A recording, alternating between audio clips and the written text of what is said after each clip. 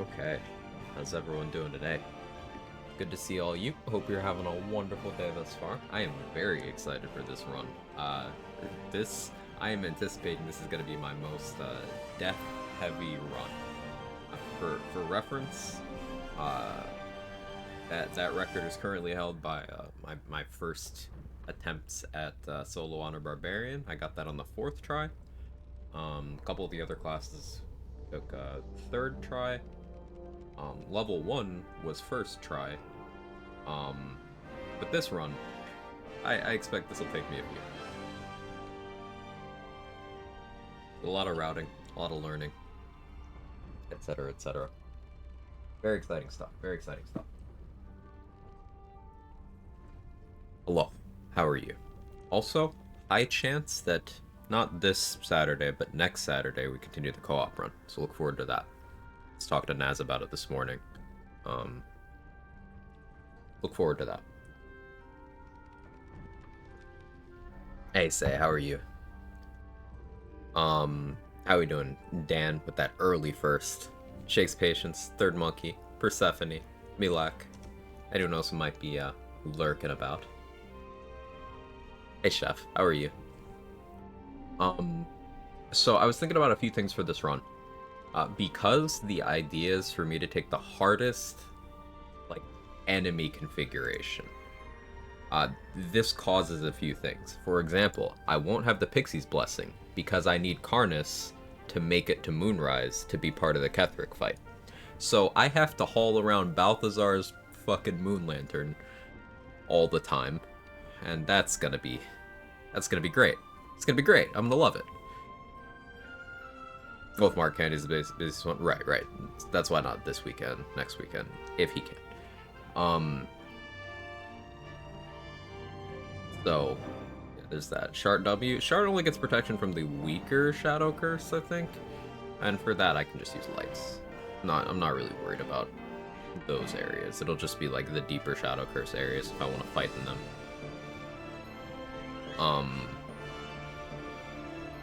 Killing Malice should be enough to make light work. Yeah, I just use Balthazar's Moon Lantern and kill Malice, and then that should cover everywhere except for like the Morgue. The Morgue is deep Shadow Curse. I know that much. I think even after Malice is dead. I think. Other things. I haven't decided on what the hardest configuration of like dealing with the Goblin leaders is. It's probably Grove Defense, but I kill Arca and maybe Asherak ahead of time. I think Zevlor and Elegus need to be there for the fight to start it all.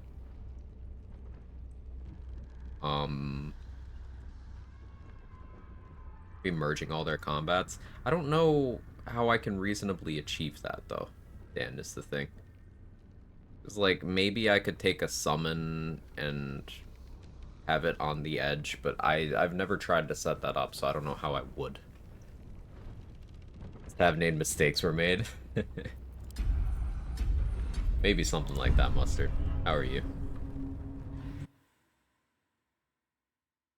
What else? Aelin is something that I'm very scared of. Also, Rooftop Ketheric is going to be a real boss fight. Um, Kill all goblins and raid the grove. I would, but like I want to do the investigate Kaga, but like I don't even try to talk her down. It's Kaga with her moonbeam is one of the scariest things at that point in the game. So we gotta fight her.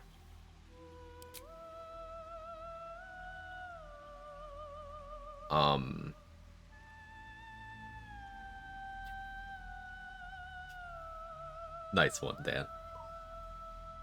Hey, why are you screaming at my door? So respecs are allowed.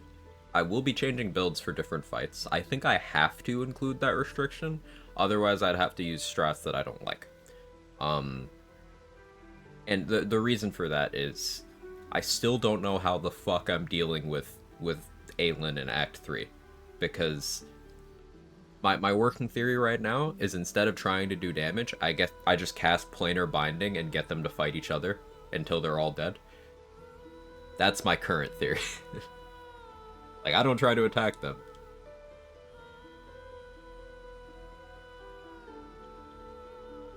Fail crypt entrance. That's one thing. But the thing to keep in mind is I'm not, like, region locking this. So I don't necessarily have to take a fight at a time, like, right away. So, like, sure, I have to do the hardest configuration of each fight, but I don't need to do the fight right when I run across it. So, in the interest of XP, we're still saving the crypt for very late. Blind Pataris? Yeah, this will be Blind Pataris, unless someone somehow spoils me on the mechanics between now and then.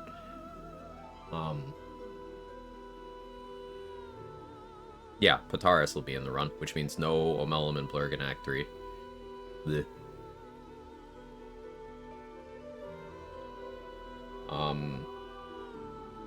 Oh yeah, Trade shared a lineup for Caustic Brian Raphael Interrupt. I want to try that this run too. Ritual Cazador. Yeah, I'm gonna have to break my rules a little bit, say, to make that happen.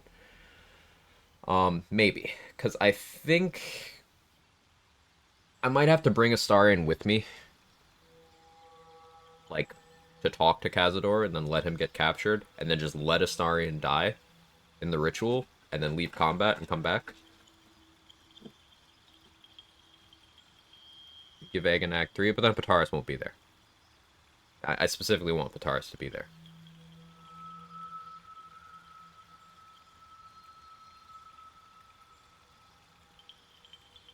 So not to ignore Astarion early. I want the potion. I'm still trying to get my player power as high as possible for build crafting throughout the run, and I'm going to need that Araj potion. Also Elven Elegance. My usual rules of I'm allowed to have companions outside of combat apply. Check should work. Okay. Balls deep in fighting Raph, so excited for this challenge. Hey, Leah. Thanks for the prayer circle, RPF Queen. My Jake is malfunctioning. I don't know what he's doing. How are you, Machete? Good to see you. Also, I can't play Dirge for this run. Well, I can play Dirge, but I would have to remember not to do the duel. Because no Orin duel. So I could play Dirge, but without that benefit. I don't know if I want to. I think I still just want to play Tav with a different background. There's a case for being Gale so I can get early telekinesis. But I don't have any concrete plans for that.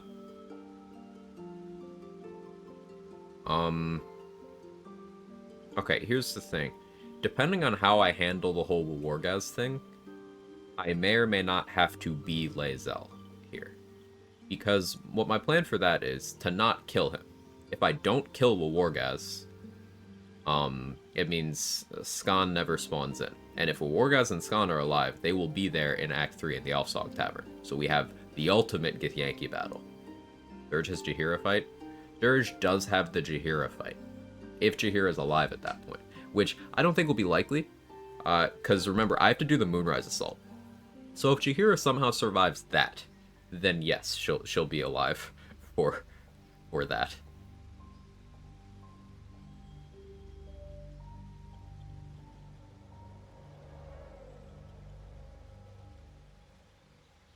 And the Origins get exclusive access to harder versions of any fights. Yeah, Dirge with the Jaheira and Minsk fight, I guess. It's a fight that otherwise doesn't exist. Level him to 12, give him OP. Stop. Karlach, if anything good because of unique interaction with soul coins. I mean, Karlach is just a powerful Origin to play as. Playing as Karlach would allow me to leave the Paladins for later without having to necessarily kill Karlach.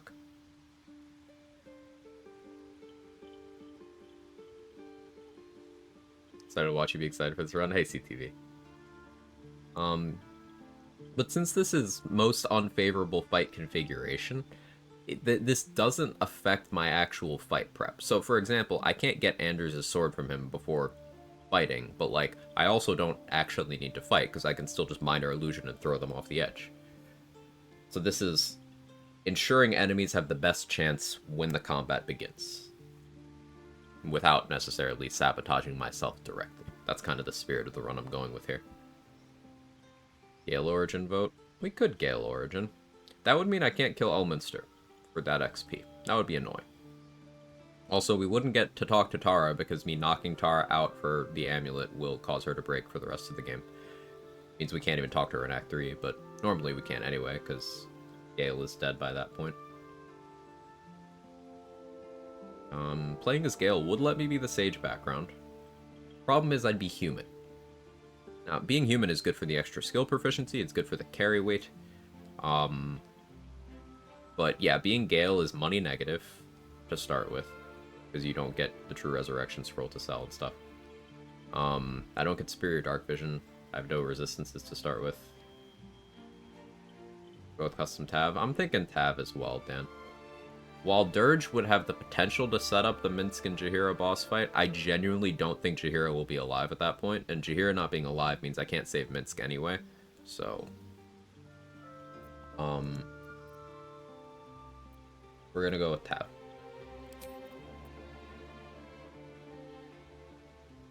So, race-wise, I have a lot of options here. Getting the cheat death from half orc would be good, but the problem is, even when your cheat death procs, your turn kind of ends. So,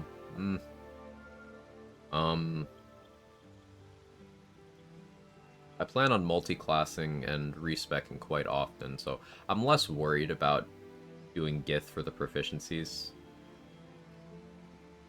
Something I do want to do is get the Silver Sword of the Astral Plane in Act 1 on this run. I think it is going to be important.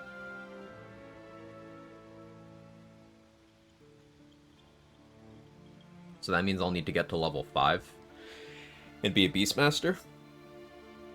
Or maybe I could do it at level 4 with a Divination Wizard. I think I could do it at level 4 as a Divination Wizard, actually.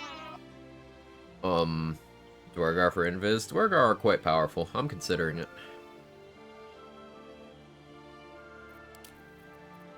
There's also just being a Gold Dwarf for the extra HP.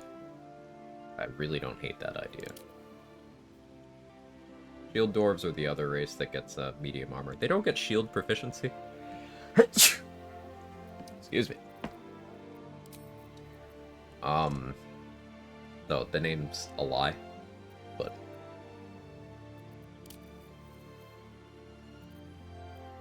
So in terms of starting level, Cleric start is good, Druid start is good. I'm really leaning towards one of those.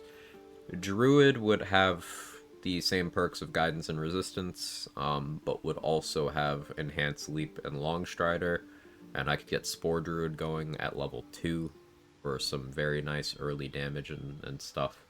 It would help some dialogue checks around the Grove. I think maybe Druid start. Background, Guild Artisan. I want that Persuasion. Though, how important is Persuasion? Vendor prices? Sure. I'm not going to be talking down any of the Thorms. Wood Elf Speed? Maybe. Hey, Leia, how are you? Lots of votes for Moon Druid yesterday. I do want to do that run eventually. It's just this idea snowballed.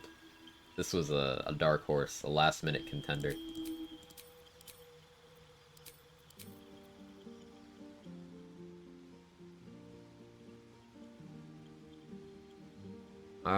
Let's think about the fights I'm actually worried about. Aelin. Aelin's the hardest fight in this run. I mean, I guess I also am planning on siding with the Emperor. And, maybe we do the Brain Top fight. I need to keep that in mind, too. Coronation Gortash. Yeah, that's... I can prep for that, though. I can go to the lower city and then come back, I think. P. Dareth's child.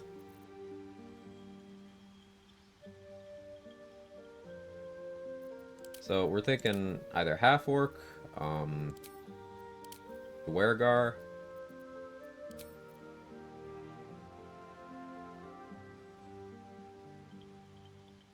some kind of tiefling, Wood Elf. Wood Elf, I get movement speed. High Elf, I could get, Minor Illusion, though. I do kind of really want Minor Illusion. I can respec around, though. But... I play as a Starian here, actually. I don't love the Charlatan Inspiration route later on, but early on it's fine. I'd get Vampire Bite the whole game. But then I can't fight Ascended Cazador. No, I can't do that. Yeah. Damn, that would've been nice. No way I play as a human Tav. I know I just talked about, no, not human, but like, are there limits to what I can take with that human proficiency?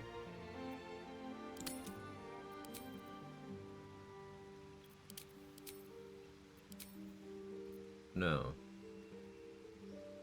I can just take Persuasion proficiency, then be whatever background I want. carry weight.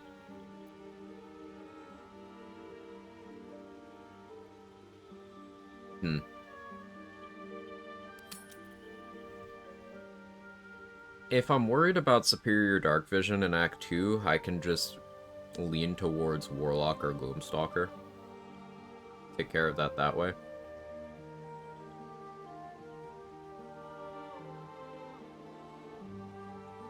Do half-wood elves get the bonus proficiency? I don't think so.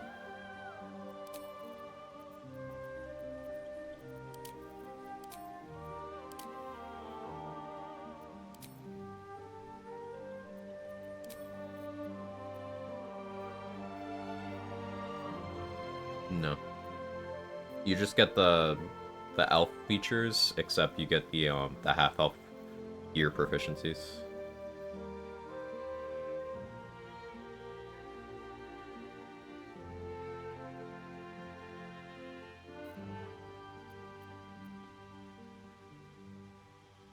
I'm seriously considering human. Which, meh.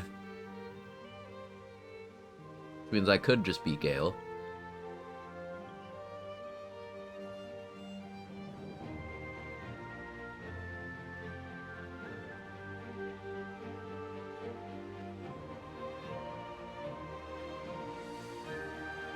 I don't think I want to start as a wizard, though. I mean, it doesn't matter. Early stuff. Race roulette wheel. Hey, morning sugar, how are you? I'm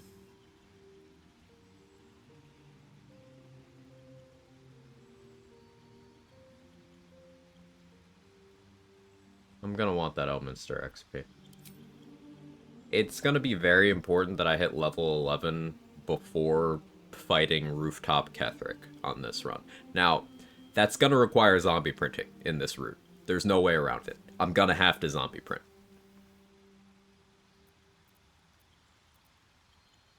Because I will not be taking XP optimal versions of fights.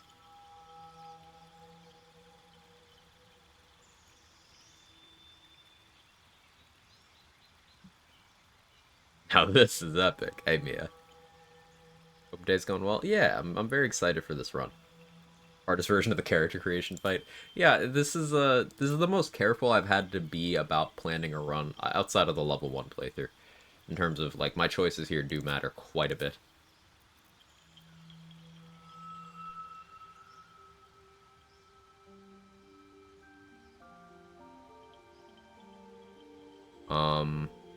Yeah, Jazz, we're cooking.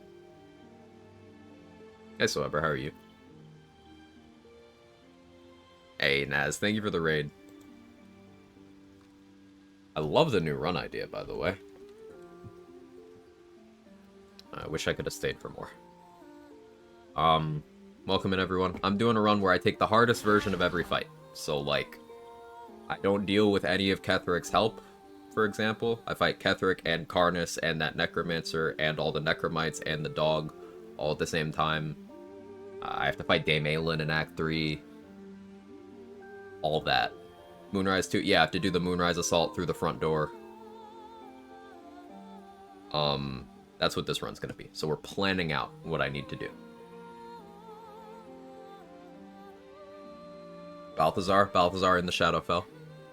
I can't do the hardest Balthazar, which would be in the colony with Zombie Wolbrin, Zombie Minthara, Zombie Droraxlin, Zombie Nier. I can't do that one because that's mutually exclusive with me getting Karnas and Ketheric at the same time.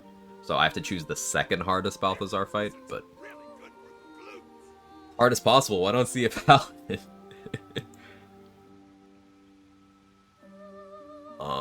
Zombie Wolbrin. Yeah, if you never save Wolbrin from the prison, then Balthazar has Zombie Wolbrin. Yeah. No alert? I mean, I'd probably take alert at some point, but it's not really gonna be a make or break for some of these encounters. Like, for example, in Act 3, where I have access to enough initiative gear that I don't need alert to beat important thresholds. It's not really gonna be a material thing, you know? Like, alert's not gonna stop Dame Aelin from hitting me with 12d12 radiant damage every time I try to exist.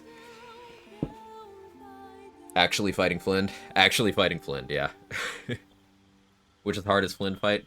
Yeah, not doing the check. Daymalin can hit. If you turn on Daymalin in Act 3, she gets 4 allies that all have some of the most bullshit abilities in the game. They have, like, a globe of invuln that follows them around. They have a 12d12 radiant damage retort. They buff allies near them. It's like, okay, cool. Fighting Droraxon with drums played. I still haven't planned out what I'm doing with the Goblin leaders. I'm torn between either fighting the Goblin camp, going in loud, just blasting my way through, or doing Grove defense, except without Arca and Asherak being present, so that, like, I think Zevlor and Elegus need to be there to start the fight. Because if Elegus is dead, the cutscene doesn't happen, and the game assumes you're with Minthara. Raid the Grove with everyone there. I want to do the Shadow Druid fight with just me, Wrath, and Silver against everyone else. Because Quag is one of the scariest things in the early game. I want to fight her that way. Enter the main hall and let them play drums so that Minthara joins. I could do that. Could do that.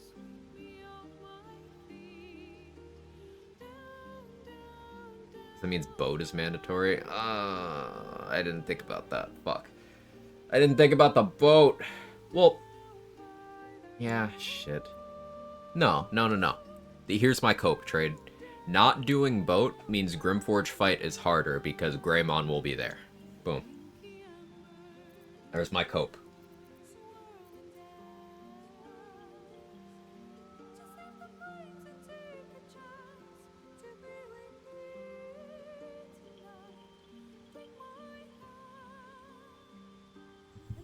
Zalk without command drop. Basically hardest in the way the Goblin Camp's not killing anyone before attacking Drawer without summoning ogres, I guess. Yeah, but by hardest, it's like, the thing I'm trying to adhere to is the most unfavorable enemy configuration. What about encounters you're supposed to be surprised? There's lots of ways around that. I can summon a Mage Hand to trigger the encounter without me, and then I attack after the Mage Hand is dead. I can drink a Vigilance Elixir. I can trigger it while invisible, I can trigger it while sanctuaried. There's lots of ways around that. I'm not worried about that at all. Ethel without killing the masks, both times, yeah. No escape from fights. I don't have that as a rule yet, but who knows, maybe I staple that on. Fight ogres at the spot? Possibly. Someone did mention while we were discussing this yesterday, the idea of if I summon the ogres in Grimforge, the gnomes will join the fight against me. So that would be more enemies. But I don't know. Extra Elf Song gift? Yeah, Leia. We're going to be skipping the Wargaz fight so that the Elf Song Tavern fight is harder later.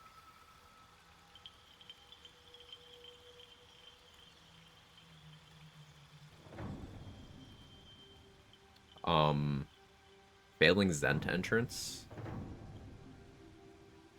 Thing is, that doesn't change the enemy configuration, right? That just stops me from getting access to a vendor.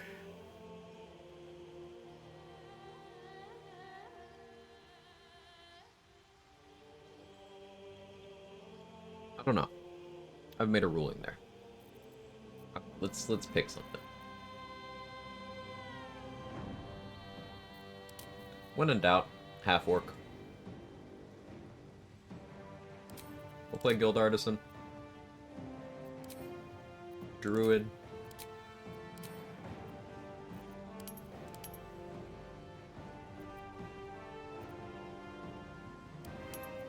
I guess early perception proficiency makes some amount of sense. Sure, why not?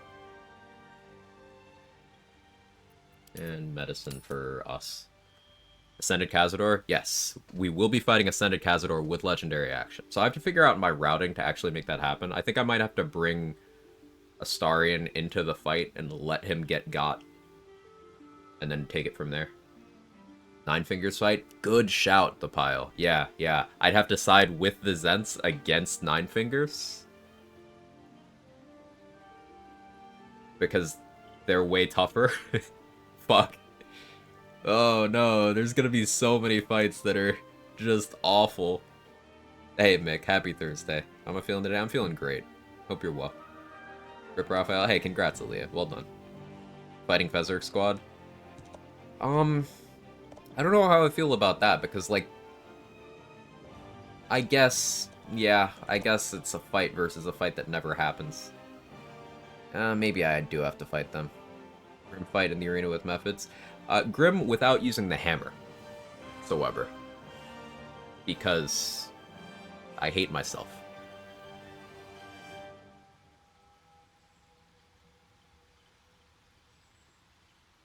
Big AC playthrough coming here? I mean, AC's not going to do shit against some of the threats here that I have to deal with, Foster. Get to see, because last time he bugged out, didn't have Legendary Ash for some reason, and didn't ascend. Getting him to actually have that is so hard now, so yeah.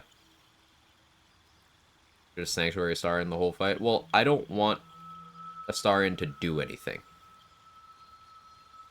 Like, I need him to die in the ritual, if I bring him there.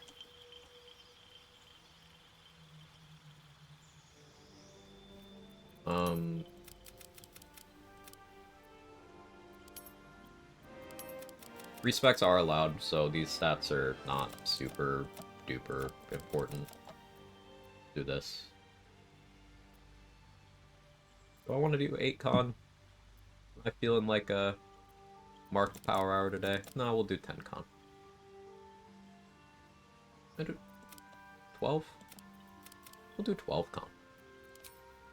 Adventurous. Chosen spells. Enhanced Leap Longstrider, of course. We'll do default. Alright, what are we naming this character?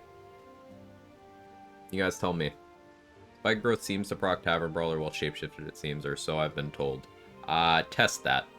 Because I'm calling bad test. Because there ain't no way.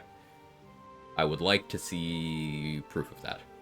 Because that's so cursed that I refuse.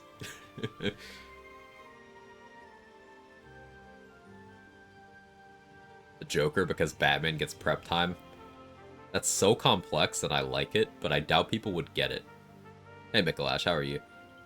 Isn't the zombie Astarion version the worst when you don't even recruit him? He's hanging there already, can't remove. Maybe, but I want to recruit Astarion for some buffs for me.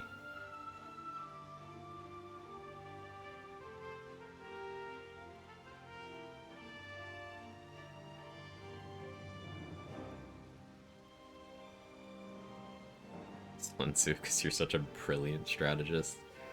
Oh, Nork. I like that. My hubris. That one's on brand. That one's on brand. We don't even need to get attached to this character. Never punished? Ooh, that one's good too. Suggesting Buddha because life's suffering. Yeah, I think that's in the too complex category. Yeah, we don't have to get attached to this character. It's going to die. So let's go with never punished. I'm never punished.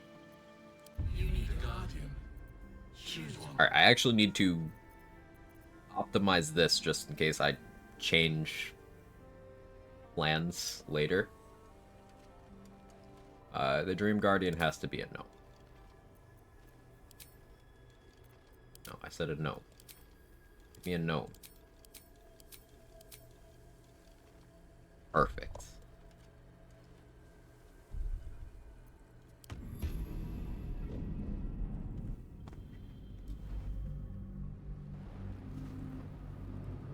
Next one be punished once and punished twice. Yeah, that's pretty good. Alright, first thing we set up the old custom bar.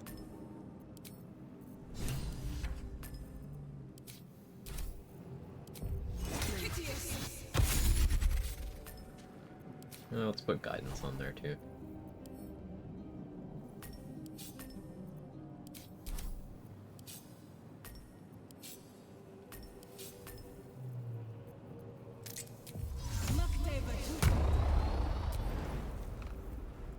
Go with base half work. Yeah, I didn't bother to customize. Again, this character is going to die.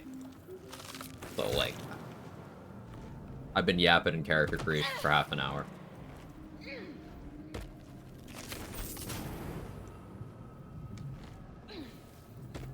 Always room for more.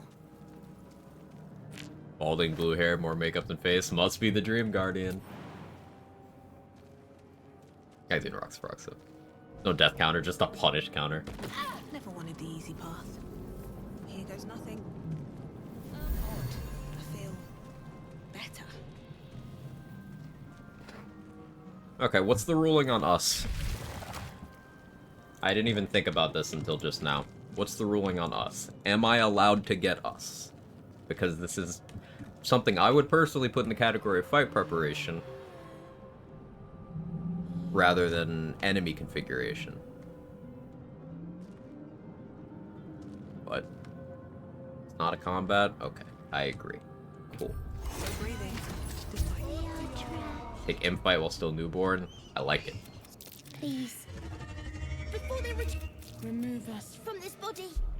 From this case. Free us. Great start. Apart from this strange context, you notice nothing unusual about the brain. Oh, just roll good. The brain lifts from the skull. We must go to the helm. At the helm. Attack the other brain, you have us with you. God damn it. Why Druid start? Enhanced Leap and Longstrider are very good spells. Enhanced Leap, Longstrider, Guidance Resistance is a very good starting set. I have medium armor proficiency. I get a bunch of favorable dialogue options when I first get to the Druid Grove. And I can pick up Circle of Spores at level 2. Vlaakith blesses me this. As for that thing.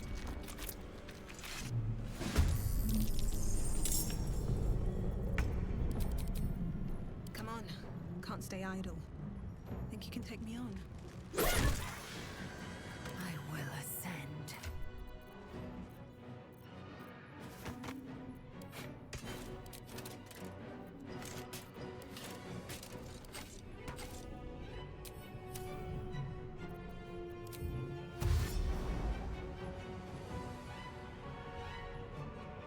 My path be true. In my best interest. See you on the beach, Lazel. Well, so much for peace. What now? Is Druid secretly good? My best interest, yeah. The timing is incredible. How would you hear for the active finale work? Controlled for the assault doesn't go upstairs. That's the plan, yeah. I really don't expect her to live. But that is the plan.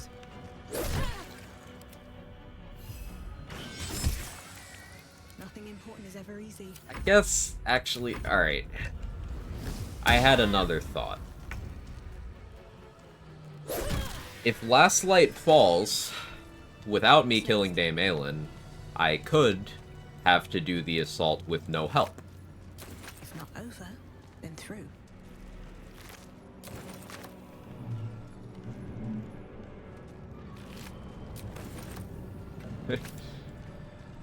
Yeah, it's that. Cool. So I should have actually picked Dirge for this. But it's fine, we're gonna die anyway. It's fine.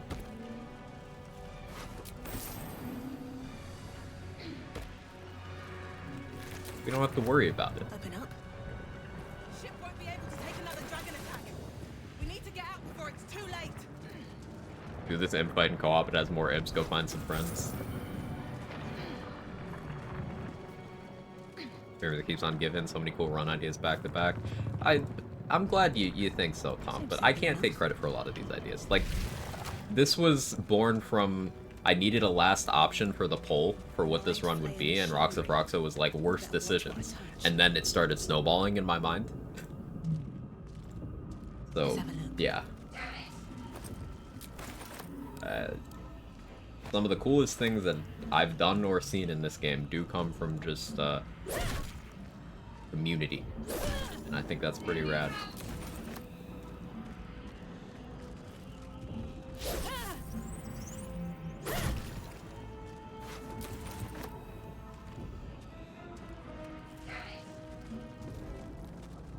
Dirge is easier, or and only if I choose to do the duel. Dirge doesn't have to do the duel. Release them? I'm gonna be honest, I forgot that was a thing you could do.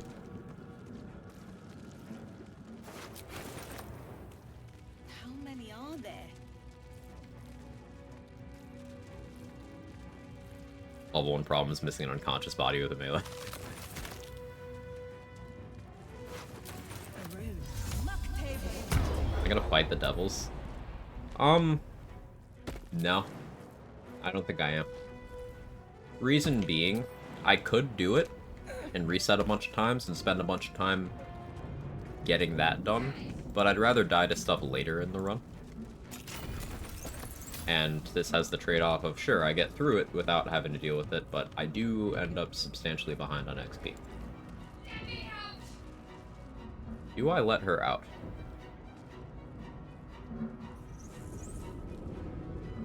What am I doing with Shadowheart?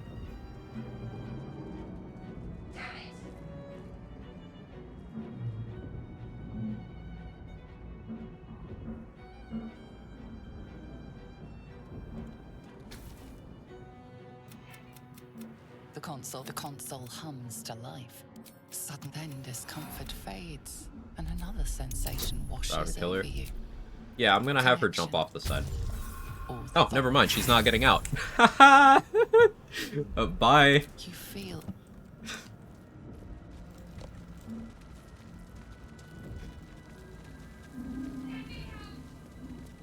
Already punished.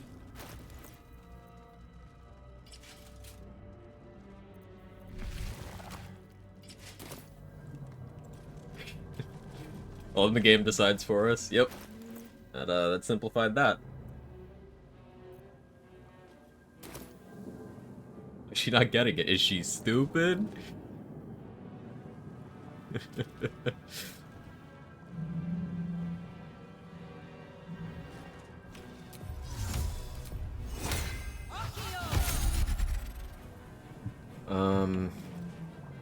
Yeah, okay. Still alive. So that's progress. Muck table. Muck table. Dude, Gale's stuck in the portal. Gale is gonna be a little fight for us for a bit of XP.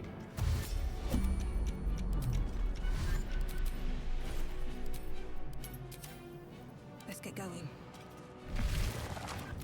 Connect. Mind Flayer rolling the worst possible initiative. That's fun.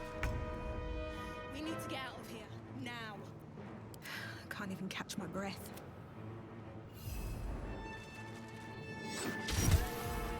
Still on my feet.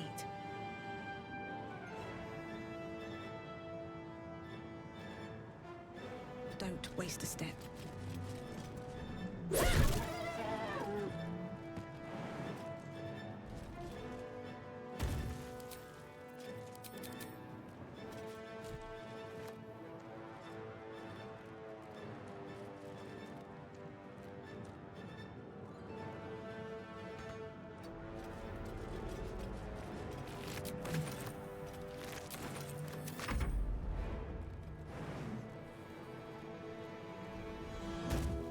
A punish counter command. Back of the food, glow of the run. Thank you, sir. Level 11 before rooftop on this route will be a bit tight. Yeah, I'm gonna need to zombie print.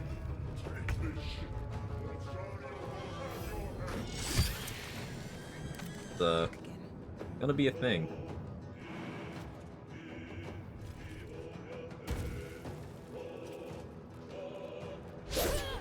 Really, man? Alright.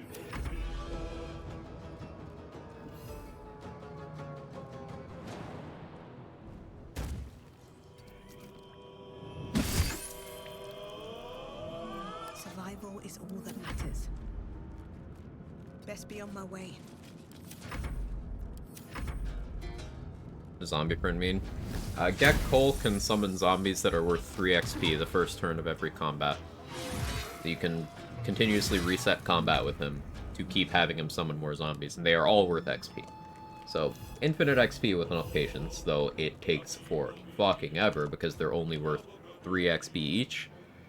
So, in theory, you can hit whatever level you want with enough time. To make up for the XP deficit, that's going to be a result of the very questionable decisions I have to make. I'm probably going to need to zombie print a few times.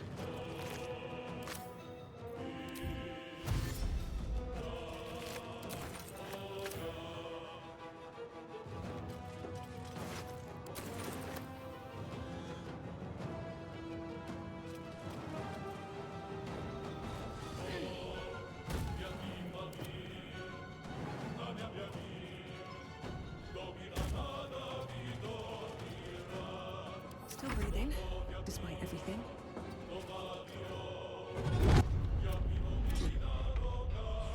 Spike growth on 1,000 zombies to crash a PC.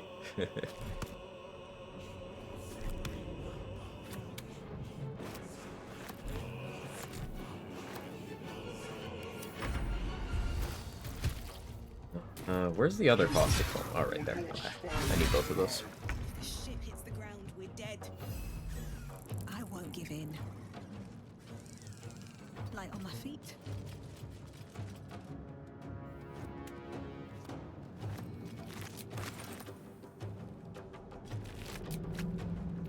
Nothing will stand in my We're have to way. equip a bow.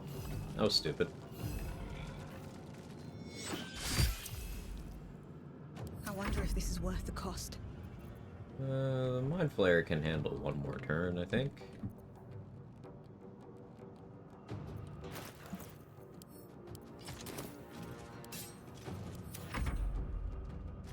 Wouldn't wish a harder boulette on anyone. Fuck the boulette. Yeah, fuck the boulette. I'm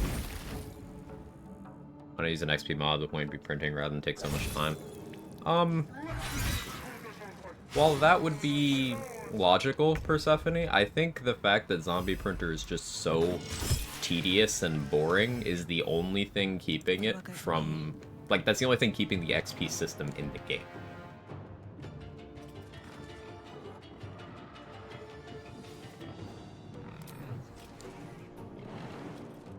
Alright, we jump here. We attempt to kill the imp. Damn these imps. I need to reach the I roll? transmitter. Beautiful. I'm taking the W and not killing that Hellspore. Let's go. The helm's Fully healed Boulette with Glut. Pain.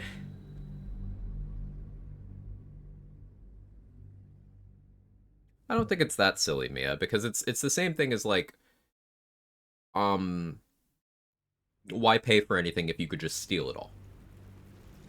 Yeah, technically I could sit there and make sure I have enough initiative and enough movement and a consistent escape route, and I could pickpocket every item I want from every vendor in the game except for a Bazigal, because you can pickpocket all of them, and it'd be fine.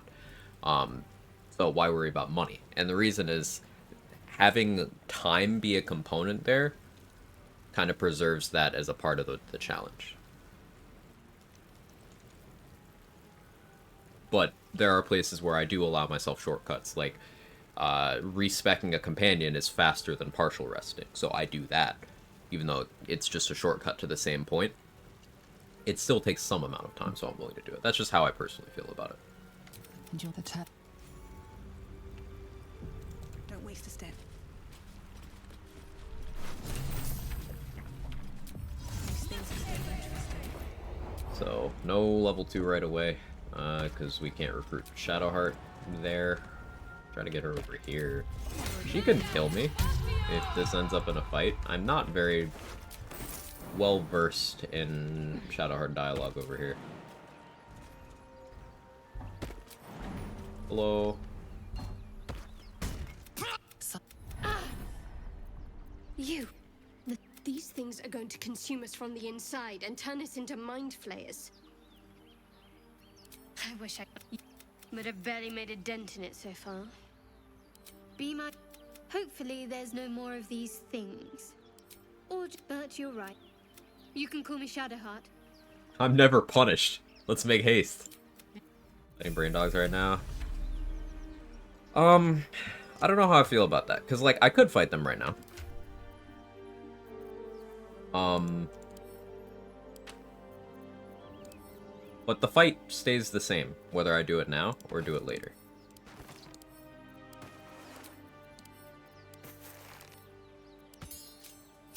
No one back home will ever believe Like, this. the fight difficulty remains the same, it's just my Something the matter? level of power So that's changes. to say you'd like to pry a little. You do seem like the type, I must say. This isn't the tadpole I'm speaking to, is it? And I jest. It's good to know you're not entirely without. Now I suggest you let matters rest. Yeah, if you start with Or else negative we'd better approval, part ways. this conversation is entirely different. If you're sure. Last fight without any help. Yeah, I won't be using Gather Allies. I'll have to side with the Emperor, because Orpheus is stronger than the Emperor, and also the brain gets stronger help if you side with the Emperor. So I will not be freeing Orpheus on this run. No traps, please.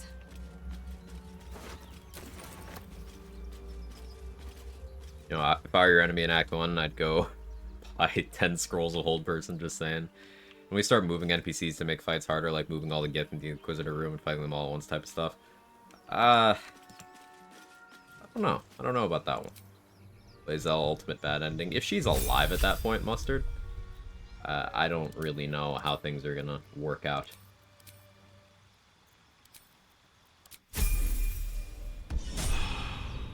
Hey Chernobyl, how are you?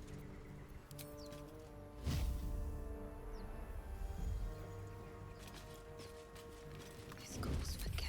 More of those wretched things.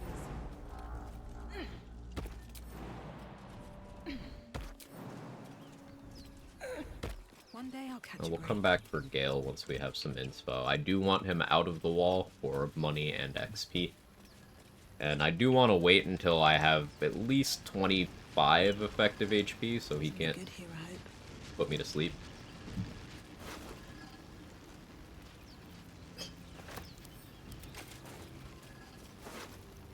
Walk back to their spawn point. I could potentially barricade things and make it so they don't.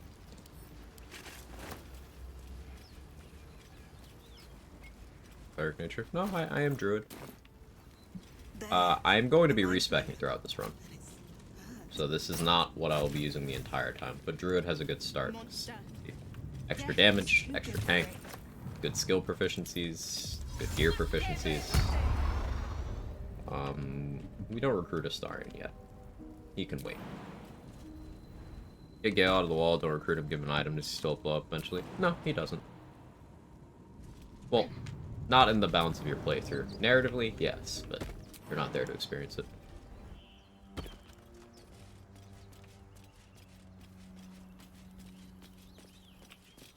Might be useful.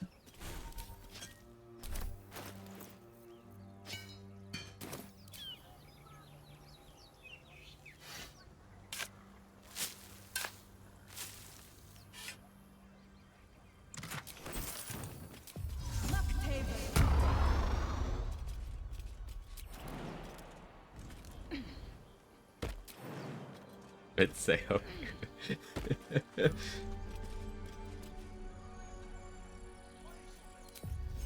on my mind.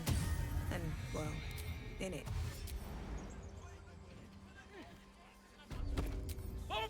Watch up! and then shit down and suffer.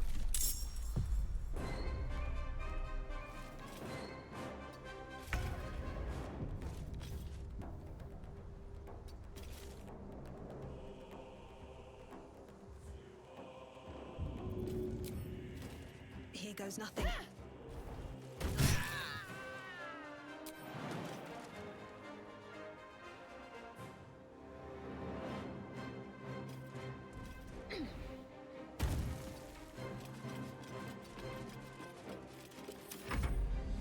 Play with any mods? No, completely vanilla.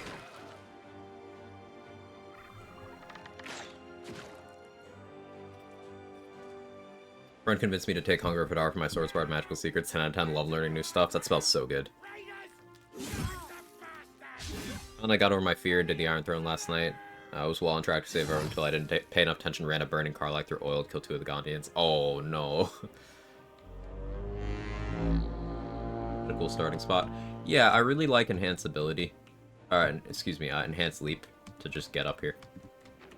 This is one of the reasons I picked Druid. Love the contrast between how dogshit Arms of Hadar is versus how goated Hunger of Hadar is. Yeah. The class you gonna play? Currently Druid, Sora. I anticipate a lot of flip-flopping between Druid, maybe Fighter, maybe Bard, maybe Cleric.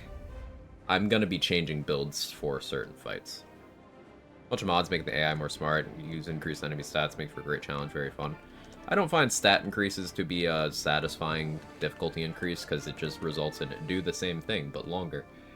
AI changes, sure, but currently, where I'm at with challenge running is I like showcasing things within the version of the game that everyone has access to. That's just my preference. It'll probably change eventually. Try me.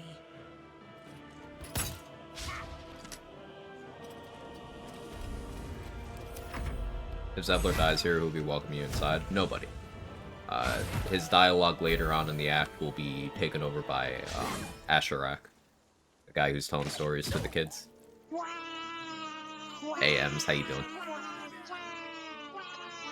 On casual playthrough, it's awesome to start as one Ranger, one Druid, Ranger Knight for heavy armor, not sure how viable in higher difficulties. All levels are... All classes and all combinations of classes are viable for solo honor in this game. It really all works. Ranger is a good start, though. Very good skill proficiencies, heavy armor, decent HP, some good utility options. Ranger is a very good start.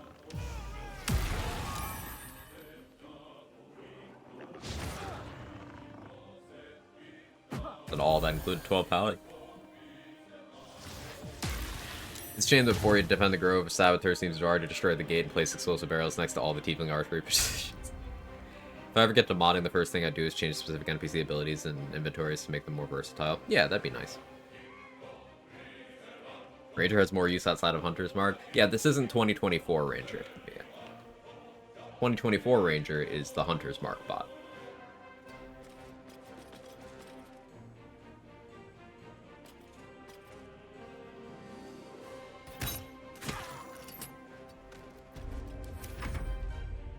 You're just gonna start to become assassin later.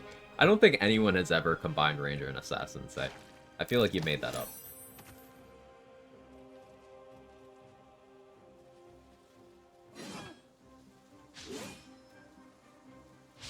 You didn't even get one type of resistance. That's true. That is very impactful. 2024 equals tabletop. Yeah, they've recently released information about their plans for the classes going into the latest tabletop update, and they just kind of did weird shit with Ranger and Paladin that nobody really likes. Meanwhile, Monk, they were just unfathomably based and made Monk the best thing ever. And Fighter as well. And Wizard, yeah. Like, a lot of the classes got really cool stuff, but, like, Ranger just kind of sucks. And, Paladin, they did weird things. I'm not gonna say they made Paladin bad, but they made it weird.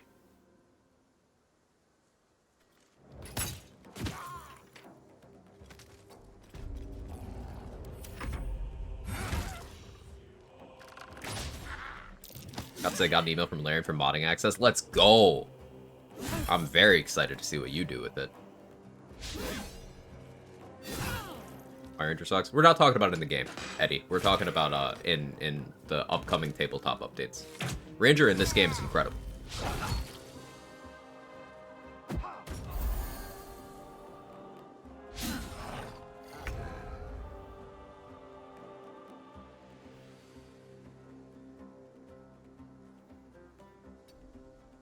New Archfey is cool. I'll have to look at the Warlock subclasses. I only glanced over them.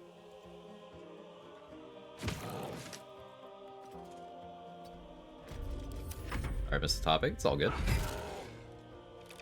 Data Ranger for my first run just blasted everything. Yeah, Ranger's just really, really good in this game. 2024 Ranger better or worse than 5e Ranger? Worse. 5e Ranger is fine, as is Natasha's update.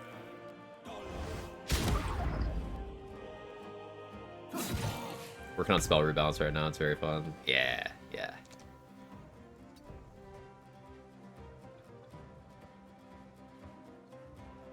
I could throw something.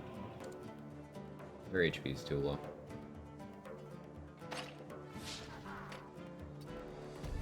And I should have actually blown the horn.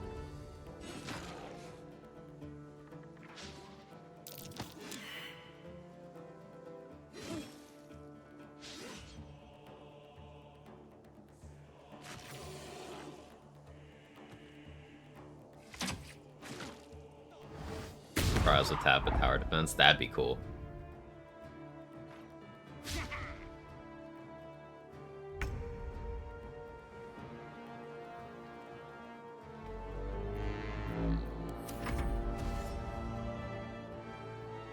Four damage will definitely help kill Tiamat. For sure. Good shove, I guess, for Mira.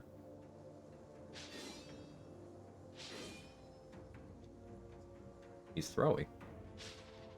Devlor is also throwing, though. Aridin, you want to actually kill that archer? Nice roll, Will. Okay. Okay, Barth. I ran out of jump, I see.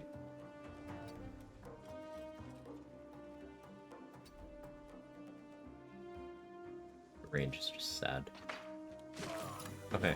Oh, landed. Okay, nobody died. That's weird.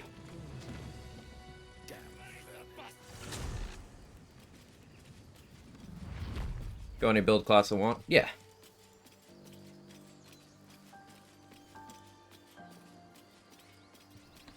Sorry, repeating an earlier question. No problem. Thinking about the Hag elixirs yesterday, wouldn't be any drawback to using Broken Promises one after the last Force Long Rest to final fight. Yeah, no, you would just you'd have the penalty in the epilogue camp, but other than that, no consequences.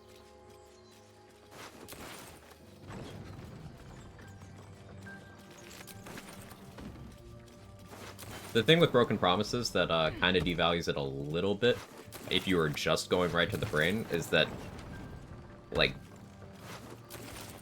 Cloud Giant Elixir. But if you're doing the other stuff too, then maybe you want a Bloodlust, maybe you want a Vigilance, maybe you want Colossus or something, then yeah, Broken Promises gets some good mileage.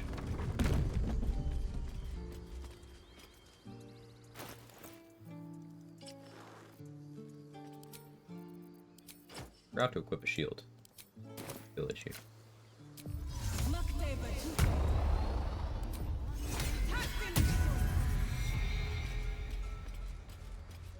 Hey, G-Jack Cooper, how are you? You led them straight to us, and you let them take the druid too? Unbelievable! You see the tiefling's jaw with a thump. We need to pack up. So there's technically a more XP optimal way of doing this, but I'm gonna do what I know.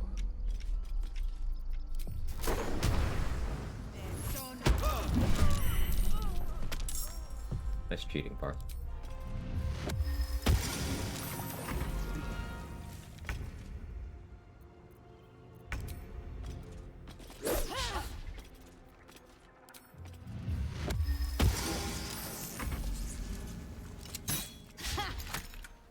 What a terrible accident. Yeah, no one could have just seen this coming.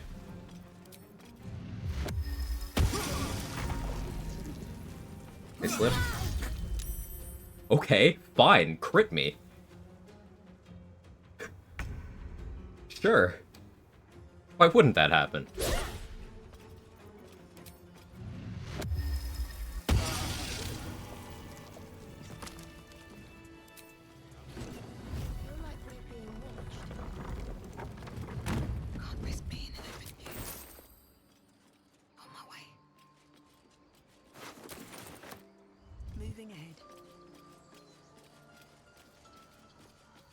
Stand by that Halo scores animation is fucking best. It's great. Open Hand Monk, the best striker class in BG3. I appreciate the use of air quotes there soon. Open Hand Monk is capable of some of the highest single target damage per round in BG3. It is Thank you very hard to for your compete help with in out that there. arena. I'm Zevlor. At the ceiling, anyway. I'm never Well, punished. this attack will only strengthen their resolve. We can't stay. They've withdrawn there to... Perhaps you could persuade her. You'll...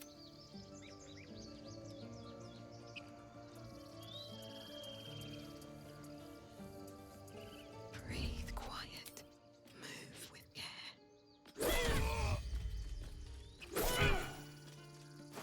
Have it ready.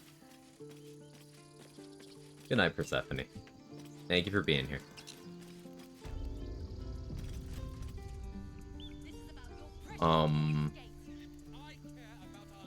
In natural strength without Cloud Giant could get up to what, 26 with Broken Promises. You can get, yeah, starting 17 like Naz said. You can Hair to 18, Astarion to 20.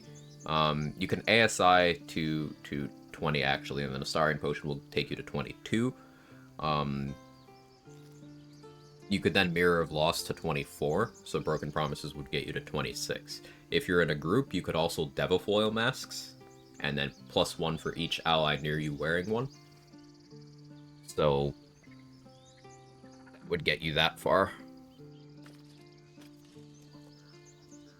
What does symbiotic entity in Halo Spores do? Symbiotic entity is a chunk of temp HP that you have, and while you have that temp HP, you also get some bonus necrotic damage on all of your melee, ranged, throw, and unarmed attacks. And Halo Spores is really cool because it's a reaction you can do on your turn. You can target it and do damage to things, including inanimate objects. And if you have Symbiotic active, Halo Spores hits twice.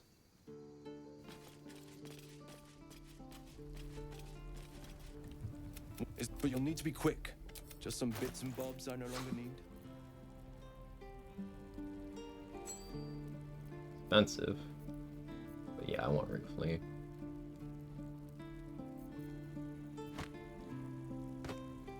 I get this guy's attitude up right now.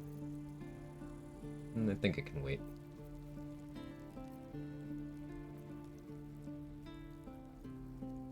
Let's just do this.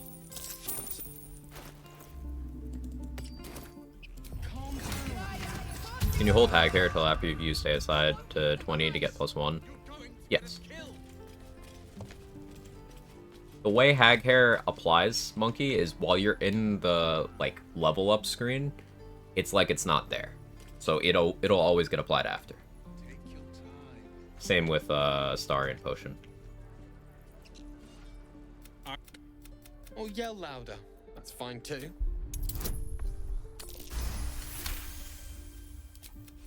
Thank.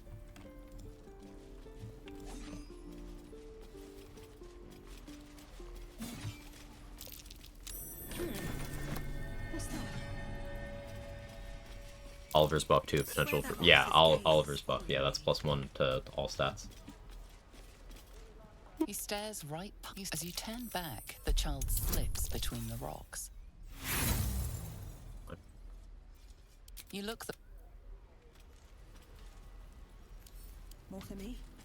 Not sure if I'm dumb, this Halo Spore is broken when I cast out some Tentacle in Act 2, it does damage twice, 2 and 2, Tentacle is 8 HP, somehow dies every time.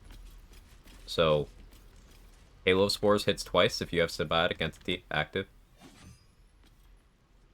And if you have Call the Weak, then that would also be killing it. If you have any damage bonuses like Lightning Charges, Callous Glow, it'll apply to each of those hits individually.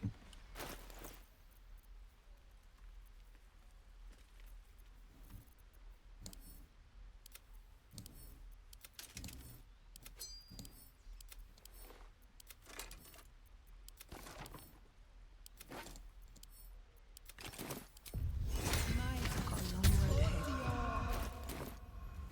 I want to have a word. Ikar. Go on, take this ring. It's lucky. Go on, take the ring and watch your call it, heads or tails. I've got more where that came from. Real cheat too. Interested? That's what I got. I succeeded. Nothing caught your eye, huh? You spot the boy. I didn't succeed on that. I got robbed, but like I don't have any items. So nothing happened. Oh, I don't have any more. Hey, you're back. Look to. Looks like I can't trigger it again. That's fine. Oliver, if you cleared the Shadow Curse and Halcyon is alive in the Act 3 finale, you get +1 to all stats. That's the buff.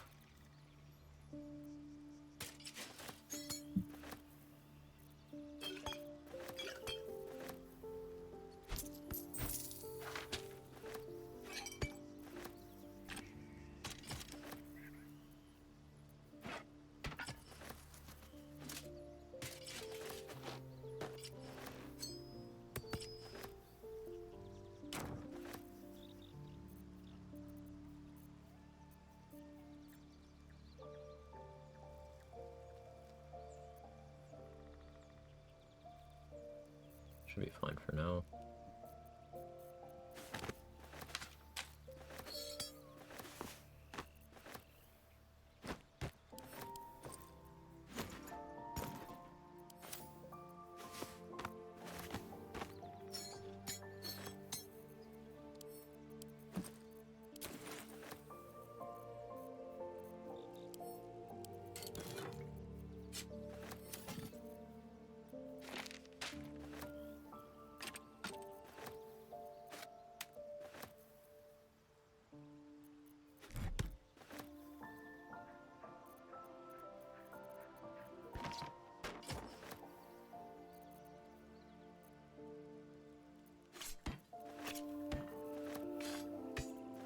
Make sure I have my throwables.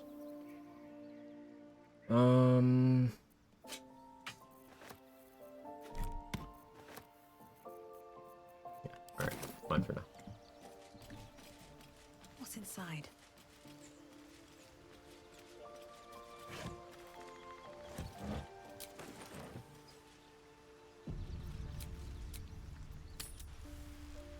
One simple trick will make DMs hate you. Please, last room. It is. This run sounds fun. Yeah, I'm very excited for it. I'd sooner trek through the 9 hell. Now Arabella's being Hurry.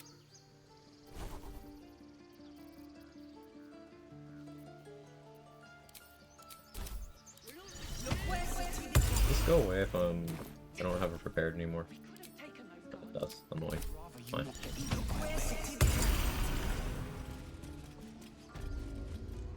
You get back. What? You. Arabella's dad, the only tiefling NPC in the game, and have a beard. I don't know. I don't know.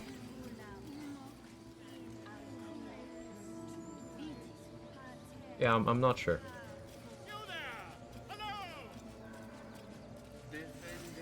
Archivist. There you go. Level 3, be a true power spike, spike growth. You sure like spike growth, don't you? Yes, spike growth is good.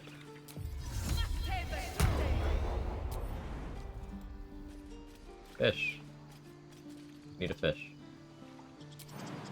Have a fish for me by the time I get back. Thank you.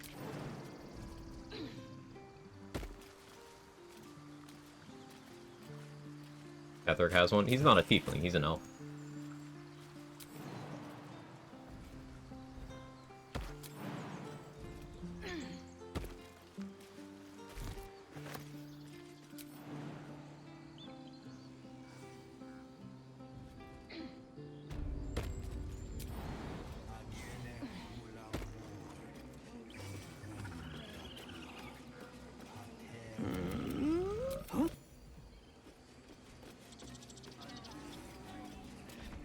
Level 3 druid can solo entire Act 1 except for Bertha, probably. I mean, we know level 1 druid could do that too, but I get your meaning.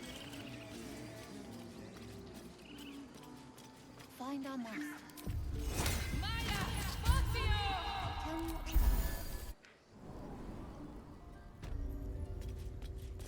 I'm sorry. I'm sorry. I will imprison the devil and do it.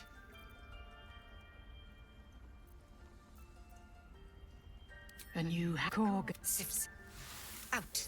Halcyon is As a druid, you can tell the snake to tell Quag to chill the fuck out.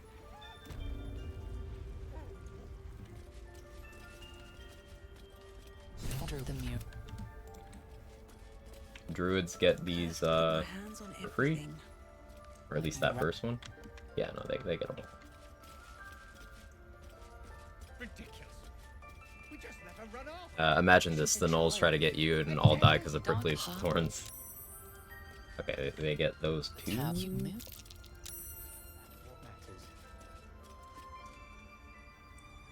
Okay, got them all.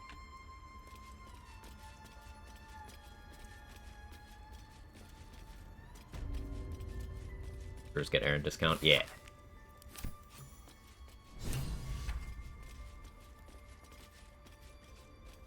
go on. For first playthrough as a Wood Elf Druid, I had no idea about You anything. think Worked I'm a out pretty well. monster? Sounds like it. Sounds like it. Donner, Harper Donner, yeah. No matter. I took teachings of the Tree Father. The Viper. This tale. Okay. I think Damon and Karlach are the only tieflings with human eyes, not double ones. Huh. Yeah, I never thought about it. Kairos might also have human eyes, because I think he just has Damon's face, right? The Stone Lord thug on the beach in Act 3. Does that hurt? I see you. There. Now, what was it you needed? You seem healthy and a tadpole. Come. We need Tadpole, to be come. quick. This way.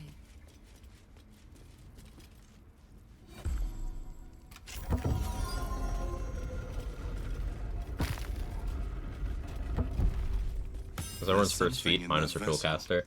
Take a closer look. I'm trying to think back to my first playthrough. What was my This first feat? tadpole crawled out of his head soon after. I think it was ability score increase on charisma. I was playing a warlock. Agonizing blast. All right. Looking closer, you recognize the bright. I want to help you. How'd you pick up the parasite? This is a vibe. Because you should all be. Not yet. Whatever he. If you can. Good luck.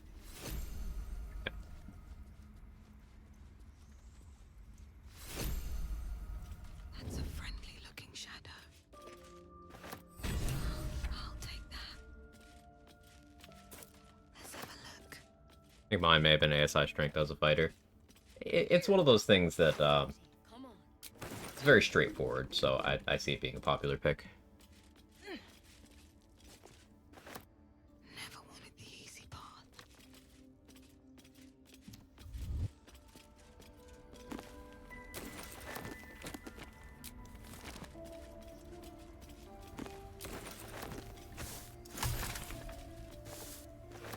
New Dirge patch already out. Patch 7 is not until September.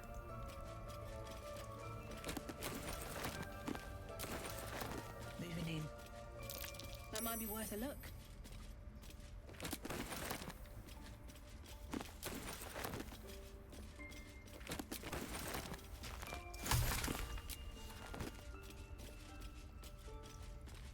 Yes, you're welcome. Imagine Volo grabs Nettie's stick for his eye procedure. Oh no.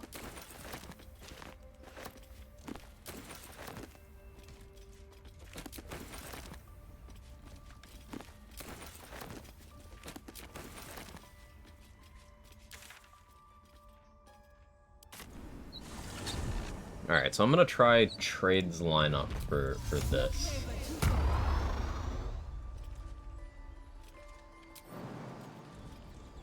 Does mod make the narrator's voice into David Attenborough? But I like the narrator. That is funny though. That'll fill my pack.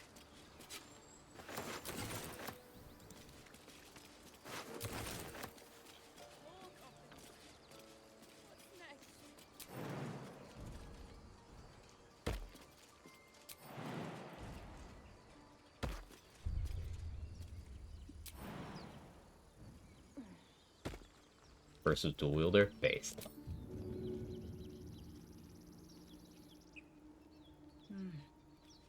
All right.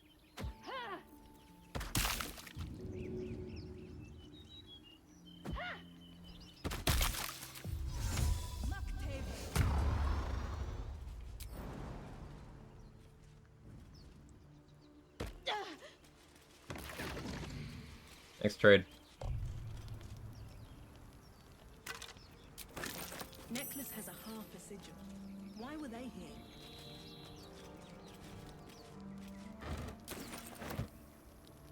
Buttery smooth.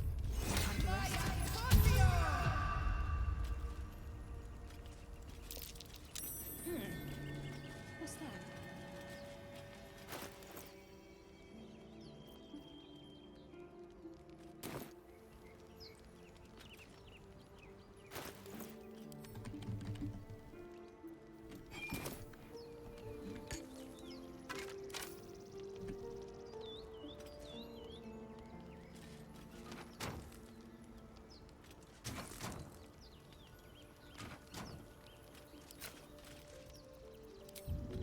Now this will hurt.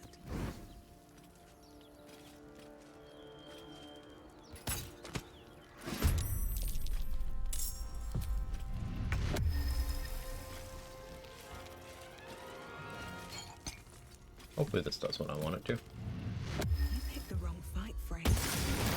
It did. What was that about? That was me canceling Raphael's dialogue. So he'll show up in camp at the end of the act, and we can beat him up and get the Helldusk armor.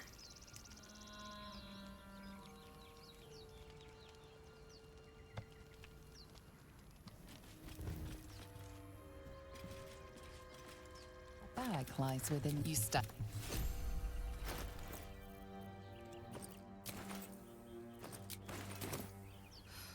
I'm Beat him, but can you exhausted. speak? No, I'm actually Better find unable to somewhere speak. camp. Reminds me of the chain reaction build we were talking about. Yeah, CTV. Does it stop him appearing? It didn't stop him from appearing. He appeared there. See? Raphael was hit for 3 acid damage. So he showed up, tried to talk to me, took acid damage immediately, dipped out.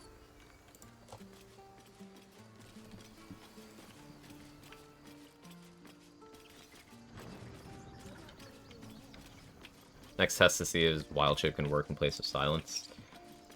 They did, yeah, it's worth testing, because they did change Wild Shape to, for conversations, you'll just automatically drop Wild Shape and re-enter after. So, it may not. Slip on Grease there, that do anything useful? I don't know if he can slip on Grease. But it's not guaranteed, either way. So we would need... Basically, Caustic Grind is better for that. Short answer.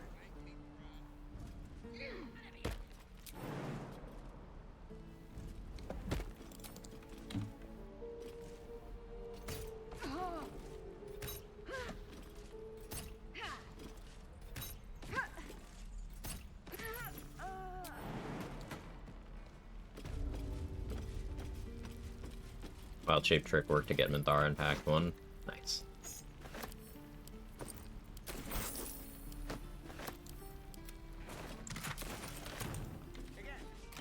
Hardest way to fight Pandaren is healer first, run and Valk.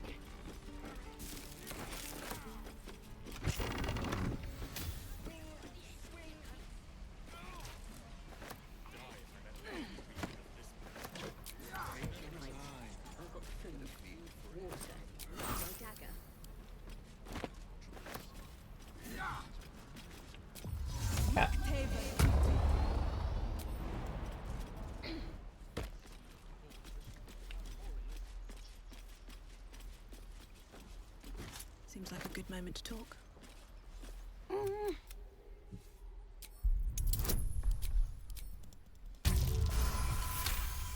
Very insightful, apparently. Watching his hands, you realize he's miming opening something. Okay, game. He nods, then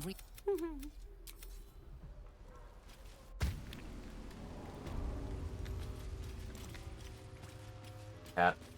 Stop vandalizing my room. I know I've been live for an hour and a half, and this is exactly when you start doing that, but I'm looking at you. I'm begging you. Well, look who's... You saved Arabella from the... And we're happy to... I want to... Anything else? I don't know if you can hear that back there. He is absolutely vandalizing my room.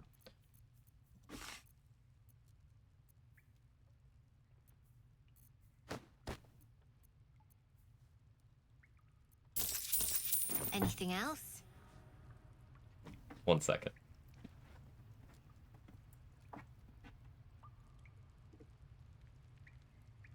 What do you want, man?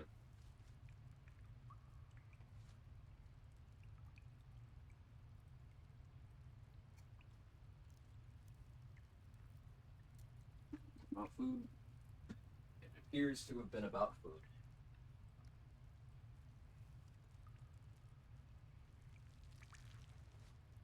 I need new pockets to pick. Pause for cat interruption. You think no magical items be possible in Honor? No items at all is possible in Honor, so yes.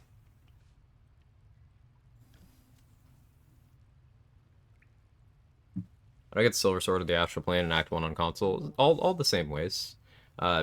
Disarm Voss in some capacity. Like Batchet Man said there, Honeyed Paws is extremely consistent. If you cast Bless from Staff of Arcane Blessing or from Whispering Promise on the bear, give the bear a strength potion, give the bear invisibility, have it Honeyed Paws Voss. When I did that on my run, I believe it was showing a 91% chance. So, level 5 Beastmaster. Making sure we're ready to leave. Shouldn't have wished to live in more interesting times. Here we go.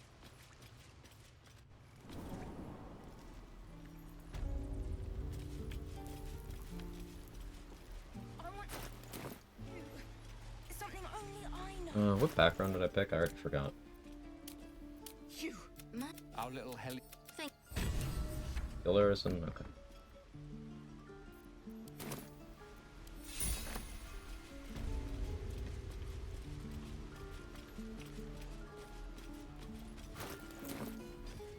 Spore Druid, favorite Druid subclass just for this run? Spore Druid is my favorite. They're all good. They just all have different use cases. But yeah, I'm a Spore enjoyer. Don't be grumpy, Roland. We'll get to the city soon. I am not. Best to fill your belly.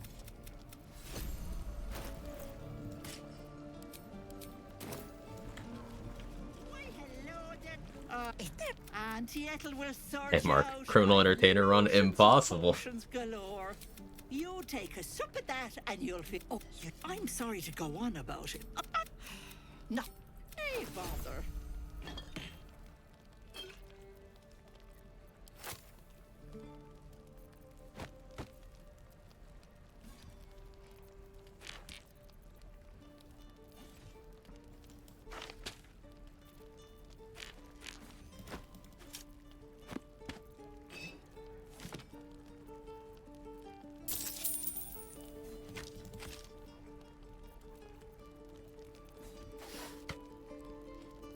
Almost enough. Annoying that I'm a little bit short here.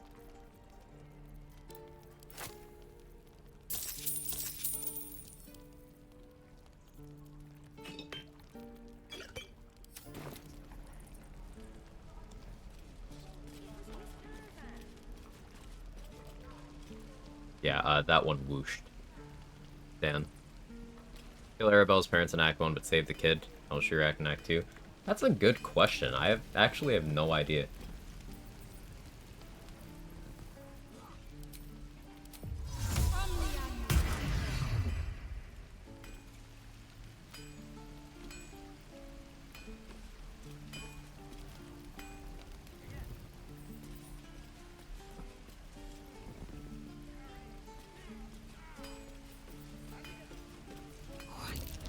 Time to skulk about.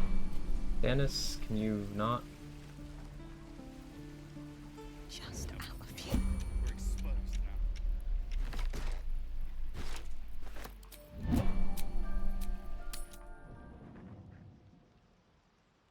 Moving items in her inventory to the bag, protect them from a refresh. Yes.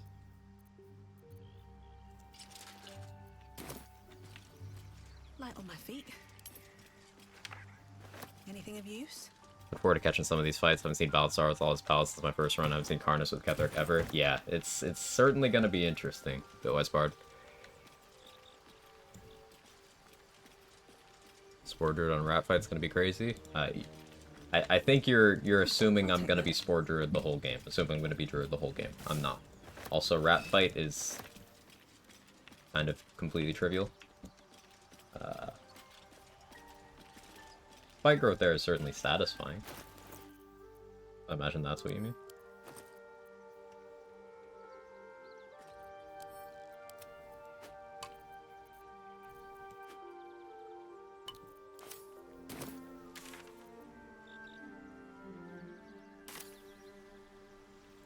Yeah, but 50 zombies? You really think I'm gonna sit there and make my zombies kill all of the rats individually over the course of, like, a lot of turns? No, I don't think I'm gonna do that. Maybe I changed my mind, but I don't think I'm gonna do that.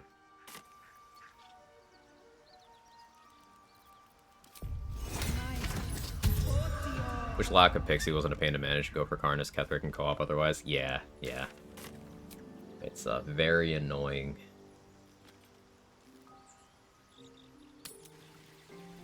Full strength Cazador will be interesting. Yeah.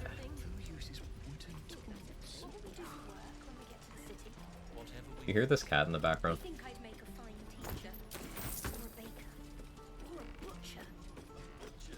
Grab Moon Lantern immediately, we can use it for Shadow Curse. Problem with that is we'd have to stay very tightly grouped.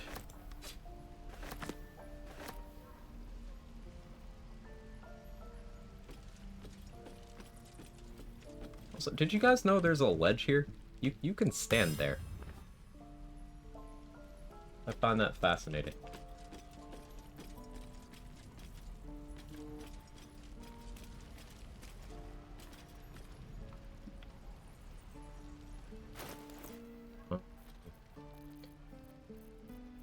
Oh, I can't get the easy inspo for making the spear because I do have to actually fight the owlbear for that.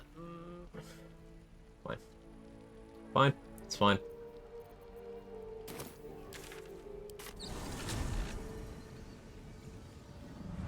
These rules mean you have to attack all 3 goblin bosses together, no separating them off into little murder cul-de-sacs. I still haven't really decided how I'm handling the goblin leaders. I don't know what the hardest version of that would be. Like, for example, I'm still gonna deal with Gut exactly the same way as I normally do, because it's the same, like, Gut is Gut, and she is not normally in a position where I'm fighting her with another goblin leader.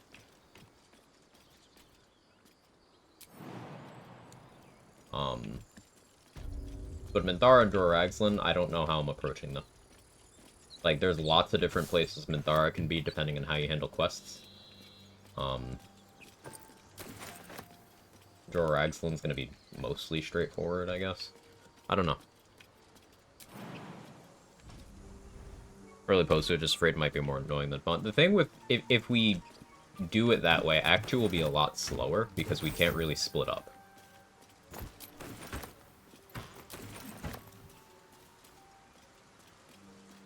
I don't know how much we would have been splitting up, Dead but... goblins. Dead travelers. I think Grove Defense is only mandatory NPCs to the way. I'm still leaning that way, yeah. So that just means I have to kill Arca, I have to kill Asherak. So it's just, Zevlor and Elegus there.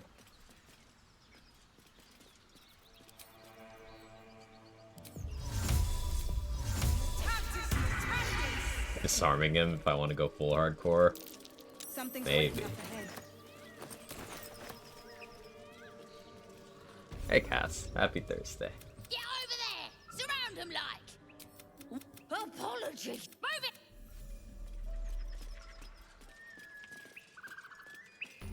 Yeah, I'll level up. Goblins of the Windmill return to camp if you route them? No, they just disappear from the game.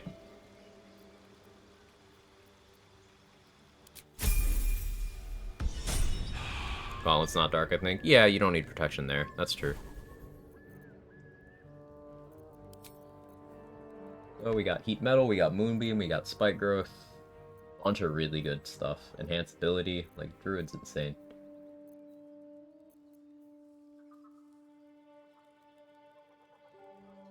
Thinking if I want to prepare moonbeam or spike growth. I think I prefer moonbeam for right now.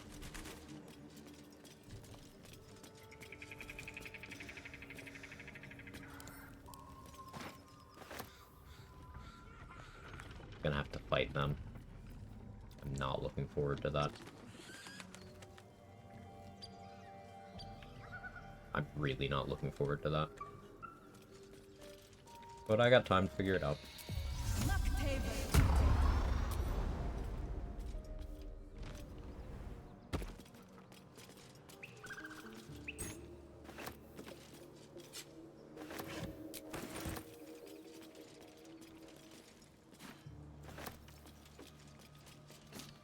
Quartered so fun. Fighter 1 Sport 4 is a killing machine with hand crossbows. Yes.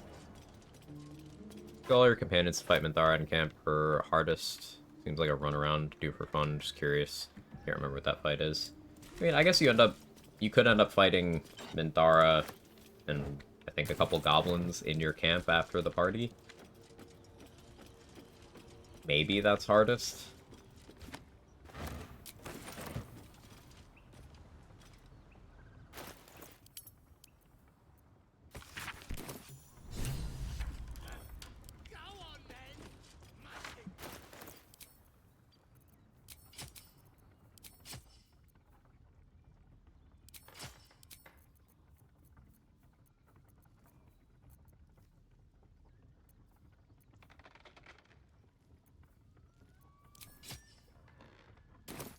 If everyone else minds their business, I'll be fine.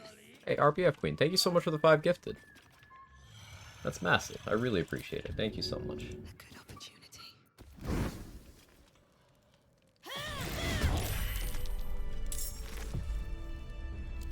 Forgot I'm a half orc. I didn't really need to prep damage-wise for that.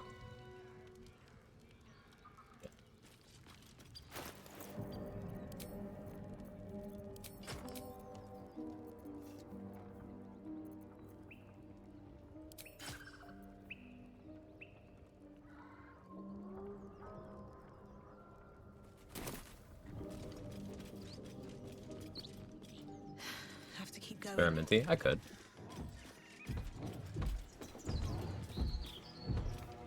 All eyes on Never Punished.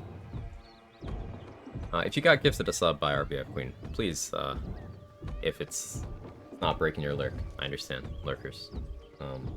Send her some gratitude. En route to try abduction strats for Wraith Grove. Ooh, tell me how that goes, Trade.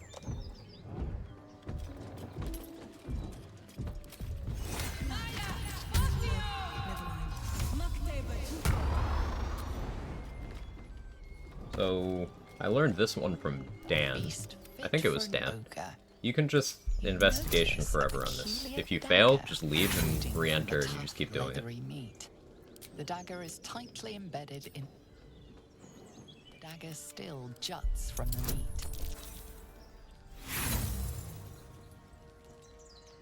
The dagger is tightly embedded... You guys know that the dagger is tightly embedded? The dagger still juts from the meat.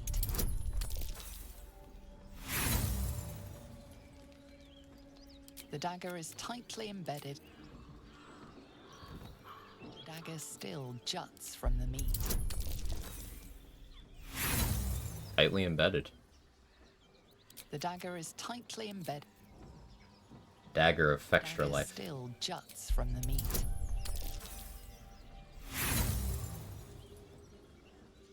The dagger is tightly embedded.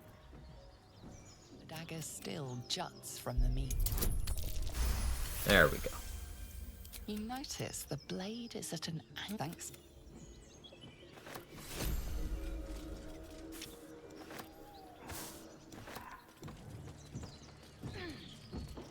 I would have guessed that it's tightly embedded. First try.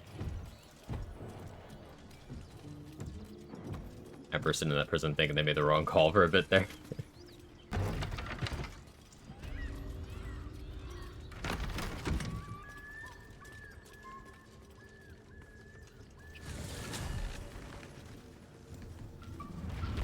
see. Can't help but notice the dagger is tightly embedded. Is it meaning this run? I take the hardest configuration of enemies for every fight where possible, Todd. So, like, for example, you know how Ketherick could have a bunch of help if you didn't deal with it before the finale? We will be ensuring that he has the maximum amount of help. Things like that.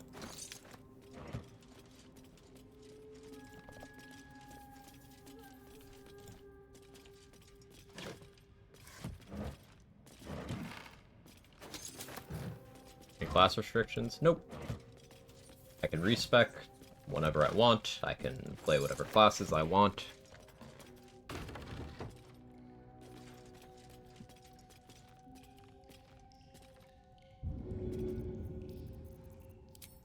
Here goes nothing.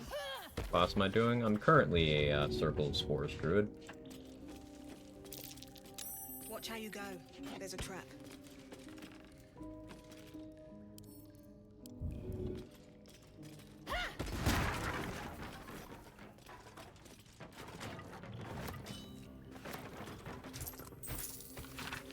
Weapon blueprints. They call for Susabark.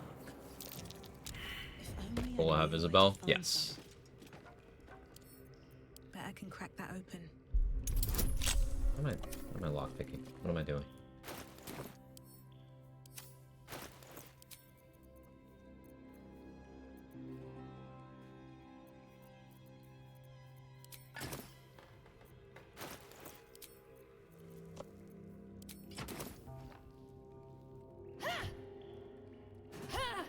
Not strong enough. Sad. Probably do use a torch for a while though.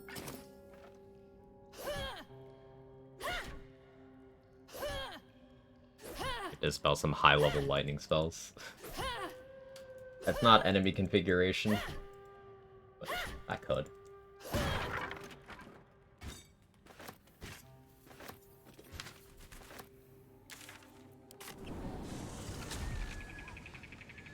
Is the dagger super loose? I'll show you super loose.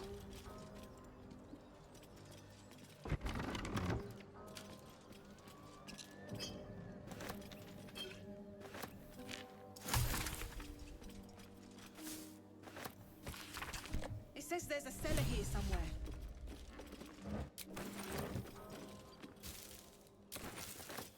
It's up to every fight dripping wet. Use grease for dagger. Huh. Never thought about that. Maybe. Never punished? Yeah. What's hiding Never here? punished.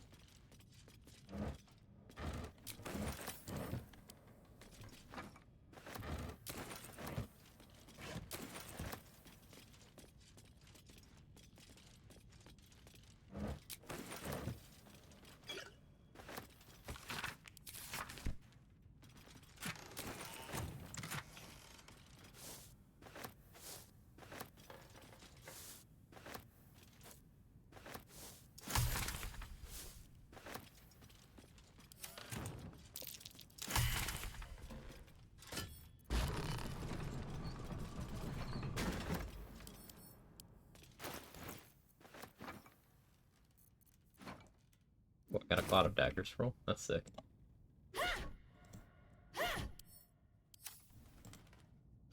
A stipulation effect, Act 1 bosses, Grove Defense, Ragsland, etc. Most likely what I end up doing with Grove Defense is I defend the Grove as per usual, but with the minimum possible NPCs there to help me. So that means ahead of time I need to deal with Arca and Asherak. Elegus is required. I believe Zevlor is also required. He may not be, but I think he is. I don't need any attention right now. What's inside?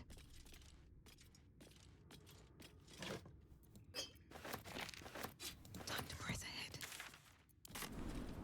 Sounds scary? Oh yeah, some of the later stuff is going to be horrifyingly difficult. Like, betraying Daymale into Leroican is the run... That's going to be the run killer. That is the fight I am most terrified of. My current plan is to just get as many uses of planar binding as possible, and I just planar binding them and have them fight each other.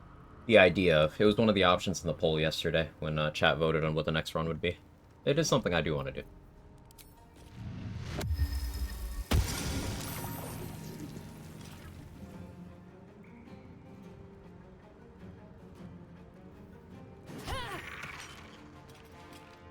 What path lies before me?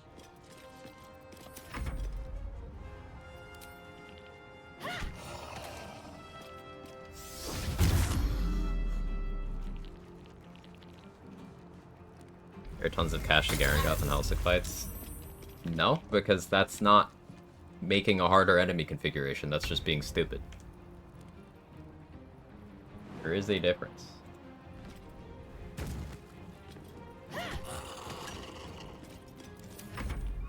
If I forget to get rid of my gold before Garangoth, well then I guess I get fucked. Surrender their valuables, even after death.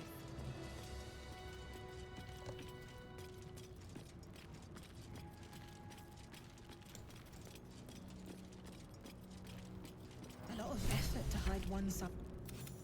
Now, I have a question. Wilt thou? So, I ask again. We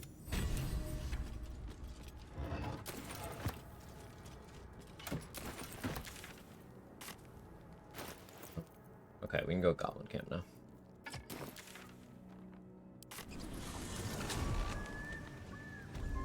Might as well just use Reckless Attack and random objects, just give enemies advantage at that point. Yeah, that's like outside the realm of what I'm going for here. Hey, Astronomer, how are you? You missed it. We yerged a bit yesterday.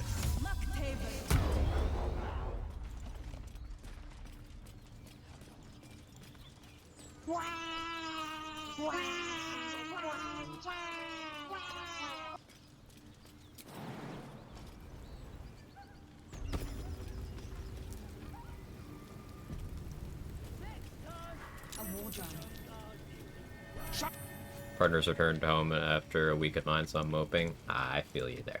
Been there. I hope you had a good time.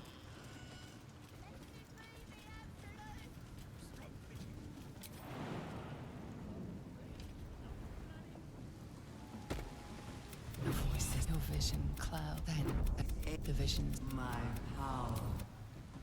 Do I have... I do have money for Corolla. Sounds like they've captured themselves a bard. Chinese hot pot for the first time. Kicked every available ass. Nice. Of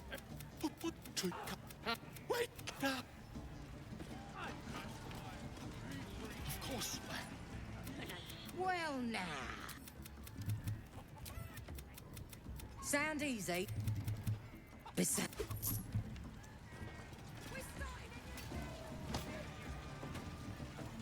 What would you say the best to use the ogres for? Popular places for Dror Ragzlin if you're, you know, fighting Dror Ragzlin in his room, because there's no allies there to get pissed off if you summon ogres. Probably that. Brie?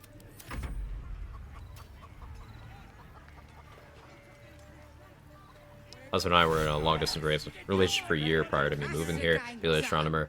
Hope you had a good time, and y'all can bridge the distance soon if that's what you both want. Well said, Leia. Well said. The ogres come to Act 2? No. The mark glows. Well, they can follow you to Act 2 to ask for payment, I think. But I don't think you Your can use them power there. is beyond reach until you. Like the addled frog? Ugh, I didn't think about that.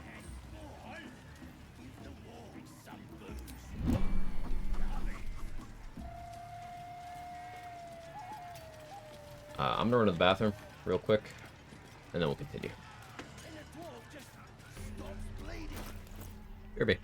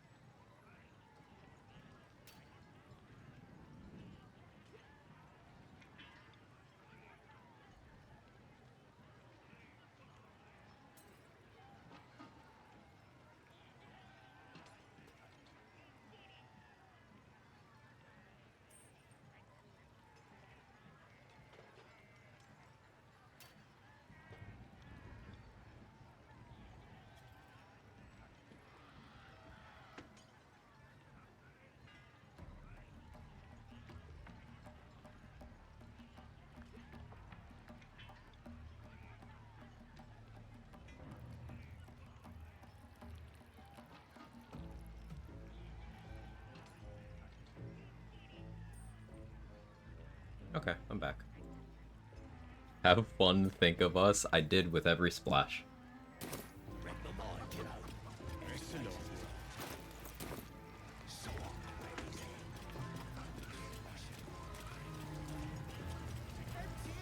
I'll give it a shot. Bloody racket. Oh, come on now. The mark glows, but you Getting your up. Shit. Bloody racket.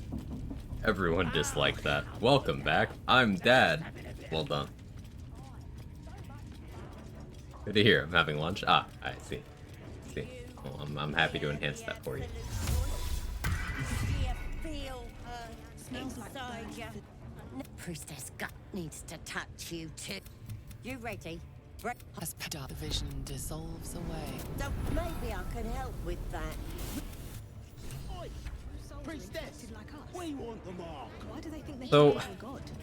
hardest version of Gut would be what? I let her put me to sleep, but then I break out and I fight her and Palma in that room. Is that what we're going with? That already turned quite the profit today, so I'm feeling generous.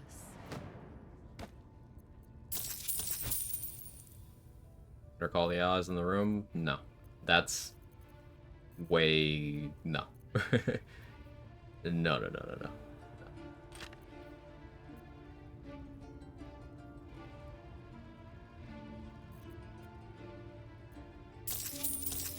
Pleasure. I mean, the bosses get prep time.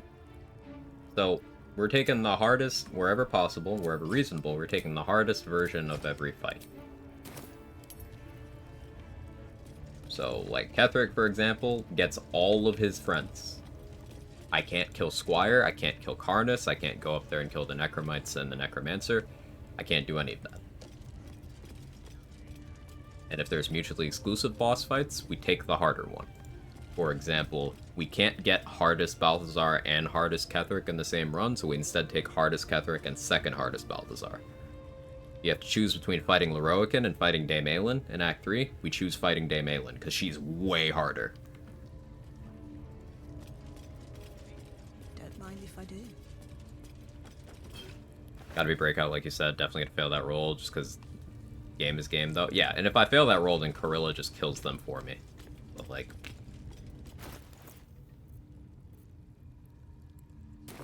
probably want to be tougher before I do that, anyway.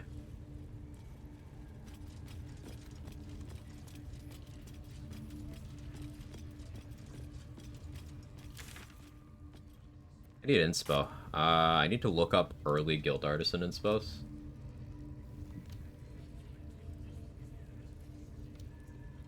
Let's see. Identify the drow armor near Joaquin's Rest. Requires the armor be picked up with a drow, Dwergar, Deep Gnome, or any character with +5 to history or higher in the party. Well, not me. But I can respec to have good history for that inspo. Respecking's allowed. Store power to the elevator. A lot of these are in the Underdark.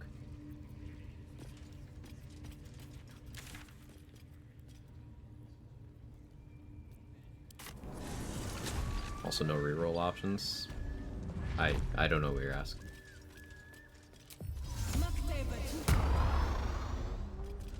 Selling with high approval gets one. Oh yeah, you're right, Dan. Trade with someone who has high approval, sell an item worth 1,000 gold. Yeah, I can go for those. You're so right. Something good here, I hope. Turning the egg and letting the nice lady live. Unfortunately, yeah, I have to do that because that enables a boss fight.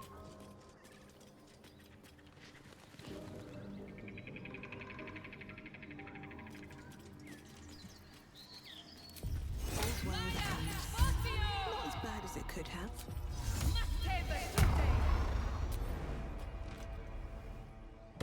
Hardest challenge of the run, letting that lady live. Real.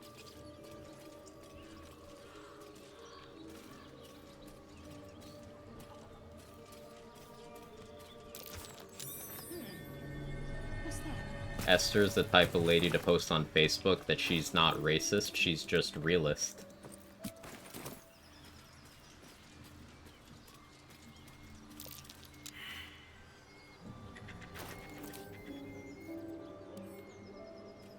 Where's my shovel? Did I sell my shovel? Oh, I put it in camp. Her bio starts with, I'm not racist, but...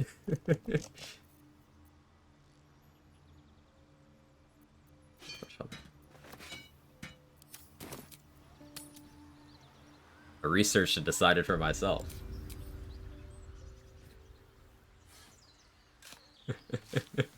Yep.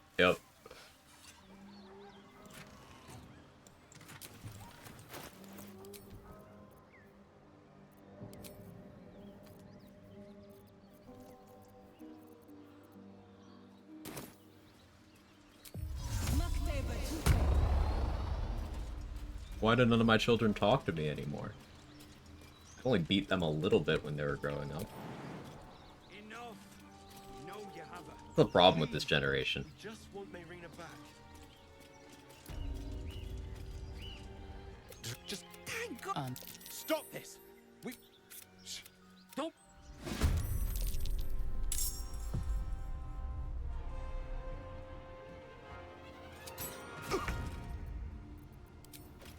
LOL druid damage.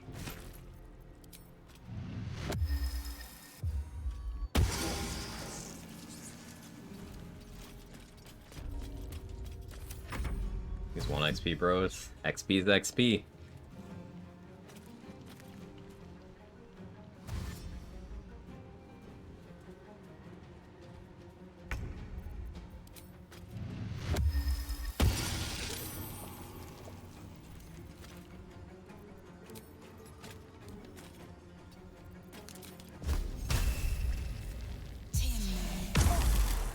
Really?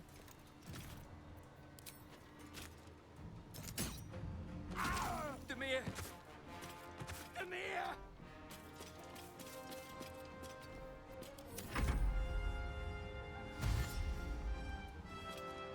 Can't be missing on those Marinas.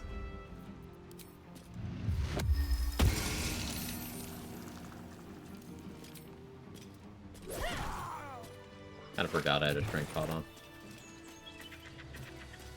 What is the worth of a single mortal life? At least 1 XP. I didn't mean for... I...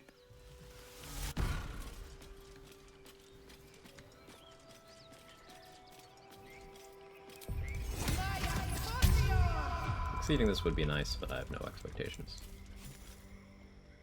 A chill runs up your spine. You feel like you're being watched. Sure. Lowest XP single enemy gives 0. The place...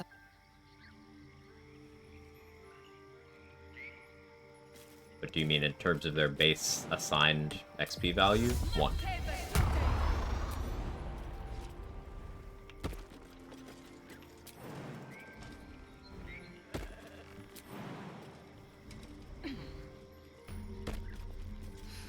I'm done. I can't wait to sleep. And away I go.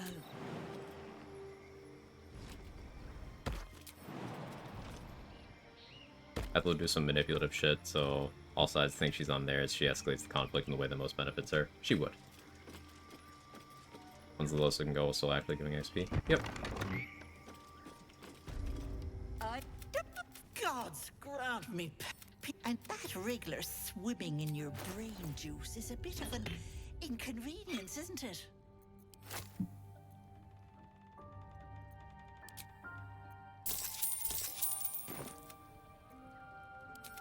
What do you say? And you? Ever wondered how much XP you would give someone who were to kill you? Probably not much.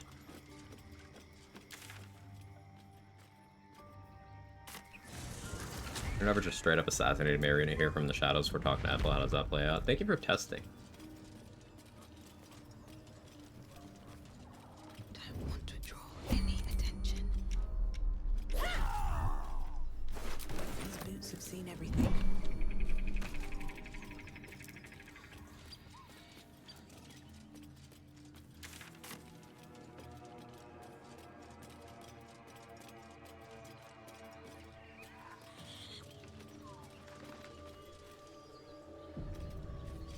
New idea for next run.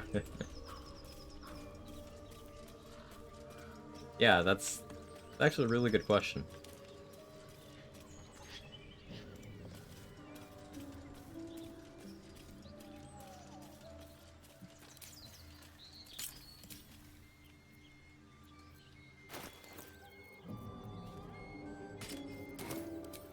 Look away.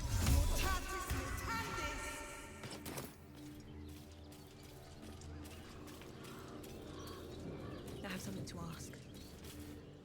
Keep moving, stranger. I told you to go.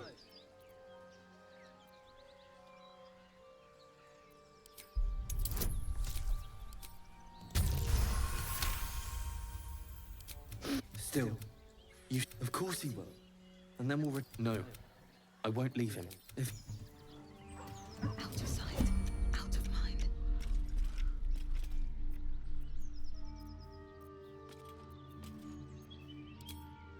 What do we have here?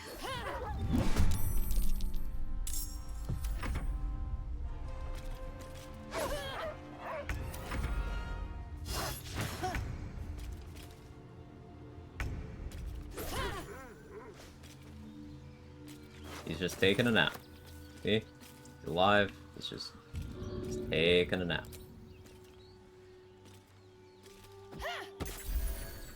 Yeah, he's fine.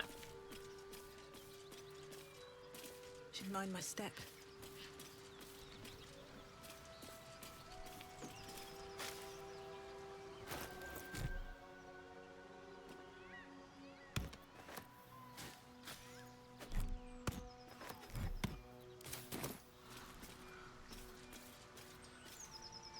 Not attempted real life.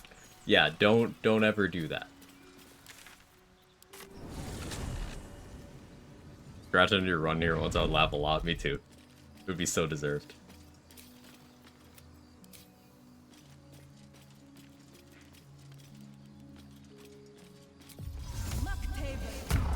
Listen, 10 XP. It's 10 XP. Attitude should balance out after a few pets.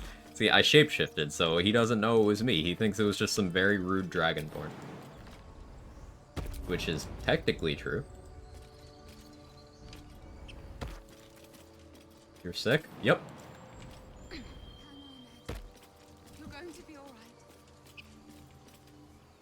right. The mark glows, but you feel nothing in response. The injured man locked your mind. Do you have orders for us? We were reporting to... I told Edward not to look in that cave. What? The True soul. Absolute. Got self-fool the sense of smell, apparently. Memories go. Who else but Quag? Vile parasites.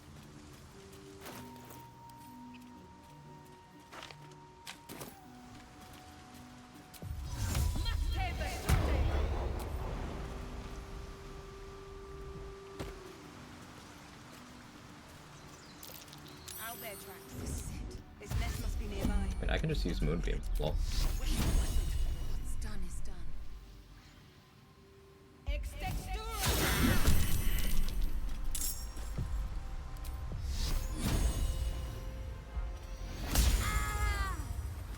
Have I killed Scratch in a run before? Not intentionally. Time for some bloody work. Lol. Action economy. Time to press ahead.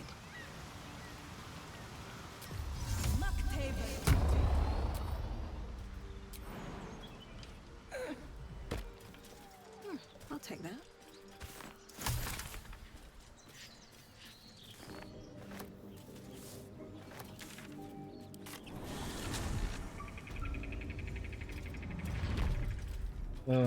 I guess I should fight some gnolls now.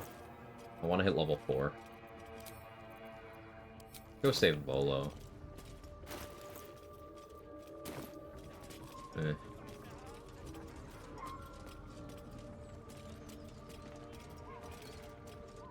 Fight this first group of gnolls.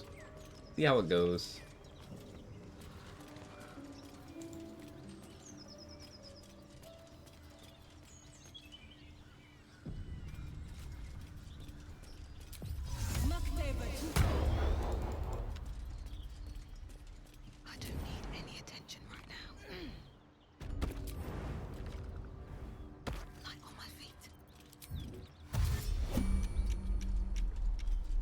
So the tramping hyena all right fetch through the these other nose people. here.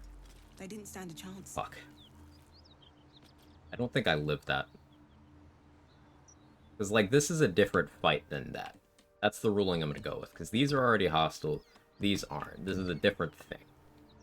That's my ruling there. With Flint, Flint's going to be fucked up. Because I can't talk Flint down. But, I'll wait. You have the floor. The one hyena is coded to merge the fights. That's true. That is true. Alright. I don't have to decide now. Could be argued the hardest version is them combined. I can't argue with that logic. Advertised as bosses, not enemies. That's true. Like, Flint isn't technically a boss, even though Flint is a boss, you know?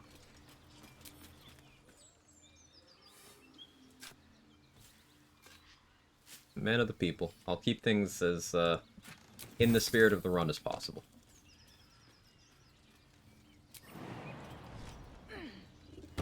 Doesn't mean I need to fight these two. Do I want to do this with this little HP? No, I don't. We're already in a situation where I want to hit level 4, but there's not much I can do safely at the moment because I'm setting up harder fights. Guess we can go save Findal. What side does Findal choose if you do not get Quag on your side? Does anyone remember?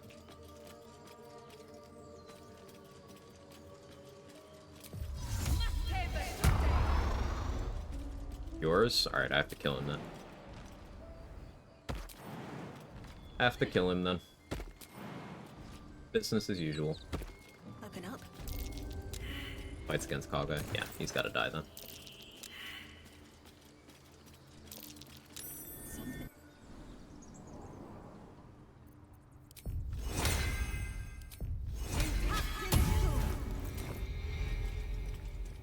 You should kill him here anyway. Yeah, same.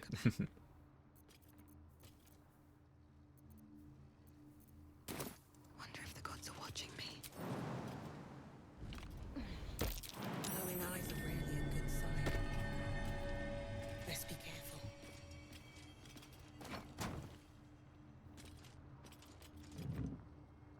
Why up front when bad? Make haste.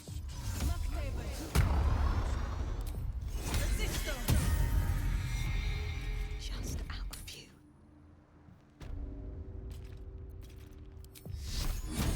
This is more fun than screaming.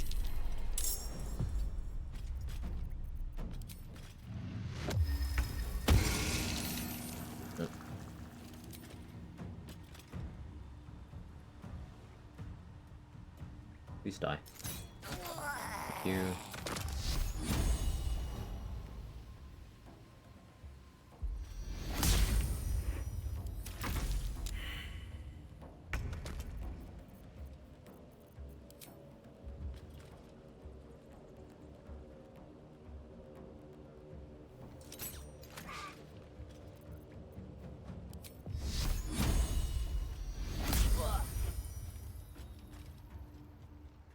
With haste.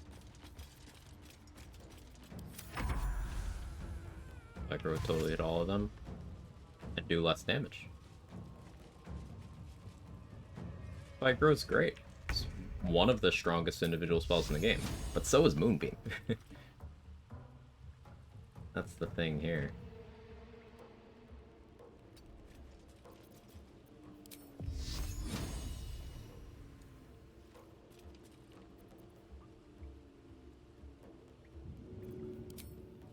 And away I go.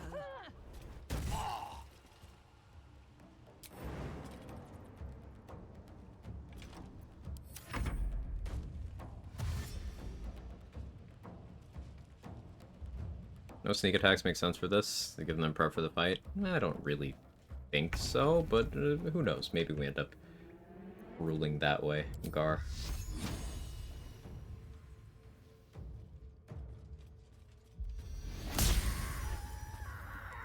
Moonbeam's so good.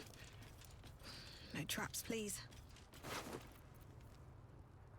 Like, Moonbeam kind of feels like cheating sometimes. And no, I do not use Sanctuary Moonbeam. I think that's a silly cheese that's just not playing the game with extra steps. Just my personal opinion.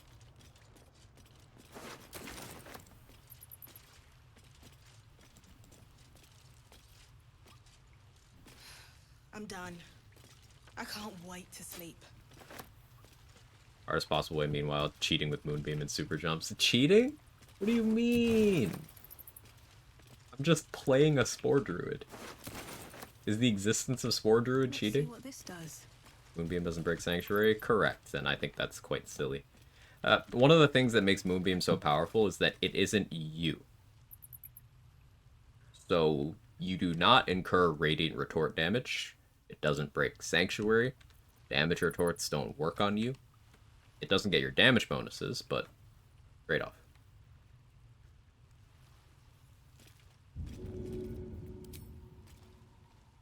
Is that half the high roll? Quiet. Move. Yeah. Oh, thank you, thank you. I thought I was...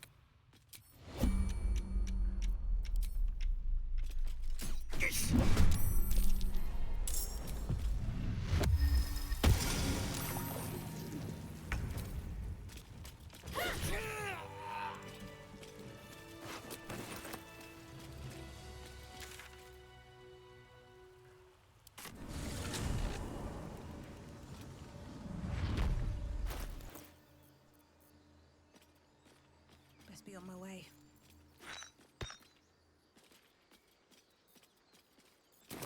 Having to fight the Fezzard group is gonna get me killed.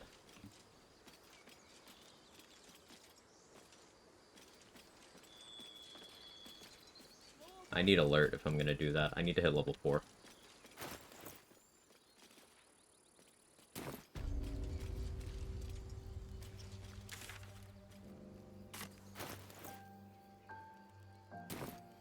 I didn't feel the evidence for Investigate Kaga. Could do that. Get patrol with Voss possible. Voss can stay and fight it if he bugs out. I don't know how to consistently make him bug out, though. We're gonna be attempting to get the Silver Sword by disarming him. So hopefully he leaves. But if he doesn't, then I'm gonna have to deal with that.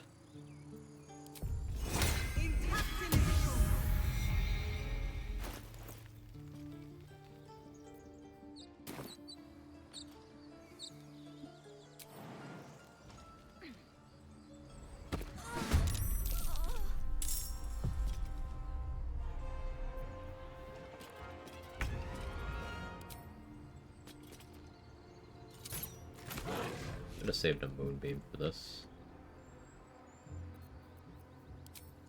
Hit rate 70. Love that. Scroll wise, didn't get a Thunder Wave. Not worth wasting Cloud of Daggers here. Do we Timmy? Timmy's only 60. Oh, it's also 60. Yeah, there.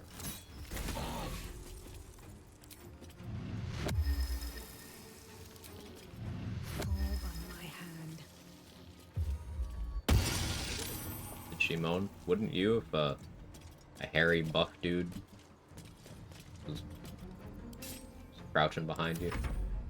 I don't know. I don't have a joke there.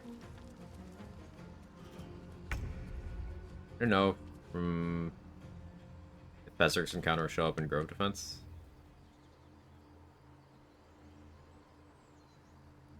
Amber posted something. No shit.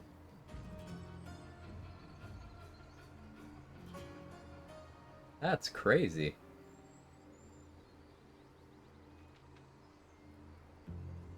Wow. Yeah, I was not on the bingo card. Pleasantly surprised. I eagerly await the fandom ruining my appreciation of that.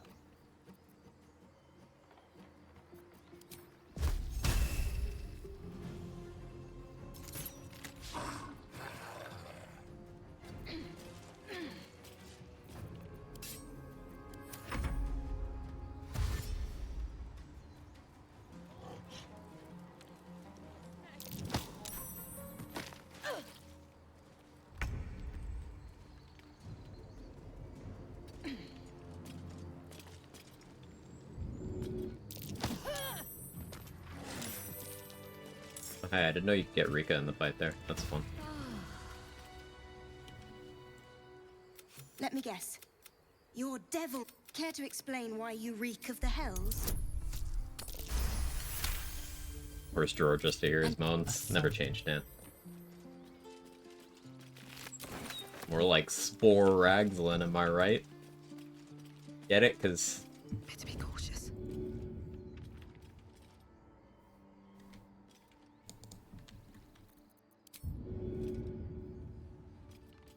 May the gods take you first. hey, Paprika, how are you? Oh, Your aggression. my bad.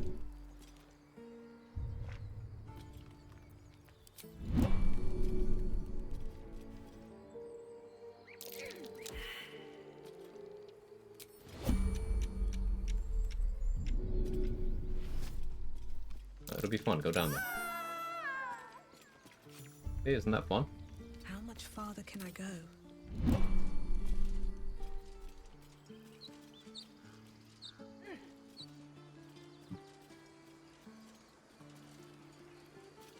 What XP? Every little bit, Gar.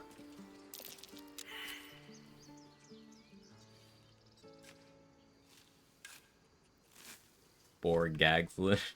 He's right here, officer.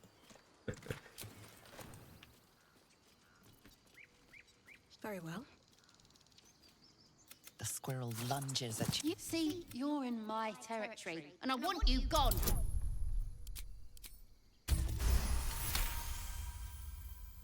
Are these Talking down the squirrel gets you a hyena ear.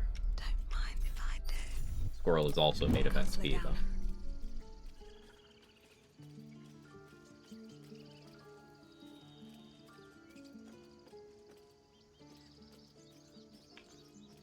You ensure the squirrel encounter is as optimal as it can be? Yes.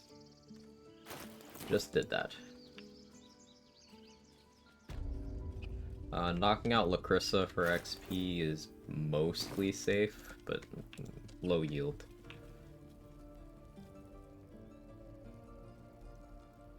I guess I need to kill Arca and Memnos. I'd like to rest to have a moonbeam for that, if we're being real honest.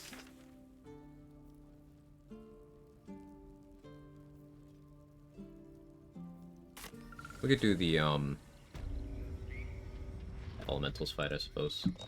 But I want a moonbeam for that too. I want moonbeam for so many things. I guess we're resting so I can just moonbeam everything.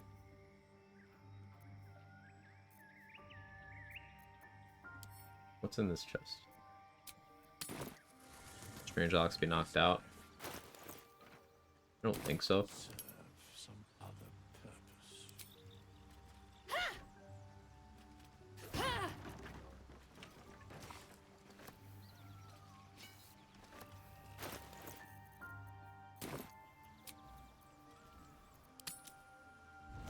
Resting so we can moon everything.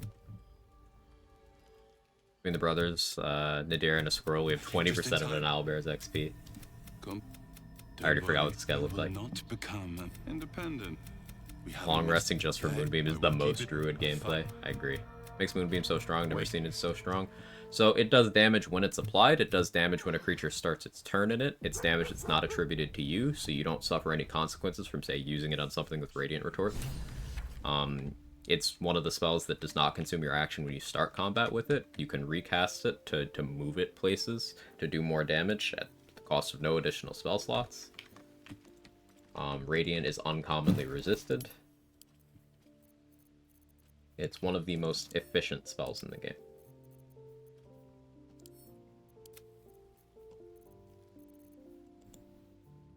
You can absorb it.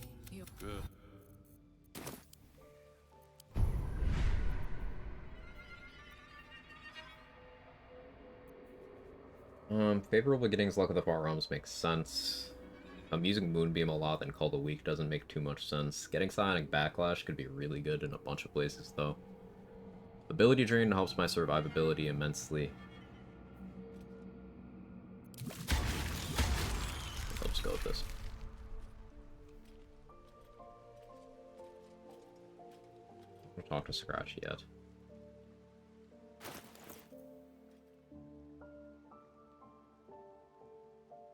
just came just in time. Although most of the Emps did nothing wrong, people are the same ones that get mad about your Dream Guardian being a mind flayer. Brain empty, only horny. Don't get me wrong, I respect that lifestyle. I live that lifestyle, but self-awareness.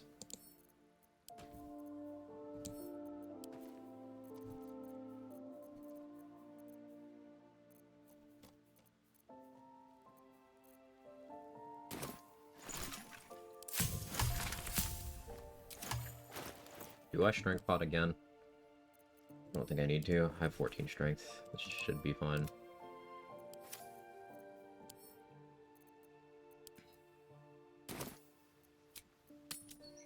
This ability drain affects survivability. If you drain the attacking stat of something to a point where they struggle to hit you, then that's damage you're not taking. For example, if I have 26 AC and the highest an enemy can roll with their bonuses is 27, if I ability drain them enough times, I can make it so the highest they can roll is 25. So it goes from them being able to hit me if they roll well to not being able to hit me at all. So if they're attacking with Wisdom, I attack with Wisdom to drain it. If they're attacking with Dexterity, I attack with Dexterity to drain it. If they're attacking with Strength, I attack with Strength to drain it.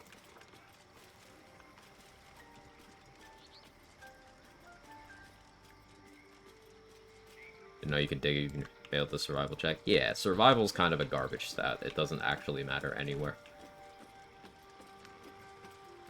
Like, 2 places where it might matter, but not really.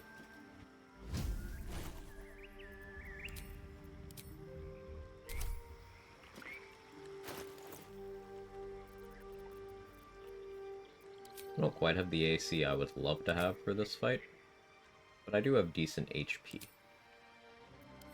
Surely it'll still be fine, right?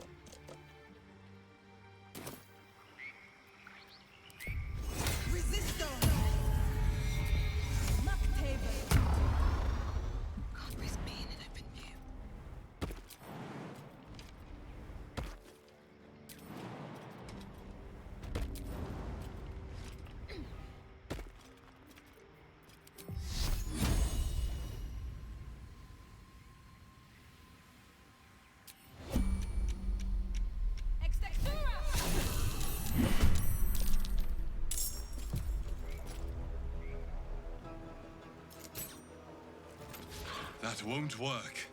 Yes, it will.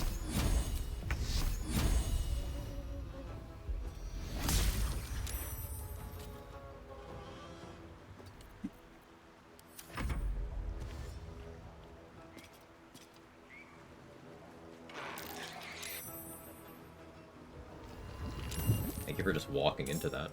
Shit.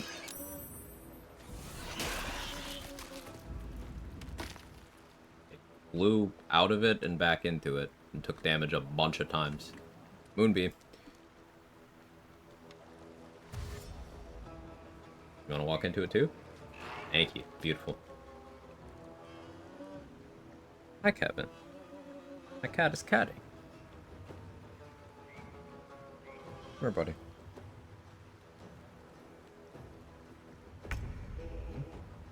Arius.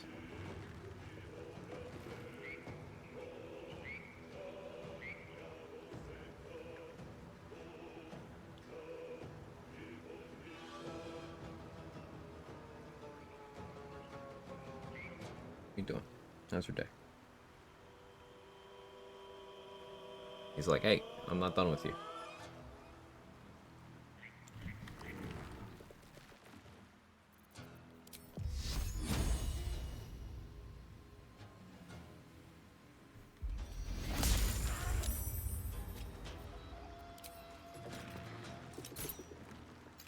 Again.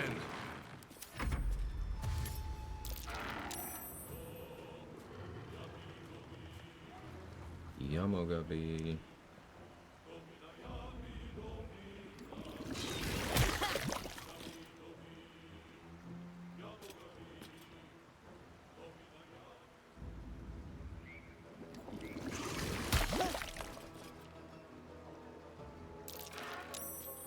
They can somewhat reasonably hit me.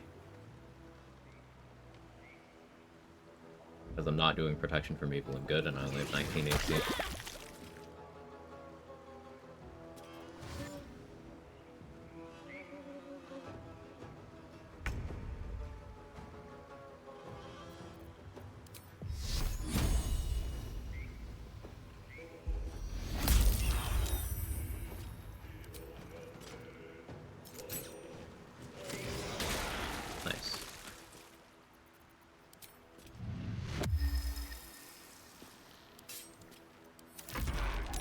Spectrum feeling good to even impact elementals? Yes.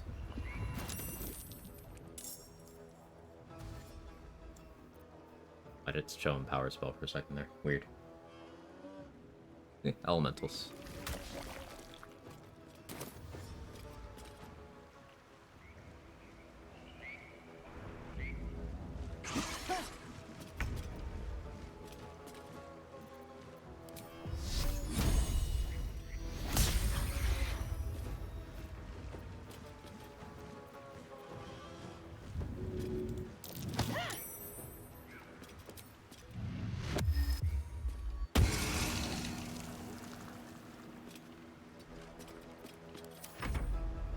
Play. Thank you for correcting that. Very important.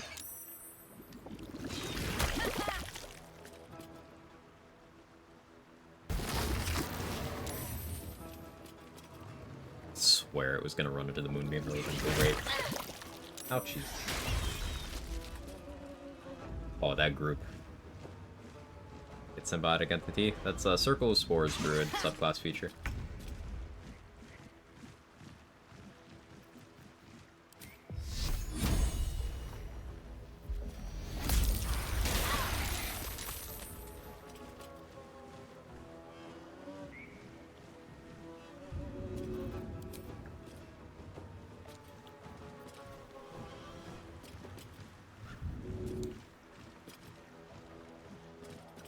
Sitting there, but I can't do anything about it. Use your illithid potential.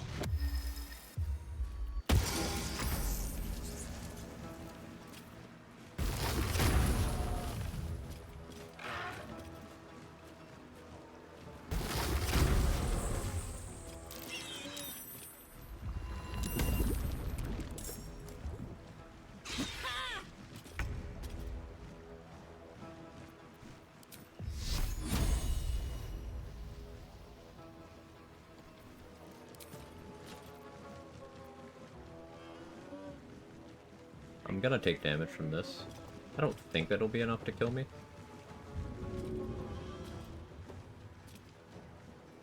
Try this. That's a smarter play. Riskier, but smarter.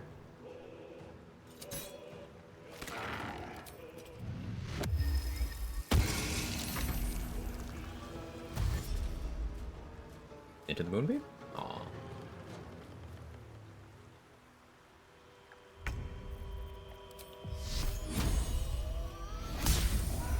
That was a high roll.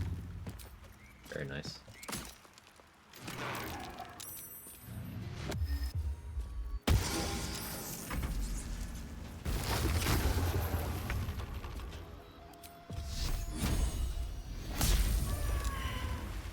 And I used one spell slot for all that.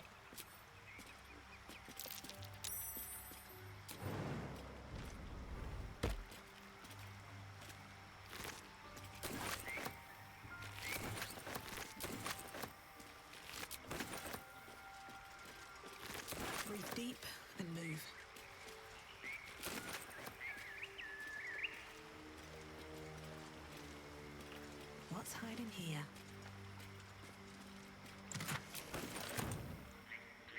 I never went and did what I was supposed to do over there. That's fine. Is it fine? Yeah, it's fine. See anywhere how many turns concentration spells you have left? I think if you go over like the effect and you inspect, it'll show the remaining turns. So that would be the way to tell for like Moonbeam and stuff.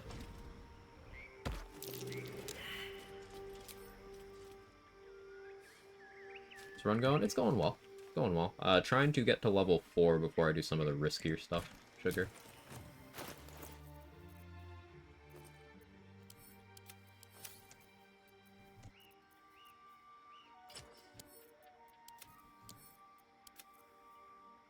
Hey, Urban Mech. Thank you so much for the 42 months. Ooh, I'm looking forward to this text-to-speech. Hopefully it does the thing in a satisfactory way.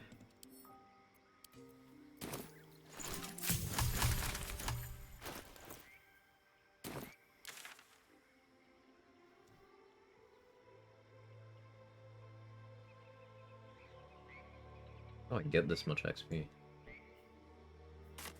I guess I can try to save, Mitten.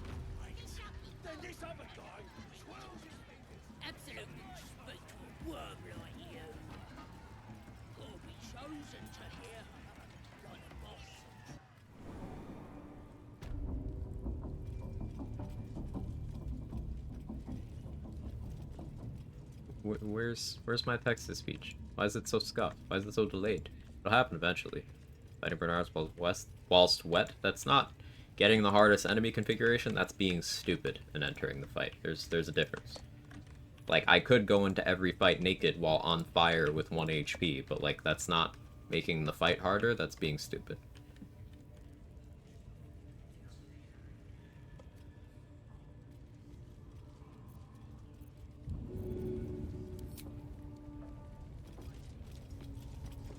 Fight Crushers group? Maybe, actually. At least give me a sword! We want you dead, you dumb knuckle.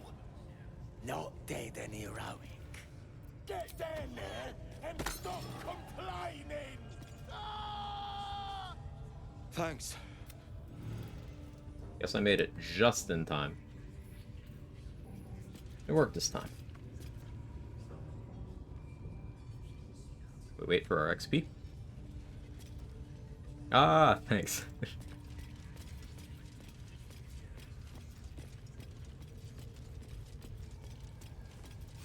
There it is.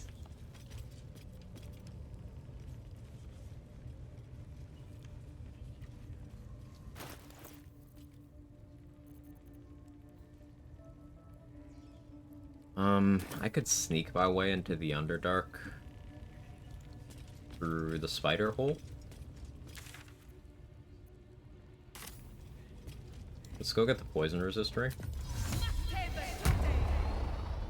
And we'll go get the canopy and webbed boots, and then we'll go do that.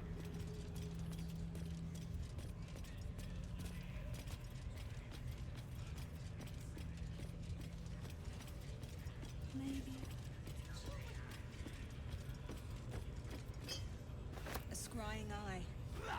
Let's not do So getting hardest configuration of grow defense means I can't kill Scrut and Zerga ahead of time.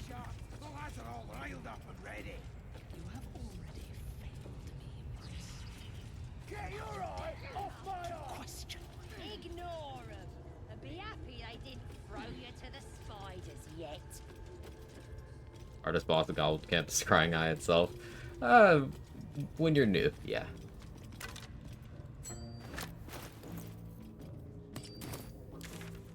Oh, I could throw Zerga right now, would have been so good. Pain, suffering. I drink twice from the poison well. Apart from an overgrowth, the coin disappeared. Oh, these webs are everywhere.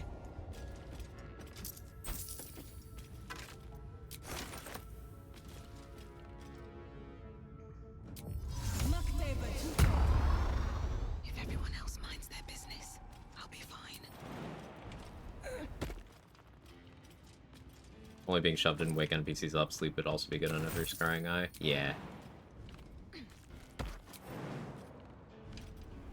Denied. Let's see if I can force that to replay Urban Mech. That's very annoying. I was looking forward to that one.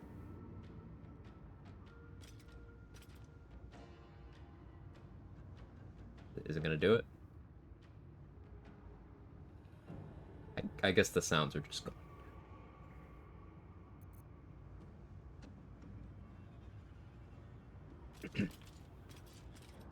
Thank you regardless. Die. Technically be hardest to let the druids close the grove, then did grove defense. You can't. You can't get in. I mean, Minthara turns on you while you're outside the gate, I guess. But if I let druids close the grove, then I don't get to do the hard Quag fight that I want to do. Anything of use? PTS privileges revoked, apparently. Literally 1984.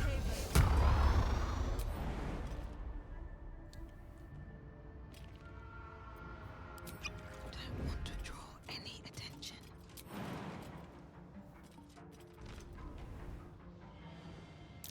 Don't kill me.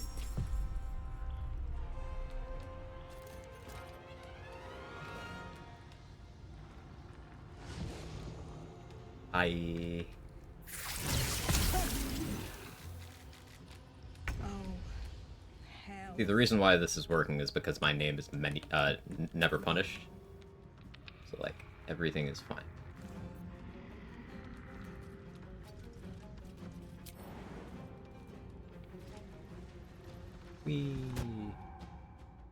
Mistake's been made? No.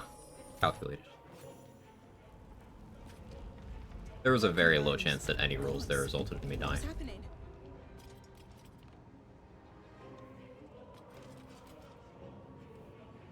Think you can take me on?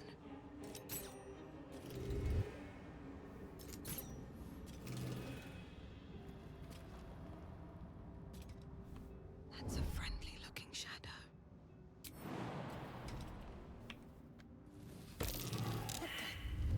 This stuff is everywhere. Very well. State your purpose. Then the persist. Then the pussy.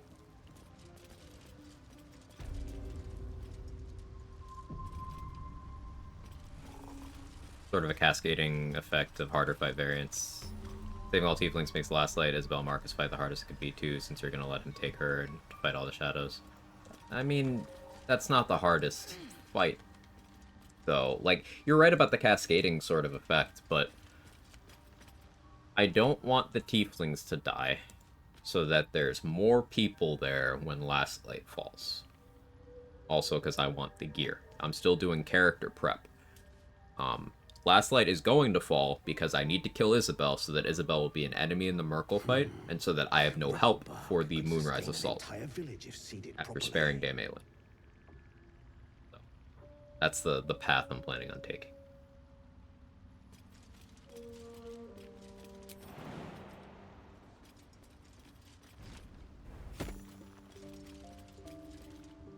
Don't she'll Enough need an damage for antidote Act 3 soon. preservation. Most likely held by the poisoner. Probably. Possibly. Why are you helping me? Move them from the region as improvised weapon only in that region. Only in the region. But Girls, I got away, but not just. But our work pays well. Thank.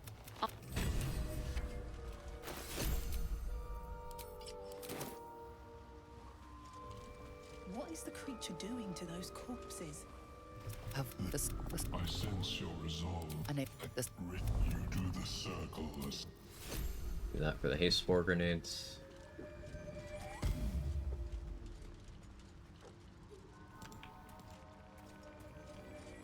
Save because it's been a while. It's been a while.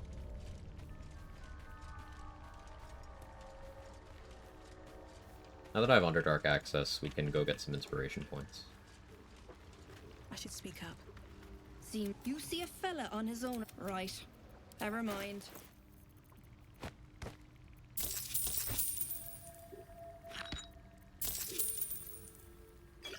We need that vigilance.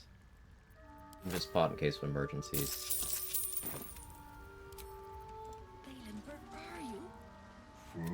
Reach into Yeah, Foster. Someone posted. Very interesting. QOL stuff. This does kind of lead me to believe perhaps more is coming, which is a very exciting thought. But I'll repeat my thought from earlier. I wonder how long it'll take before the fandom kills my enthusiasm for it. What's inside?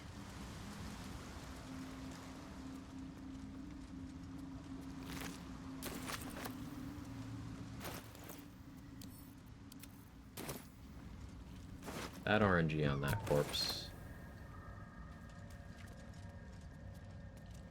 I'm branded, right?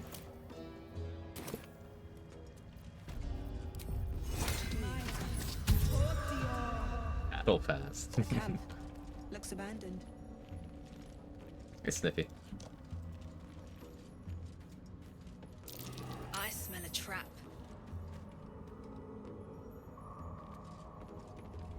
What? Gek! Got someone sneaking up on us. You want this guy to initiate the line so we can buy his scroll of aid. What's this? You know. His fist grips an axe. On his gnarled grey skin.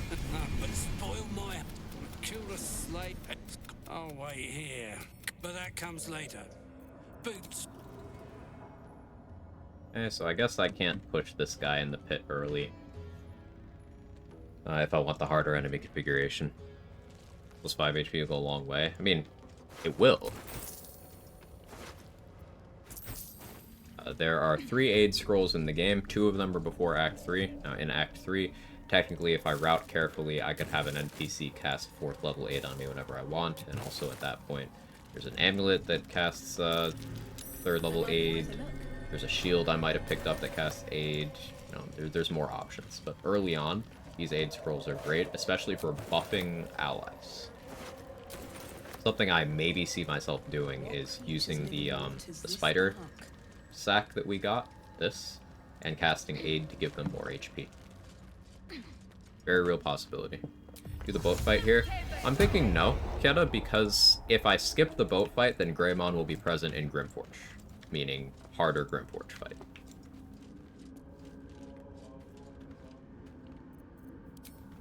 You picked the wrong fight, Frey.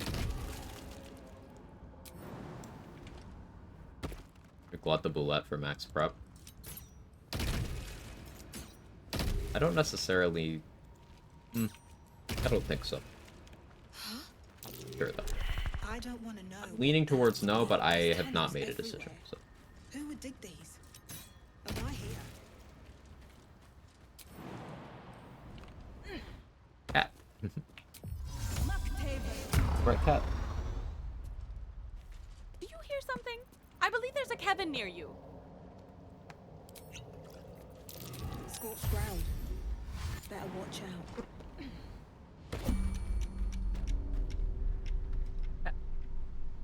Last time I fought Glut with the Boulette, it sided with me against Glut. It remembers.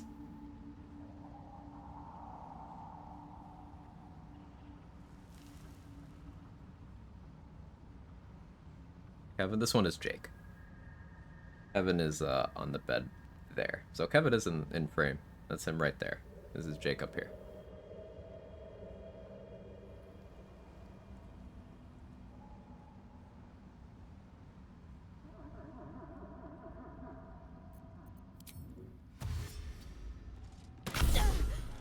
Oh, I see the turrets are cheating today. Okay, I'm never punished.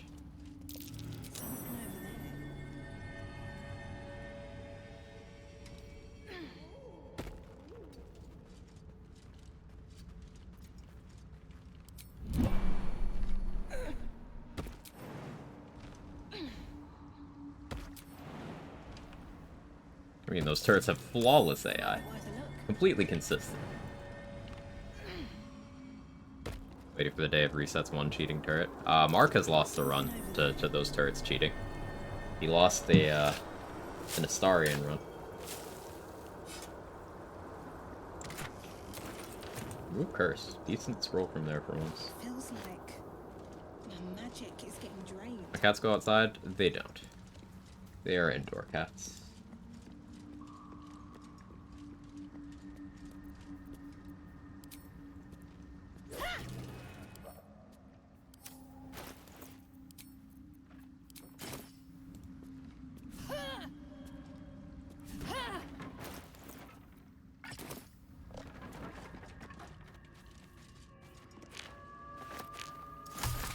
Cat, that's not you you're scratching, that's the back of my head.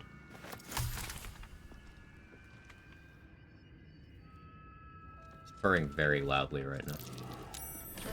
He never really stops.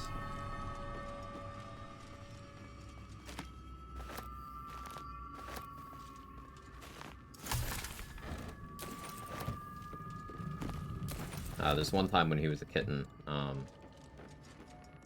he had an infection, so took him to the vet, and like literally while getting an injection, he was still purring. He just doesn't stop.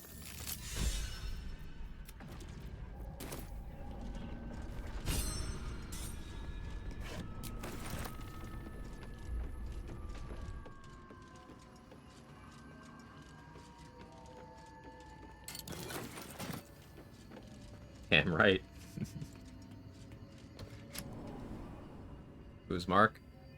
Mark the Power Hour. This guy right here. Drop a follow. Friend of the channel. Fellow challenge runner.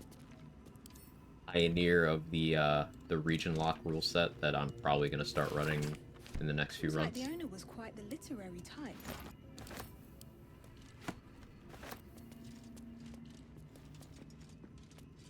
Wish I had a bag of holding.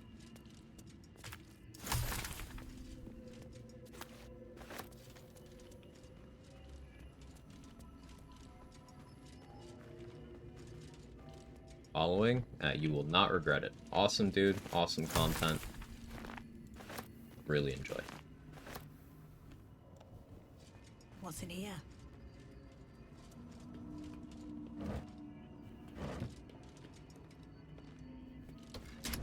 A way to get Aether's Warhammer without disarm or command drop? Yeah, Nas. So, something you can do is, you see this preview button here?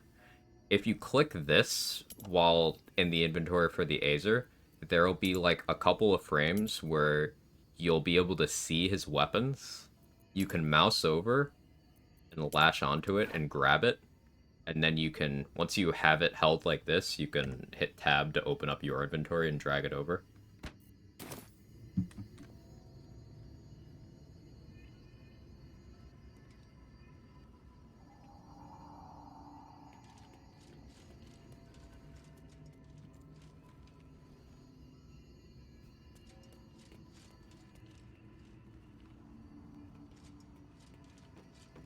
I normally attack the turrets here, but last time Bernard fucking got mad at me, so.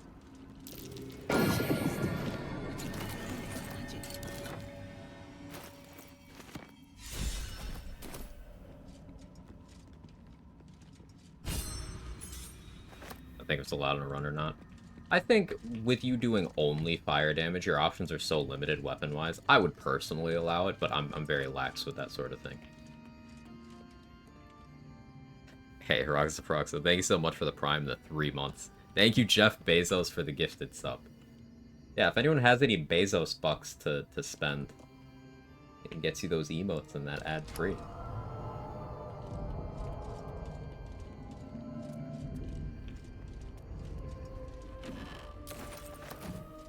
Seriously, thank you so much. And also, thank you for all the cooking you do for routing and strats and stuff. A lot of the stuff you guys see me do is Roxa just casually mentioning, hey, I did this. And then I'm like, oh, that's fucking sick.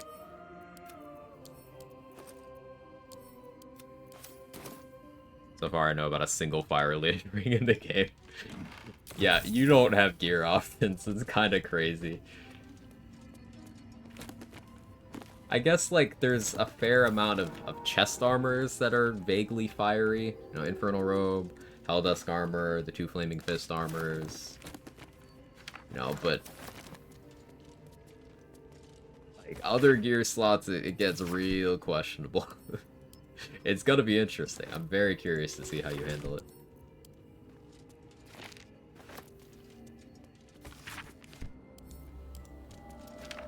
Helldusk got a question because Raphael's immunity. Right. Blood Helldusk, maybe? But, like, heavy armor. Yeah, yeah. Yeah, that is a problem. For anyone who, is curious what we're talking about, Azatur is starting a run. It started today, I believe. You started it, right? Or were you just planning it? Where he's only allowed to do fire damage and use gear that's associated with fire in some way. The disc, you use the disc, doesn't have the skin, but all hits.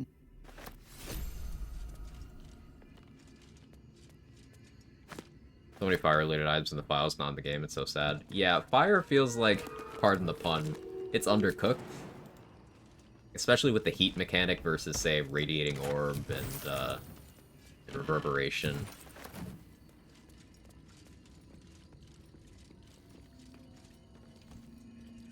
I think in Act 3 I still have Karlach using the Everburn Blade just because I've given her a bunch of gear centered around using heat. That's one way of doing it.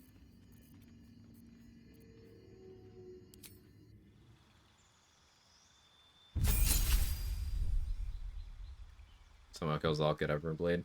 So when we say only fire damage, it's only fire damage. So that means like no weapons doing damage, because the only weapon that is purely fire is the Flame Blade. Flame Blade is a druid spell. I think bards might be able to get it too. There is one scroll of Flame Blade in the entire game.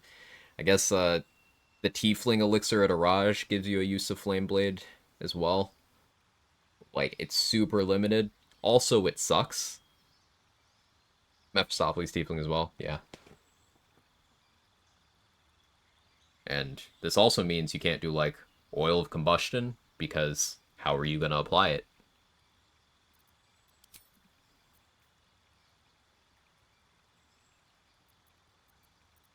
Well, it's definitely an idea that's harder than you might think.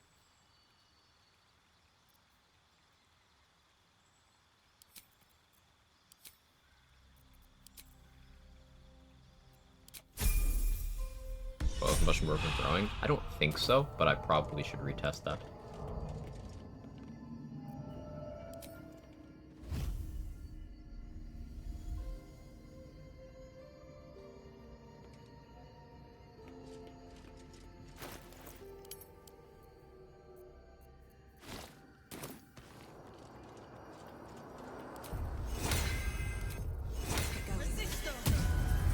Read the book. It should be fine. You know these words.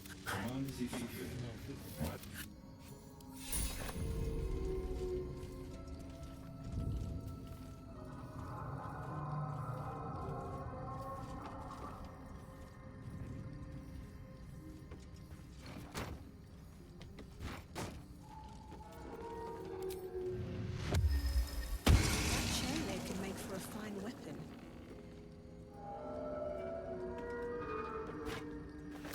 Yoink.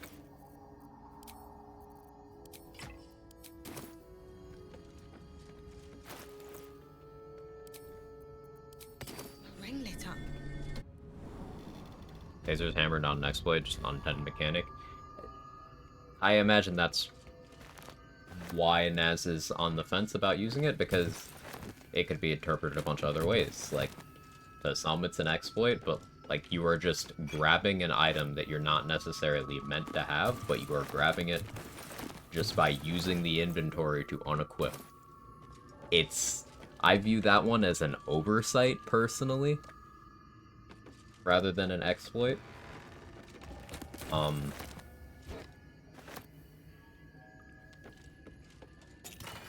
But, as I said, I'm more lax about those kinds of things. Technically, you could get an Azer arrested and get the hammer that way. Oh, that's it's very involved and fucked up.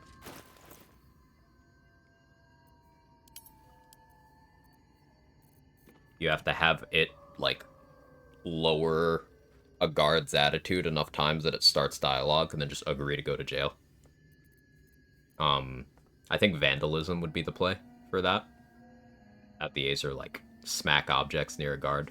Without you there. You need to not be there.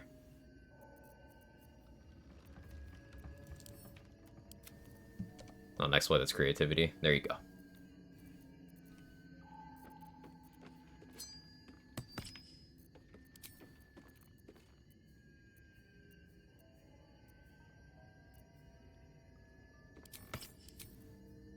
I don't need to type thoughts in that I'm a spore druid. I have that always prepared. Well. Okay, so we're level 4. We could do a Melum's quest for survival instinct right now, I suppose. Yeah, let's do that. I should not have popped symbiotic entity, but it's okay. It's okay.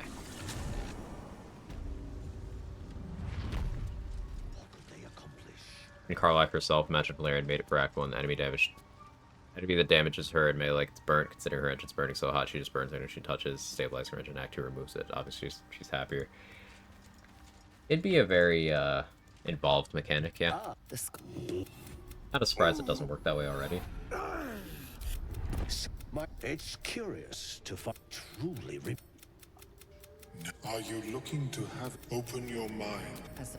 But the lava, and even with, but not to worry. There may be a way, but Timusks cause confusion. You must drink the... The world loses its edges, its finer boundaries. You are fluid, but trapped. I think I have enough Creatures HP that this won't kill me. suspended in amber. Dang. Fear pierces your mind like knives of ice. The parasite digs deeper, as if it means the That lava, such an outcome was not... I would offer it as a gift, but in truth, the ring is priceless. Very Is persuasive. there anything... We're up to 3 inspos now. I could clear these with an antidote, but I'm not going to. Priceless, 160 gold.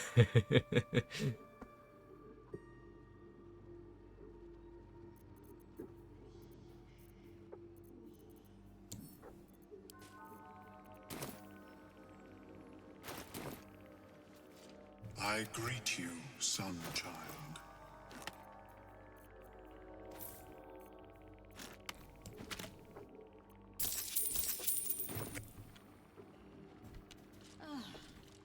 We can use Pearl of Power to get a spell slot back now. That's an extra Moonbeam every day.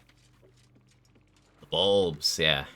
Can you read the thingy on the Mind Flayer ship to skip the last check? Yes, and I always forget. Every time.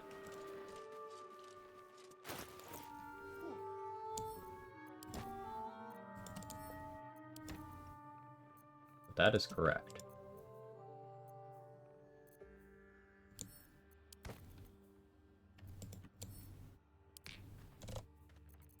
Here's one thing.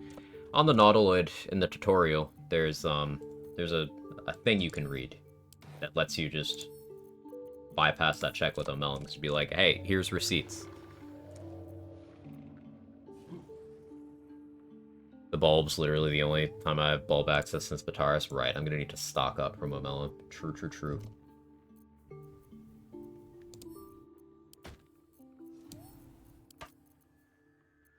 Arrested, so I have my Illithid Persuasion.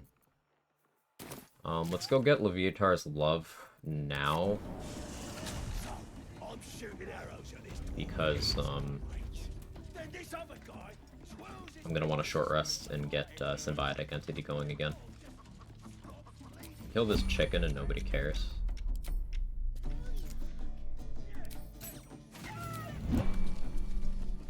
Here we go. Try fighting Pataris for the first time? Yeah, this run will be a blind Pataris fight. Come on now. They're just having a bit of fun. Aye, so much fun. With VIP on blind, thanks. Yeah, I just did it this morning. I just threw VIP out to a few people who, you know, have been here for a while, or are just, you know, people I really want to highlight in the challenge running space. Obviously, I didn't assign one to everybody who fits the bill, but I just did it for a few people this morning, just so others in chat can know, hey, a lot of the VIPs here are people who cook and have cooked.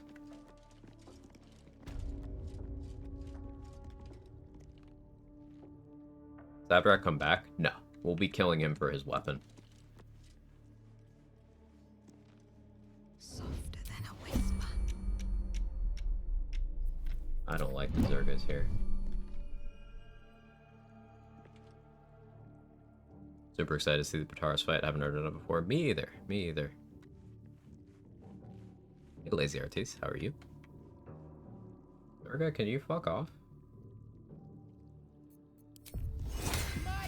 Really don't like that you're here. I think I can still steal, but like, why not? Stress.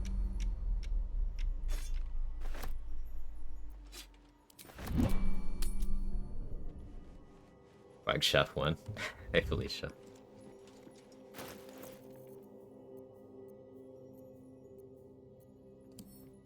Get a haste scroll, that's nice. Most favorite race to play? Mine's Wood Elf and Tieflings. I'm a big fan of Zariel Tieflings in particular. They just have so much flexibility. I do find myself playing Half-Orc a lot. So that's up there. Probably Zariel Tiefling. If I had to pick just one. Fortunately, Karlak is a Zariel Tiefling, so big Karlak W's.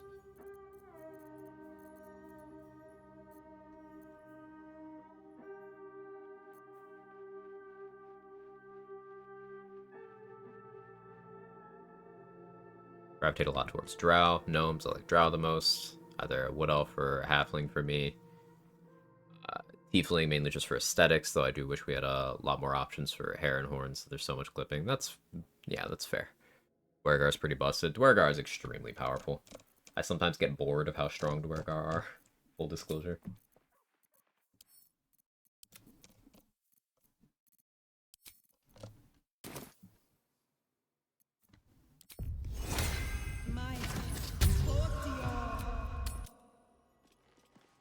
Would offer the underwear. That is real optimization right there. Pain without purpose. If you would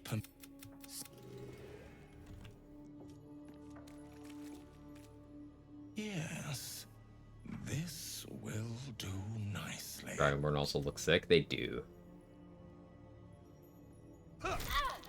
Dwergar is basically cheating. It's pretty, yeah, it's pretty insane. Do not fight it. I will use inspiration here if I have to. I expect to be near death a lot in this run, so you never know. It could help me clutch up.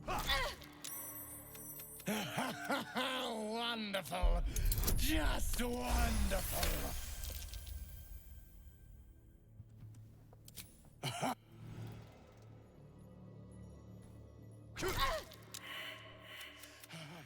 That's it! Welcome the pain! Let it become... Simply roll good.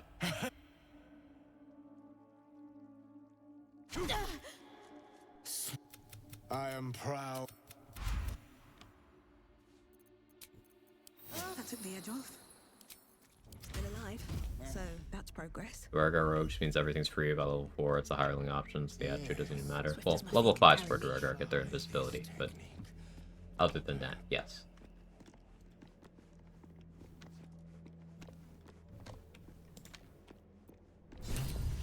Let's move.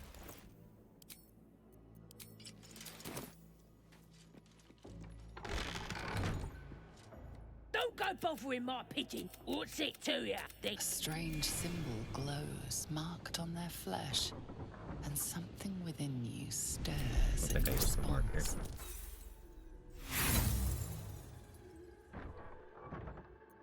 See what happens. Okay. Murder it is. A good opportunity. Don't want to draw any attention.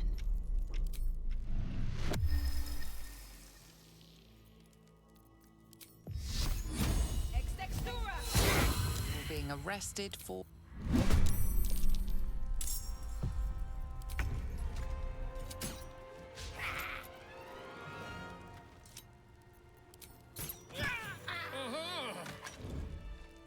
Timely intervention. I guarantee the story of... We mustn't tarry, but...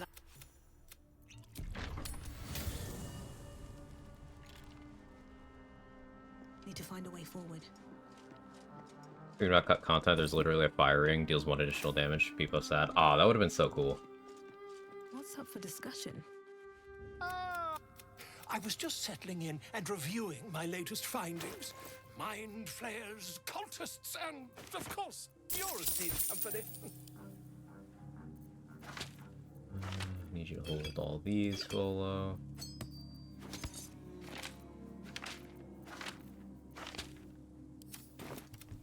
The druid Halson here. That's quite impossible, isn't it? Oh, dear Old shit sweet stomach. God!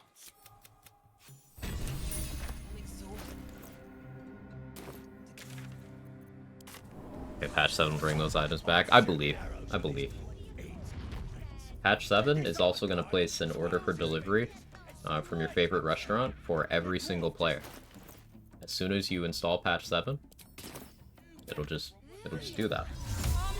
Ben told me.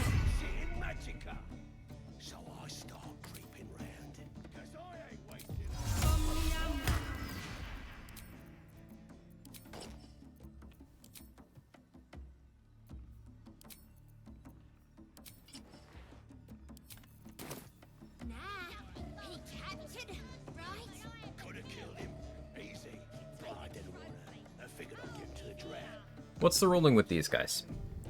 Am I allowed to do the dialogue, or do I have to beat Crusher into submission? Must have read my mind, you know. And he raises his arm to magic again.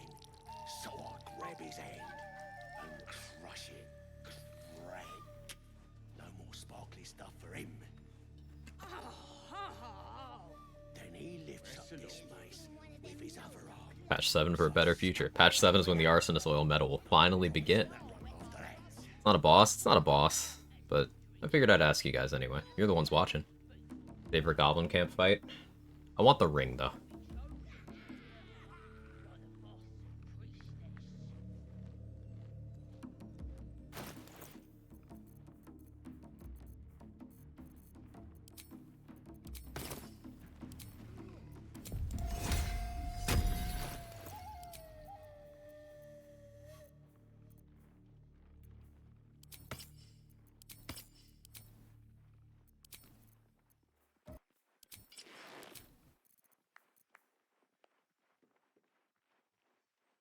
Crusher walk back after doing his thing? No, he just pisses forever until he dies. He's so real for that, to be honest. I don't have to beating or sucking toes. Noted. Then this other guy twirls his fingers and some light comes out. And the dwarf just stops bleeding. Just stands back up.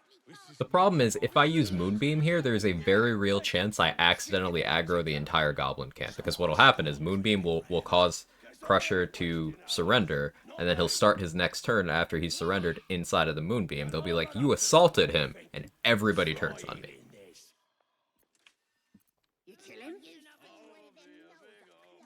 So how else am I dealing damage?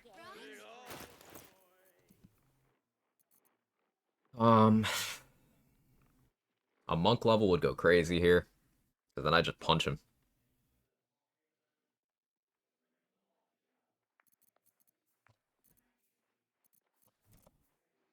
Have alert.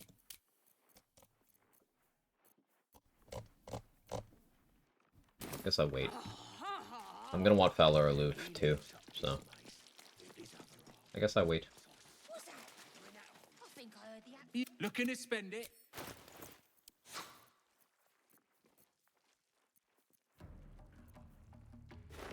Those just for traversing the map.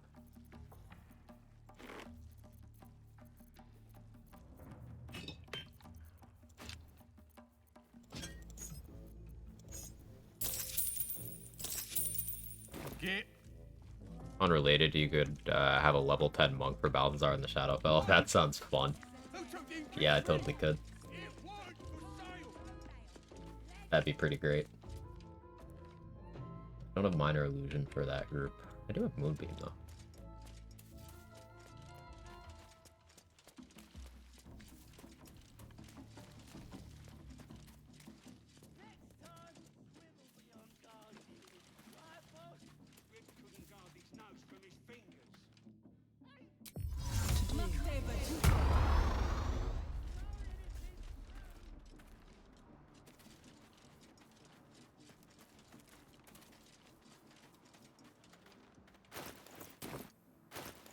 Did I get a candle? To have a candle.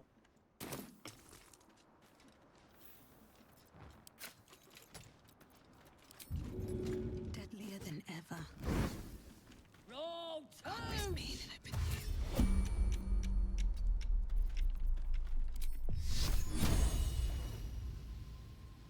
Hopefully this actually hits all of them.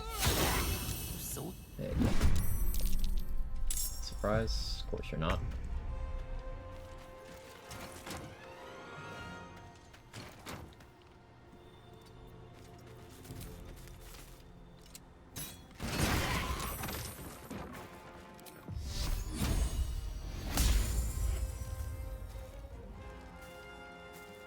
Okay.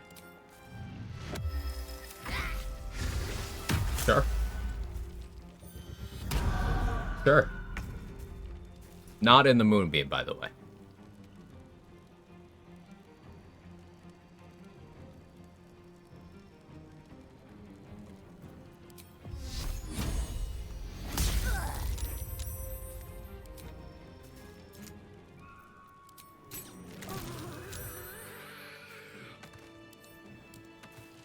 Cloudy day. Ah, I see. I see. That explains it.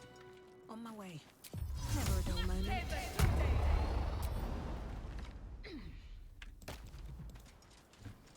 moment. So I want to hit level 5 before we commit to a lot of the fights that are on our plate here. Hitting level 4 for alert is good, because that'll make me a lot more comfortable for some of the bullshit we have to deal with. Hello, it's daytime. Actually, Strimmer, the clouds were in a position that your spell would have not had the appropriate angle from the light of the moon, and because Mercury is in retrograde, and the lunar year is... Fuck you. That's all I got.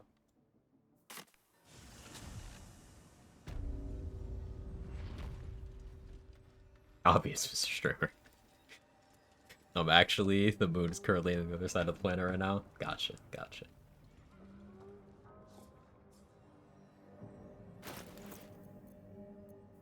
This fight's gonna stress me the fuck out.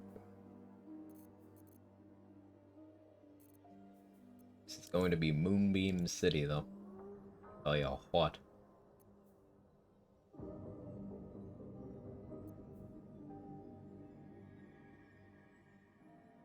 Crusher has a... or not Crusher, excuse me. Fezzik has a bomb. That worries me. Is this a world where I use a spell slot elixir just to have... Yeah, I think it is.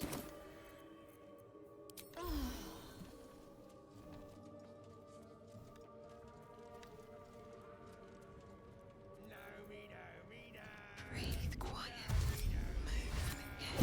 I need to you pull off pickpocketing it? I doubt it. And I'd rather get the surprise round. Should really have done survival instinct. Breathe deep and move. Did I break my hiding?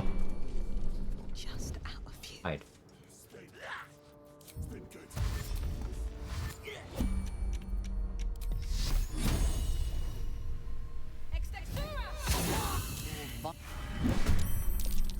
Surprise round? I see.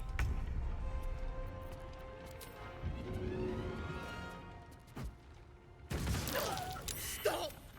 I know things. If you let me live, there's a hidden path. Past the... Oh. Another step forward. Stop! Flat nose wit and you. What? What? Friendly-looking shadow.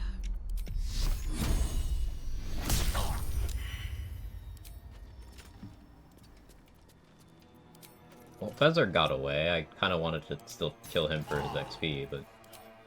What? I got XP for that one. Huh? Wait, okay, I didn't get XP for anyone else. Weird. Well, we learned something. That was massively XP negative. I got completely scammed. I got Fezzik's loot, but massively XP negative.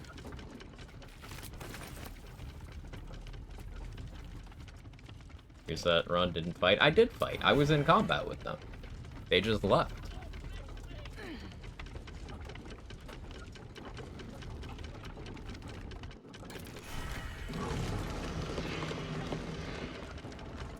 Dude, Wolverine, this isn't Wolverine. This is Barkus.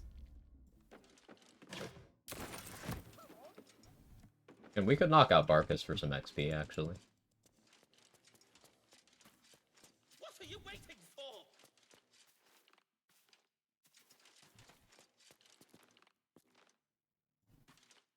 Cut me loose!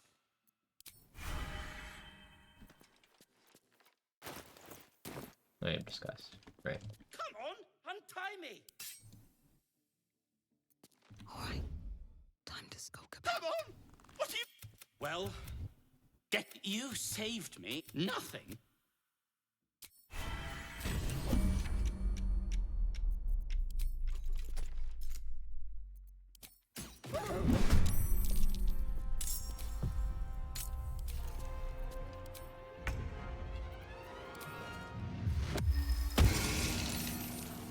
unethical.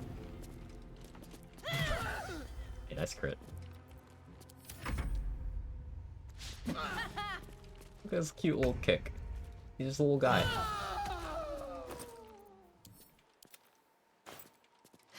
Have to keep going.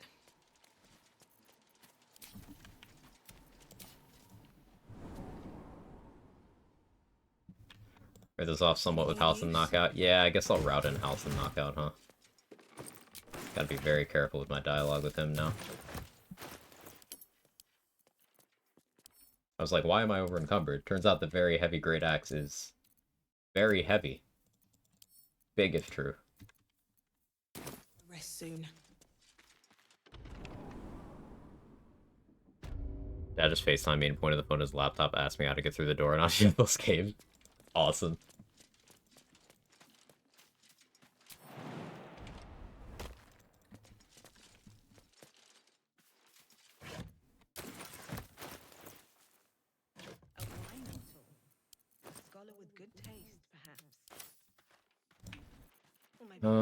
Okay, I didn't use my illicit mark. Oh, I was subconsciously like, yeah, let me save it for Flynn. I can't do that. Fuck. I'm too used to certain things.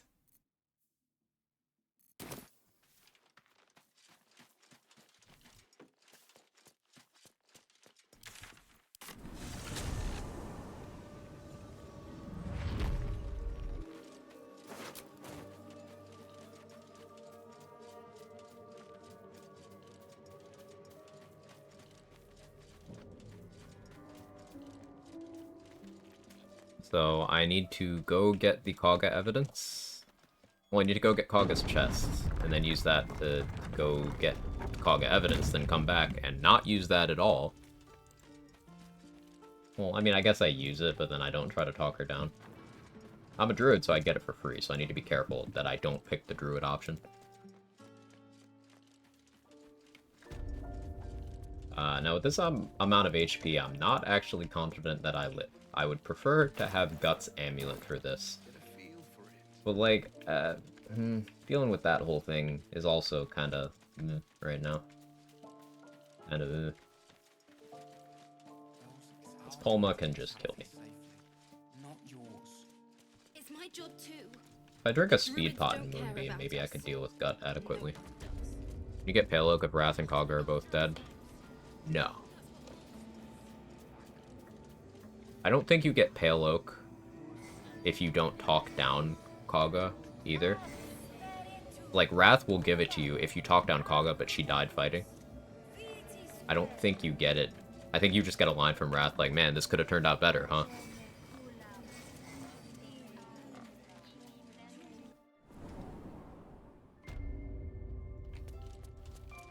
Which side does Nettie join if you get her in the combat?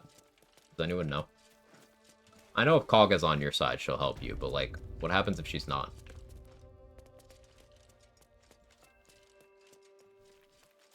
My side? Could maybe use that to my advantage. I don't need any attention right now. Oh yeah, I can't bash open this chest here because Volo's fucking gonna throw a shit fit. Swift as my feet can carry me. Nettie and Wrath only non-shitbags. No, Nettie is also a shitbag. If Kaga gives the order to purge the tieflings, Nettie is out there casting Flaming Sphere at children. Well, not directly at the children, but at the people who are protecting the children.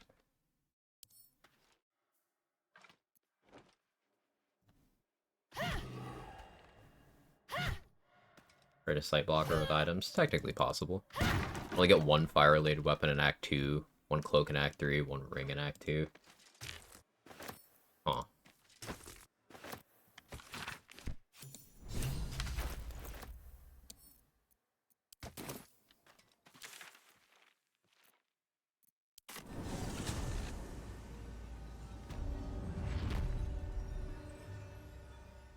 Hello, sheep.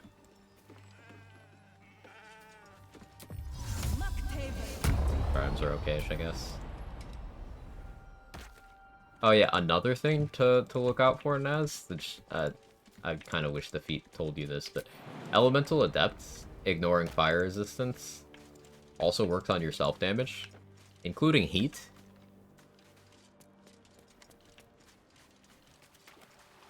So, that'll be fun. Yeah.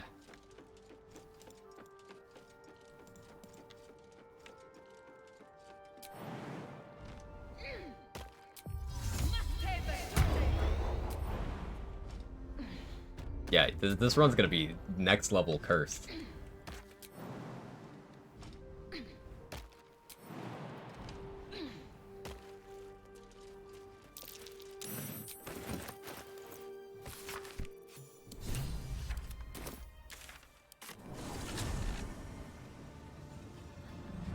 Ignoring all sources of resistance.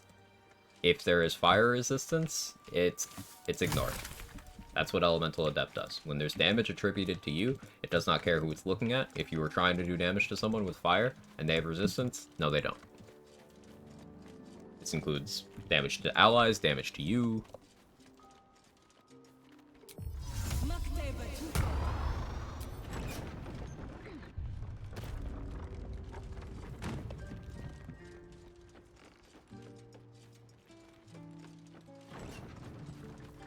Reduce invulnerable resistance too? Sadly, no.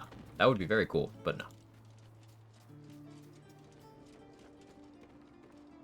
I've got to be a way around. Damage reduction in large quantities would be your only way. Guess you could be an Abjuration Wizard and just constantly refill your ward. You could do like Glyph of Warding Fire, Abjuration Wizard, I guess.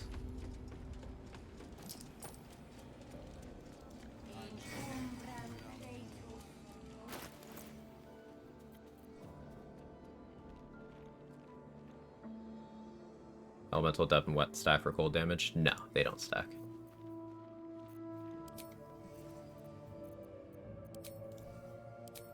I should have gotten Psychic Spark, but too late now.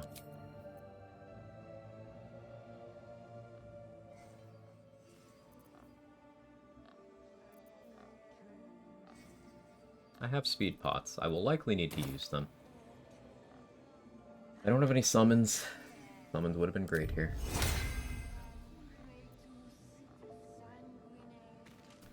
I'm so gonna die.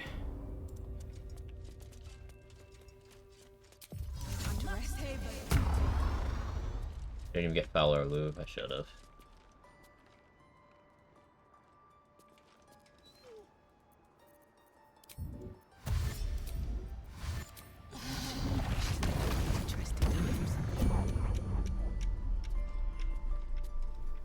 Speak while there's time. What? You think yourself quite the spot. As you say, Olladin. Oh! Hi. Don't hit me?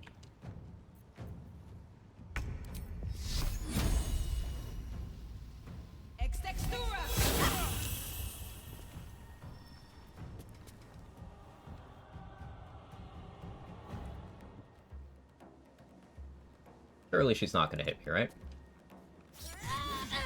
Oh, she crit me, broke my concentration. Oh, that's cool. That's cool.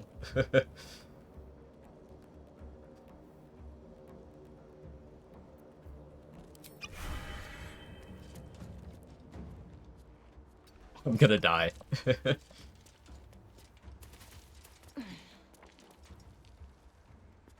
There's something else I should have done there too. It's okay. It's okay.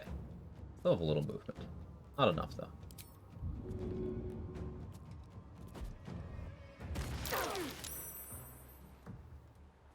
I'm actually gonna die.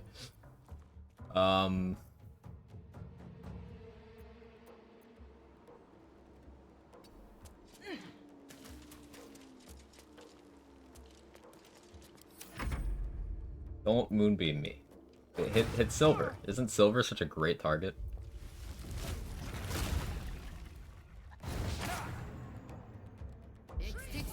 Oh, actually, okay. Run into it. Run into it. Fine. So I don't have any moonbeams now. Because my concentration broke immediately, but we do have more bombs. Actually, that push might save Wrath's life. Try Wrath.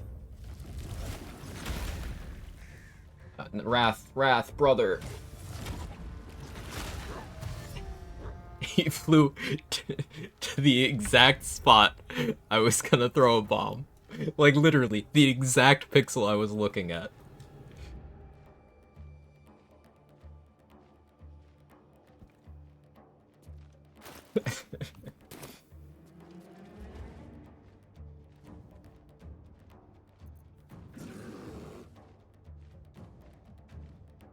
I have a lot of daggers.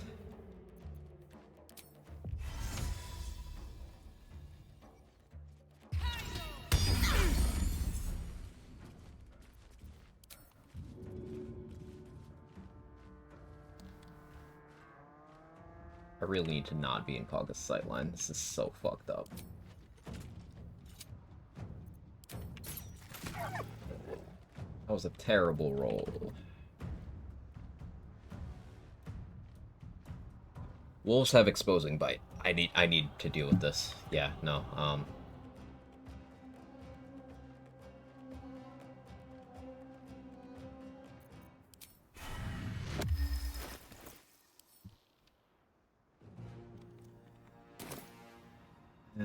Wrath, I don't want you to die.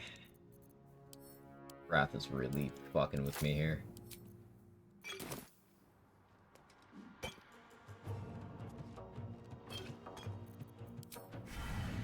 Shouldn't have made me your enemy.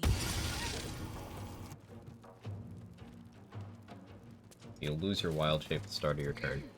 Tell Laren to report. Ask them to add explosion radius to smoke powder. Patch 7 will have it, surely. Yeah.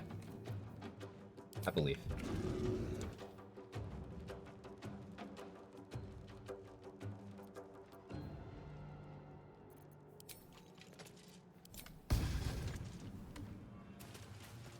Where are you going?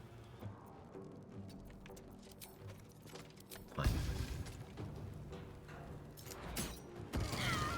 Hey, nice crit.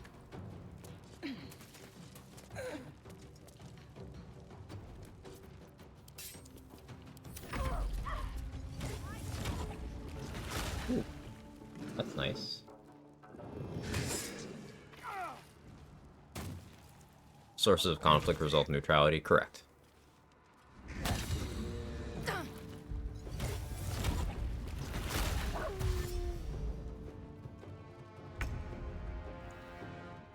Okay.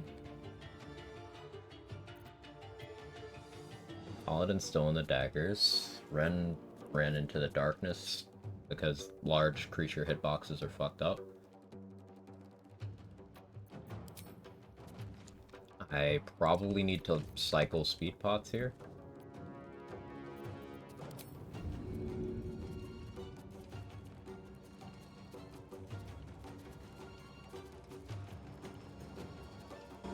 Wrath?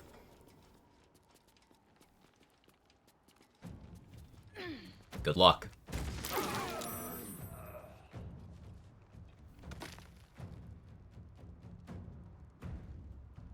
Turns out Wrath is a gamer.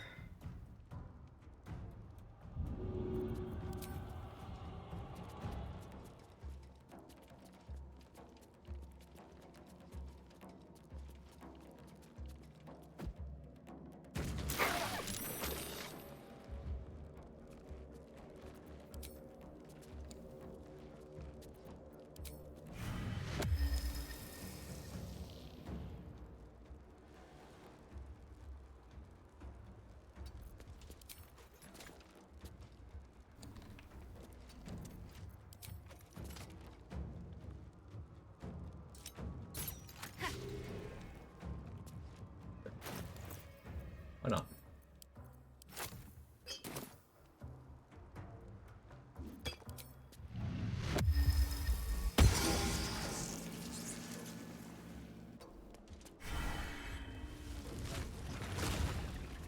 Go into the daggers. Into the daggers.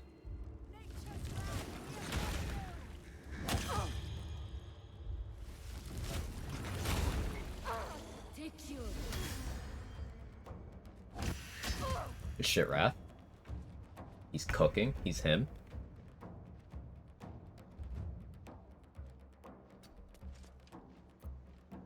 Do I use another Cloud of Daggers here? I kinda want to.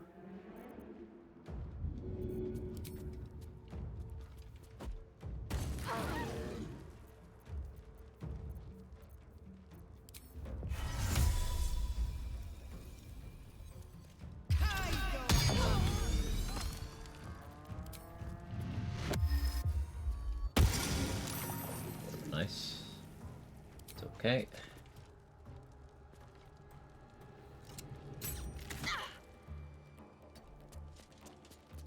As long as Kaga doesn't moonbeam me. Why did I say that out loud? Why did I say that? Why did I say that?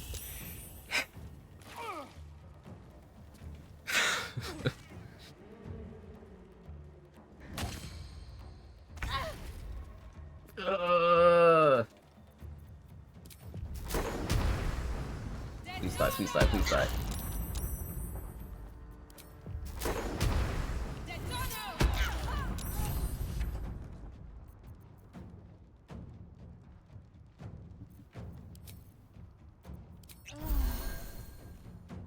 Sometimes punished. Yeah, 17, that was close to a max roll.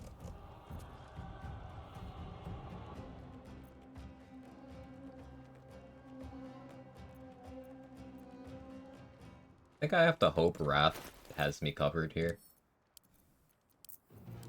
Because I'm going to be lethargic.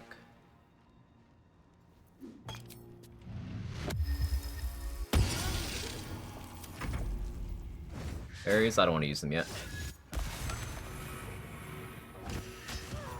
Holy shit, Wrath. Alright, go off, King.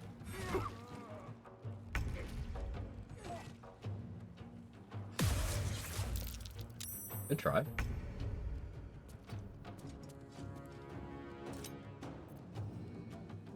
Fuck it. Save that king.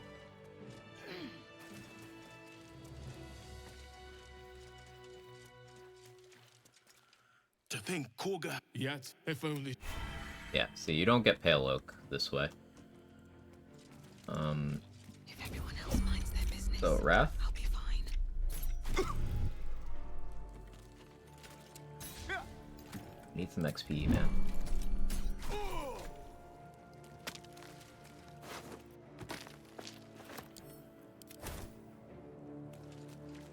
Pale Oak. It's a quarterstaff that only druids can get, and only by resolving that quest in a couple of very specific ways. We wouldn't use it, but it does have a high sale price, so we would sell it.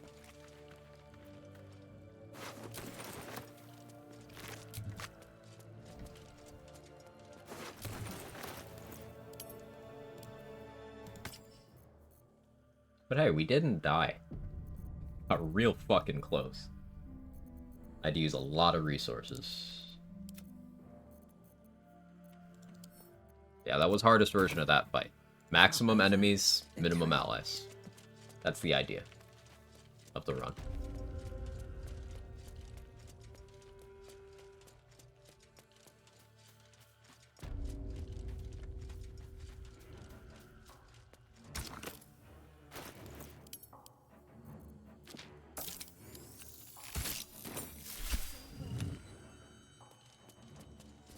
Let's see what this does.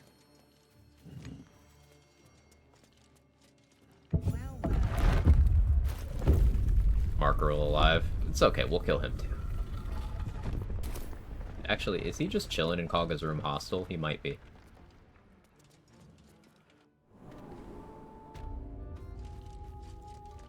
Alright, Tempting Fate talked about the moonbeam. Yeah, I brought it up and she was like, great idea, streamer. A beautiful glaive. So why does touching it give me a knot in my stomach?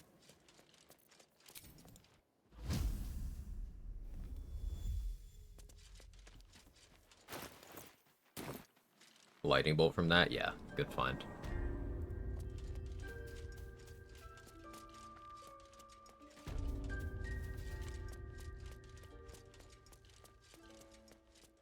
be worth a look.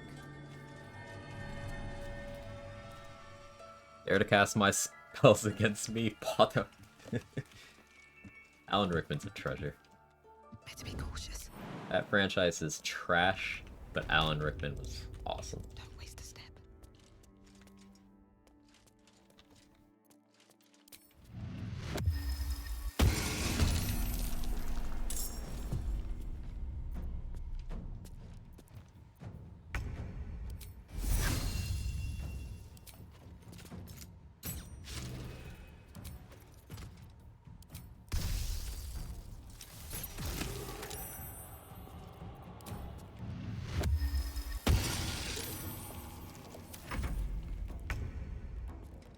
Can't wait to see a Blink scroll in the Underdark Magic Tower chest. Already been there. I don't think I got Blink. I didn't. Another day, another fight.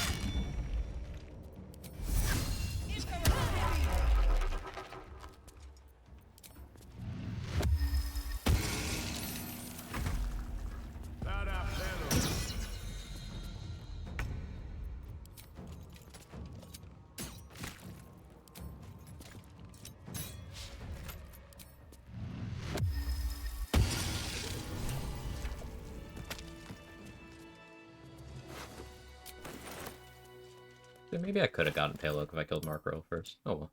Doesn't matter. Recheck that another time. Subclass recommended first time Druid run. Spore.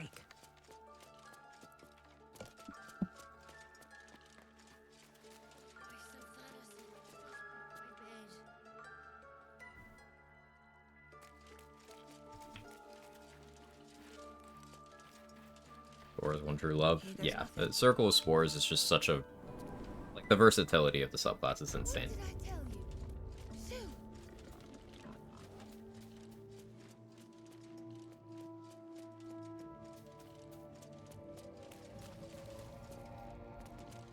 I don't need any attention right now.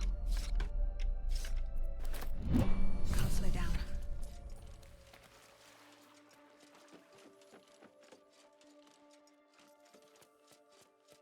I build Circle of Spores, focus on spellcasting. So I'm literally playing it right now.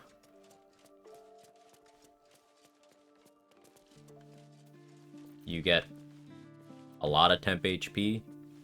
You get a weaponized reaction. You get bonus necrotic damage on your attacks. You can be a summoner. You can be a caster. You can attack things. You can tank. You can do whatever. Classes and subclasses in this game are not so one-dimensional that you do one specific thing and nothing else. None of them. Except Paladin, which is why Paladin sucks. One of the reasons why Paladin sucks.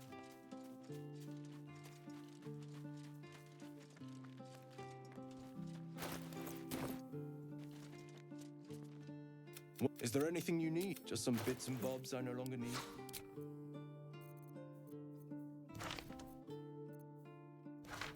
Definitely gonna need that mirror image. Definitely need more Cloud of Daggers. Oh, Flint is gonna be the worst. I'm gonna need Moonbeam for that. Do I have any Elmater arrows yet? I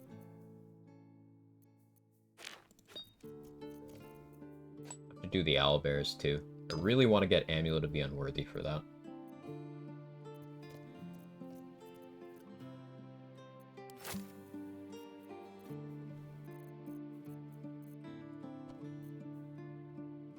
Paladin was the only class. What I picked for my Oath? Oath, Broken Devotion. Yeah.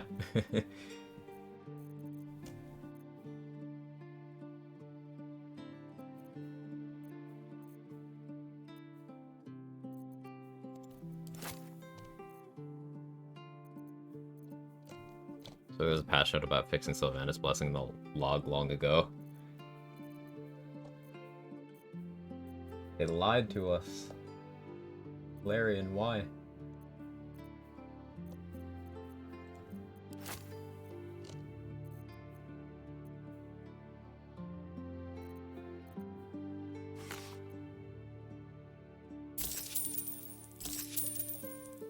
silver. Talk to Zevlor, get Hellrider's Pride. We are not terribly close to leveling. I need more bombs. Lyrian, got him.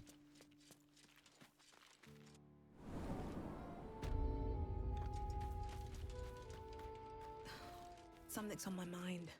The reason why Oathbroken Devotion thought Oathbreaker is always the same. So I'm told Oathbreaker the is a druids have subclass. stopped their damn Oathbroken chanting. Devotion is keeping your Devotion subclass without restoring your Oath or switching to Oathbreaker subclass. It's Devotion, except you don't have your channel Oath charges. And the reason why that matters is you still get the passive features and you still get the spell list. Devotion gets Sanctuary.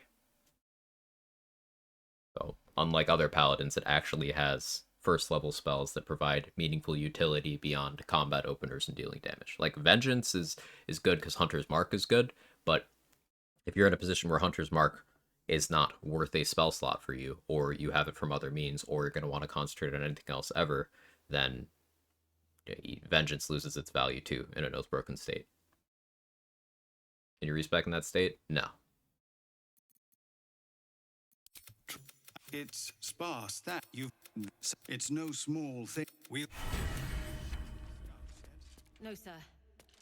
But if there's a clear path past those goblins, they'll find it. Yes. Of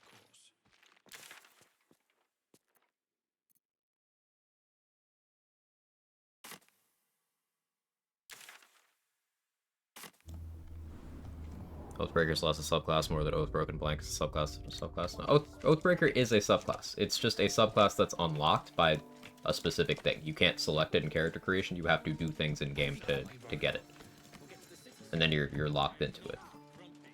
Once you break your Oath, it does not automatically switch you to the Oathbreaker subclass. It unlocks it, then you have to go talk to the Oathbreaker Knight to actually change to it. If you sit there without doing that step, you sit there in that limbo, you don't have access to your channel Oath charge mechanics anymore, because you can't do that while you're Oathbroken. But you are not an Oathbreaker yet. Different Paladin subclasses get different passive features, they get different auras, they get different spell lists.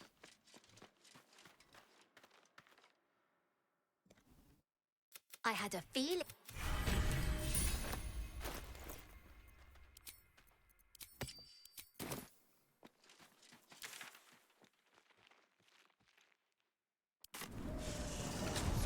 I'm shooting arrows at this dwarf.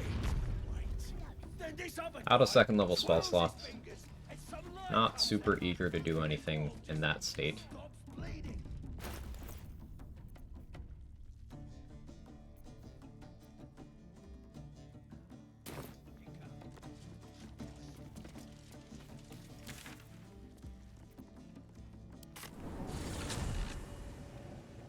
Oathbroken Blanks, a transitionary phase between your former Paladin subclass and picking up Oathbreaker. Yes, and I would stay there permanently, because that's more optimal for more things than being an Oathbreaker is. For example, Oathbreaker's Aura of Hate, that gives yourself and nearby fiends and undead your Charisma modifier as additional damage on their weapon attacks. Notice how it says nearby fiends and undead. That is not limited to friendlies. So, an Oathbreaker Paladin standing next to Ketheric, for example, just gives him more damage.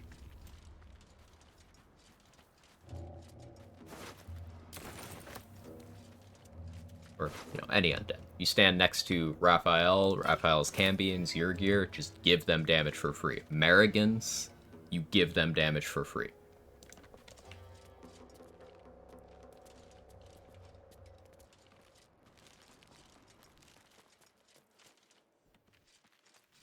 An Oathbreaker spell list has some mildly interesting things. Like, getting Hellish Rebuke is okay, but remember you're a Paladin. You don't have the spell slots to just Hellish Rebuke all willy-nilly. Whatever that is. You can't sustain that. But what do you really get from being an Oathbreaker?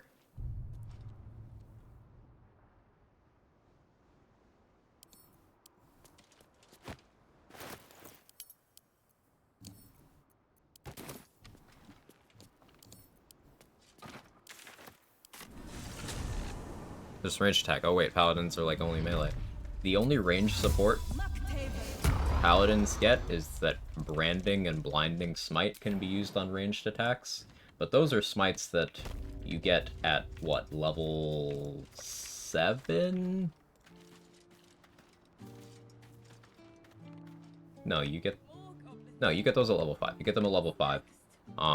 And they are they 9? Yeah, crazy. Right, it's a 3rd level spell, isn't it?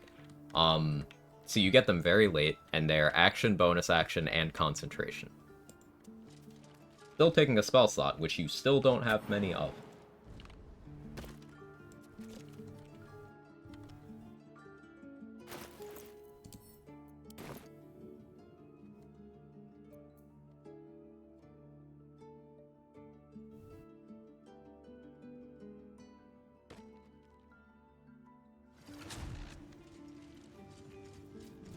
Might be useful. Just remember, wasn't there a thing where Aura of Hate doesn't apply to any of your own summons? It's weapon attacks specifically, Machete. And most summons don't have weapons. That's what it is. So, like, your skeletons would get it. Your zombies won't. Because the zombies don't have weapons. So if you summon a Cambion through, say, the Infernal Rapier, it would get it. Only on its weapon attacks, not on its Scorching Ray. If you summoned a skeleton with Animate Dead, it would get it. If you summoned a zombie, it wouldn't. Imps don't have weapons. Shadows don't have weapons. Ghouls and ghasts don't have weapons.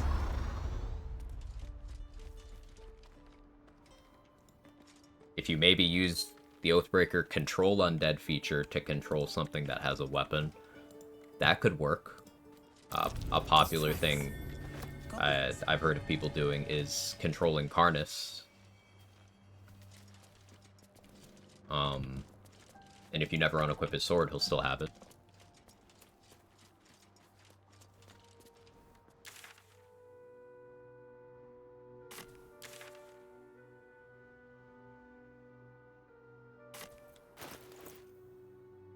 Maybe that's meant to be an archer paladin. I mean, what do you mean?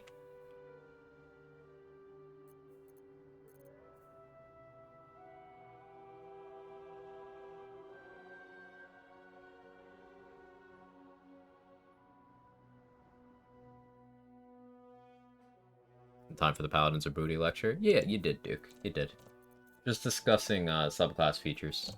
Someone asked, you know, if no Oathbreaker, what subclass would you... If only one subclass, what would you pick? And it'd be like, yeah, Oathbroken Devotion. Because Oathbreaker is a bad subclass.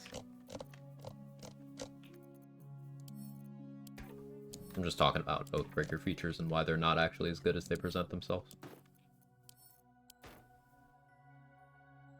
Better alternative to Oathbreaker would probably just be go Eldritch Knight with tiny bit of Wizard, whatever spells suit the vibe. Eldritch Knight, Warlock, Bard, Cleric, all of those do the spell sword concept better.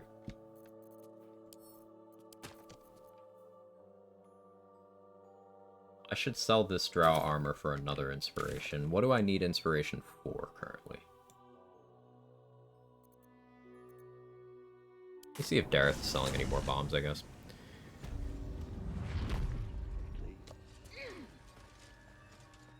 Says I need everything's better alternative to Paladin, because there's always a better option than Paladin. For everything in the game. Always.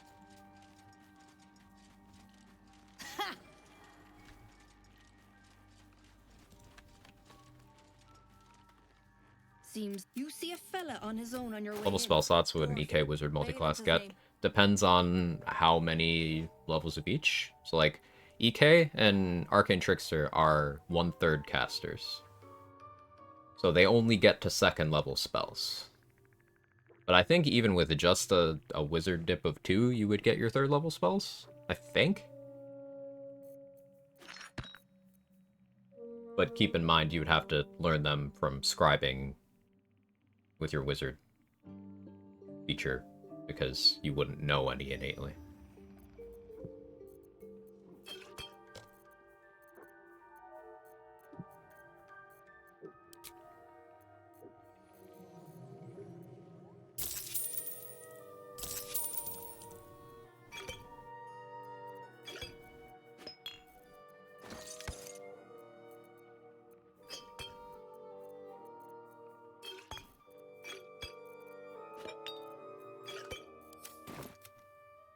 EK for extra attack and 7 whiz. I mean, I really like going to 8 EK, because 7 EK is war magic, 8 is your third feat. So an 8-4 split, you still get 4 feats. I think you would still get... You might get 4th level casting, maybe. You lost. Seen the stats? Yeah, I saw the stats Larian put out.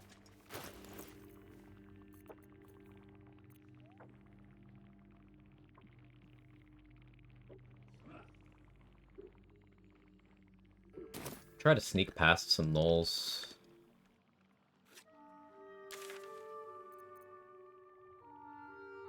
I want to get the Risen Road fast travel. Except stacking damage riders, Paladin's still better than that. No, it isn't. What makes you believe that it is?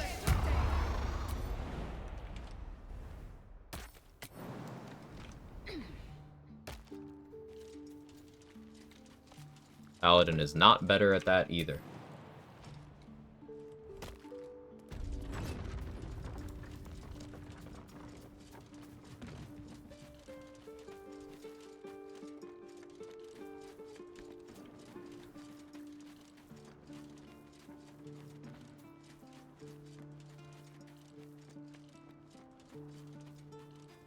It's worth it to lose the 4th feat and 3rd attack.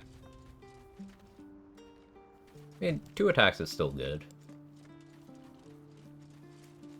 But Pure Eldritch Knight is a very good spell sword concept. Full disclosure. You don't really need to multiclass that.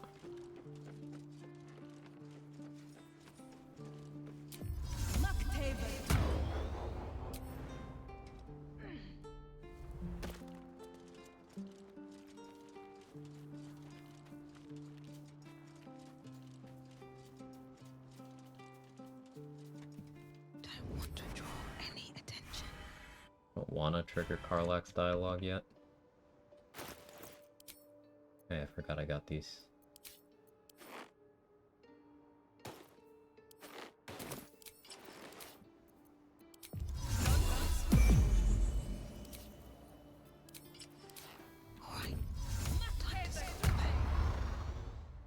That's a friendly-looking shadow.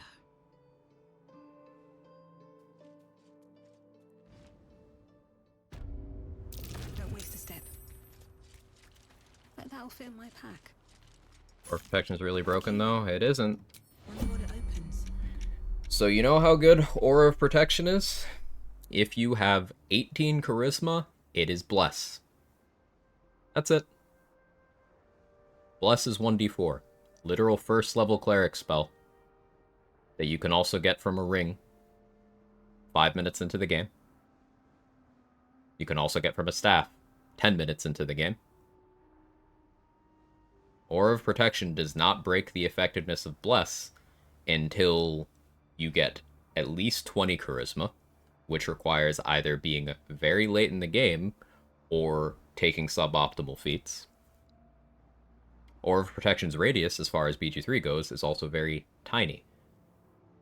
So, the whole, well, I'm gonna buff my teammates with it. Yeah, unless you were standing inside of their sphincter. No, you're not. Also, Bless gives you accuracy. Yeah, like Dan said. And going back to your assertion about damage riders, again, Paladins are not better at that.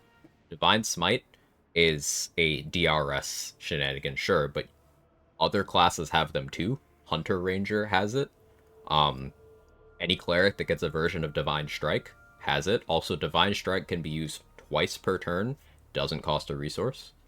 It's just better. Sneak Attack exists and is better than Divine Smite.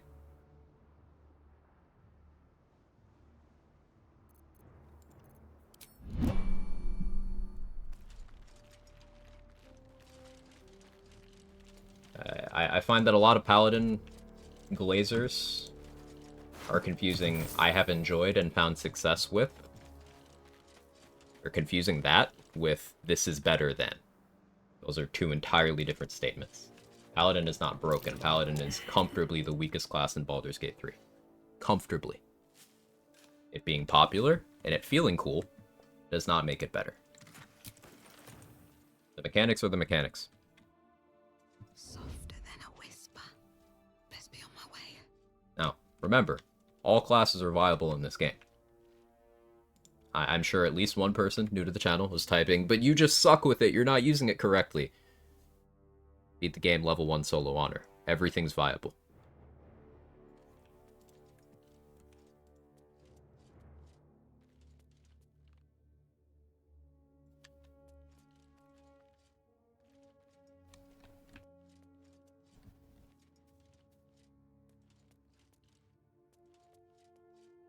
That's Paladin's 10 bard, 2 Paladin. Don't like that, is what it is. That's one of the good configurations, but basically what Chernobyl is getting at there is, yes, the most optimal Paladin multiclasses involve minimizing Paladin to 2, because you get Divine Smite, and then you spend the rest of your levels grabbing the things that Paladin doesn't offer. Open up. But at the end of the day, like Trade is saying, that's not a Paladin build, that's a Bard that weakened themselves by taking 2 levels of Paladin.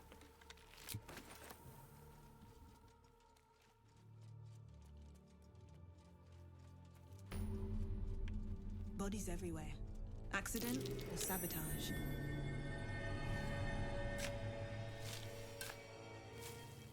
Most will ever put in is 5 for extra attack and not getting it somewhere else. Yeah, agreed.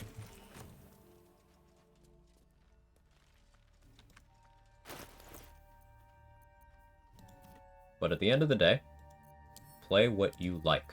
That is most important when playing video games, when consuming entertainment.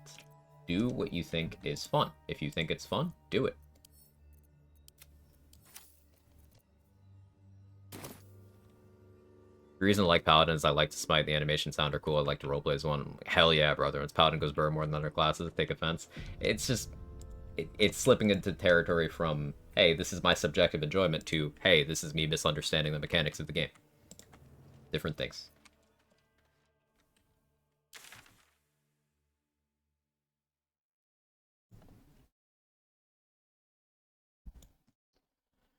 Do I kill the Paladins now? I could drink a strength potion and throw them off a roof. I don't have minor illusion, so it'd be kind of awkward. I guess I could use my wild shape charge to turn into a cat and lure them that way. And turn back into human form, I guess half-orc form, in turn-based mode. I hope he dies to the Paladins now. NPC Paladins do not have the shortcomings that player Paladins do. They have less need of AoE, they have less need of action economy, because they usually have numbers on their side, and they don't have to worry about resources. Also, they're unlikely to have, say, healing potions, so Paladins having healing features is more beneficial to them than it is to a player.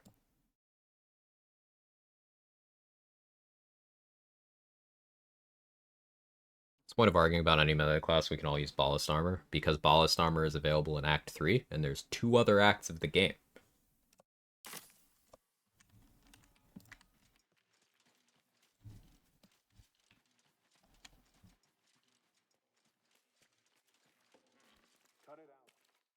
Lay on Hands is good. If you don't have healing potions, Lay on Hands is good. Yes. If you have healing potions, Lay on Hands is useless.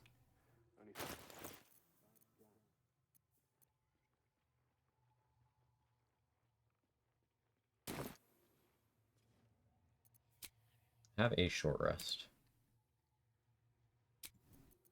Let's do that. Cursed to put my hands on everything.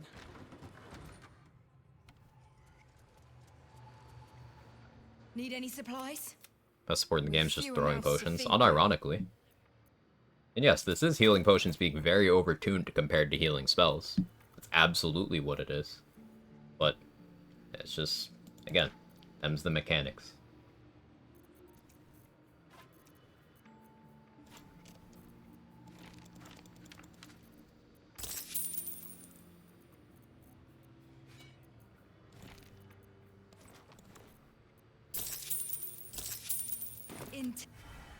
Tears.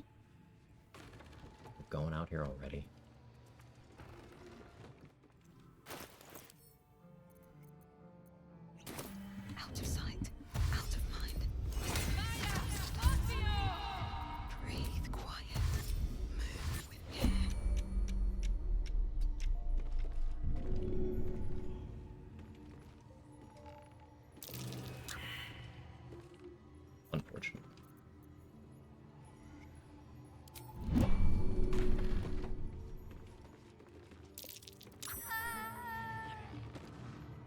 Everyone else minds their business. I'll be fine. Fucking hell. She healed. Ugh.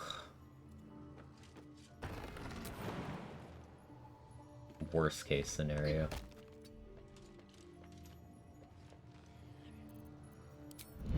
Can you miss? Yeah, I missed. I'm feeling most build guides only consider having character in Act 3, and in Act 3 everything can be strong problems that die more often in Act 1 and 2. That's absolutely the case. There's less safety nets earlier in the game.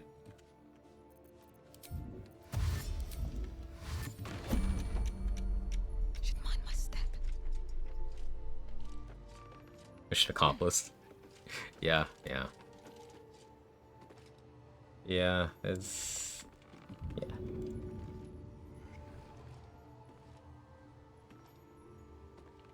Maybe I throw her closer to me.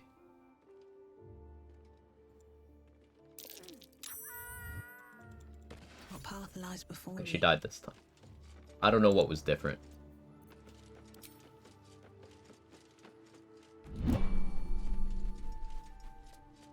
Oh, she actually took the hitting the ground damage. That's what it was. Exactly enough to kill.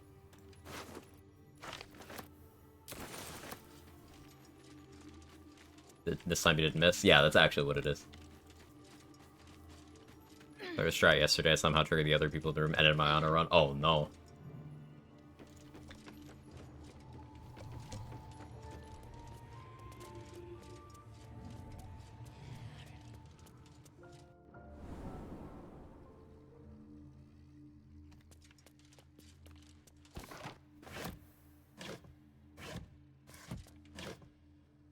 Imagine being a YouTuber with people watch your videos, struggling early game, rather watch your guides when you OHKO hordes of enemies. Well, here's the thing. What little, like, BG3 builds content I've seen on YouTube does include, hey, this is what you do as you level throughout the game, including gear recommendations, including feat recommendations, and showing clips of some earlier fights as well. It's not like the content doesn't include that.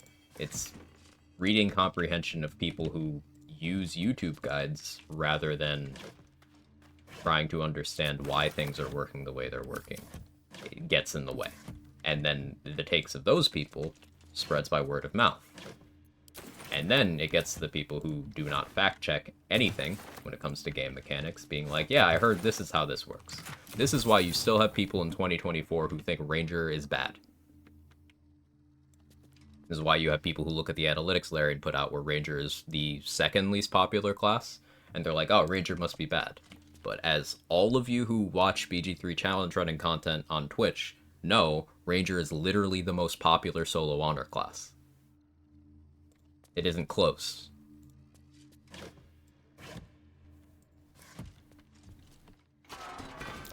Be wary. This place is trapped.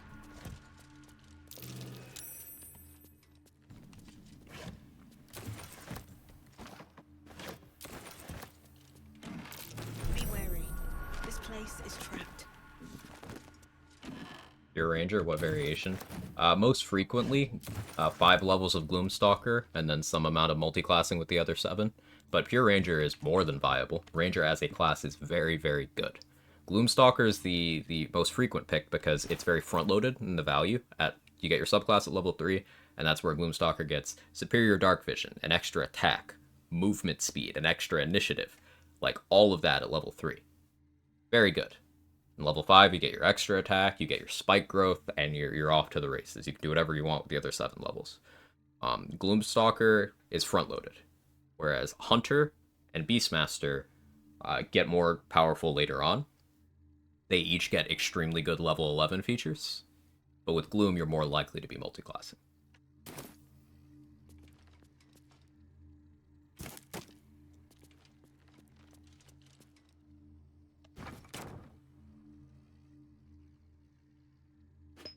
Five Gloomstalker, 4 Assassin, 3 Champ is common. Also, 5 Gloomstalker, 7 Assassin. 4 runs where you can't refresh your action search. You can build a Pure Rogue and one-shot a lot of bosses with the right build. Absolutely. I love Pure Rogue. It's a lot of fun. There's a trap.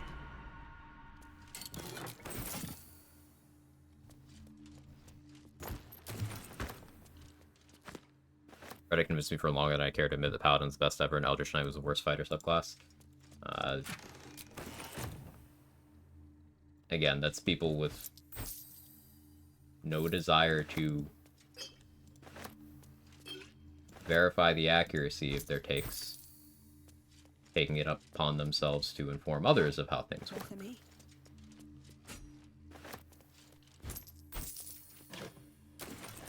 So, I'm sorry you fell prey to that. Really annoys me.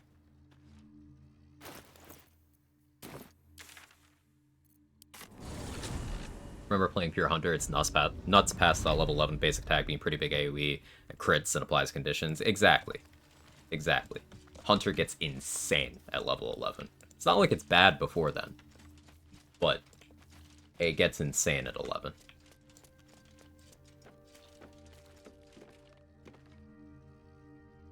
Better 7 assassin for maxing sneak attack. So the champion spec that Jazz was mentioning there, Chernobyl, is you get action surge and you get the minus crit.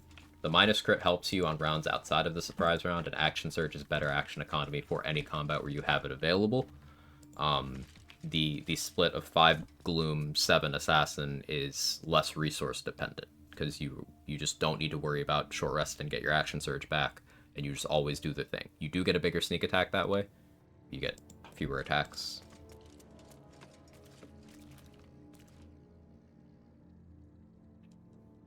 No class or subclass is bad in this game besides Paladin.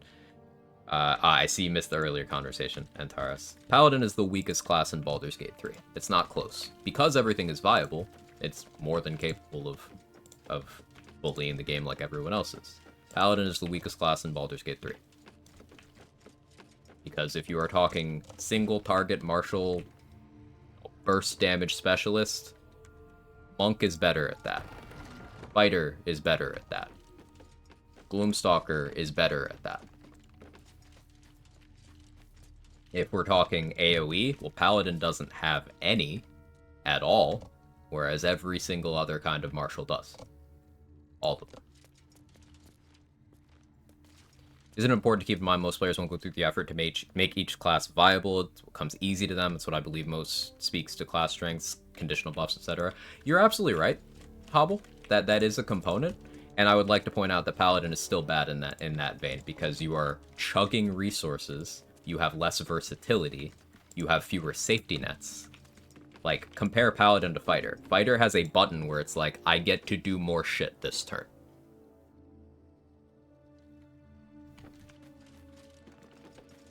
You could use that in whatever way you choose. That's adaptability.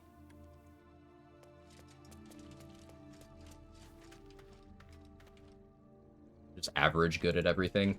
Well, here's the thing with it. Divine Smite is satisfying. It feels good.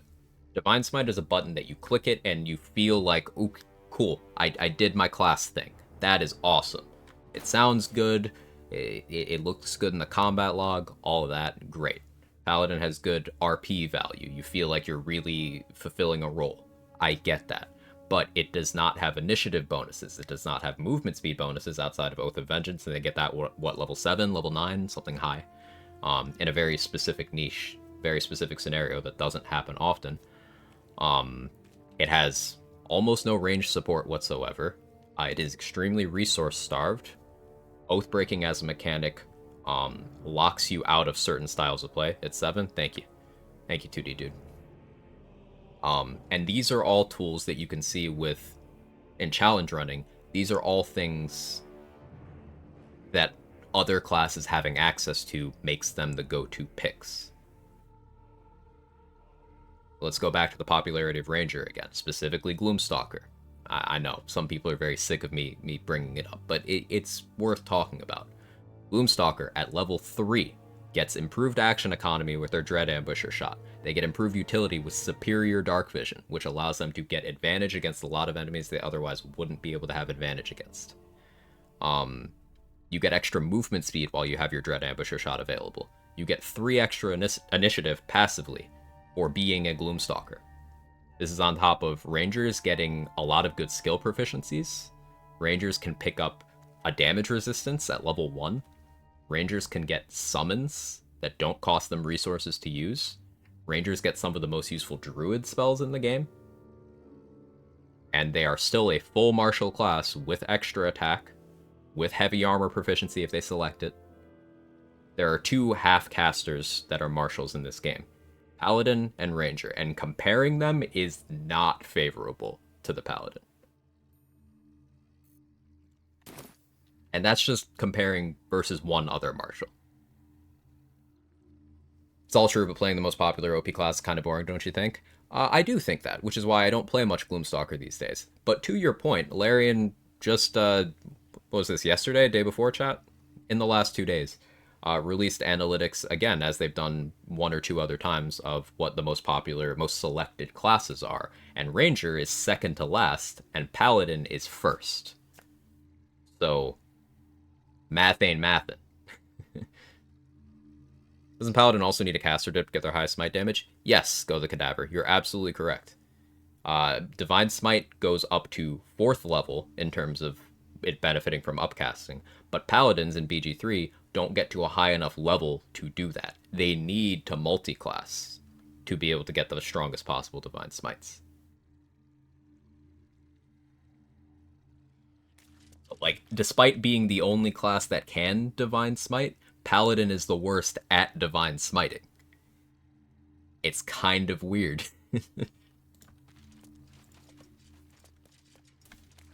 Finished second out of 1. It's another reason Bard's the best class in the whole game. A Bard gets a Paladin Smite that Paladin doesn't get.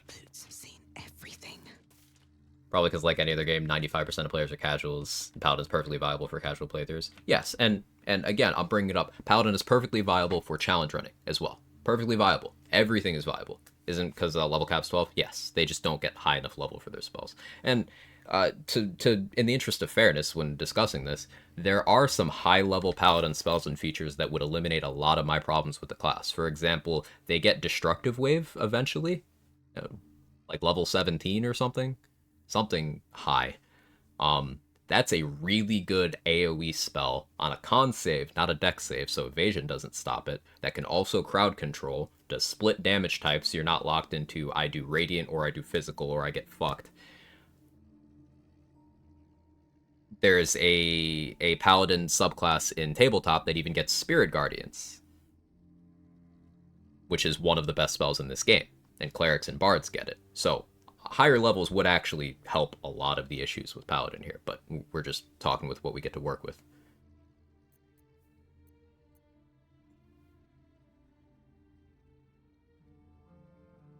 Paladins get banished and smite in tabletop. Once they get high enough level, yes. Great game, but healing spells aren't necessary due to available pods really changes gameplay. Exactly, Hobble. I would change topic, ask your opinion about Abjuration Wizard, because I'm planning my first Honor Solo run picking the class. Absolutely. Abjuration is the tankiest subclass in the entire game. No competition.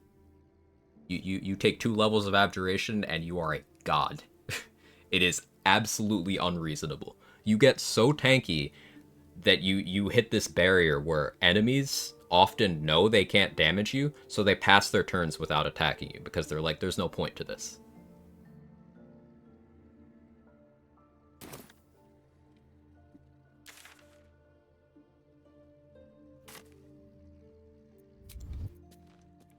Let's long rest.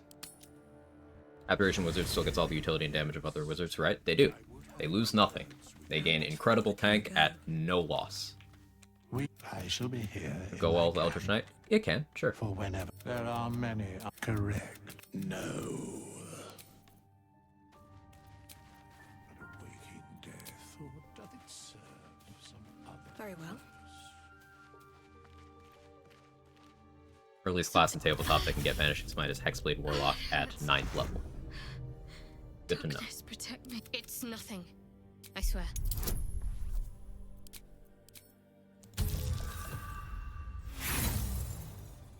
I forgot to roll good. Okay.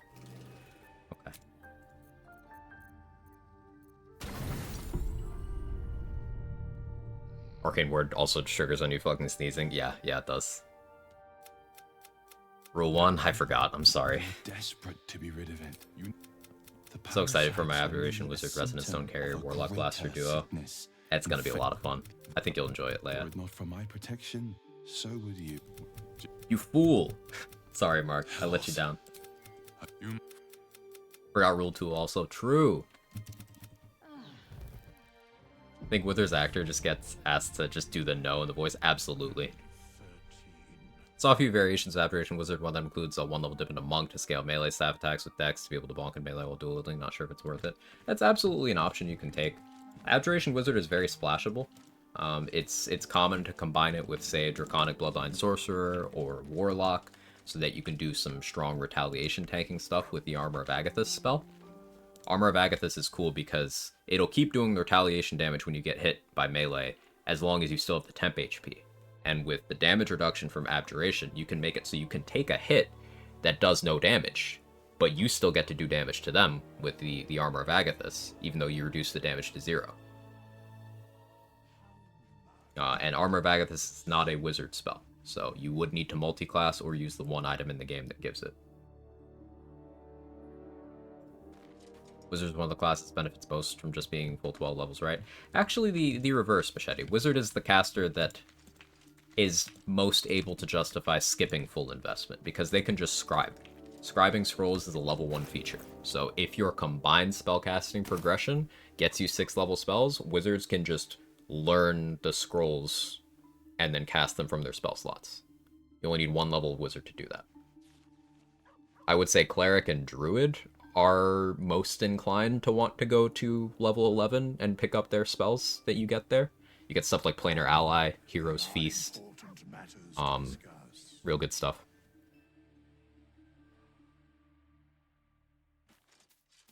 How's the throw damage work when throwing one enemy into another enemy?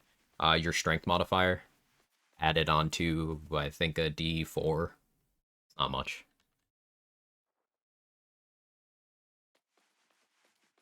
Meanwhile, on tabletop, you can only scribe spells based on your wizard level. Yeah, it being combined progression in this game kind of breaks a lot of things wide open. Most general strategy for Abjuration: start a sorcerer, then 1-level cleric for heavy armor, lightning amp, 10 wizard levels. Yeah, that's a very reliable approach. I personally like putting in Warlock for Hex, because Hex does apply to retaliation effects. So you can Hex an enemy, then provoke an opportunity attack to make them hit you, and then for each individual damage retaliation effect that you had, you get the Hex damage on it. So if you had Armor of Agathis, Hex applies to that. If you also had Fire Shield, Hex applies to that. If you also had Flesh Melter Cloak, Hex applies to that. If you have Bone Spike Garb, Hex applies to that. You have Ironvine Shield and your weapons Shillelagh, Hex applies to that. So you could potentially be getting like 5, 6, 7 D6 necrotic damage on top of whatever your retorts are actually doing. I did a playthrough constructed around this. Where by the end of it in Act 3, I was drinking sleeping potions to go to sleep in front of enemies so that they would get automatic crits on me, so that the retaliation would do more to them. And Abjuration was part of that.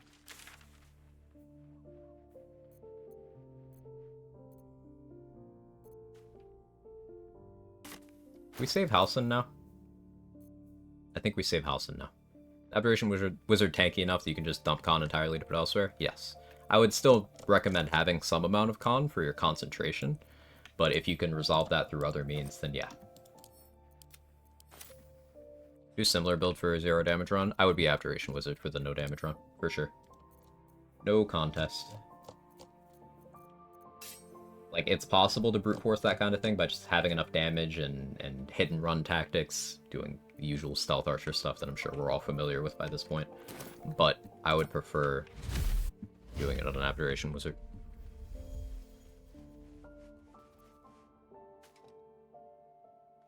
How does Abjuration deal with ranged enemies? Just pepper them with magic attacks. Everyone can shoot a bow or throw a dagger or whatever. You always have that ability. You can throw bombs, you can throw alchemist fires. You do still have your cantrips, and you have your normal wizard spells as well. After a character level 5, cantrips are a good source of damage when invested. So you always have that. No resource cost there. I'm shooting arrows at this poor Make a character named Glizzard where all I do is throw sausages at people. I like it. Give it a shot. You don't want to drop cons. It helps maintaining concentration, right? Taking 0 doesn't count as taking damage. Correct. Taking 0 doesn't count as taking damage. And it depends on whether you're concentrating or not. I would still say having maybe not all the way down to 8 con. Sorry, Mark. Maybe not all the way down to 8, but you also don't need to super duper invest in it. And especially when you get to Act 3, there's always the Amulet of Greater Health that sets your Constitution to 23. So it becomes a moot point by then anyway.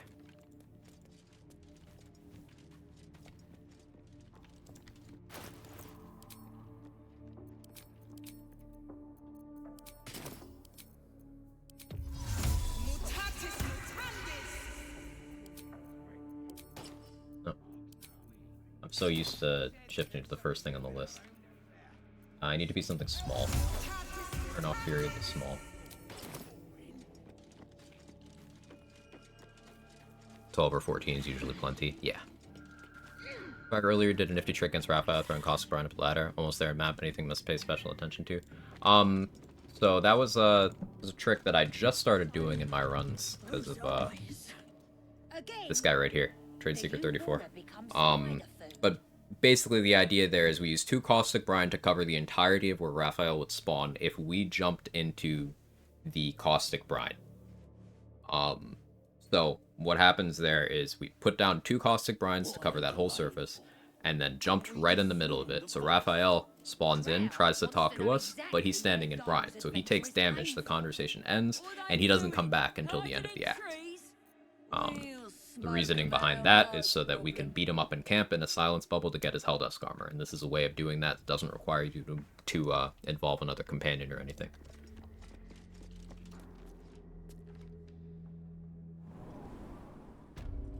Could run Snowburst rings, my armor bag this somewhere, an Abjuration Wizard, Ray of Frost go to 2. Yeah, go the Cadaver. Snowburst, Ray of Frost is so good. Excellent taste. Dexterity influences initiative, yes. Having 8 decks and Abjuration Wizard probably isn't a great idea. Well, it depends. You could get initiative through other sources, and for a lot of combats, enemies going first doesn't matter if they can't hurt you. So it really depends.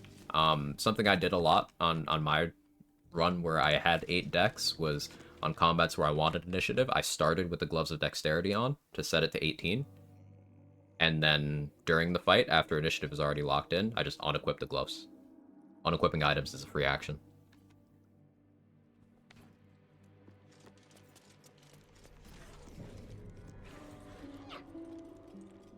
Not having Minor Illusion here kind of sucks. I'll win initiative because I have alert. What do I like elixir-wise here? 8 dex, 8 con, new meta. Like, actually. 8 dex, 8 con, 8 wisdom.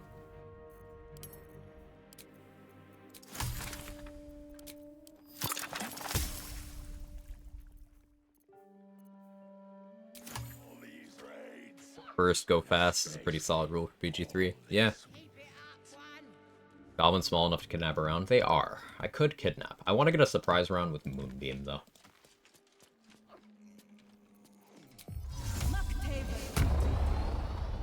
Just out of view.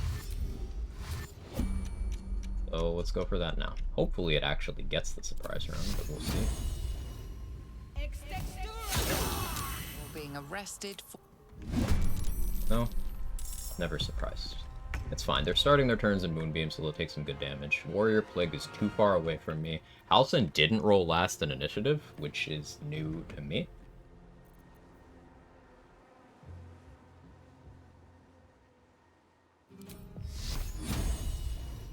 I think maybe I just repeat the play here.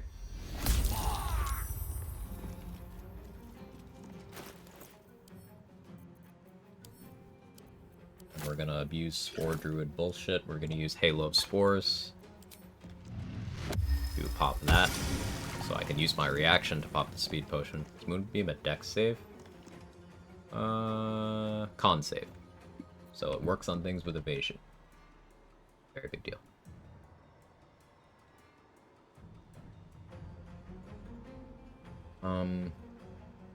I really want these guys dead. I don't want to destroy the suspicious meat, though. I was considering using a bomb here, but I'm not going to. They will use potions.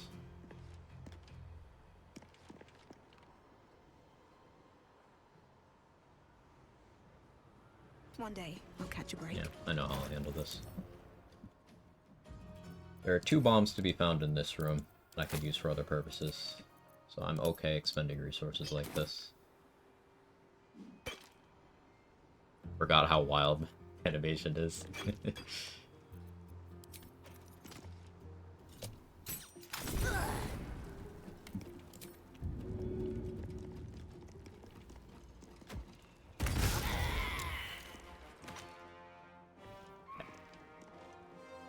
I want to stay out of range of Brawler Burka.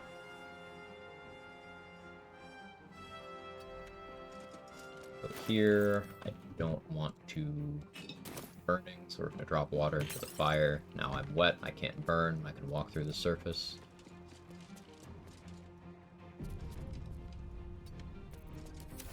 You've heard of Barrelmancy, get ready for dropping shit as a free action, Mancy.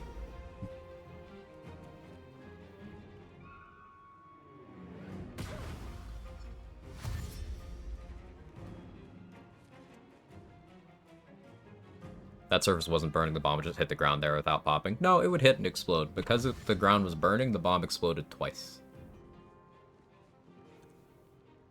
Because the bomb died twice. If I was on high ground, it would have died 3 times. If I had lightning charges, each of those 3 would have died an extra time, plus the bomb dying an extra time. If I had Callous Glow, it would have died an extra time.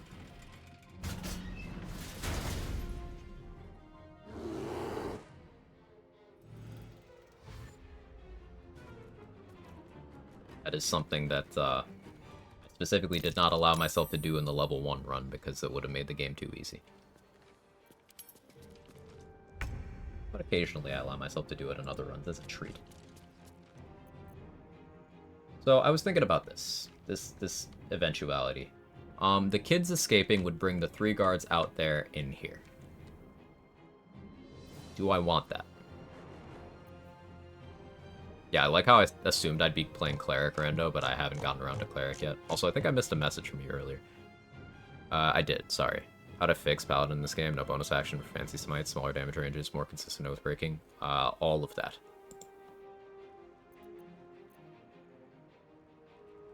Giving them a way to restore spell slots easily without having to drink coffees.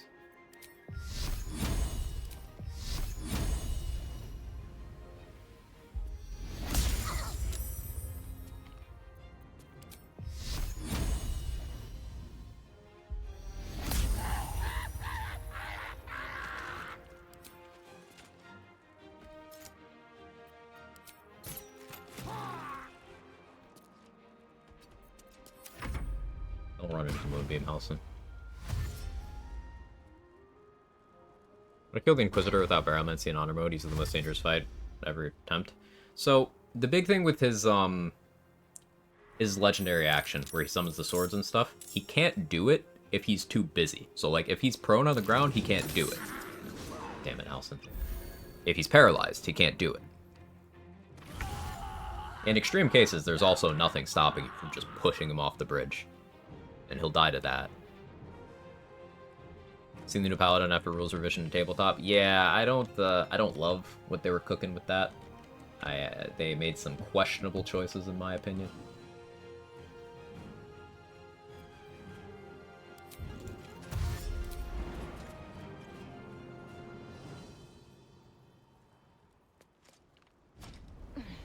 Cooked too hard in my eyes? Yeah.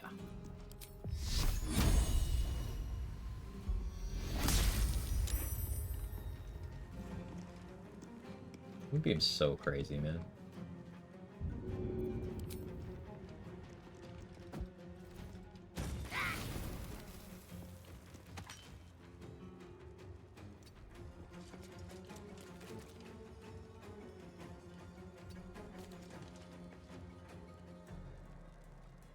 I don't want to use another water. I'll accept the lethargic turn.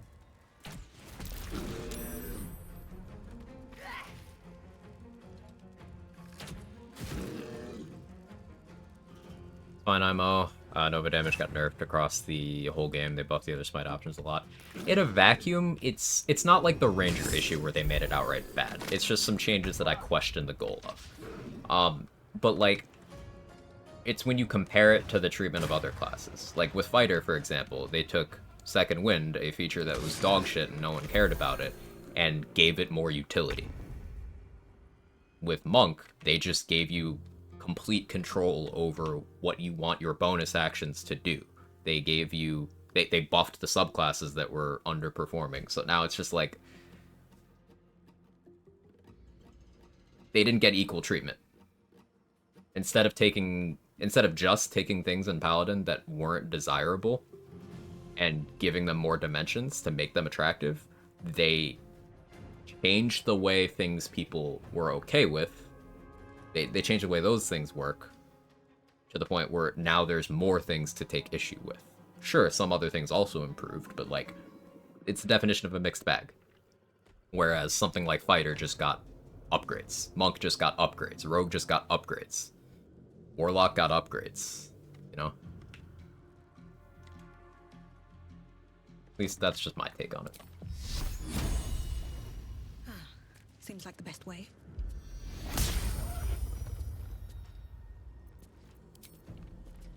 You arrange for this? Let's see. Oh, I've just been scammed.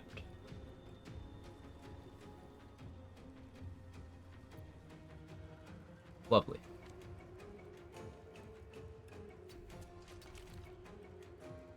Initiative line bugged? What do you mean? Goblins are alive? This one?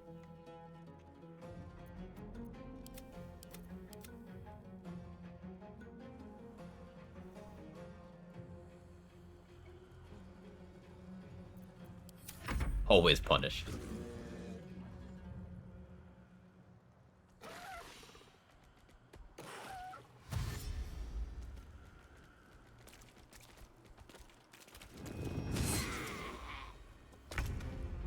Good job, Halson. First time I've ever said that.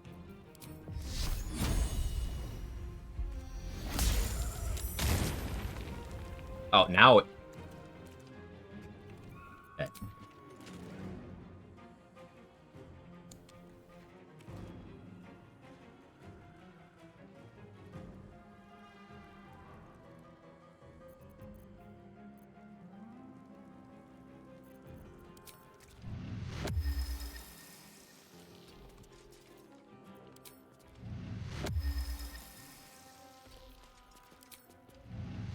Far.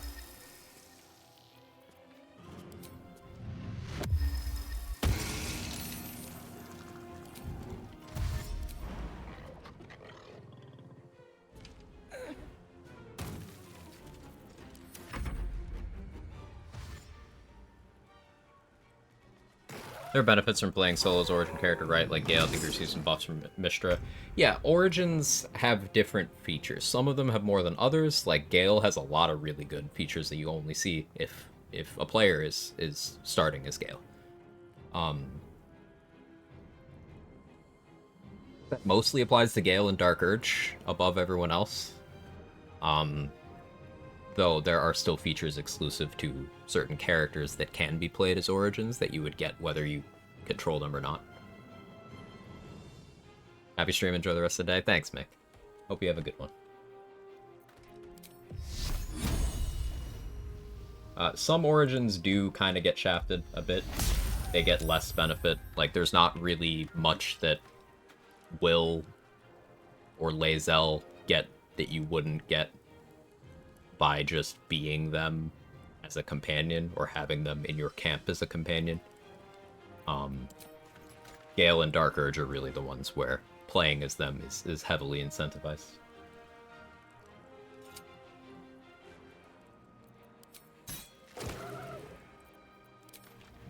May the gods take you first. Another fight. I'm gonna cancel the Moonbeam so this idiot doesn't get himself killed.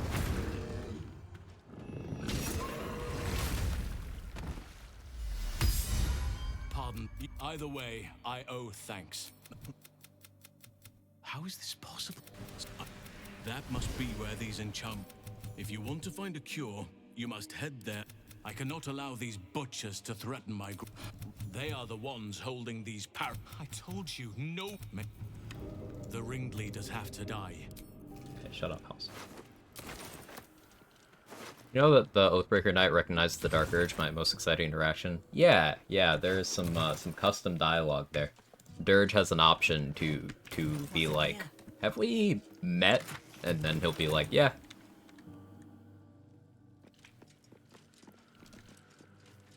And then there's another line that's something to the effect of, what's the point in me being a paladin if I am the way I am? And then Oathbreaker says something actually pretty inspiring. It's like, it's the continuation that makes it worth it, or something like that. Like the fact that you're trying. Virgin House? No, we're talking about the Oathbreaker Knight, Archangel. Always room for more.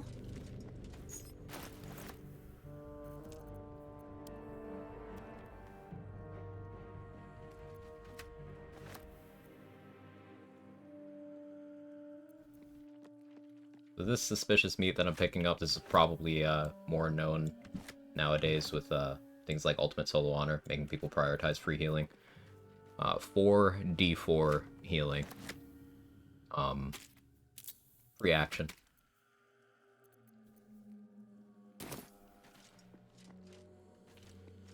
Funny because my Dirge and Oathbreaker is this Dirge. It's a flavorful way of playing the game, narratively.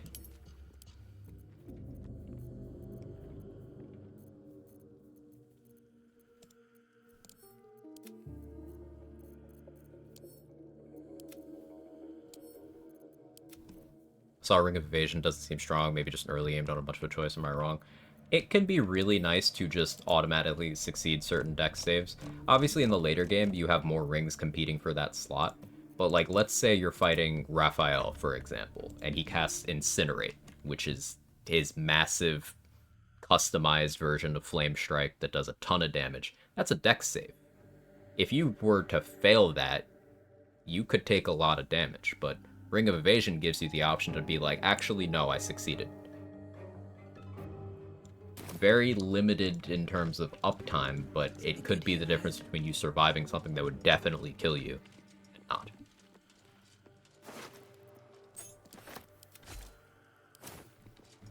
And you do get Ring of Evasion in the early game, where you have fewer ring options. Also, it's an item that literally does not otherwise exist in the game if you are not Origin Gale.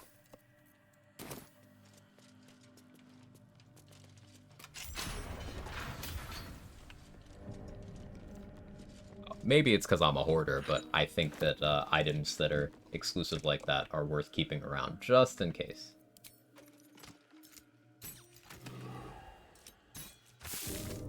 Shout out to Lonk for telling me about this. That is a guaranteed bomb. So there's 2 guaranteed bombs in this room.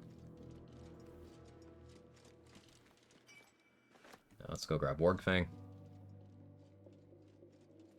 Miss a restart? No, Dan. I'm just disguised right now.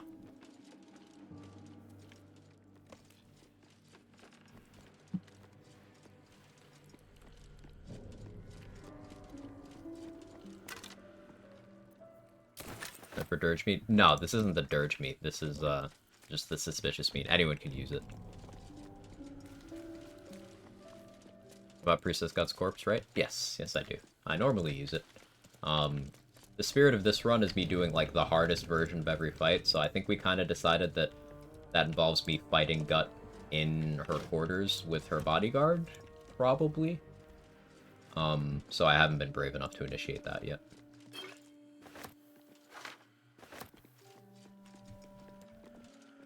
But yes, I will be attempting to keep her corpse intact so I can have her buff me.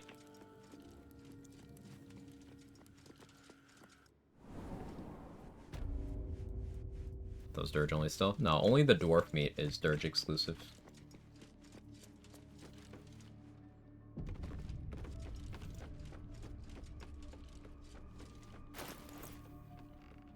Making good progress XP-wise.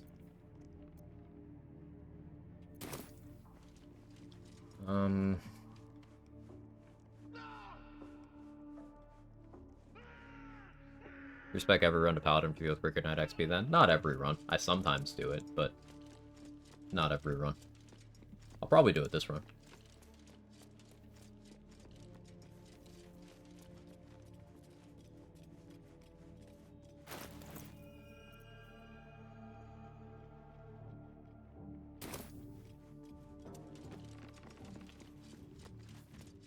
I want to open this path to the Underdark.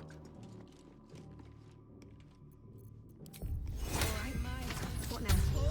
About to revive Boulette and make Blood angry. Definitely a hard fight.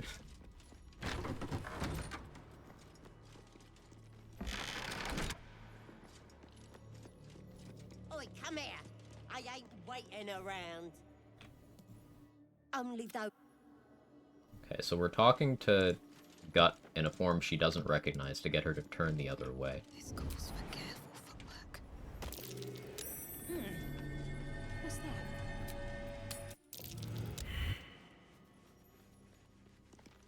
Light on my feet. Volo's ruining my sneaking here. Going to camp so I can feather fall without breaking my hiding.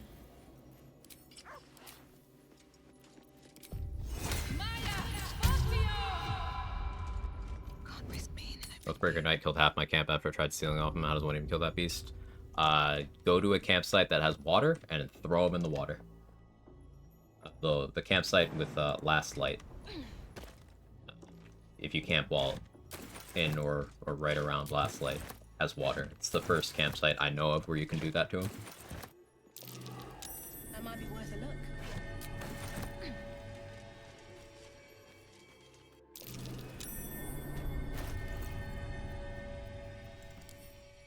I would love to find an Act 1 camp that you can actually cliff him in. That would be huge for early XP. Don't think she ever aggroed into this in front of her without even sneaking. It takes multiple times. She'll be like, hey, this is restricted. And then you could be like, oh, sorry. And then it'll kick you out. But it is possible to piss her off enough by repeatedly getting caught.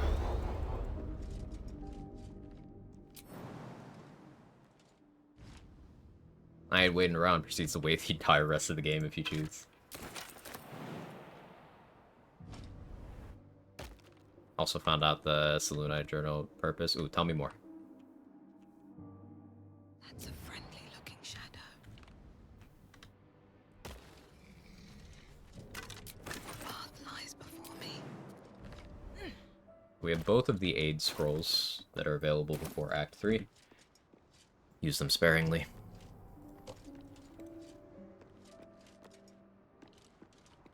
There's an investigation check that you make when you examine the moon puzzle. Okay. And does that let you get the XP from the journal?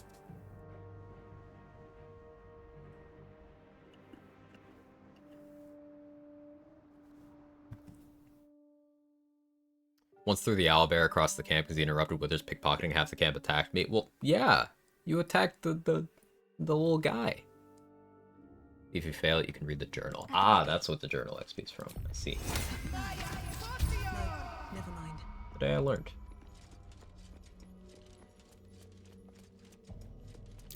What kind of contraption is Failed the this? investigation. I'm gonna do the puzzle. Read the journal later.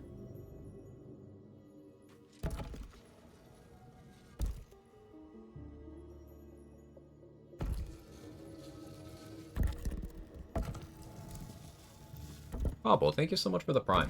I appreciate it. Don't mind me while my brain is off and I mess up this very easy puzzle. I hope you enjoy the emotes, the ad-free, all that stuff. Thank you so much.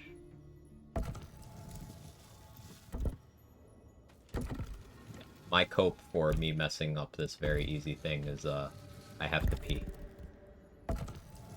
So I'm not thinking clearly. Also, what are you eating, cat? Oh, no, you're just eating yourself. That's his butt that he's eating.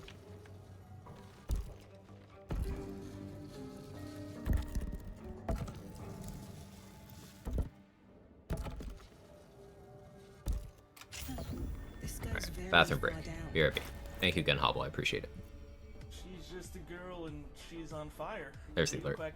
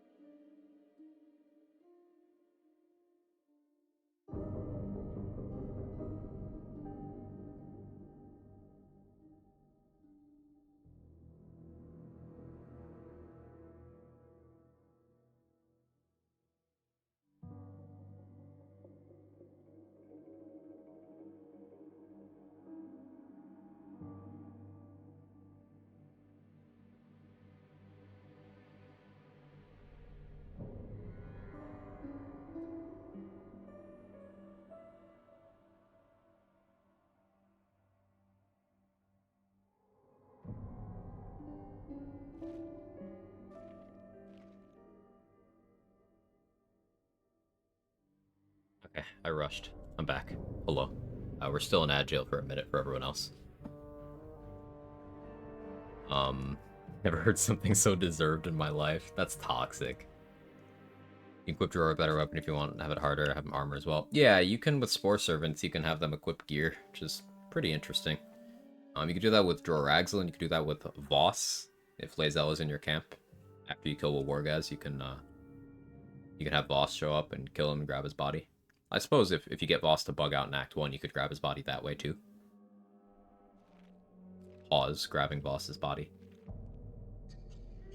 I haven't tried using Wargaz. Has anyone tried that?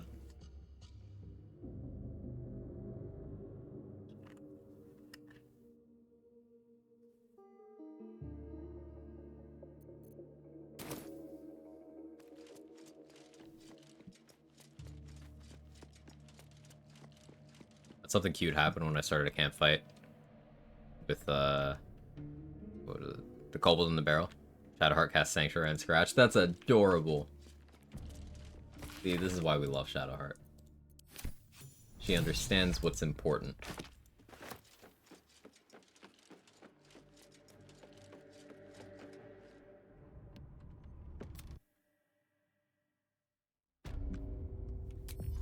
No one stopped me yet.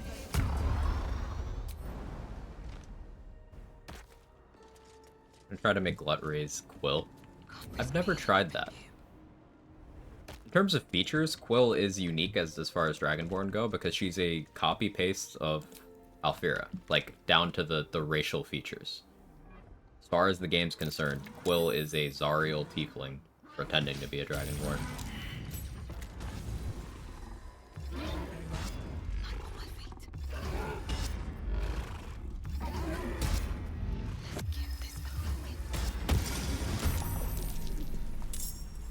So cosplayer. Need Lae'zel and Crush for Voss visits you in camp. So Lae'zel needs to be in your camp, and then you need to have killed Wargas and completed the Astral Prism segment. Then, when you try to rest or leave the map from the outdoor camp in the mountain pass, it'll trigger a forced long rest where Voss shows up.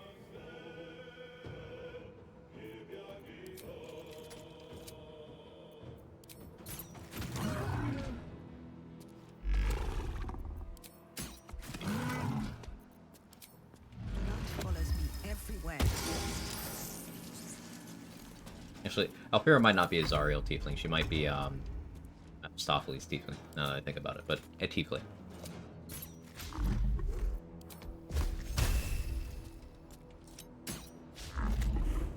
On my way. Alfira's twin but shapeshift into default Femme Dragonborn like all the players. Damn.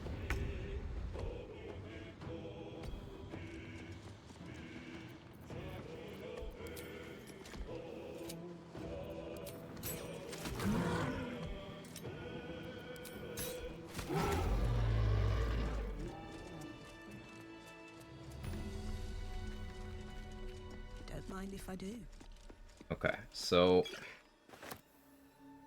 hardest version of this Minotaur fight would be dealing with them while Boulette is running around, because while Boulette is set up to fight other monstrosities, it can still choose to surface by attacking me. And I hate that. Trap.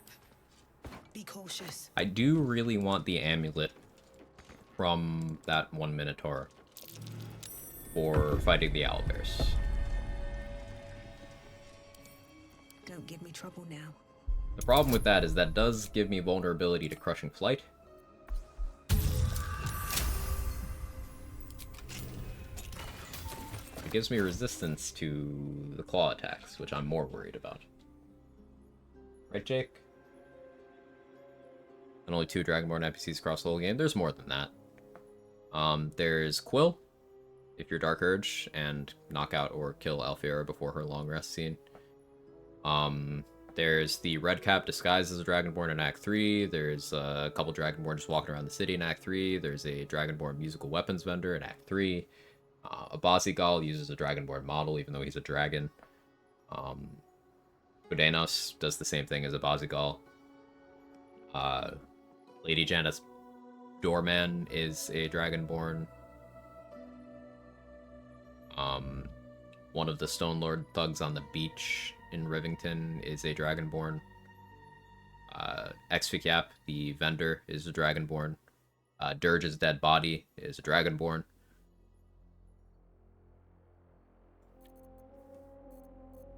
There's definitely fewer of them than other races, but they're there. Honestly, the distribution is probably pretty similar to half-orcs. There's not too many half-orcs in the game.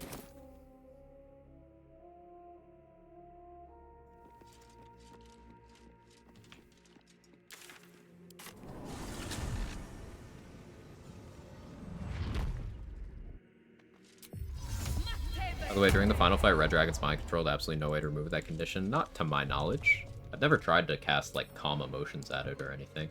But as far as I'm aware, there's no way of removing that. But I've never thought to try.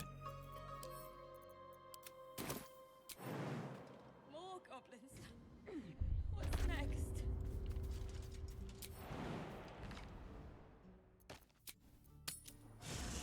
Honestly, half-orcs are nigh invisible. Can't really recall any actual important vendor half-orcs aside from the one in Act 2. Yeah, there's one that's, I believe she's a hired guard at the Elfsong Tavern. Some of the Moonrise guards outside of Zarel are half-orcs. There's really not many, though.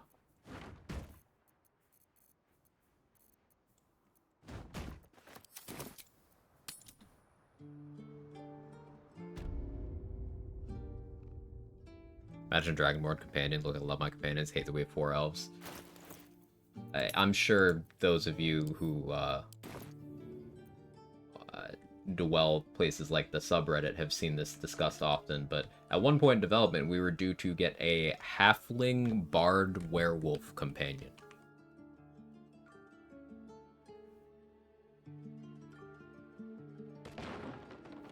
And instead, we got fucking Halsin.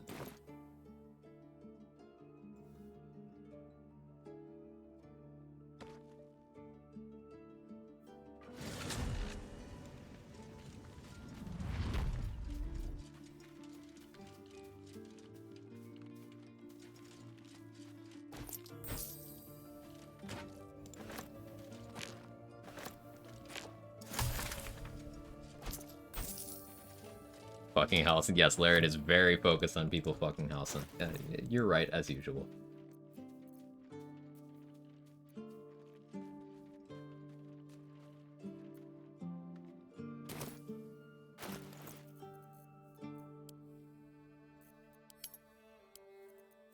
Like Halsins, that doesn't bother me. You are welcome to your preferences. Just because I do not like Halsin does not mean that other people don't. That's the thing about characters.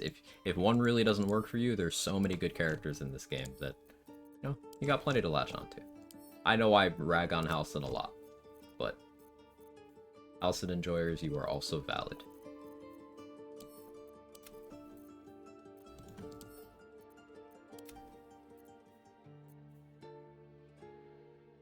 Bear or no bear? No bear, based.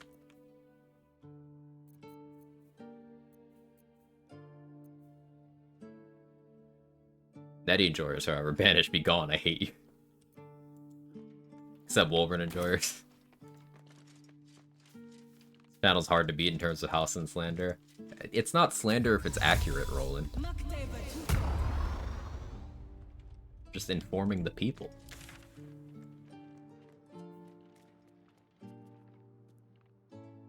InfoWars, but it's just Quag ranting about Halsin.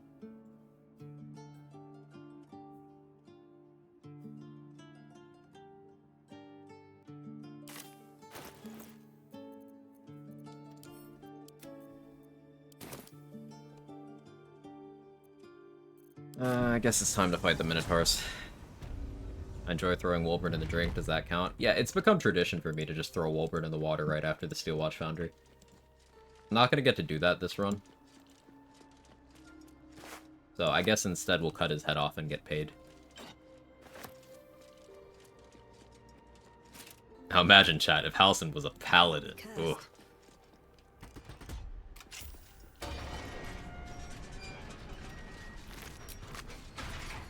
Can't even avoid House and Joiner camping out that Portal XP in Act 2.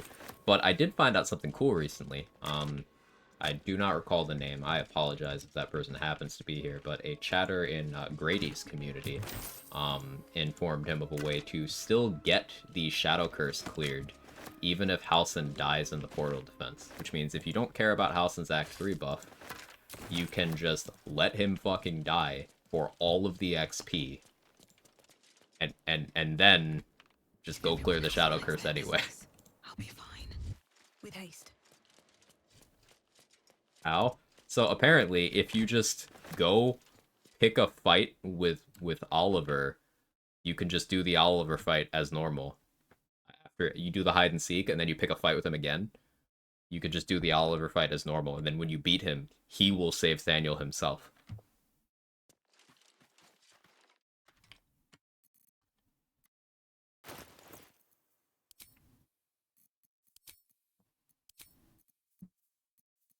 But yeah, I was floored. I was like, no way. But yeah.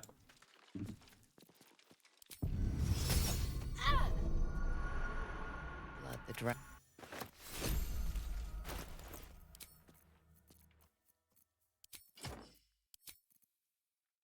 We leave House in Act 1 then? No, we gotta bring him with us to Act 2 for the XP. But we can let him die in Act 2.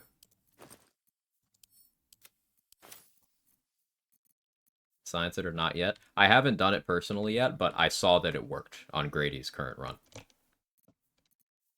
Like, he failed the portal defense, but then he had Thaniel chilling in his camp next time I was watching, so.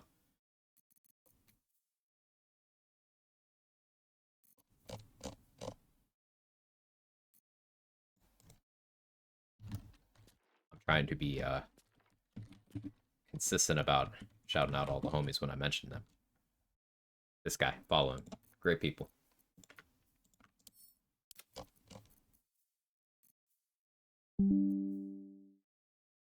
But I just got a Windows alert. What was that? I don't know what that was.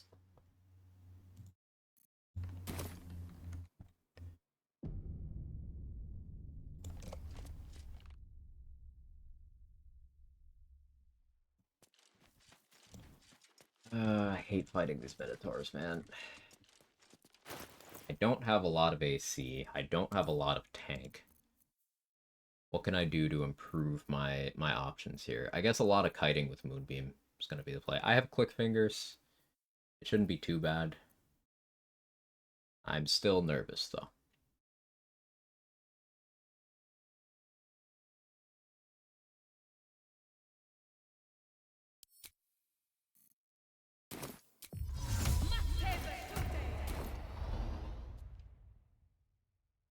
That's the spectator area. I didn't realize how close those things are together. Better be cautious. Port strats? I could. Yeah, I could.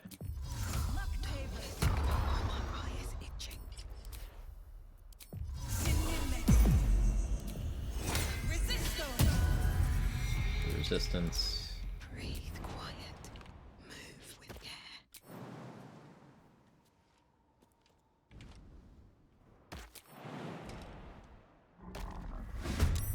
I wanted a surprise round, but no, that's okay. That's okay. I wanted a surprise round so I could trigger the bullet spawning in, but I guess we're not getting that. Spike growth would be good here too. Probably should have prepped spike growth. It's okay, we Moonbeam. When in doubt, Moonbeam. To combine the fights. Combining the Minotaurs with the Spectator could be an interesting approach. I do have Alert. I could probably just pop over there and do it. Problem is, if the Spectator decides to attack me, I don't have Protection from Evil and Good on, so it can frighten me. I don't have crit immunity, so it can crit me to death with a bite. I don't have necrotic resistance, so it can do almost all my HP with that, and it can do all of those things on the same turn. So, maybe, but not this turn.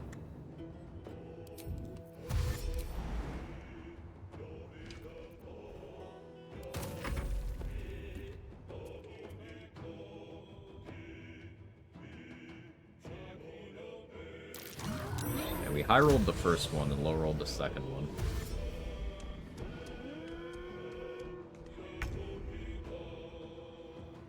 Hope your day's going well, Fancy.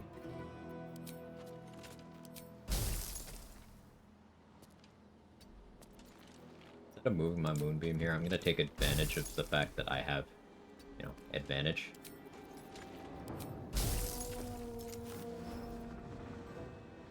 Actually, yes. This is the one I need to kill.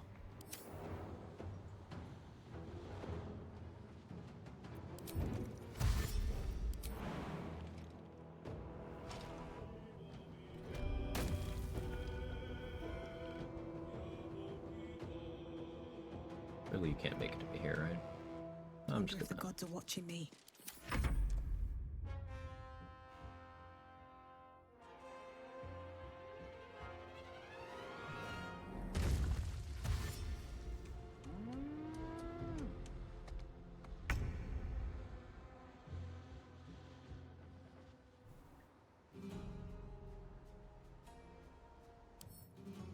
Cost an action. Still have Reckless Roar, so I should probably still... I know what I'll do.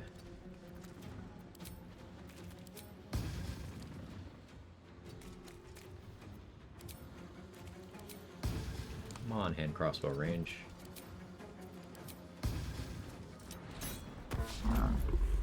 Still miss.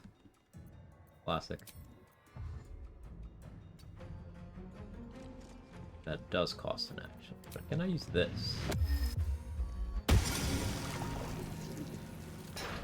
Wait, it damaged it twice. So is it open or closed? Okay, I guess it was in a short enough window of time that it's closed. Cool.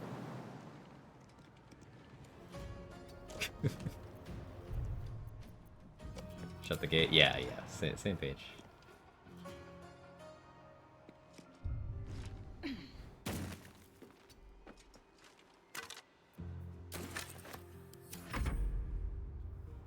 Watching your previous run, at one point in Act 3 you had every enhanced ability at once. To not find the point you can get that, elaborate on how you got that. Sure, if you take Auntie Ethel's deal in Act 1, and you let her finger your eye socket for a little bit, you can also, if you press her for a reward after that, she'll give you a one-time use consumable that gives you every version of enhanced ability at once, until Long Rest. You only get it once, but I saved that until Act 3, and did most of Act 3 in that window of time.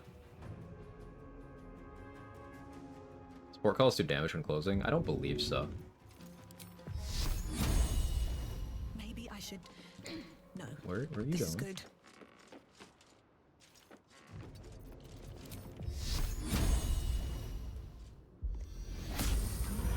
Moonbeam in Darkness is some shiesty stuff I didn't know I needed.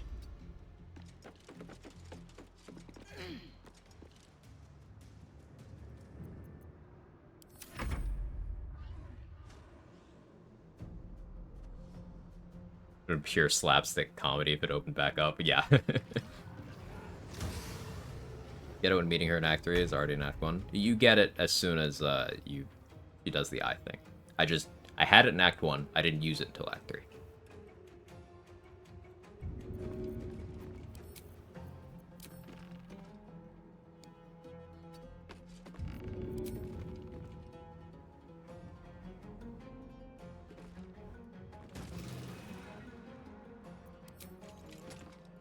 That was a lot of damage.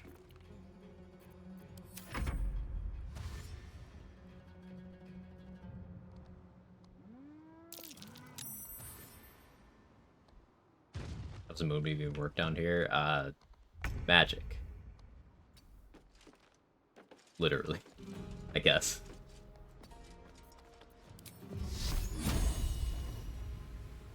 I mean invalid target.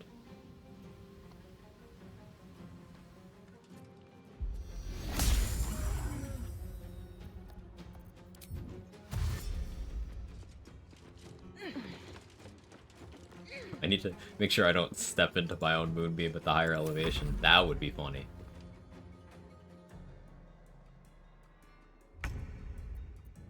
So since you're in it, what happens if I do this? You're just gonna pass your turns inside of it? You sure are.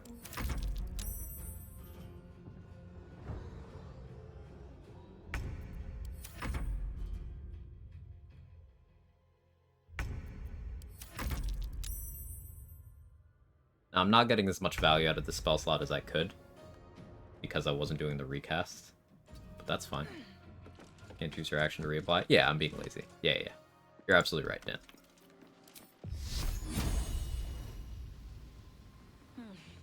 All right.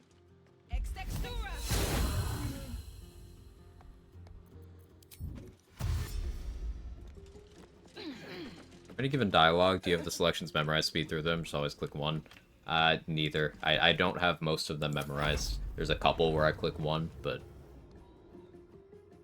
yeah, I'm just kind of quickly glancing at what the options are. Or I remember what order the options are depending on a class.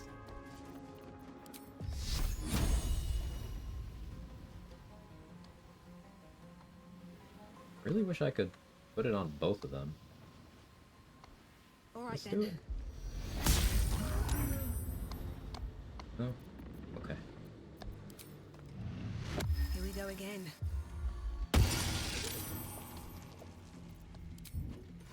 Fine. I can rest after this. No trouble. I'm gonna blaze through a lot of dialogue. I've just done a lot of runs. The early game stuff in particular, I do have some of those memorized. Like Yetta said, Nettie is only ones, and that's like the biggest yap session.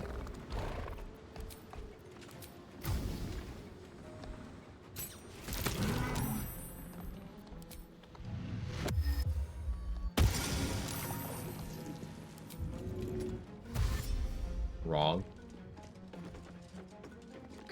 Educate me, Dan.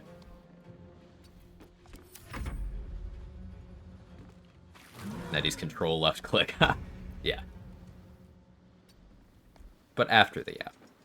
I had been going on and off AFK. Sorry, repetition case wasn't addressed earlier. Oh yeah, sorry, I totally missed this, Machete. And don't worry about repeating.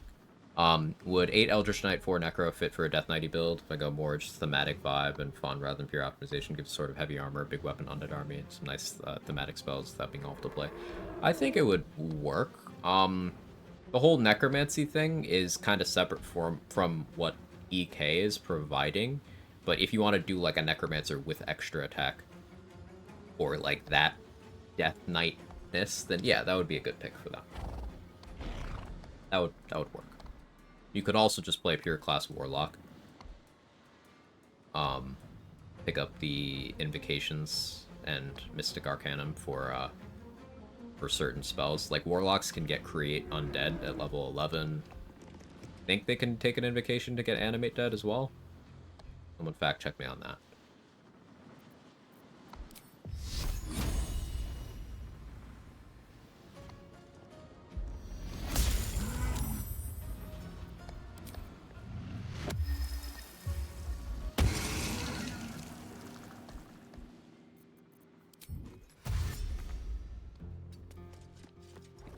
And 6/6 will also be good. Necro Wiz get a feature, you lose a feat. 6/6 could work. It's just the kind of thing that comes online very late, right? Like, if you're going for your max power summons, well then that's 6 levels of wizard. But then you don't get your extra attack until level 11. It's very late. Animate does through Tome Lock. There you go. Thank you, Trade. So yeah, if you went Pact of the Tome, you wouldn't be doing Pact of the Blade, so you wouldn't get your extra attack. So maybe disregard that. But Pact of the Blade would get you your extra attack. You would eventually get a Create Undead, which would be a Mummy. The Mummy's a very good summon. And you could Animate Dead through a scroll. You'd only get one that way. But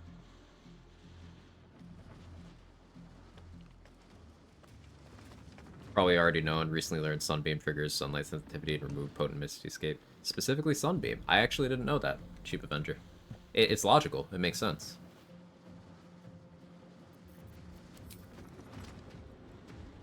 Coolhound 2024 handbook. You can get all 3 packs as invocations for Warlock. It's very cool, Archangel. I'm a huge fan of that. I think it's weird not getting your subclass at level 1. Because, like, think about that mechanically. You're a Warlock, but you don't know who your patron is until level 3.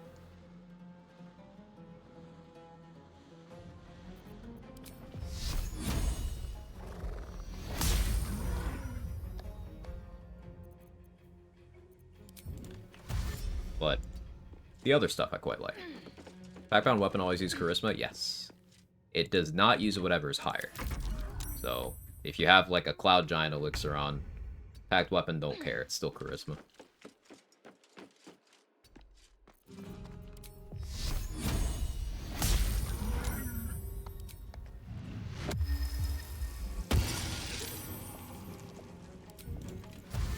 Another step forward. Goes in some specific backstories, it works. Weird design around corner cases, yeah.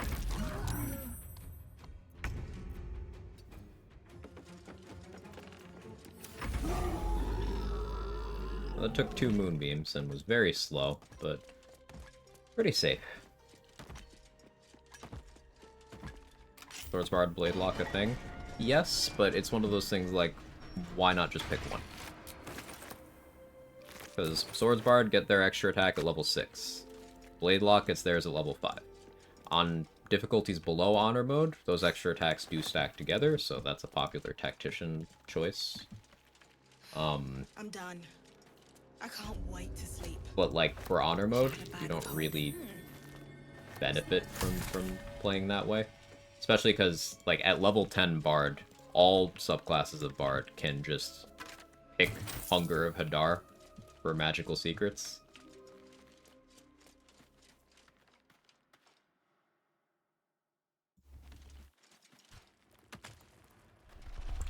I wish your patron would guide you during the game or somehow influence your dialogue options like Mizora does. Then I guess everyone would play Warlock and nothing else. I feel it's something that could have gotten some sort of implementation without ruining that, Antares, but, like, I agree with you. I think it's low priority, but I do agree with you. That would have been cool. Every once in a while, there's a dialogue option where you'll get a Warlock flavored, like, oh, your patron's telling you something here, but it's very limited. Like, for example, if you go to the Altar of Shar in the Gauntlet of Shar, the one that gives you the necrotic resistance to long rest if you pass a religion check, Warlocks get an alternate option, a deception option, where you can hear your patron being like, hey, it'd be really fun if we just stole that.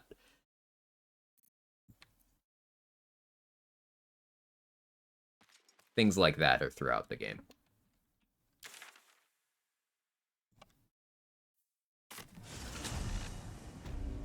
Great Old One has some interaction Moonrise when you have to investigate the tentacle wall. Yeah, that's another one. The way I'd work around it as a DM is that the Warlock knows who their patron is, but their patron doesn't give them anything special or unique until they start showing some amount of promise. Like, that makes sense, all-time lowly, but then you still end up with the fact of, okay, you don't actually know who your patron is, because you can still choose between Fiend and Great Old One and Archfey, etc. So, like, I guess, in, like, an in-character sense, you've already picked by that point. But technically, you're not locked in until level 3. So that's the part I find weird. Like, in BG3, you get your Warlock subclass at 1, so that's not an issue. I want a Warlock, but I'm shopping around for patrons for a bit first. Something we were talking about in Mark's chat the other day was, if you think about it, if you think really hard, every class is just Warlock. Like, Cleric is Warlock with better branding. Barbarian is just a Warlock that's between patrons and really angry about it. A Wizard is just a really nerdy Warlock. Etc.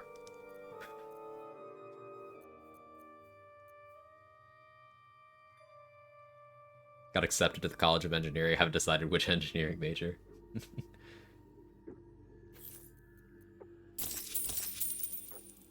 Buy Psychic Spark here.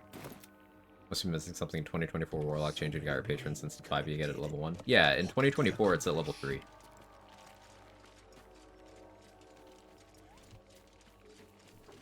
They made, like, all the subclass selections uniform level 3.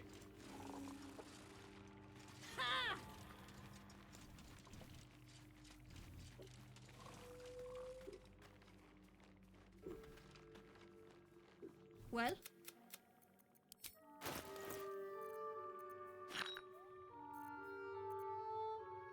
Wizards just went to college, sorcerers just burn out gifted kids, and warlocks just people need a sugar daddy.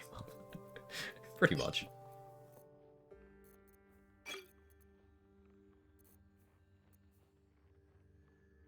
anyone remember off the top of their head, does Caustic Band apply to throwing? I think it does, right?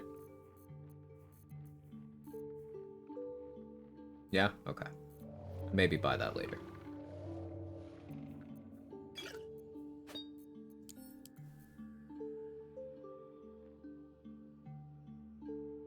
Spending so much here, man. Ugh. Clerics won't become lemurs if they don't obey. You don't know that for sure, though. Might be enough to cover rent. I'm the sorcerer that peaked in 2nd grade. I feel seen by that. Bard skipped all classes, didn't read, and still got a B just because. It's like every class actually throw a barb. Wizard just barb throwing spells. Monk just barbarian throwing their fists around. You know, you might be onto something there.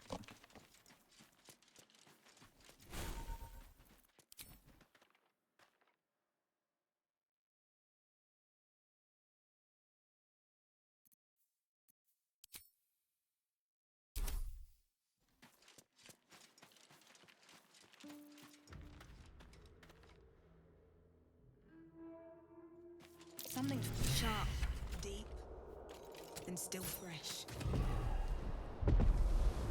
Subclass level 3 and 2024 would be weirdest for sorcerer. Oh yeah, suddenly draconic bloodline. Or suddenly your magic just becomes wild magic. Yes, that's so weird.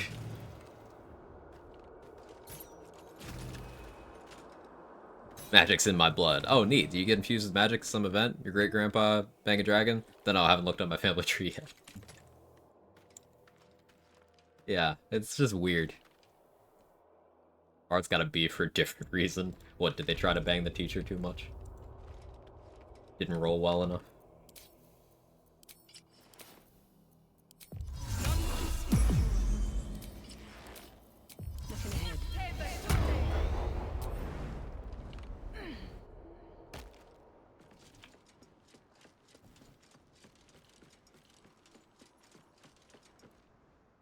I'm gonna save this guy for the gloves. Scroll. Where did I get a Misty Step scroll? Bad idea.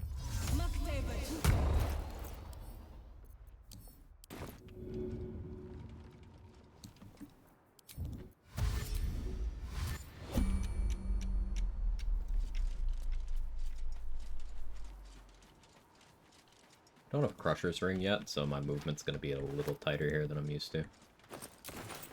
What are you doing? Should still be fine.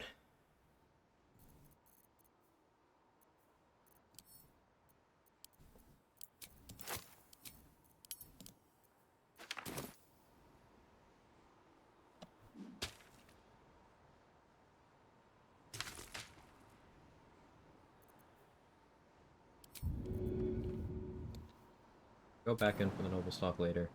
Yes.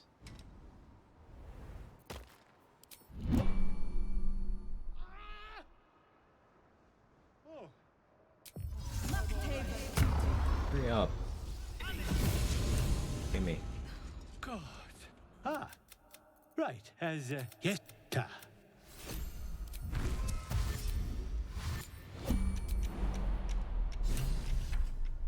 Took me today to realize there's Explorer XP point in the Myconid colony. Yeah.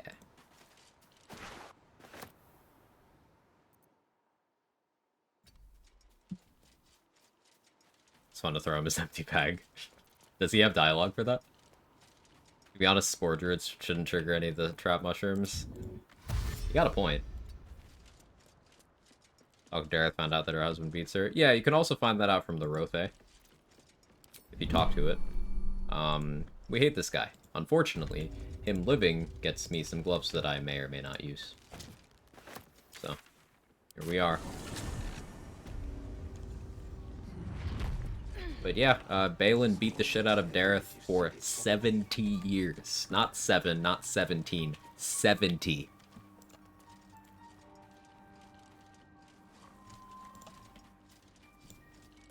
Everyone leaves behind the Lulz candles. I'll go back for those later.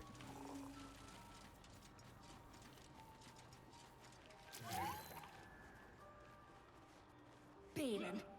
There you are. How old Did you can bring dwarves the be? noble stock? Old, apparently. Noble stock? The mushroom? Look at that. His hands are empty as That's a bad, whole. and even the Rothe But picked I've that up. sent Well, him the back Rothe out was getting soon hit enough. too, so. Collecting noble stock. Go on then. And you. Hubbubs died down. We hold this Balin accountable for old Balin's actions. Seems like a nice chap now. Trust the Rothe's judgment. Well, if you give him the noble stock, he just reverts right back. So it's not that he's changed, it's that he's lost the mental capacity to function properly. It's still the same person, he's just has a brain injury.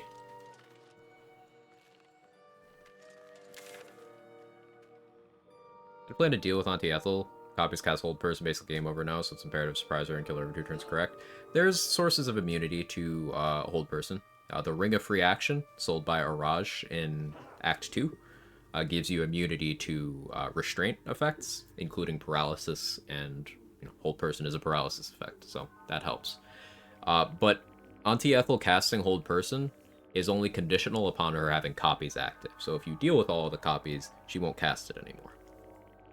And she only periodically summons copies, unless you are casting spells willy-nilly, and then she'll summon more often, but Ethel's not a big deal. The trick with Ethel on this run in particular is she's going to have her masks helping her on this run, because I'm not going to kill them ahead of time. We're going for the hardest enemy configuration in major fights. So she's going to have, her usual stuff, but also the people in the room before. Now, they're not very strong. I'll probably be a high enough level where they don't factor in much, but it will still be one more thing I have to deal with.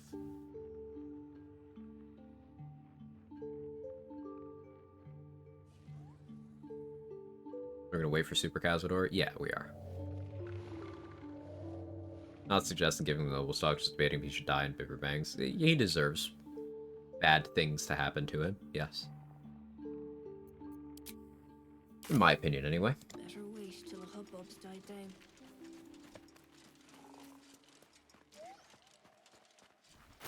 I could attempt to steal the Susur bark. That's an inspiration point.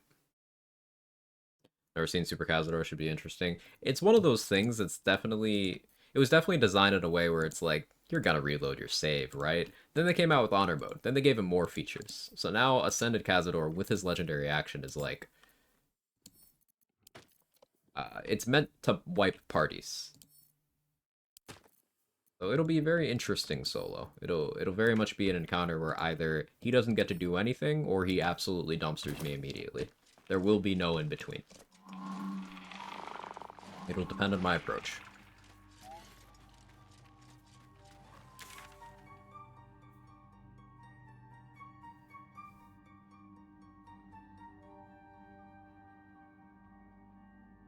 Considering what we're doing next. I have no spell slots. We did get the Amulet of the Unworthy.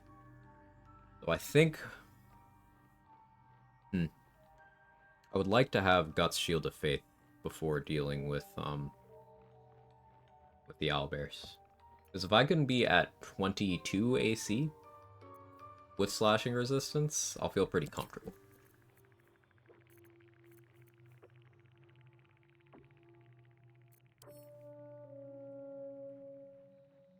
I won't have crit immunity, so skip some turns to let him ascend. Yeah, that's the plan, currently.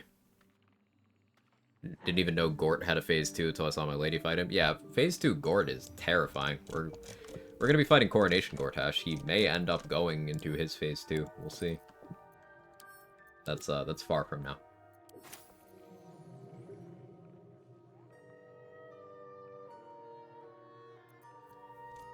I may use the Spider Egg Sac against the owlbears. Going into that without crit immunity is so scary, though. The thing is, regarding Grim, I want to fight Grim without using the hammer.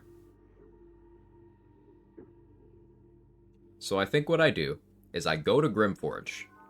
I go all the way to the Ancient Forge. I craft a piece of adamantine armor. Maybe the shield? Probably the shield, possibly the medium armor. No, the medium armor. We'll do the medium armor. And then I grab it, and I run away from Grim. I flee combat. Go back, fight him later.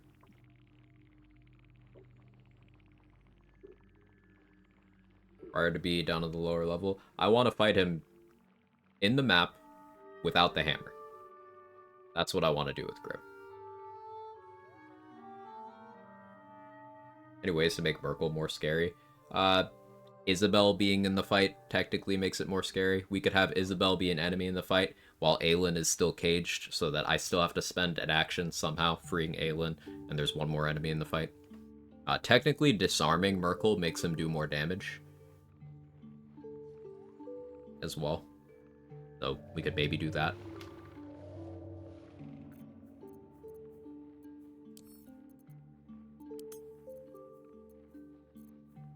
Leave the squid alive. Again, that's not getting a harder enemy configuration, that's just being stupid.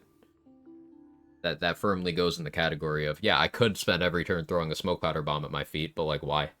Disarm Merkel? Yes.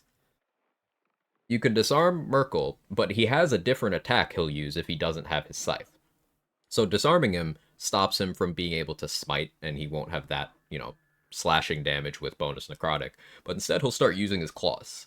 And his claws are also slashing damage. Can't smite, but instead of bonus necrotic, he has bonus cold. But that bonus cold gets scarier because he applies chilled when he hits you with the claws. So he gives you cold vulnerability. So if Merkel hits you with his claws twice, it does more damage than him hitting you twice with his scythe.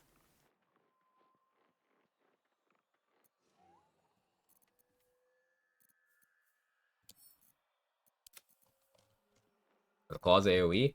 I don't remember if they're AoE or not off the top of my head, Chaser. Surprise bands in general too much, but surprising Merkel's kind of scuffed. I mean, we got time to think about it. We got time to think about it.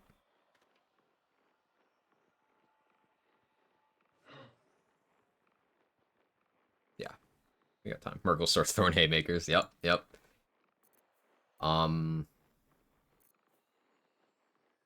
I think I rest again, then it's time to fight the owlbears.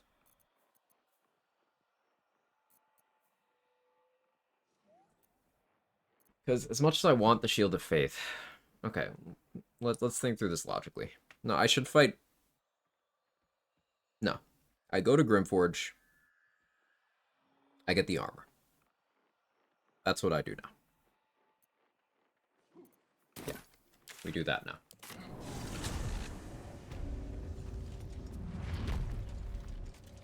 I do not talk to anyone that starts the Free True Soul Near quest. Getting locked out of the Brithvar dialogue is fine, because on this run I'm not allowed to ally with Brithvar anyway.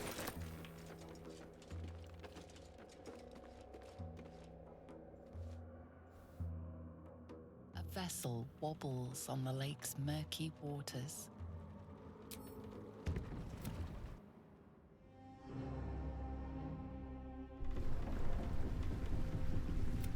You! Where's Gek? Who are you? Well, what about Gek? I rested after Where's I knocked he out at? Barkus, right? Pretty sure I did.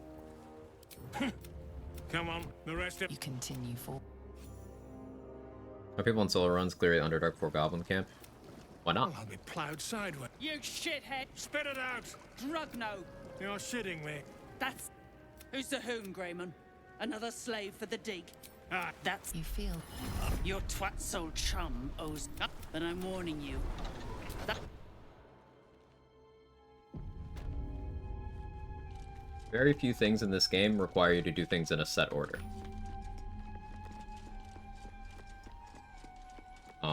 And coming down to the Underdark before dealing with the Goblin leaders lets you get, as Jazz mentioned, crit immunity.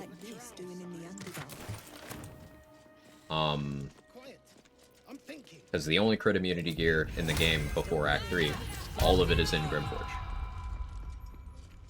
Get some items, extra XP. Most underrated and fun bow in the game. True. Take a look.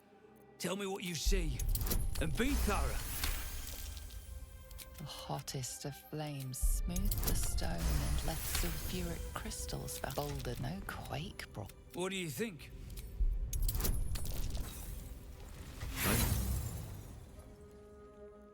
The sneak and...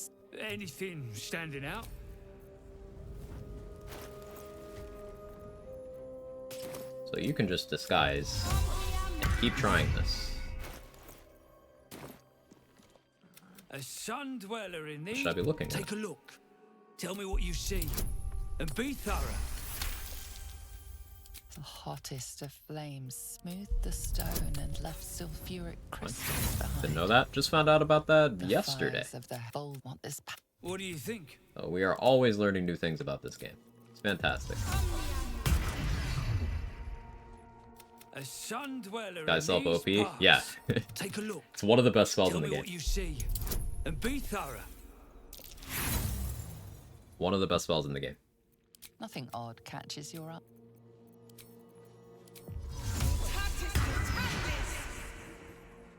What luck? Look here. Take a look. Tell me what you see. I mean, you can do this with every other NPC you failure rolls with. Not every other. It's a case-by-case thing. The hottest of flames smoothed the stone and left sulfuric crystals behind. Quite a few inspirations I see there. What do you think? Gold accents aren't too tarnished yet. Thunder. This works in a few places, but not everywhere. Take a look. Tell me what you see. And be thorough. Bad artisan. Nothing odd catches your eye.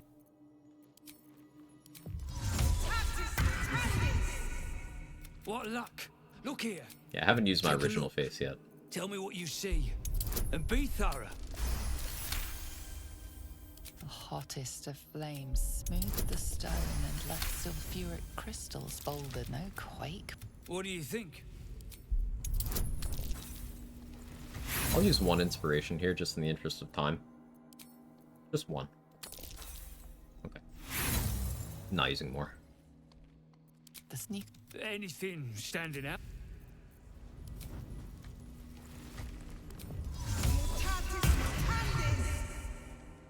And before we run out of disguises. Who? Take a look. Tell me what you see. And be thorough. It's possible.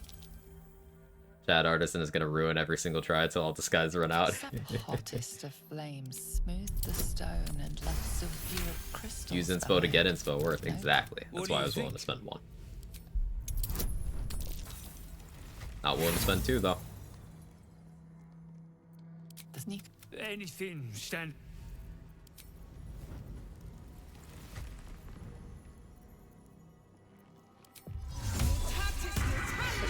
How are you? A sun dweller. Take a look. Tell me what you see. And be thorough. Doing now? The hottest of flames smoothed the stone and So every boss fight where there's like different configurations of the enemies depending on decisions you make, I'm going for the hardest version. What do you think? So like, you know how Ketheric can have a ton of people on the roof helping him in his boss fight if you didn't deal with them ahead of time? Well, I'm not gonna deal with them ahead of time. Wherever possible. A sun dweller in these parts. Take a look. Tell me what you see. And be thorough. Oh, my guidance rolled a 1 though. Nothing odd catches I your might eye. actually run out of disguises, which is hilarious. Yeah, we're only on the 3rd row though. Guy does not understand object permanence. It's dark down here, okay? A sun dweller. Take a look. Tell me what you see. And be thorough. Let Karna's guide you to Moonrise? Yes, I have to do that. Stand This also does mean that I'm not going to have the Pixie's Blessing. I'm going to have to carry around Balthazar's stupid fucking lantern. Boulder no. What do you think? Worst peekaboo player. Okay, finally. Anything stand. But my work is up. Let's see what you've got. Spend an inspo to get an inspo. You like this animate dead scroll. You like this fireball scroll. We're taking fireball.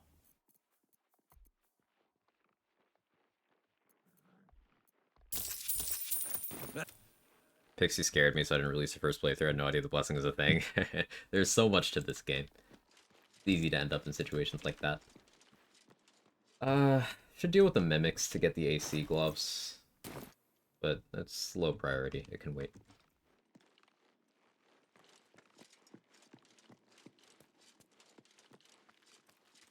Invis ring.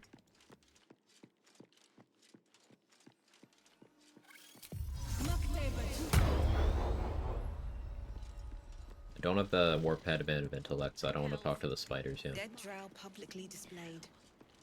The Dwergar are sending a message. Good thing you got me. You wouldn't survive a 10-day on your own. 10-day. Consistent. I'll give you that. Do I not have a darkness arrow? I don't.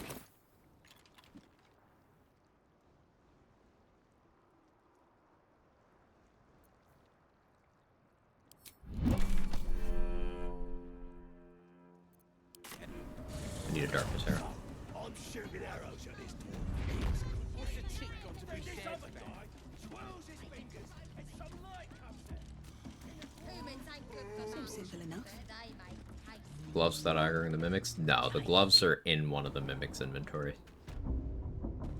These things have stayed interesting. Sneaky kill entire Moonrise Towers before the end of Act 2, the final battle will be much easier. Yes, you can, and because that's what I normally do, I'm not doing that on this run. My voice is going, sorry.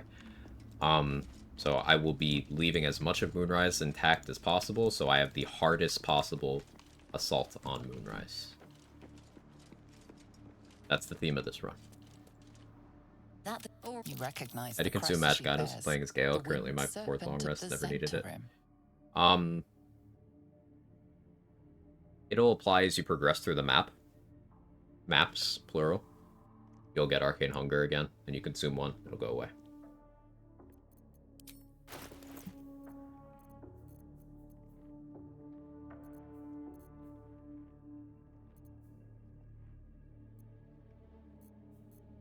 No darkness arrows. Definitely saving those, though.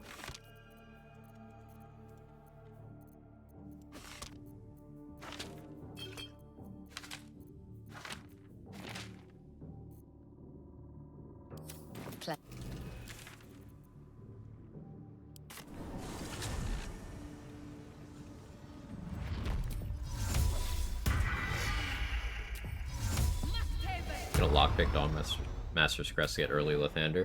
So I'm gonna lockpick that to get the XP for reading that note and finding out about the Blood of Lathander, but we're not gonna go into that room for a while. Reason being, entering Inquisitor Wargaz's room is exploration XP. That scales with level. And entering the hallway where Blood of Lathander is through that area transition is also exploration XP. So if I wait to go into that room until I'm like level 10, I can just grab like 800 XP just by walking around. If I wait. If I did it earlier, I'd get a lot less. And because my character level is going to matter a lot for this run. Need anything else? Always happy to help those we're who saving follow that. the first circle. You have darkness arrows, Aaron?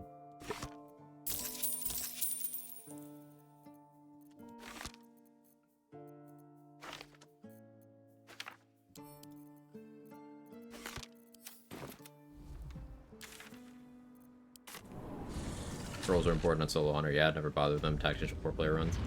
So you can do without it, but like they are very powerful if you min-max around. They're one of those things that not mandatory, but very good.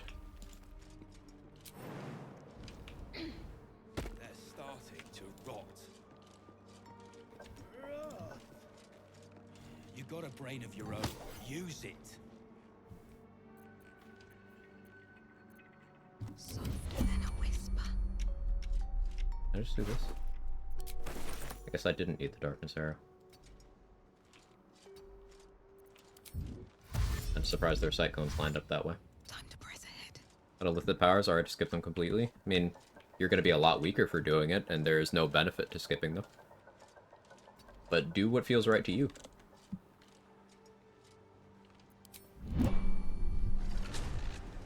Time to press ahead.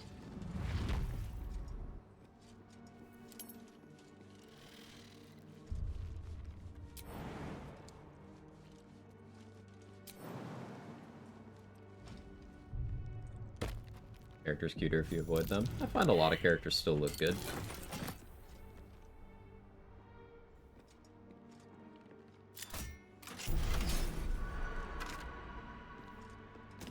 A Sharon idol. It's beautifully crafted.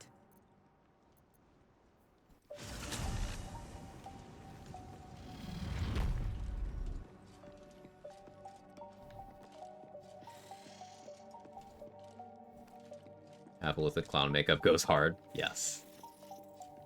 I agree.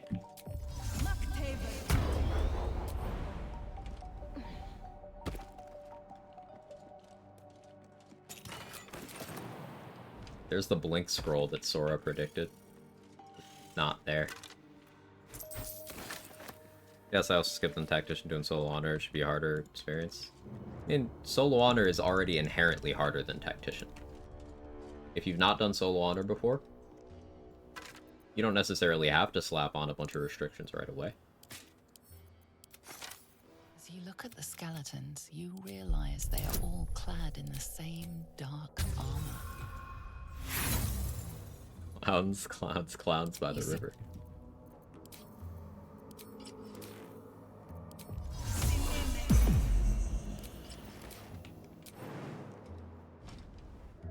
I blinked and missed it. I hate you. Did you catch that?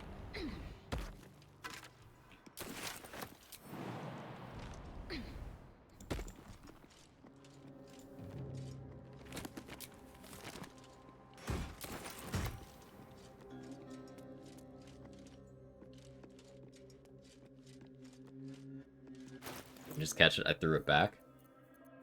Look at you throwing it back. I don't have rhythm. I could never. I could never.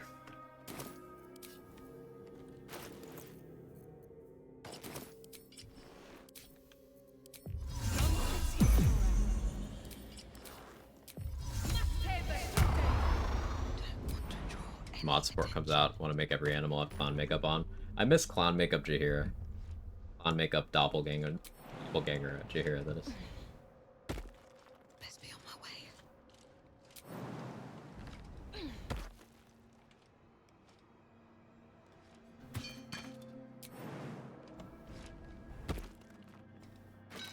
There's still more.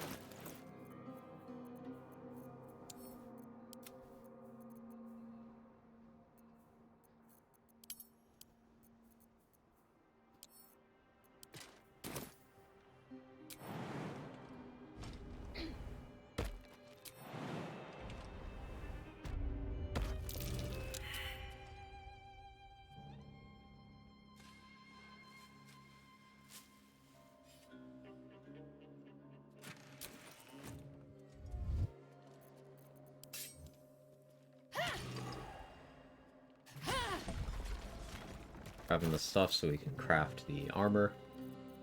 Now, I was talking about Exploration XP a couple minutes ago, and Ancient Forge, you know, on the way to craft the Adamantine, is one of the biggest Exploration XP spots in the game. I hate grabbing it early and missing out on what it could be later, but because I actually want the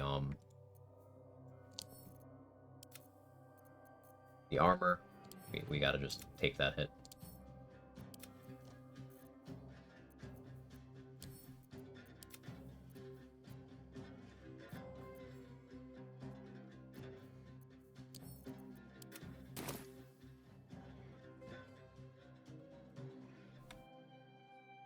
Go from down here, get the Sentient Amulet.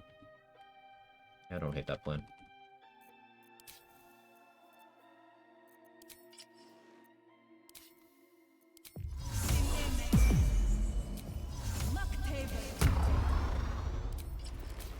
Out of sight, out of mind.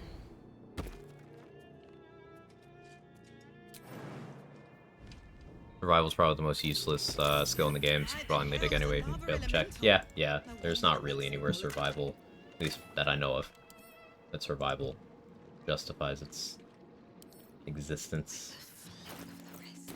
I don't have good sleight of hand. I'll throw one at it. Just roll good. It's easy. Can thou endure? I don't feel like laughing. Okay. Return me! Take Just out of view.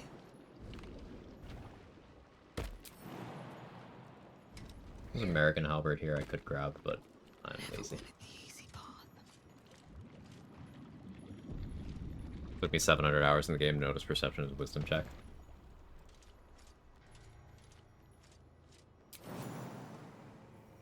Only 75 XP for that.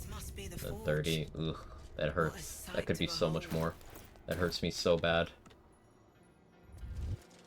Imagine if detecting ambushes for a survival check. That'd be kind of cool.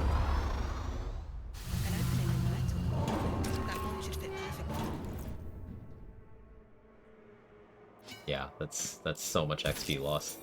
Makes me sick. Need the raw materials.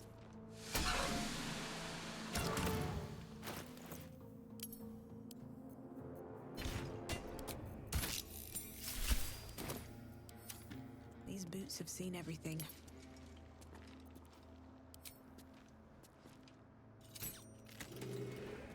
Way to detect an ambush from Ball Temple never succeeded despite having super high perception. See Invis. Them failing their saves. You can just see them. You also don't have to do that ambush at all. You can just invis and then, yeah, like Mia said, you can just invis and skip the whole thing. If you so choose. You didn't catch that? What do you have to trigger to get more XP there? You have to wait until you're higher level. Exploration XP is determined by your character level. So this this 75 right here, this 30 is from the quest, but this 75, if I waited until a very high level, I would be getting up to 500 there. Hey SK, how are you? Beat free person already? I did.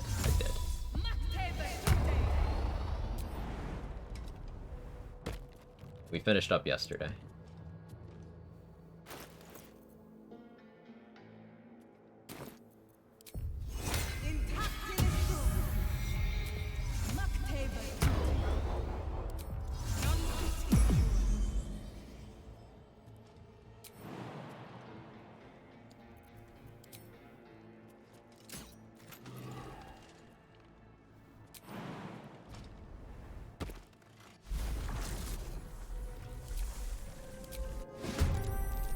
Hells.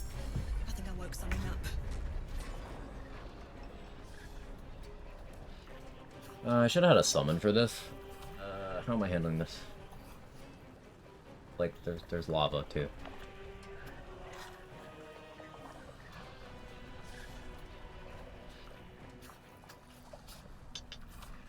Let me think. I know, I'll do it. So if I use Halo of Spores to pop a speed pot on myself, I'll have 2 actions and a bonus action.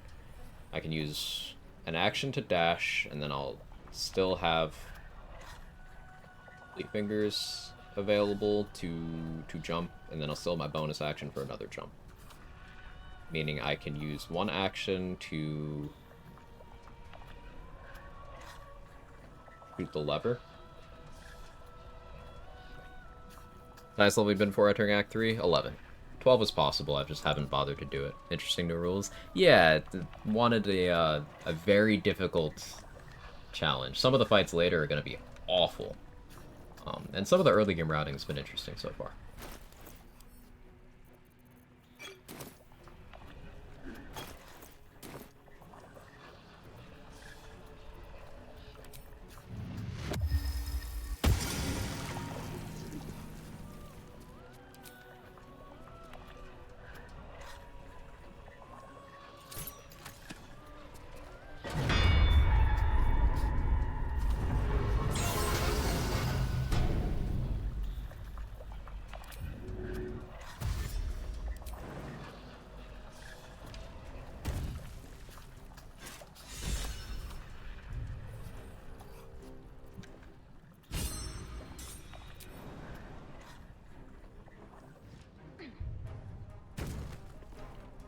Goodbye, Grim.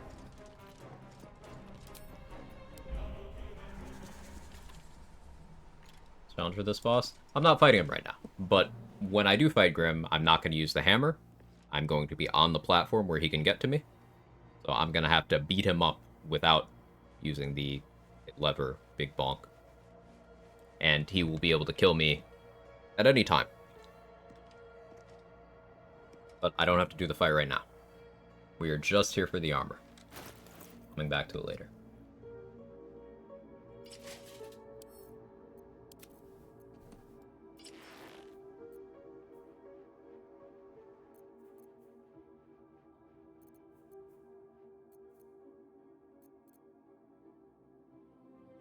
Anything else I want to do in Grimforge right now? I could fight those mephits. I don't have Call of the Weak. Don't have fire resistance. And I am going to have metal on, so don't love that.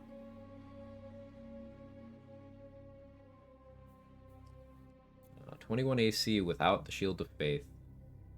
So if I deal with Gut and Palma right after we rest, I can then use Gut's Corpse to get 23 AC. I can use the Aid Amulet to have more HP.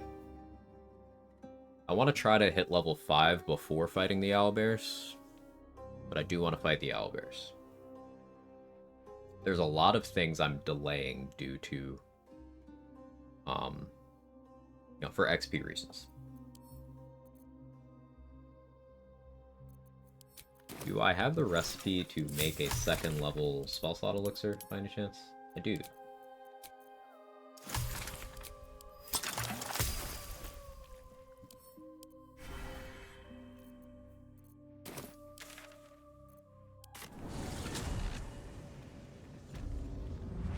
So I want to fight those mephits down there. Get the mats for oil of combustion. Also get some what easy XP. He says easy, but he's gonna start screaming about it in a couple of minutes here.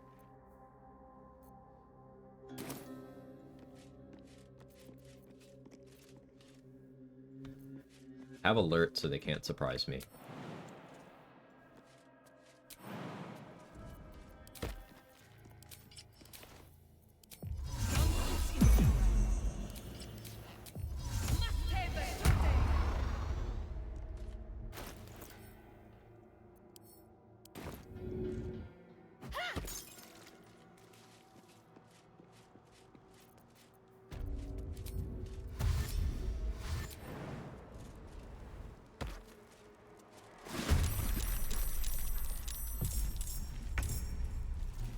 Second best feed in the game.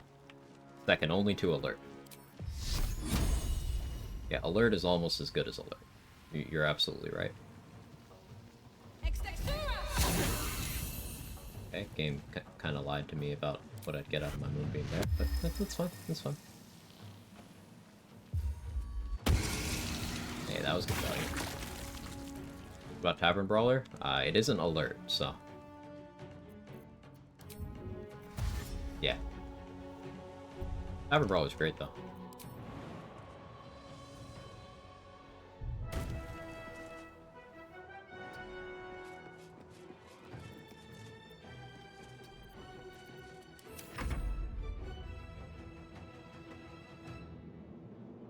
You had to fact check you on that? What, the Tavern Brawler is an alert?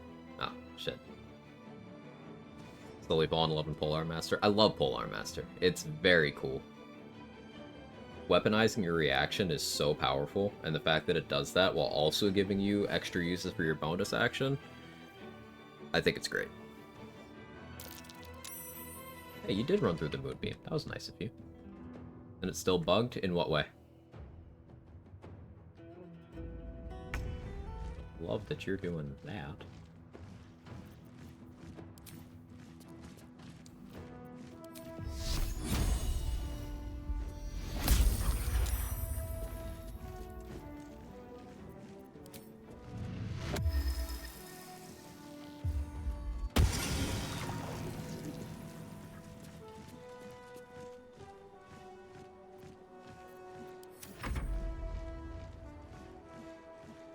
Also doesn't hurt, there's some really great polearms in this game too. Yeah, fully movement speed Batman. It's not Iron Throne for level 4 Action without maximum momentum stack, still a lot.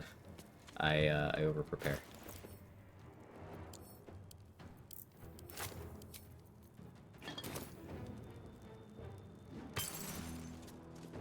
Don't walk into the Moonbeam. Thank you.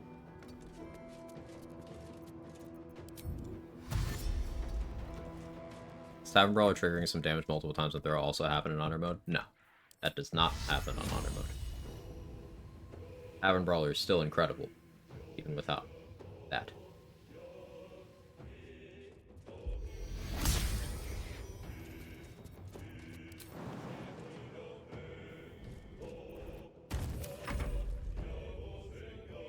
You tadpoling? Yes. No call the week yet, yeah. I think Polar Master didn't apply any modifiers to special attack back in the day. That still works that way.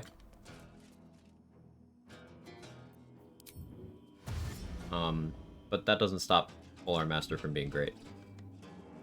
Because you can still use that bonus action attack to apply effects, such as poisons. You can do things like Divine Smite off of it, if you're doing that class. You can ability drain, you can apply reverberation, and it is still something to do with your bonus action that is more than nothing. That's not accounted for the other aspect of Polar Master, that's like you can react when someone's entering your threaten range, and getting to attack someone on their turn for free is really good. I'm gonna try co-op honor mode, someone never finished BG3, how fucked are we? Any tips? I would say play something that you are super comfortable in, where you don't have any decision paralysis. So, like, more of your attention can go to, okay, how do I resolve this situation, than having to worry about what's in your kit. That's what I would say. You can make Fighter with Sentinel Polar Master for duo walkthrough. Really strong combo. Thought I was okay, almost lost my run on Merkel. I'm humbled now. Merkel is one of the most run-ending fights in the game. Nothing to feel any kind of way about. Perfectly valid. Which are the go-to polearms? I really like the Skin Burster. It's a halberd. Harmonium Halberd is also great. Quarterstaffs count as polearms. You can use those too. Spears, which obviously leaves you Shar Spear of Evening. The most balanced weapon in the game.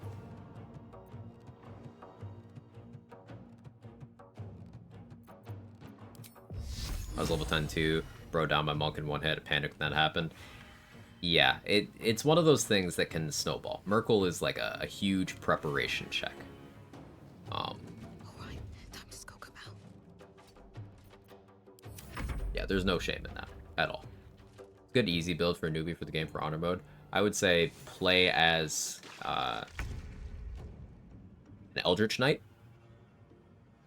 and use the well-known Hell Giant Club Titan String Bow combo. Reason why Eldritch Knight specifically is because anytime you think you're gonna get hit, you can click shield, and it's like, no, I didn't get hit. You're a fighter, so you can use whatever weapons you want, whatever armor you want. You can action surge as you are just, I want to do more shit this turn button. It's very flexible, very reliable, and that decision paralysis thing I was mentioning, you don't have to deal with that with fighter. Very simple. You attack things and they die.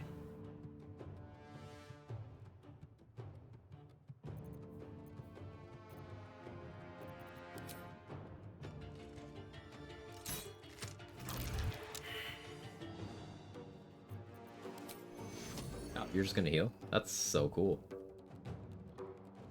Love that for you. At the ready. Bring the Loomstalker, I think. Yeah, you can do that. Warlock's fun for honor mode, IMO 2, Eldritch Blast Burr. I'm a big Warlock enjoyer, 7 Deadly Sins, but there's more things to manage with Warlock, and in the direct inverse of fighters, Warlocks have a lot of options to manage.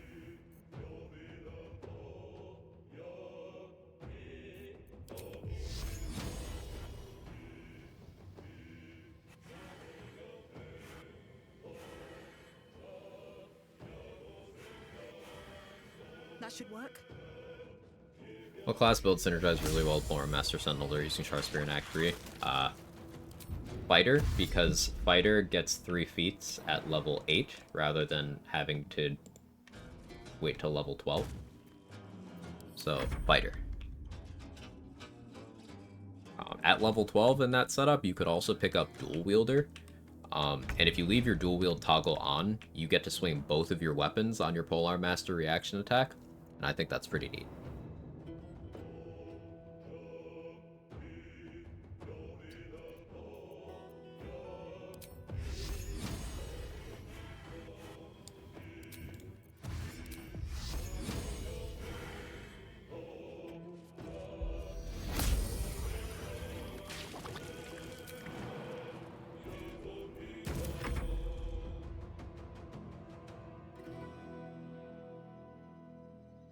You get 4 attacks?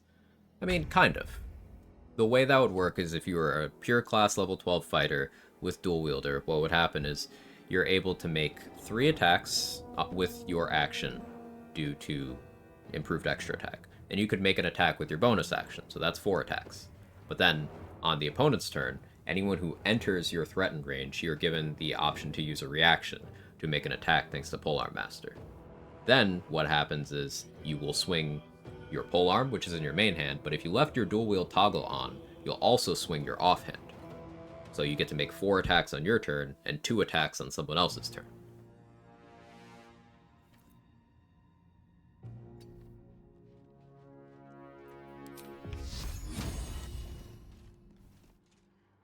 Don't want to draw any attention.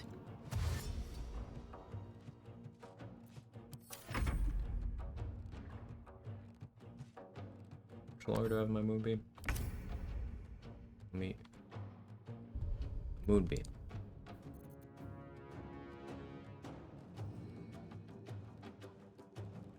I guess I can't.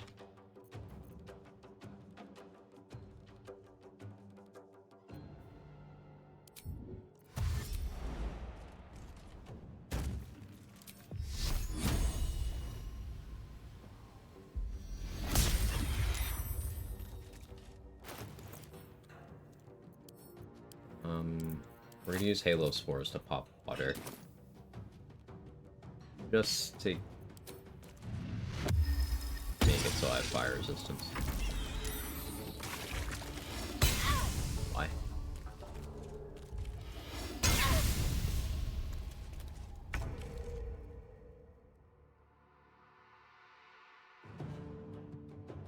HP, you're both concentrating. I want guaranteed damage here. Good idea, I think. You broke your concentration.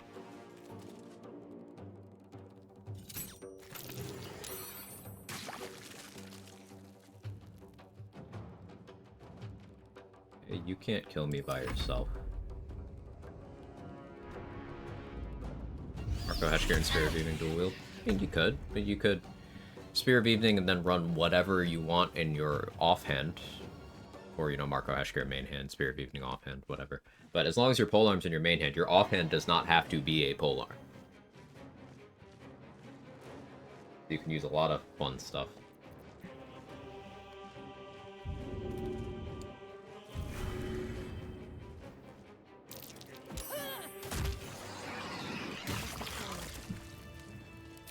All's well that ends not as bad as it could have. Thanks, Lord and Savior. Thanks, Fire Snake. So, I really like 4 Elements Monk in this game. Because Fangs of the Fire Snake is just such a cool ability. Open Hand is definitely, like, better than 4 Elements class. Like, 4 Elements, if Fire Snake isn't an option for some reason, it sucks. Oh, hey, there's one more. Actually worries me a bit. I have a cold arrow? I don't. Acid arrows.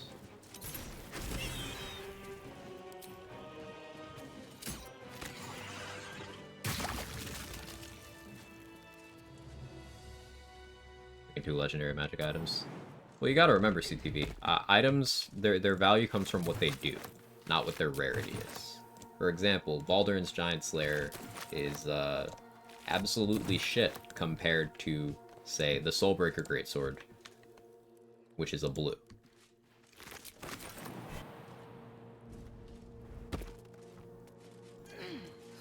So, 2 rarities down. Better find somewhere to camp soon.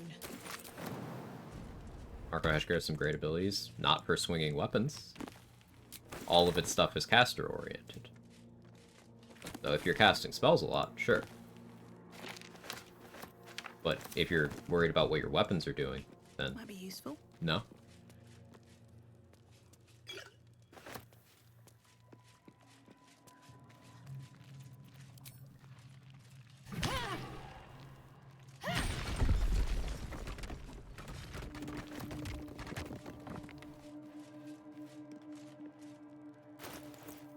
Do I go for Mimics now? I really need a little bit more XP. I think if I throw things, I think I can make that work.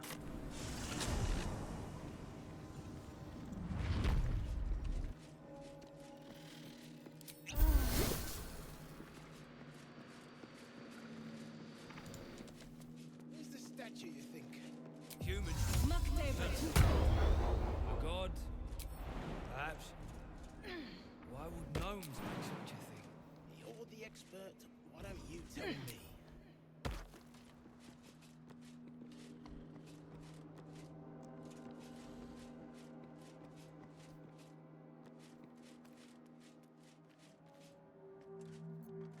So just in case, we are gonna feather fall.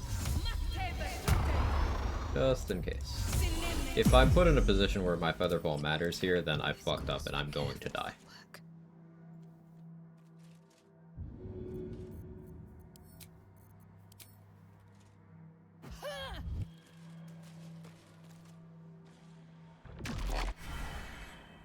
Other XP bonuses that scale with that character level? Not to my knowledge.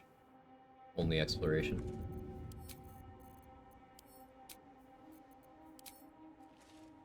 Good idea. I don't know. Nice crit. I managed to get the hiding off, which is good. They shouldn't be willing to do anything. Throwing into an offhand crossbow shot is probably my ideal damage, but heavy crossbow has the range where I don't need to do anything super weird. I guess bone chill into offhand shot is actually my moneymaker here. They don't resist necrotic. I don't have any bonuses for my bone chill's damage though, whereas I do have bonuses for my throwing. Maybe we'll just continue to use the bonus action to stay safe. Make an item called the Run that when thrown kills your entire party. Throwing the Run. I like it. It's an obstacle here. Fine. Time to press ahead. Activate Hold Bliss Force buff and Morning Lures Radiance for all of Act 2 if you do those quests after Act 1, right? You can.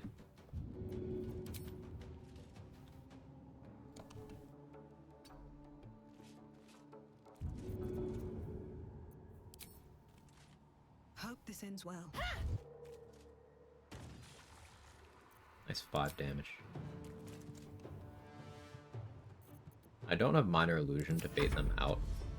So if they huddle up on the wall, I will be in an interesting position where I'm not sure how I'll move them. I should have really waited until I had a spell slot for Spike Growth here.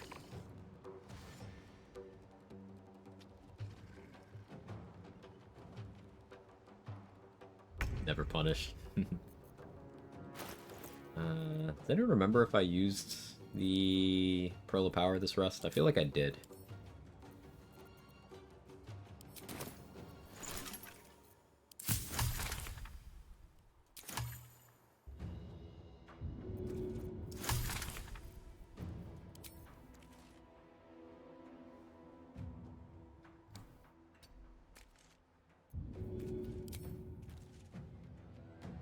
Should get started.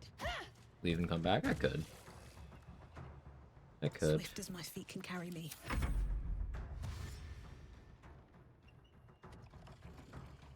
They mentioned you didn't, might just be going insane. Check.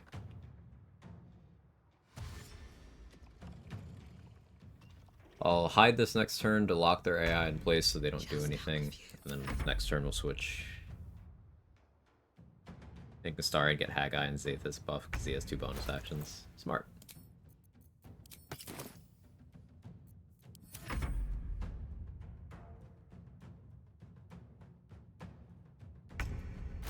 Hey, I haven't done it. Cool.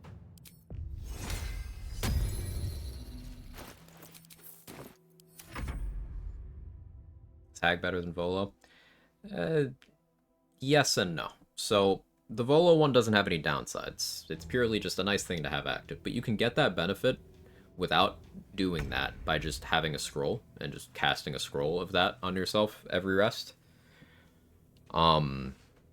The thing you get alongside the combined buffs and debuffs with getting the Haggai is that you get a one-time use consumable, which until long rest gives you every version of the enhanced ability spell at once. So I usually try to take out a huge chunk of Act 3 with that active, so I have advantage on a bunch of checks that otherwise I wouldn't. Like, the Int one helps me with getting the Mirror of Loss, it helps me with getting the items from Sorcerer Sundries, it helps me from passing the check to disable the motivators in the Steelwatch Foundry. The Strength one gives me double carry weight, so I can carry around a lot of different stuff.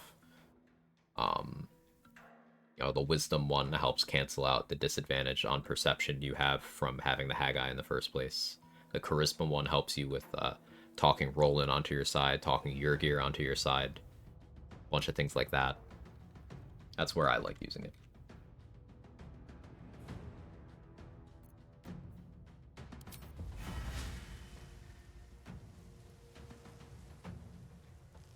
No time for mercy.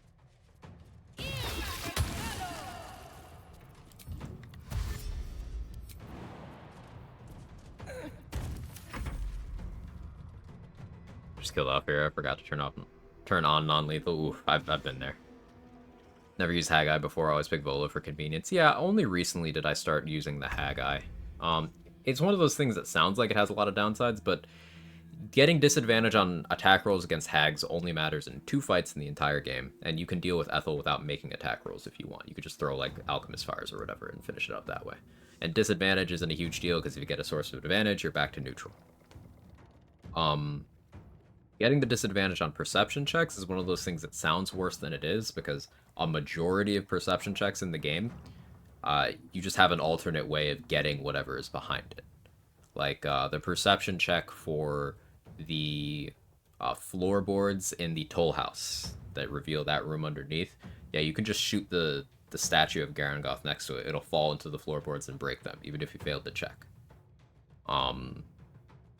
The door to get into the basement of the Masons Guild, also in Act 2. You can just cast Fairy Fire on it, and it'll open, even if you failed the perception check. There's a lot of things like that. Perception is not as valuable as you think it is.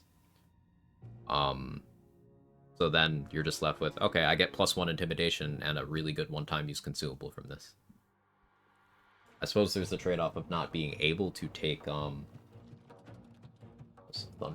Not being able to take Volo's Eye because you took Ethel's Eye, but as I said earlier, you can just use the See Invis scroll for that. Or once you get to Act 3, the Assassin of Balcal lets you cast that once per long rest, and it lasts even after you take off the item.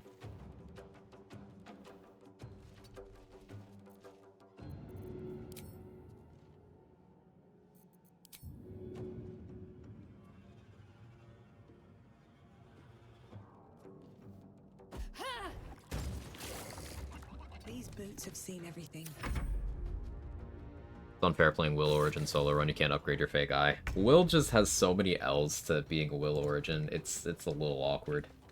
Like, you don't really get perks. Almost all the characters get some sort of unique thing to them that differentiates them from other characters even within the same role. Except for 2. Well, except for 1. Jaheira doesn't get anything, except she starts at level 8, regardless of what level you are when you get her. That's baby useful. But the only thing Will gets is Rapier proficiency. That's it. That is the only Will exclusive feature. That and not being able to do the eye things. Meanwhile, Gale gets a bunch of exclusive gear and buffs. Shadowheart gets partial Shadow Curse protection for free. Astarion gets his vampire stuff. Karlach gets her soul coin stuff. Lae'zel doesn't really have much either, but at least boss shows up, and you can get some stuff related to that.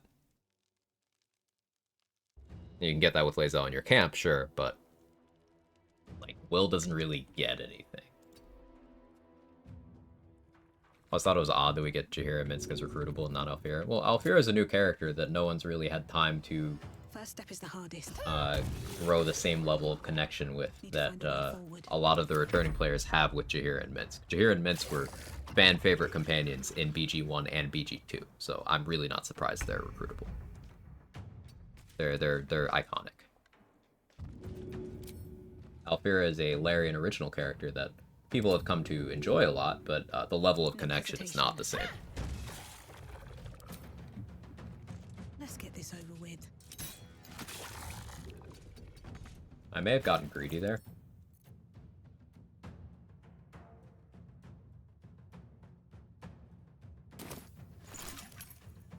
We're gonna do something just in case. I feel like they can pull me down from where I am right now. So we are going to be extra super duper super safe.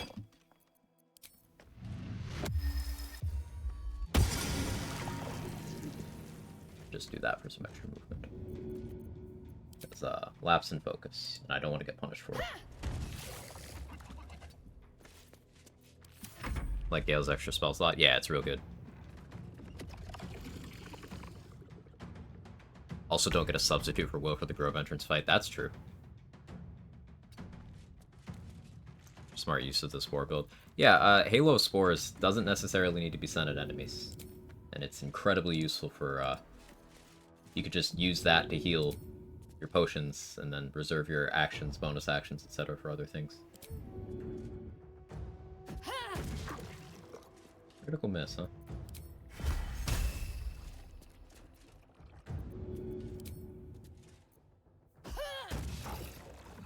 Cool.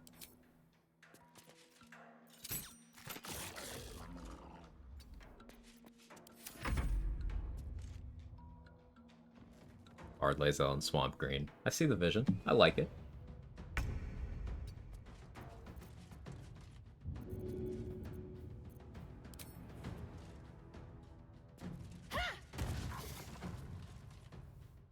Okay. I would like to hit, please. Thank you. Hey, that's nice. I'll be lethargic next turn.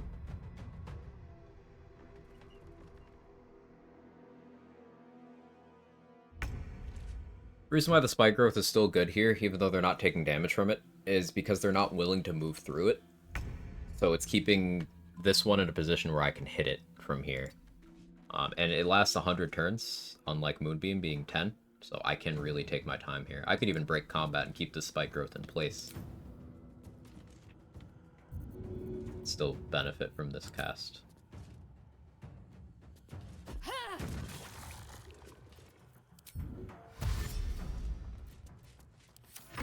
Slow and steady. I'm gonna stop throwing hammers because I don't want to have my kill stolen by gravity damage. I am here for the XP. So we'll go back to throwing light things. Throw the poop knife.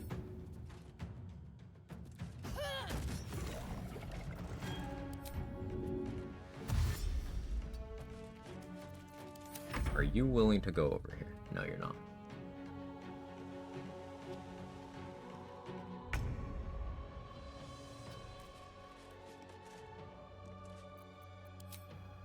Is there an angle?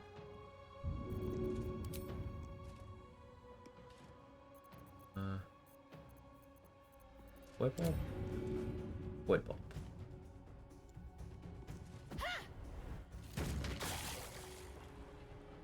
Like that.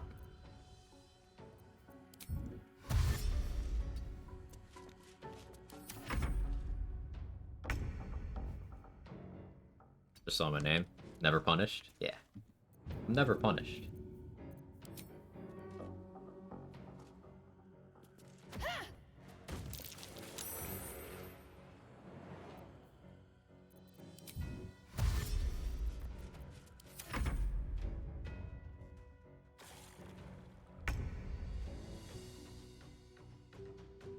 Hard Lazel, but she just releases diss tracks against Blackith. Straight out of Crush Kalir. Like it. Softer than a whisper. We're gonna take some turns to re-equip other things. Re-equip Broodmother's Revenge. Drink that.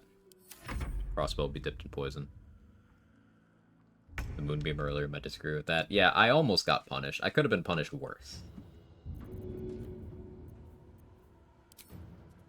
That should work.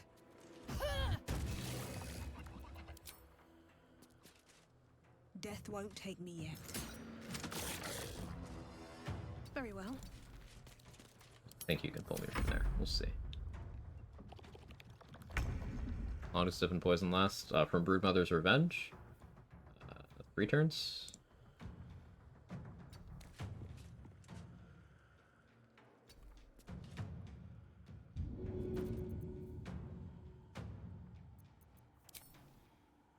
And away I go.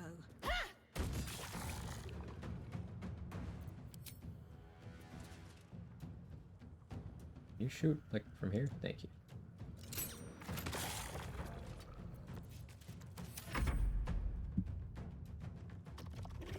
Throwing gets symbiotic entity damage? It sure does.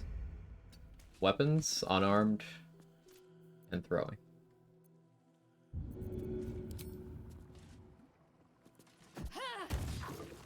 Nice miss.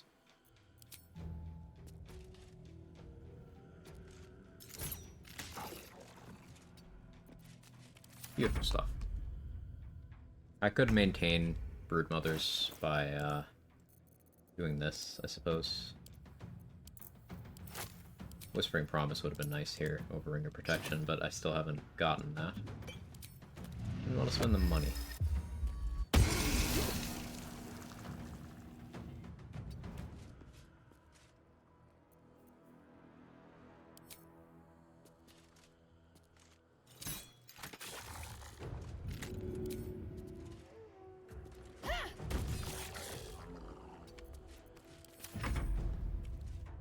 D6 bonus necrotic damage because use your 4 temp HP per druid level class feature. Yeah, Spore Druid's crazy.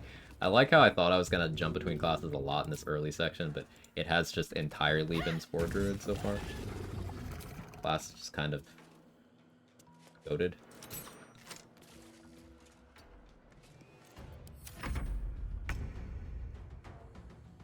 If everyone else minds their business, I'll be fine.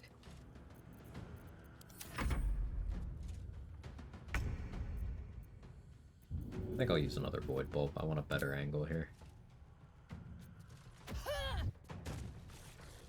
Oh, no dice? Fine. Cutting to the chase. Breathe deep and move.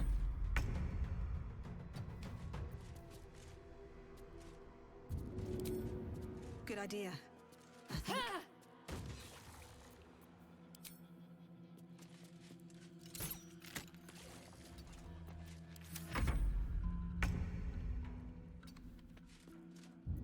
Very slow combat, but mimics are no joke.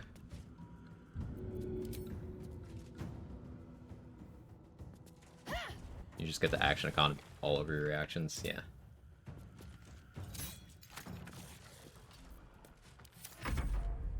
Owen said he wins the race, exactly.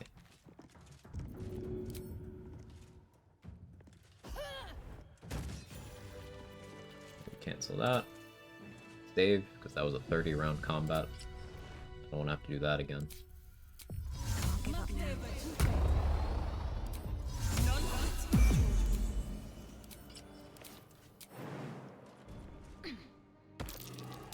May have thrown a lot of shit.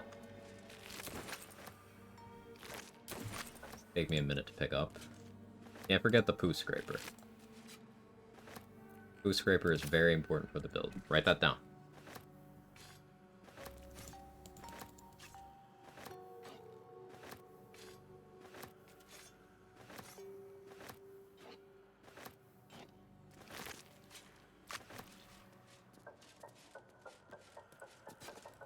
Couldn't find an explanation online why you can't combine potions of speed and haste spore grenades. Maybe the wrong character walked haste spores immediately went lethargic. Assuming they're on their last round of potion of speed, so I have no idea why that would happen.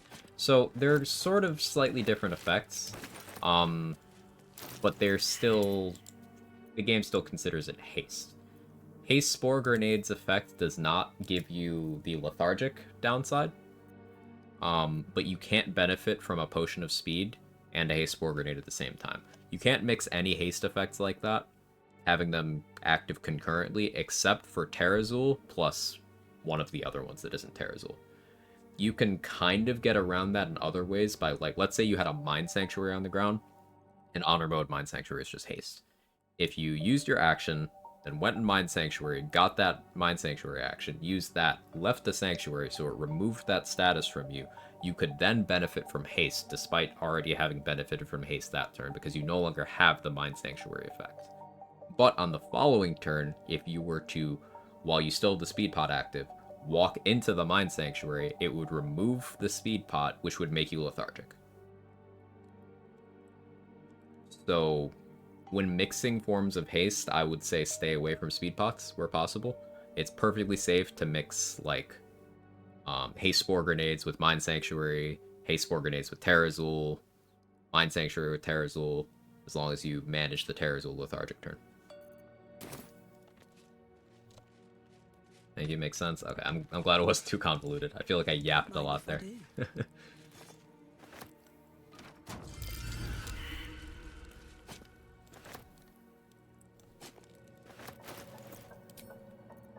I forgot to get Smuggler's Ring. We'll have to lockpick here. Hopefully it doesn't suck.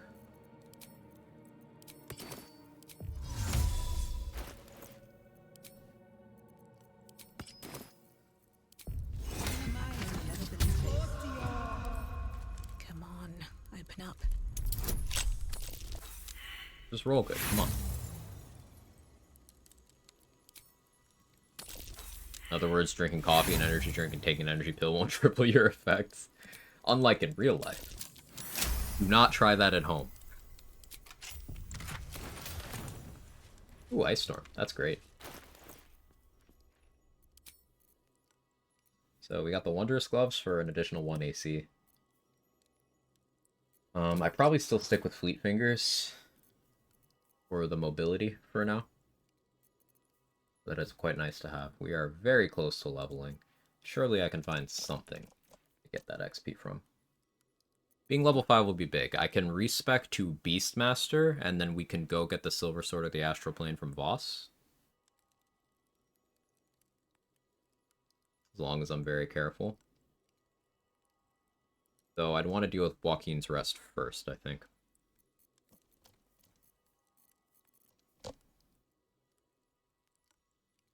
Where can I get this XP to level? Could kill the Marigan. I'm not super confident, especially without a spell slot. Spike Growth would go hard there.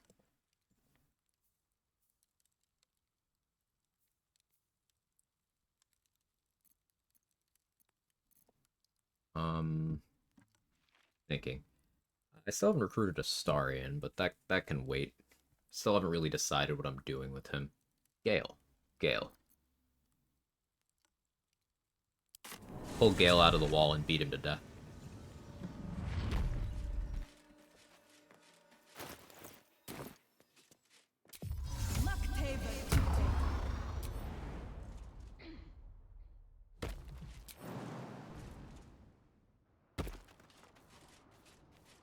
Potion Fly and the Bear, the animation's funny. Don't hurt my best boy Astarion. Unfortunately, SK, on this run, we want to fight Ascended Cazador.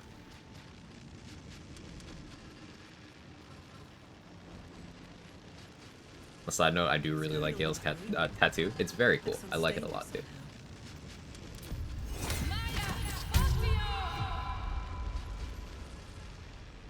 Approach the sigil on the stone. I learned last night that applying haste while lethargic keeps you lethargic, just wastes a turn of haste. Ah, today I learned. Malfunctioning. It looks slightly dangerous. Did you know you can get rid of lethargic by smacking your friend with the Orphic Hammer? Orphic Hammer clears stuns, including lethargic. So literally, going up to your friend and just hitting them in the face with it snaps them out of it. It's great. A hand? Ow! Perhaps I should have clarified? A helping hand? Anyone? Just fighting Crack Gortash then? I'll be fighting Gortash at his coronation, where he'll have the help of Duke Ravengard, he'll have like 4 Bay Knights, a couple bodyguards of the Patriarchs, like 6 or 7 Steel Watchers, all that. That's it. Say, but I know you. Whoa, easy down. And you leave me. Really love torture. I wanted this run to be hard. Just do me a favor and die quickly, game. No? Cool.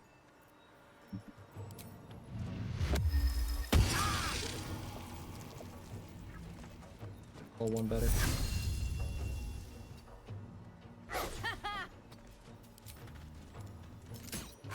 Thank you.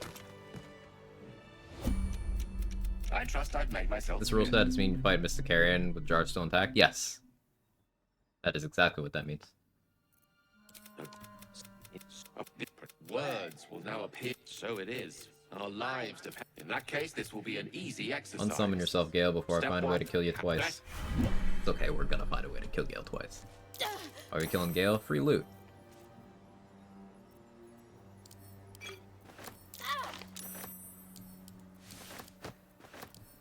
If Necrosis could stop ticking multiple times per turn, that would be nice. Oh, I thought it was in turn-based. I was supposed to be. I wasn't. The pouch is sealed with differently colored as the So, Gale has a Scroll of True Resurrection that we're doing this little thing This is to get. the flute Gale kept on his person. The flute awaits with bated And that breath. sells for 3 times the value of a Revivify Scroll. So we're going to use Gale's Revivify Scroll that all Origin Companions have on them to revive him after we do this, and then we're going to sell this. So this is money positive.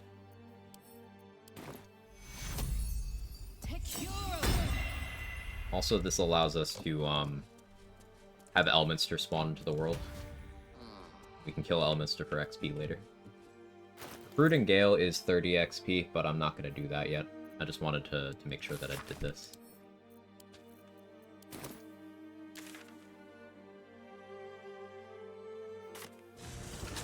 How much XP is Elminster? 1,000.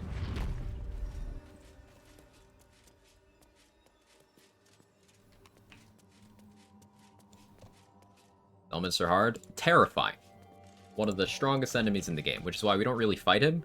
We just get him to spawn on the Moonrise Tower's bridge, and then we throw him off the edge into the Death Chasm.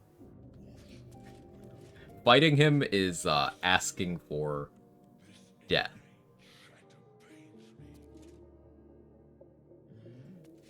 He is just XP to me. Now, I suppose, technically speaking, on this run, we could plan around me eventually fighting him, but there's other things that'll kill me. We don't need to resort to that. Mr. Drop loot? No, he just turns into a puddle of water. Because it's not actually him, it's a construct that he sent. Yeah, Raphael's 1400, as Kida says. Gotta be something here. Absolute. Want this? How'd you know? I just do.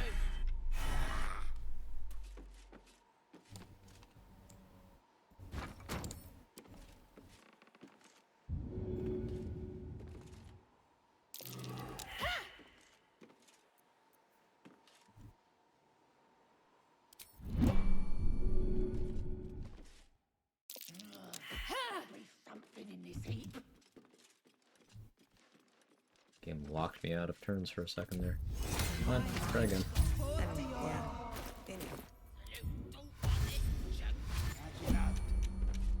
I just do. Simulacrum? It is. And the others getting drunk off their choppers in camp.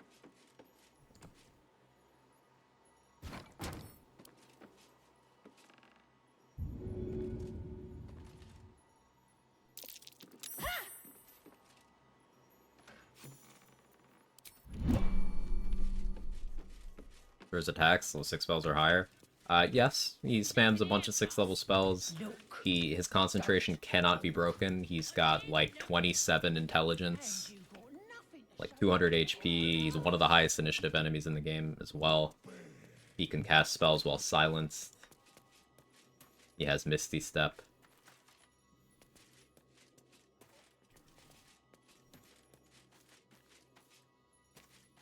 He's not a humanoid, so you can't like hold person him.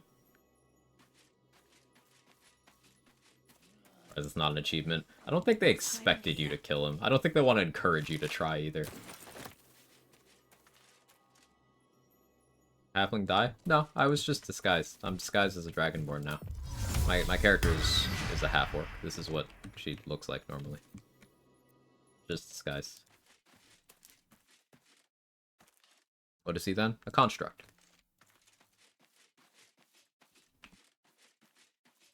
If they fully realize people will try to kill him, well, I think that's what the XP value is for, but I don't think they wanted to add any more incentive to that, personally. That's just my theory, though. A game theory. Gotta be something in this heap.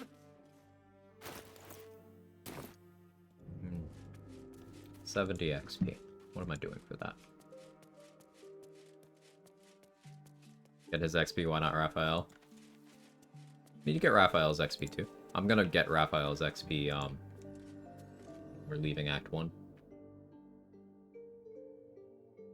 We're all constructs if you really think about it. True. True.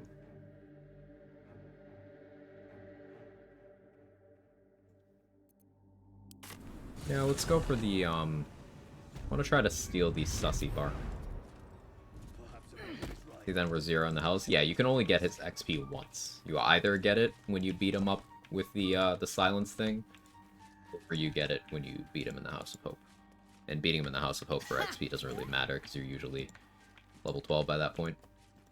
And if you're not, well, there's lots of other sources of XP. 1400 XP is a much bigger deal in the early game than it is then. Other effects you can't do because constructs are immune. Well, anything that specifically targets humanoids doesn't work on constructs because they're not humanoids, and other things like turn undead won't work on a construct, for example, because they're a construct, not an undead, etc. I just meant hold person specifically there because it's something you could likely use to lock down a difficult enemy at that point. Though Elminster's not gonna fail to save on that, by the way. It wouldn't work anyway. But if you could, it would be an option. But it isn't. What did I come here for? Oh yeah, wrong side. Interesting times.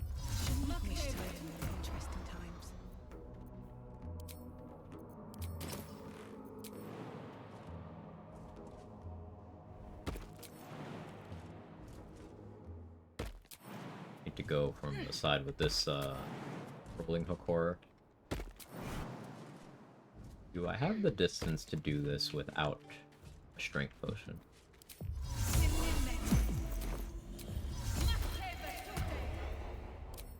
Let's put on If everyone else minds their business, I'll be fine.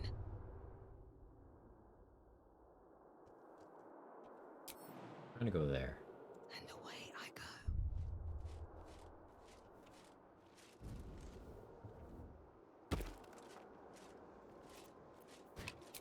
The plan?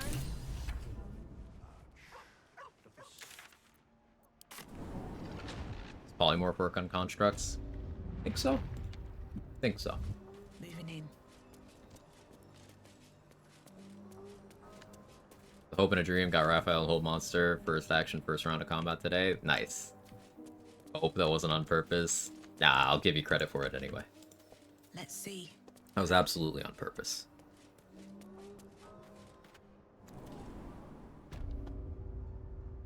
We're going down here for this greatsword. The Susur greatsword sells for more, so we're making the greatsword. I do have max inspiration right now, Moving ahead. but I can't think of anything I would use one on currently, so. I'll give it a shot. Still pure druid right now, docs. We're just shy of level 5. There will be a Beastmaster respec soon to get the silver sword from boss. I don't know if I do that right away, because I still have a bunch of stuff to do at level 5 that I probably stay druid for.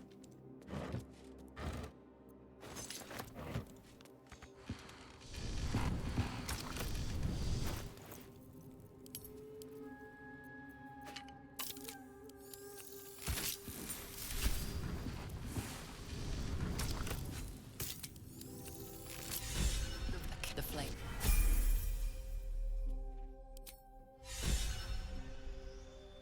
Don't most constructs have a mutable form? I don't know if I'd say most, but possibly. Thank you for testing.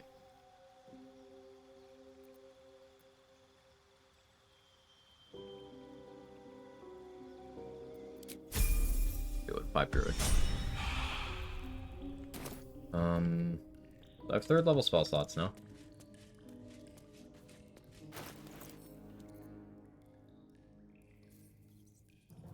Do I have a short rest? I have all of my short rests. Okay. Hey, that just refilled my symbiotic. That's a cool interaction. Elixirs of Heroism will just refill your symbiotic entity. I remember that that temp HP merges, like when using Shield of Thralls or Armor of Agathis that way, but it hadn't occurred to me to do Elixir of Heroism.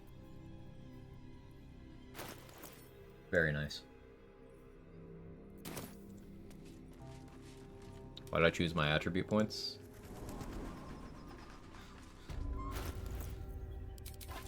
So, I like having strength for carry weight and jump distance, so I don't have to always use a strength boosting elixir or item, even though I do spend a lot of time doing that.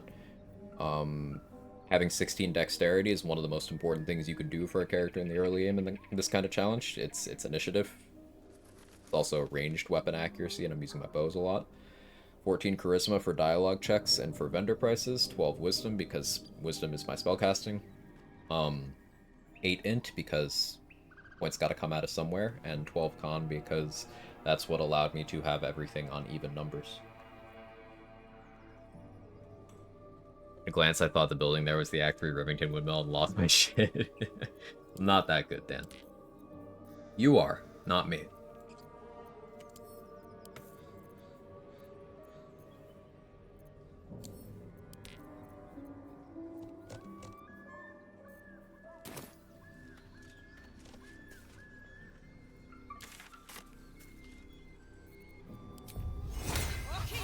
I don't think I've had long strider this entire rest. And that's funny. I'm shooting arrows at his then this other guy swirls his 17 intel ever worth it? Often. I'm throwing on my solo Eldritch Knight fighter run, but I'm not sure. So it lets you your spellcasting stats int.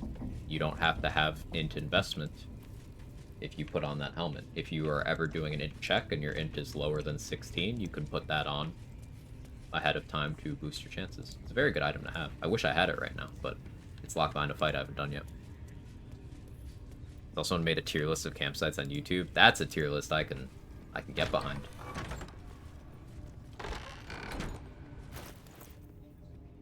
Thank you for the 100 bits, Dan. I really appreciate it. I love your emotes, by the way.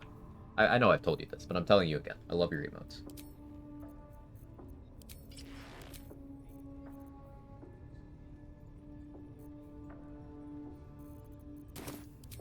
All's well that ends. Not as bad as it could have. Doors closed.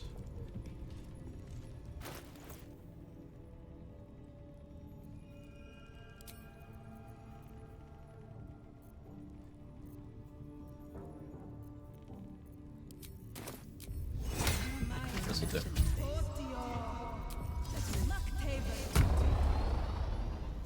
Bedtime for me. Have a good one, Sora. Wow, it's late. Holy shit. Didn't realize it's been 7 hours. Psionic feelers creep and then... Helps! Don't you worry. You recognize telltale Drink it. fleck. Sweet. Wakey, the Absolute wants to know all. Can't beat you too hard, though. Do you even know who? And eventually, you might have put up a fight in another. No, but you You test the weight of the chains, looking for weak points. What elixir do I have on right now? Heroism? I'm okay with switching to Colossus, actually.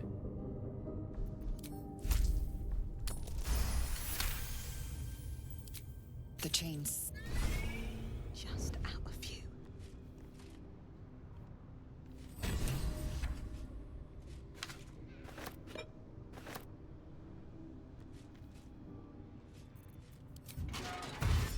Oh, no. What path lies Don't see me. before me?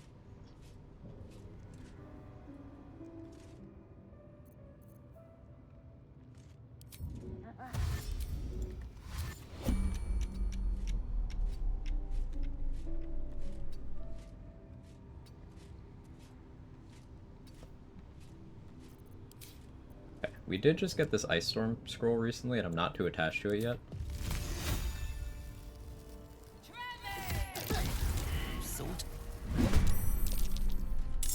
Let us hit both, get the surprise round. Wow, she took a lot from that. Upcast Moonbeam. Could have rolled better. Will you actually work properly? You've made a grave mistake. Yeah, you did. Nice. I'll leave the Moonbeam active on you, and I'll shoot at you. And with my movement, we'll go over here and get high ground.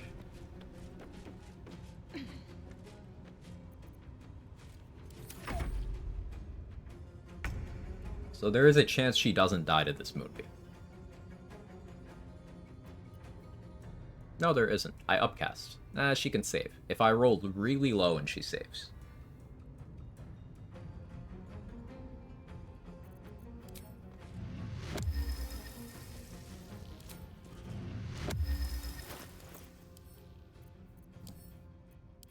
Normally, I would never play around such a thing. But in the interest of making this interesting, I'm going to. Do that to get dipped in poison going. I would like you to be blind, but I'll do that second.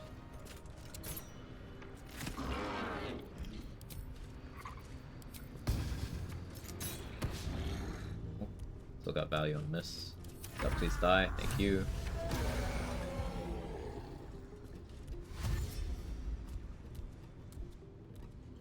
According to Wiki, the only constructs with immutable form are flesh. Flesh is a construct? I thought flesh would just be undead. Huh. Both flavors of Steel Watch is like the complete opposite of most. There you go. Thank you for checking.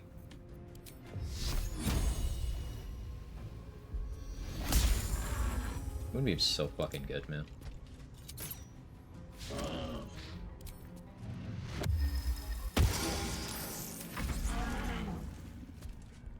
Of course he lived on one. This is why I went and got defenses. And the Horde is weaker for it. Columns are constructs. Yeah, it makes sense, like, when you think about it, but at first glance I would have been like, why isn't flesh undead? But yeah, no, I get it. That went well. Our preparations paid off. Waiting until I had a Moonbeam available, the Ice Storm Scroll helped a lot. I didn't necessarily need it, but it did help.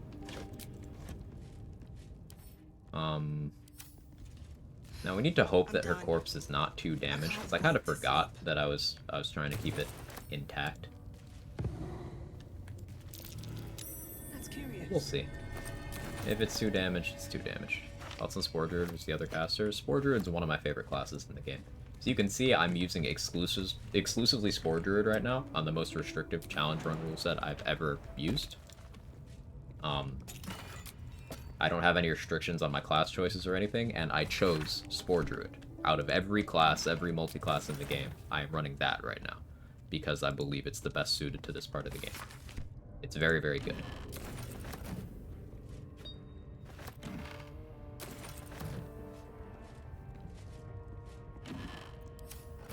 Where's the book?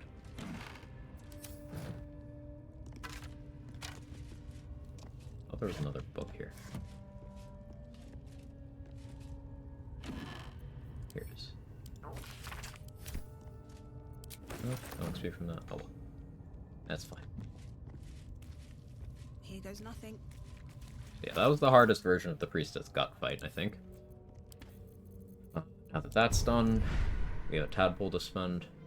I like Force Tunnel for checklist knockback. Psionic Overload would give me a lot of damage.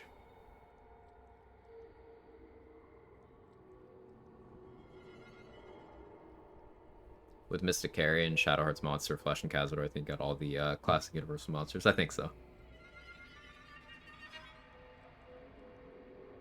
Hardest version not be fighting her when she's surrounded by everyone in the camp? No, because those enemies are, like, weaker than Palma. Palma's legitimately scary.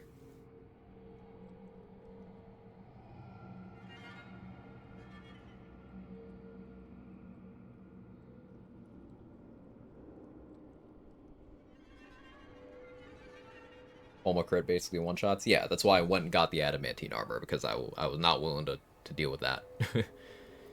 The goblins in that room, they can't even hit me right now because I have crit immunity. I could equip Warg Fang and sit there, and they can't hit me.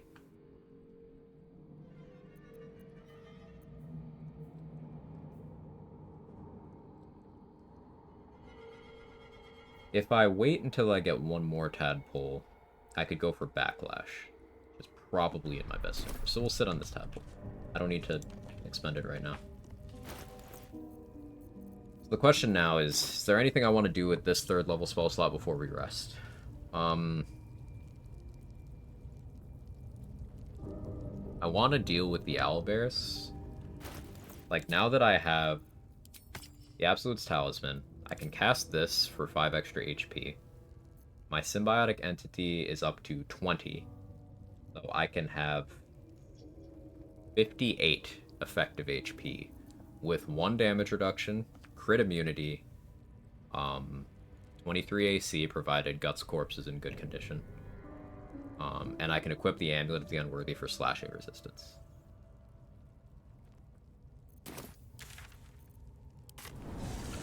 Are there any hidden benefits to Disguise Self other than resetting enemy disposition? Vaguely remember you mentioning something once. So there's some race-related dialogue that you can trigger. Not all, but some of it, Disguise is enough to trigger. So, like, for example, you can get into the Blighted Village for free if you're a drow, because the goblins will get scared. They'll be like, oh, a drow. You'd be like, don't let it happen again. Then they just let you in. You can get into the goblin camp's front door for free, also as a drow. You can get Krolla to give you your money from chicken chasing for free as a drow. There's sometimes downsides. Like, if you go to Joaquin's Rest as a drow, you have to pass a check for them not to attack you on sight. Gith have a couple spots like that, like Rando mentioned, yeah.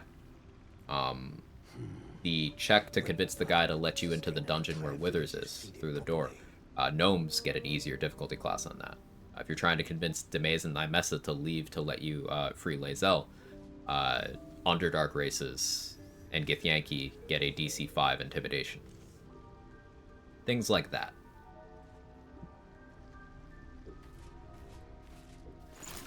Especially in Acts 1 and 2, there are a lot of places where you can disguise to get a easier check or bypass a check.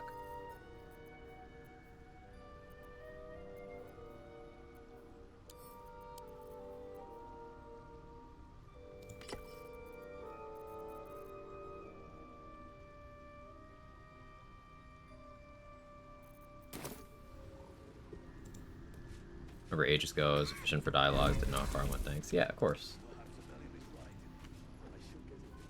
There's also a few mechanics where you can disguise and the NPC will treat you as if they've never spoken to you before. So, like, convincing Esther to pay you in advance for the egg theft. You can disguise if you fail and try again. You can do that with the checks with Stonemason Kit to get him to give you the Infernal Alloy. You can do that to get the Rapture buff in Act 3 from the horny squid lady. What number are we at? For what, Persephone? What's up? What's happening? Welcome back.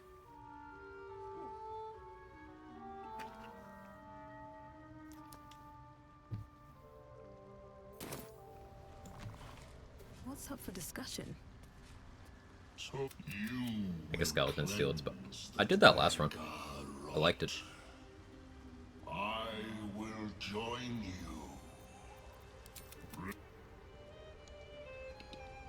You get Rapture more than once? No, you can only get it once, but if you fail the insight check to be allowed to get it, you can disguise and then roll the insight check again. You get racial benefits from gear if disguised? Yes, that's true.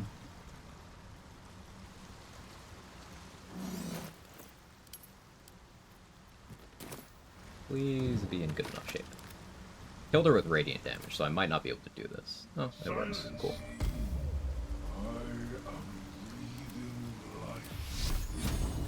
Can't give up now.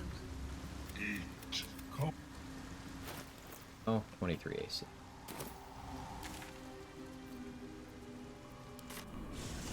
I'd like to start combat through dialogue with Crusher. You won't challenge a drow, though. Best be on my way. The people torturing Liam will just leave if you're a drow.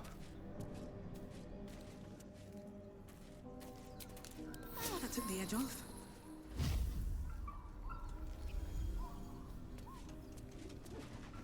Any boss fights yet? We did Gut a couple minutes ago, Mikolash. This is first character. This is still the same character. We just hit level 5. Just before dealing with Gut and Palma. We're on our way to fight the owlbears right now.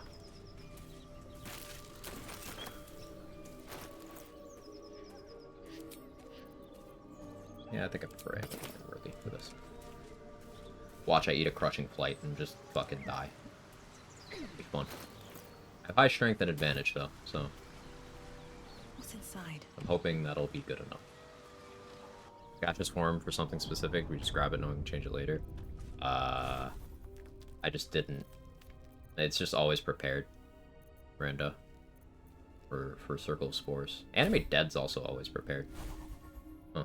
Forgot that. Spore Druid's so fucking good, man.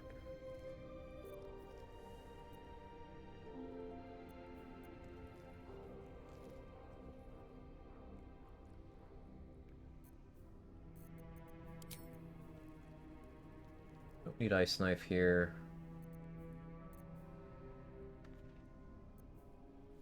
Could call Lightning. What call Lightning seems good.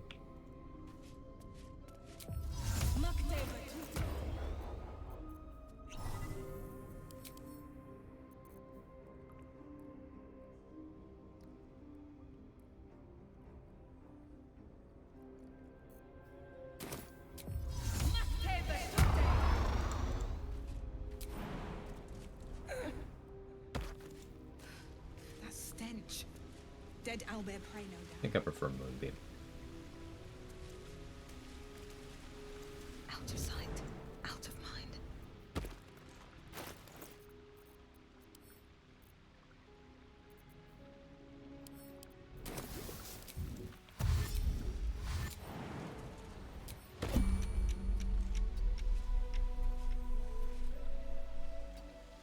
Hopefully this is close enough to actually start combat.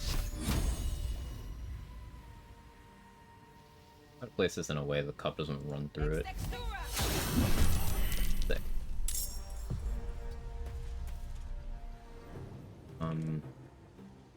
The mate will spawn from up here. I maybe want to be up there so it doesn't jump down at me.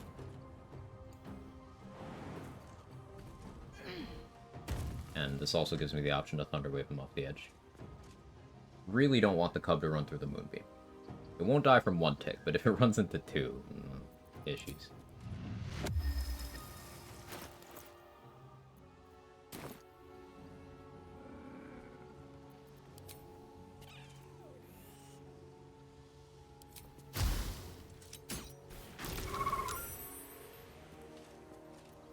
Nice miss. Spell's able to do damage, you only have 12 wisdom, druid and 4 elements monk. I mean, what do you think that wisdom does for the spells? Like, it improves the chances of enemies not saving on it, but it's saved for half damage, so even if I rolled low and they saved, I'm gonna do some amount of damage. They just happen to fail to save. DC 12, they rolled a 6, so... And that was a very average roll.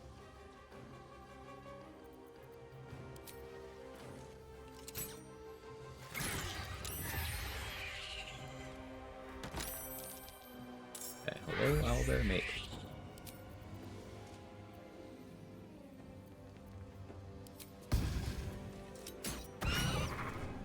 Yeah, you're blind and asleep. It's great for me.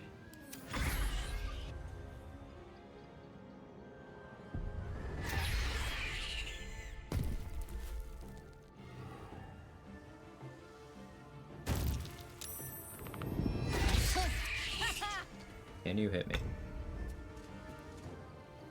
You're rolling with plus 10, so you can roll up to a 30, but there's a bunch of rolls where you can't hurt me. Good to know. Force tunnel would have been great here. Try to thunder wave. Do I have more speed pots? I'm sure I'm able to craft some. I can make one.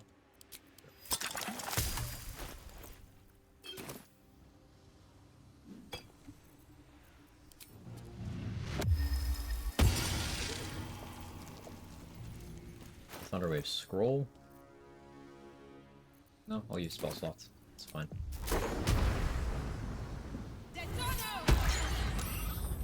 Not unexpected. Not that strong.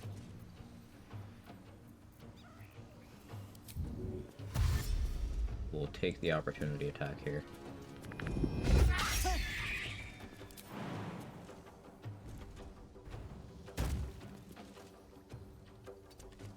Try to get her to jump through the moonbeam.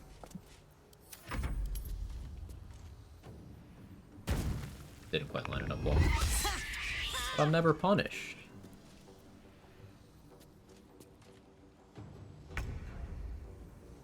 Okay, the mate is still asleep.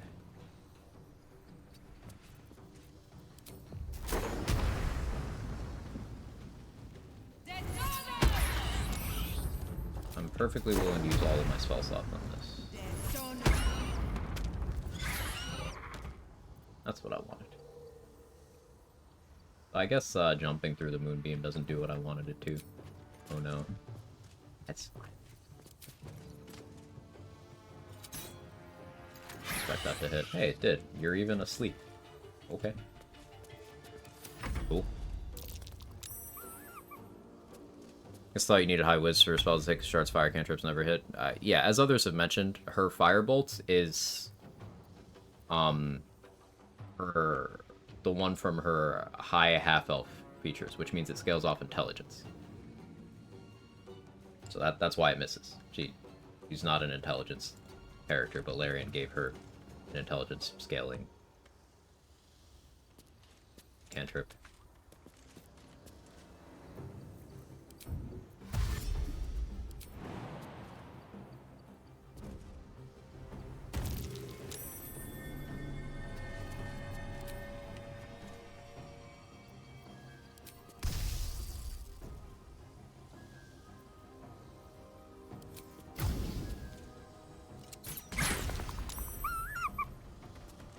Damage. I'm gonna survival instinct for the lethargic turn.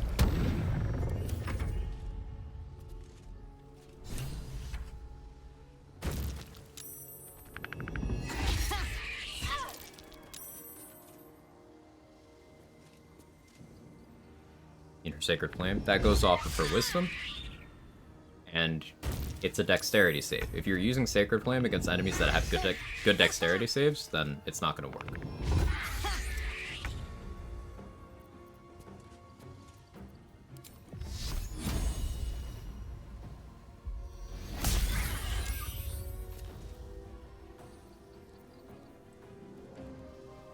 Still draw poison.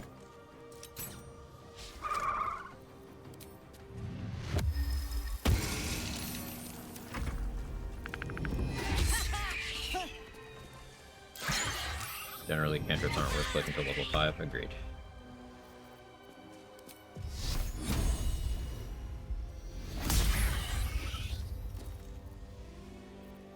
Coded.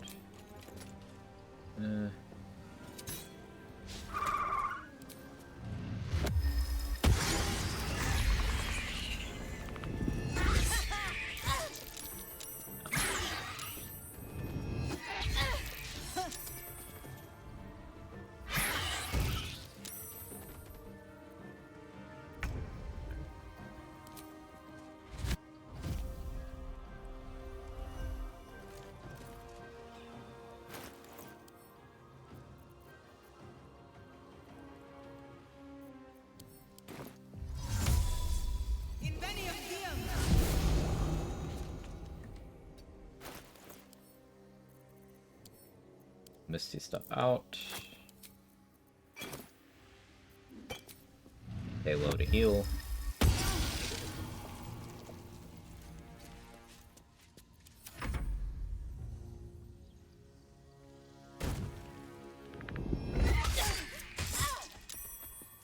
Duration was almost over anyway, that's fine. Reason why I switched targets to the mate is because the mate dying first and then killing the main owlbear will cause combat to end without me having to flee from the cub.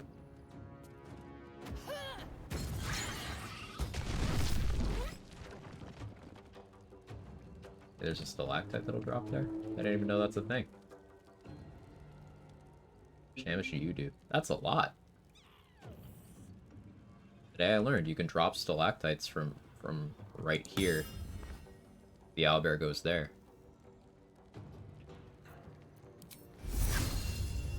Very cool.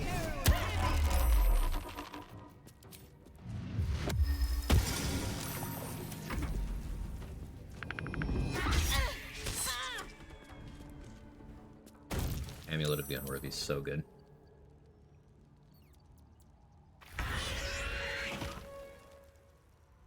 I can't get my temp HP back right now.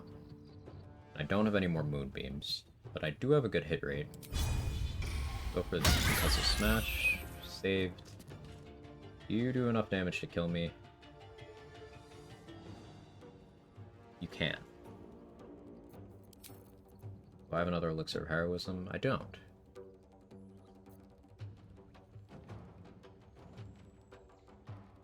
It's very unlikely, but it's not impossible.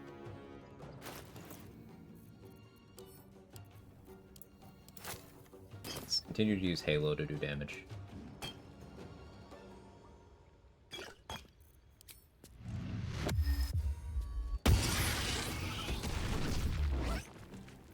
There's another one there. Neat. Kill me.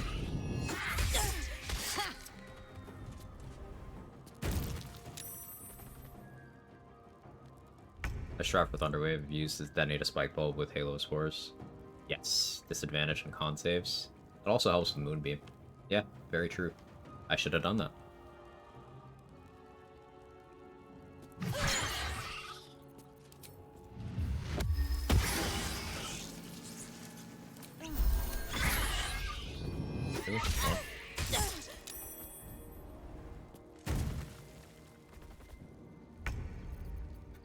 Ow.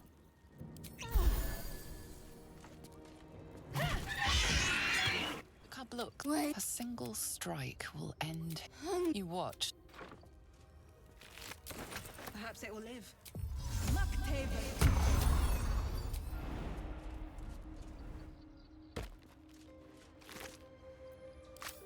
Cool. Owlbears are only 20 XP, by the way. That was the most stress for fucking 40 XP in the entire run.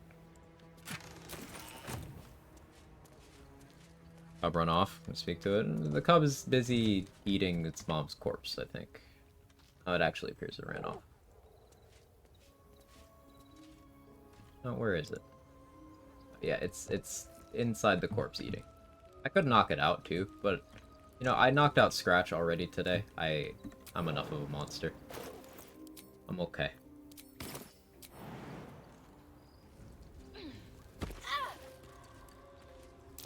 Owlbear eggshells. An unhatched one would fetch quite a price.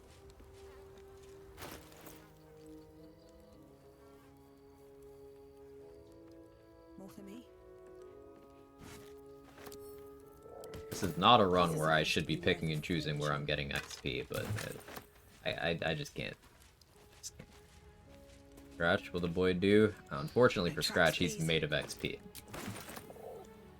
And I apply my standards inconsistently.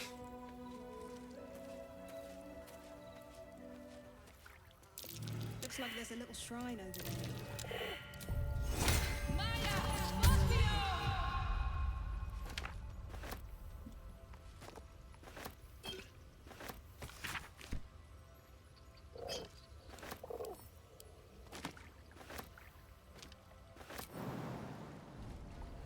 Or you can scam Lady Esther with the Owlbear egg. You can. Unfortunately, on this run, I have to give her the real egg and then not kill her, because that puts an extra boss fight in Act 3.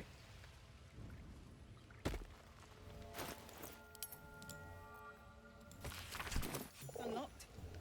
Prayers are answered. He'll get scratched at camp after he wakes up? Yeah, he's already in my camp.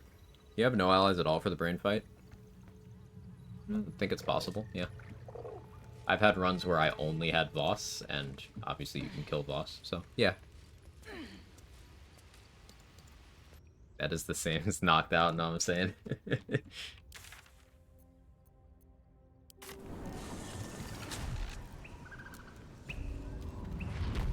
Carrot loses the meeting if nobody gets the stick or something. I'll go with that. So what's next? I need to rest before we deal with the ogres, which are they here? Okay, yeah, they're just not rendering it. I need to rest because we're gonna spike growth the shit out of them, I think. Maybe I wet call lightning. How's their dexterity actually? Not great.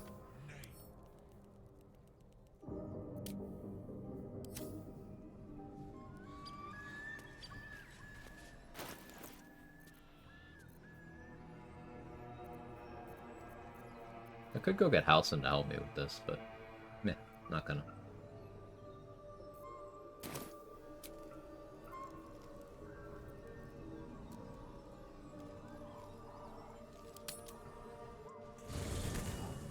And kill the cub instead next time. No, no, no. Recruiting the cub is 5 XP.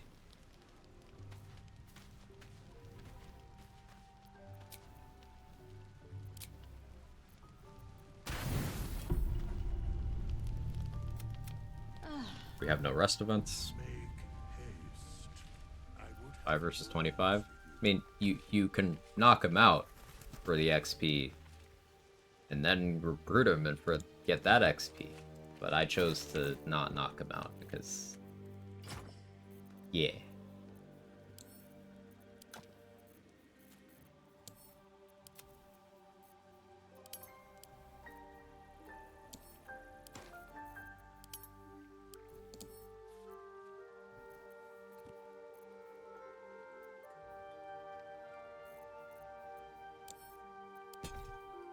Can I get her to tell me she's a Sharon?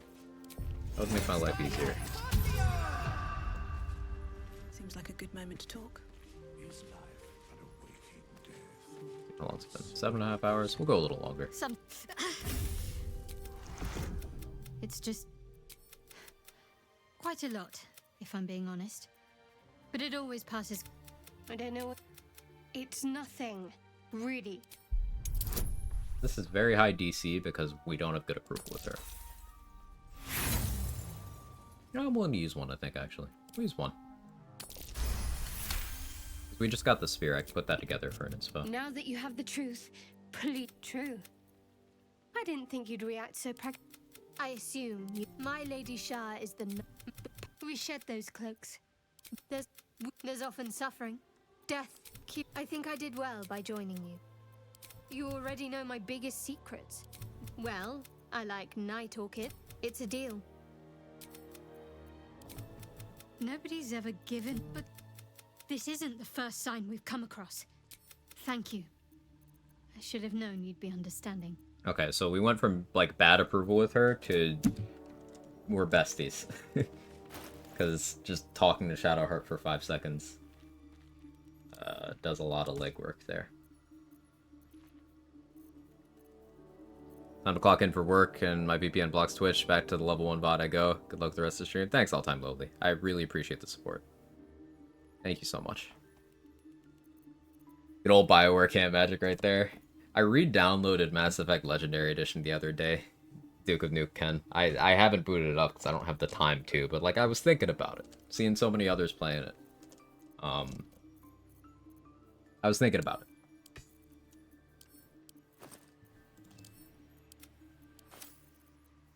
Give her the idol helps. It does.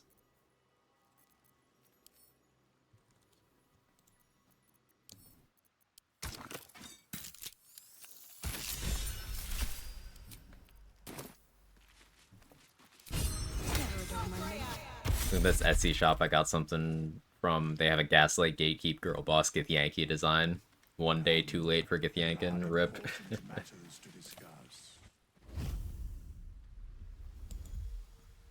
And also use the scratch pad on her. True. True.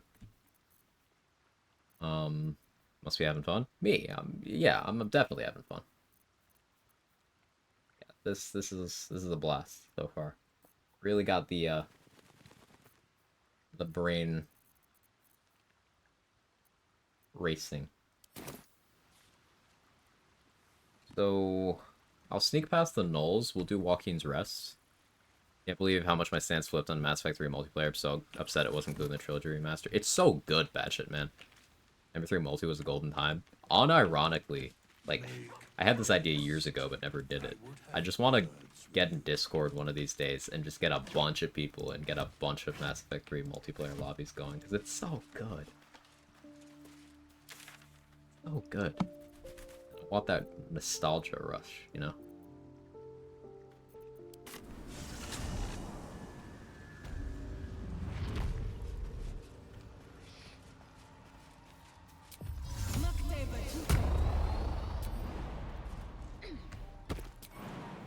Okay, so what we're doing now is I'm getting my Shield of Faith from Gut again. And then we're going to Joaquin's Rest. I'm going to kill all the Flaming Fists. I'm going to try to knock out Floric. And then after that, we're going to go kill Elika. Then I'm going to deal with the Ogres, if my resources are still in good shape. And then we're going to respect a Beastmaster and disarm Boss for the Silver Sword. No time to rest.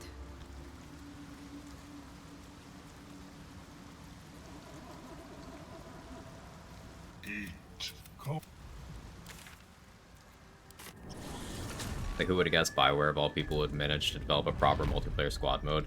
Like, it's just so good. It's not even ruined by the fact that there's the obnoxious EA microtransactions, because the in-game progression is still pretty fucking reasonable.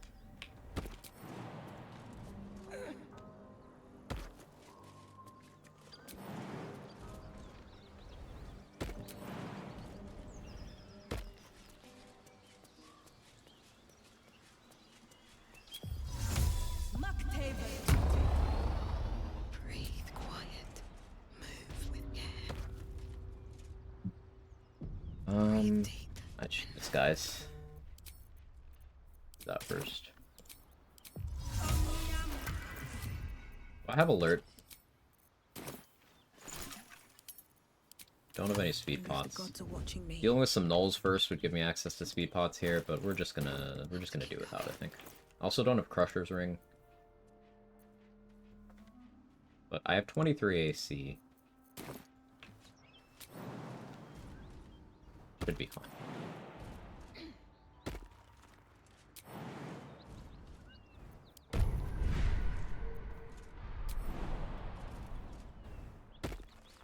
On my way.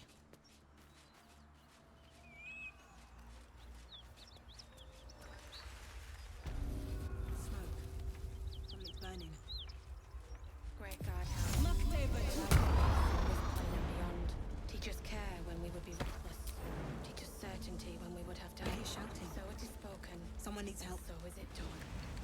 Great God, how allow us peace in this plane. There's a barrel right there, so, you know. Teach us certainty when we would have doubt. So it is spoken, and so is it done.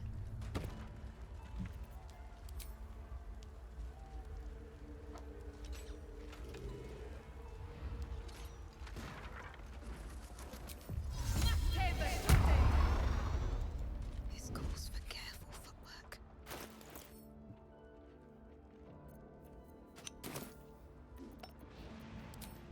I need a little extra edge.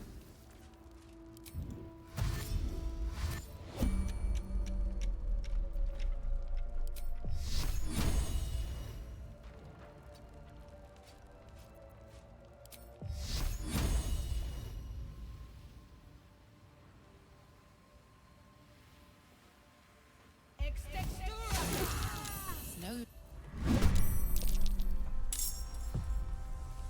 No surprise? No? Fine.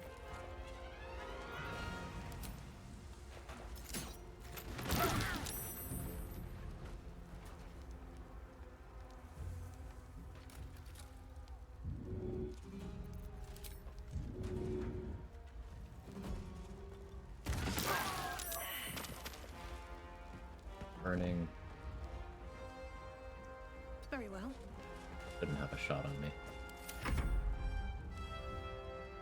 You do. Oh, shit.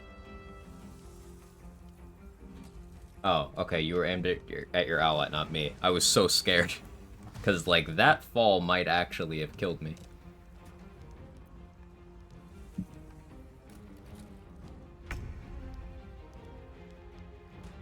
We're good.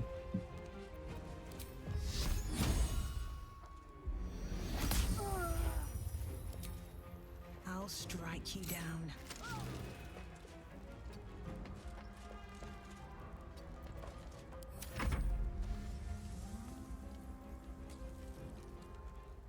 Hey, doing? What's up, Sunshine?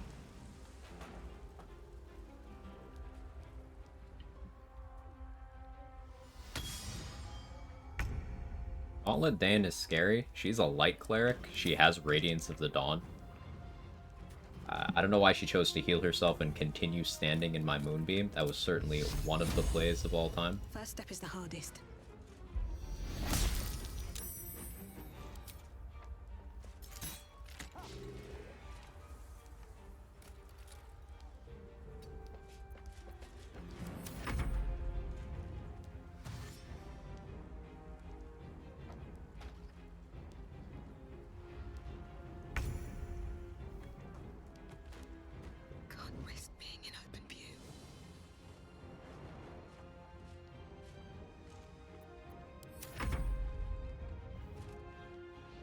Also has Guiding Bolt and Command, but her AI is really stupid. She has Command? That's scary.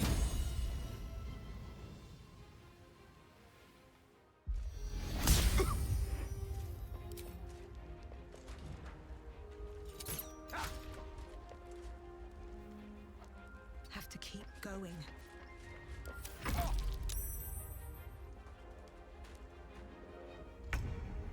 This right after Floric or before? Before, so that when I go to knock out Floric, she has no help.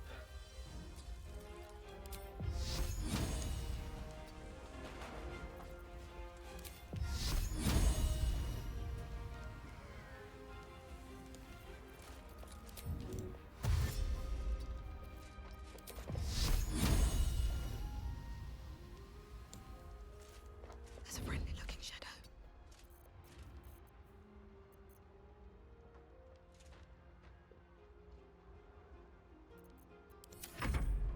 Bunch of things, of course. Still have 4 rounds of Moonbeam. Using Animate Dead to bait them out wouldn't actually be the worst. Like if I... Great can't be reanimated. Why not? I guess the range is quite low without upcasting.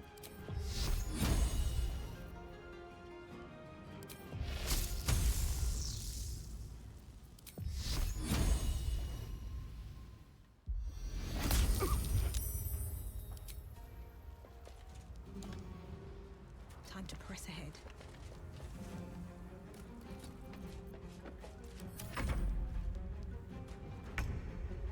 Out of sight, out of mind. What path lies before me? Stealth archery, except the bow is a Moonbeam.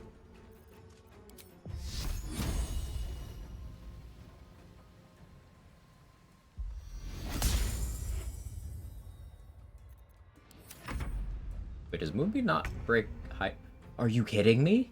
Wait, actually, moving Moonbeam doesn't break hiding? What do you mean? What do you mean by this?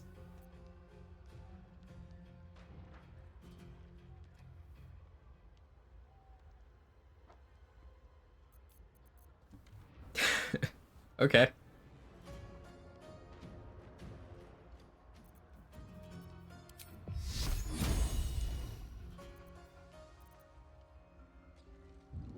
The Luna's assassin build incoming? Apparently. This fist can, like... See if this does what I want it to. It doesn't.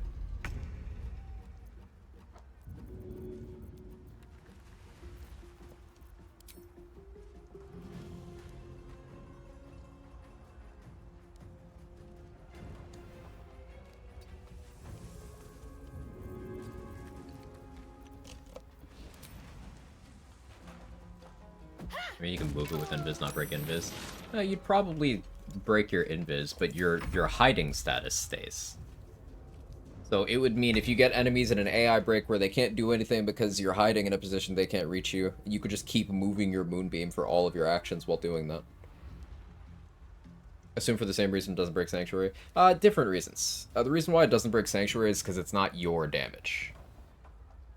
Moonbeam is more like a summon than an attack.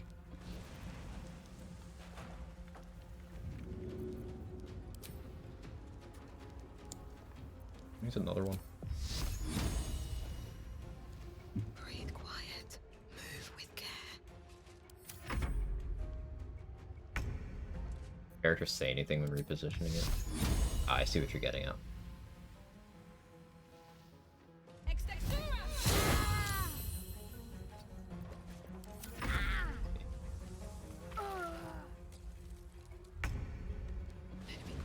Hitting now? Cam is Giga Blurry. Ah, thank you. Thank you. It just does that sometimes. Turn it off and on again. It is kind of old at this point. Probably needs to be replaced.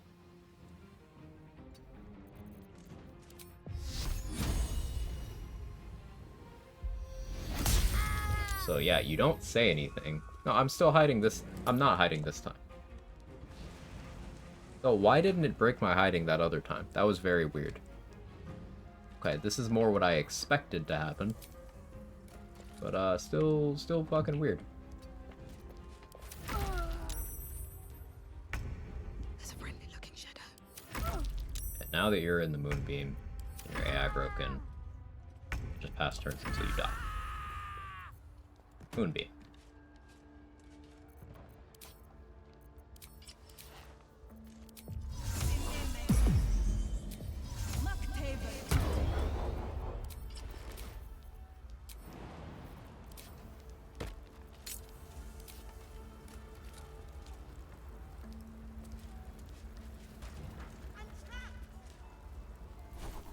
I do have Luck of the Far Realms. What is my bonk stick of choice for knocking out Flora?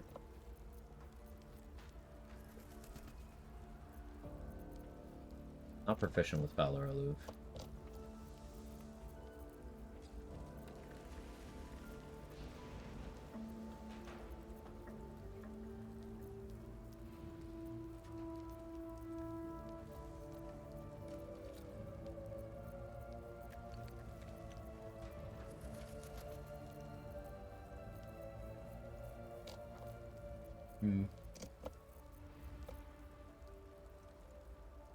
Vision of the Absolute's okay.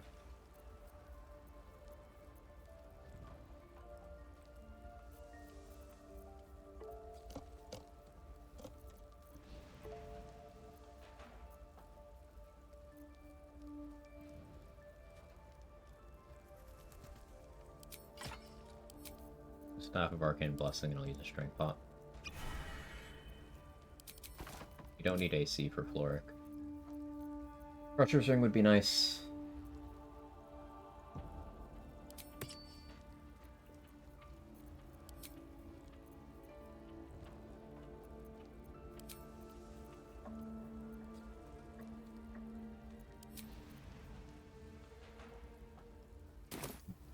Do this. Never wanted the easy path. I do it because I didn't do damage that time. Ooh, could have been that.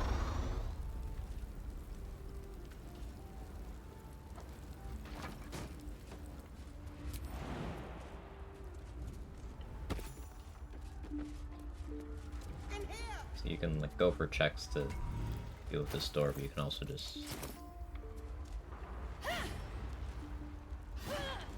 that.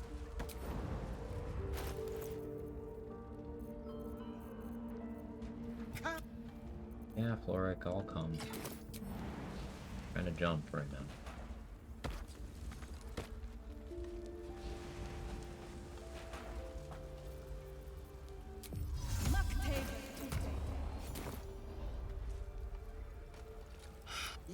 I must. May I trust you'll see it through? Okay, what do I want item-wise? Spell Sparkler is just kind of hard to argue with if I ever decide to do Eldritch Blast stuff. Or Magic Missile stuff. Yeah, okay. I will seek. That's a friendly looking shadow.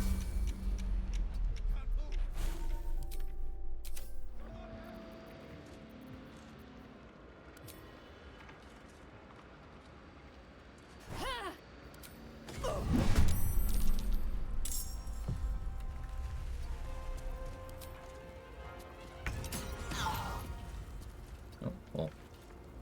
Glad that didn't roll higher.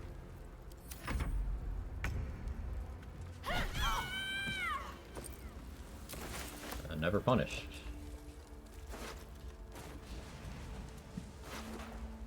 Moving in.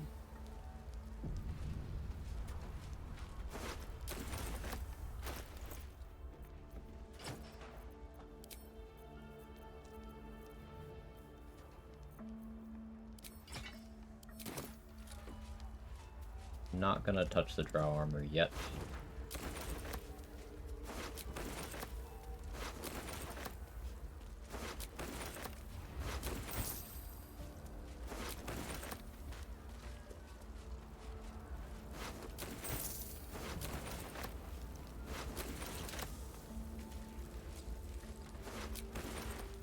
Let's have a look.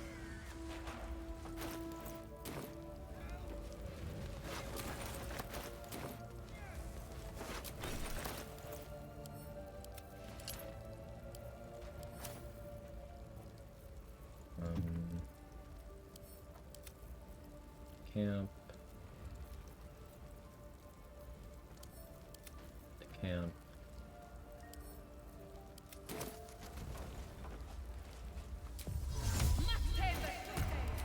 We did get to speak with that amulet. I can use that. Get the dowry info.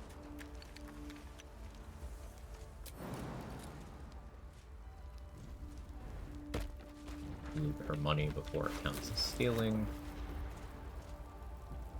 I guess I'll wait until Memory's here to do that.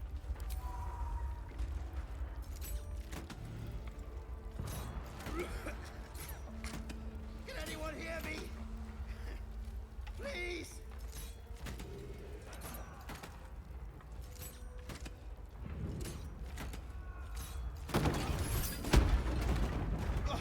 Quick! Slaughtered everyone. You should have stayed. If I just kept my mouth shut about that... She said I'd never see... Oh, Miri.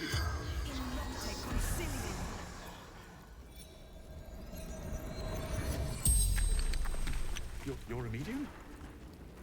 You're gonna speak to her? Could you ask her something for me? The dowry. She'd know where it is. Dowry for sister in barn. The barn? I trust you to get it. The corpse regards you lifelessly. From Eltergard. Find door. Locked. Mirrorless. The spells. Oh. Okay. Oh, Miri. Wait for you to get DC zeroed. No. Hush you.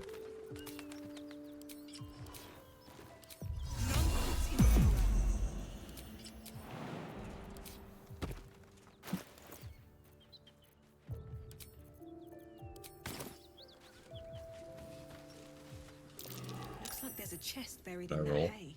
A 2.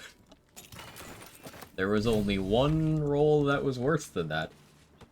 Was the literal bare minimum for actually getting that. You can fail a DC 0 if you roll a 1, by the way. It's great. Can't risk being in open view.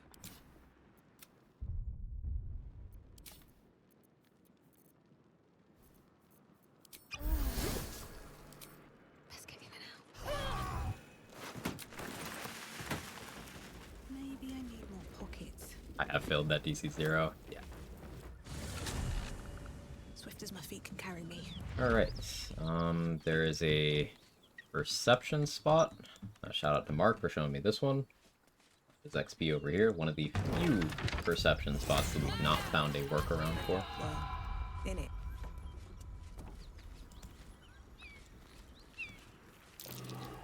That's curious. Bunch of consumables and 25 XP. Potentially turning off non-lethal re the baddies. I was just sending him back to meet his wife. I'm a good guy. Great mark.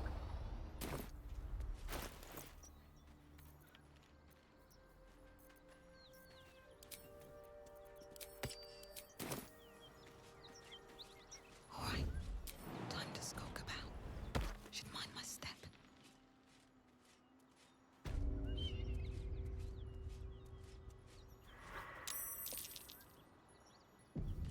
Look at that beast.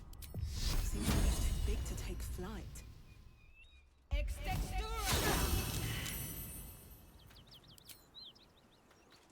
Elika. Softer than a whisper. Drop your weapons! I'll...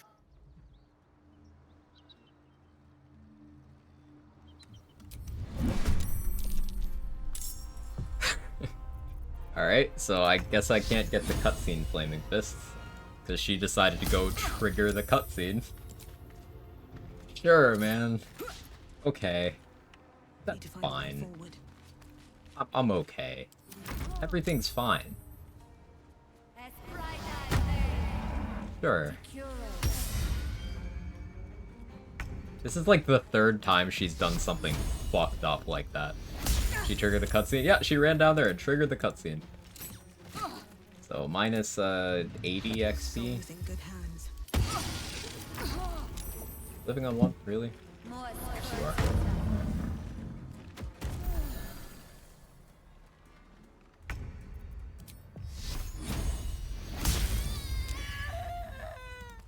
Now the important thing is Voss still there?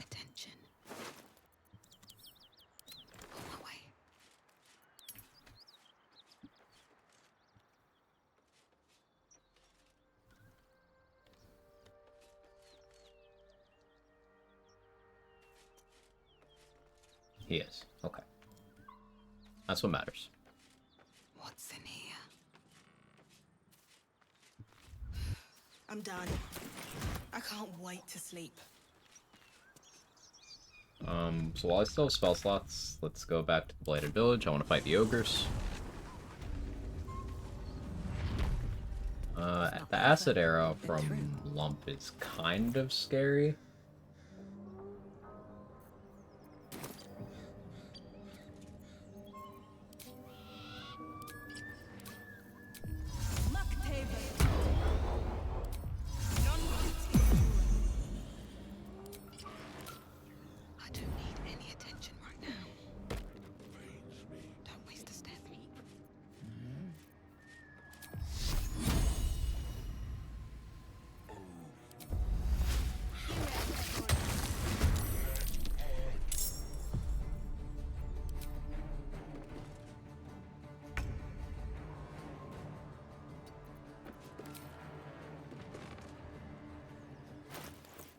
Broodmothers.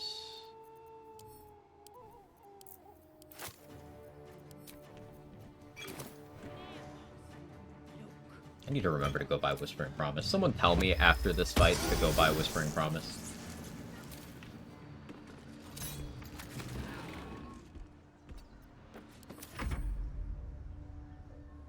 Scared with water and call lightning slots available. Let's...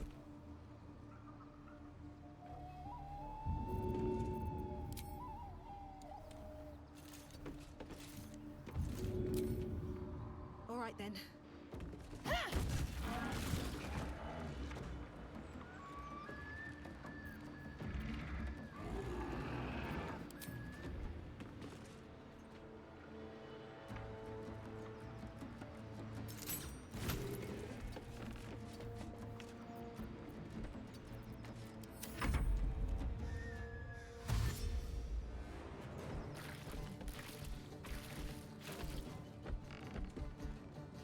Damage any good for destroying the support post? I don't know, Sheep Avenger, so that's why I'm not doing it. I have no idea the outcome.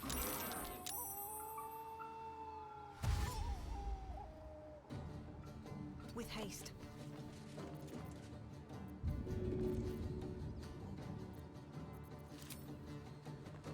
Still coded for one turn?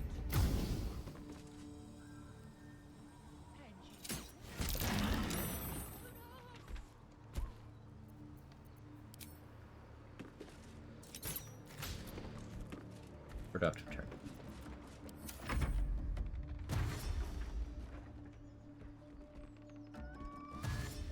They shouldn't know what to do here. His blur's gone. Good. Not done before either. Check next time. Thank you for testing.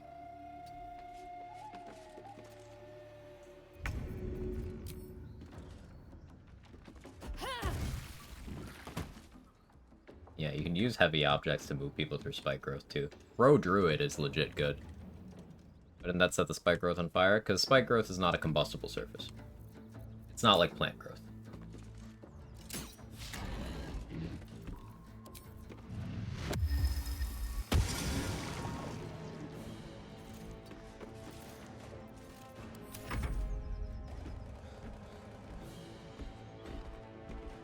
Don't pick up my hammer. I didn't know the ogres would do that, actually. Good to know. Always learning.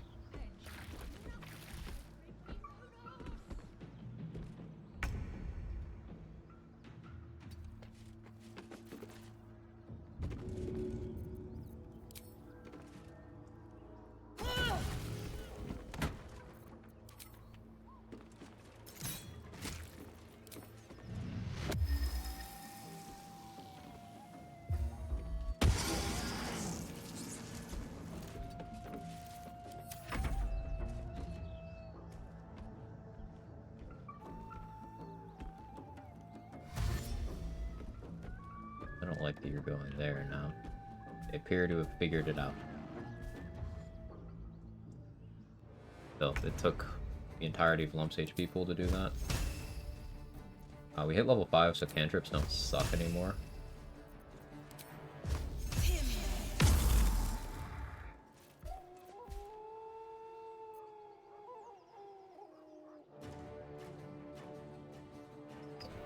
Second lowest possible damage roll.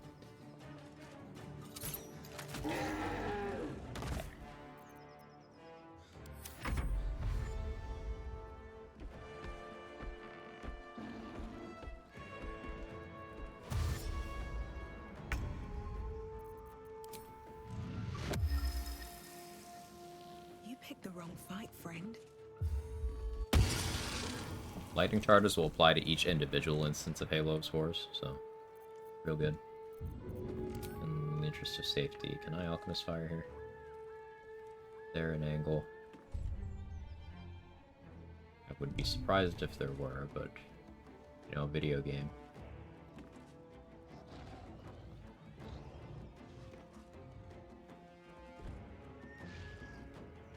No angle.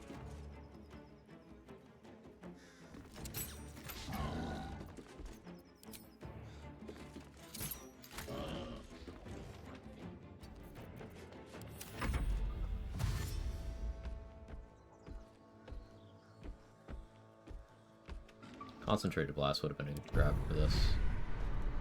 The spike growth that way. Honestly, I'll keep the spike growth here for whatever my next combat is, provided I still have resources. And I'll just Concentrated Blast. It'll be here for 100 turns, so we got time.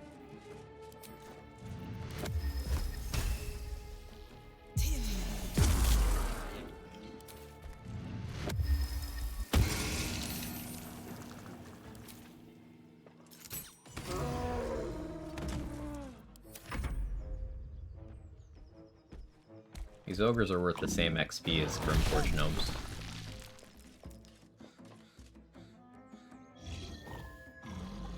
So he threw a loose boulder, it missed me, but he failed the saving throw on the AoE and knocked himself back? Okay.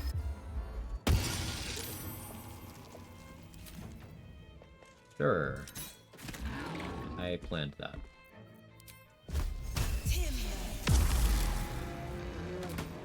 That's ogres.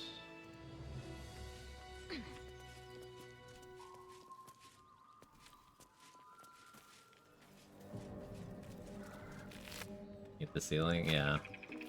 What's inside? Guess I can't loot the tiefling when spike growth is there, but whatever. It's fine. I still have 1/3 level spell slot. Let's turn base, so it's actually probably ticking at the surface. What can I do with this 1/3 level spell slot? I guess I could pick a fight over here.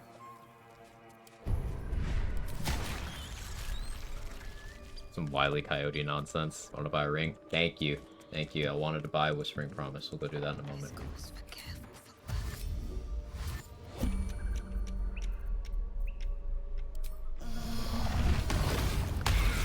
Life you Good. Again.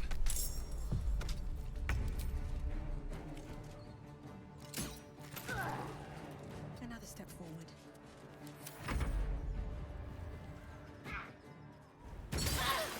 Ow. Fuck.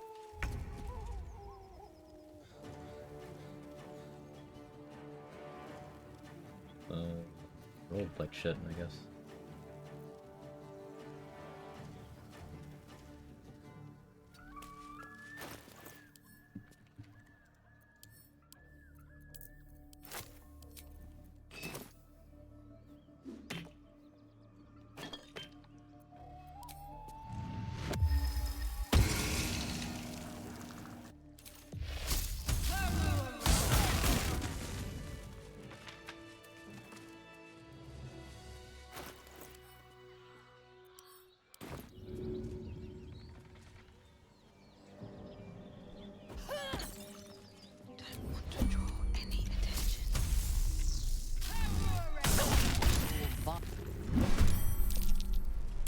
They call lightning's an action refresh. I gotta add that to the list too.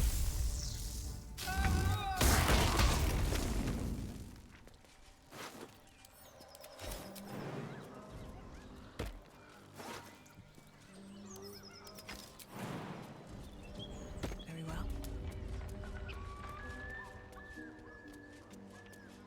Let's go up by Whispering Promise now. What I should do is go back to level 1. I'm done. And bribe Volo while I'm at level 1.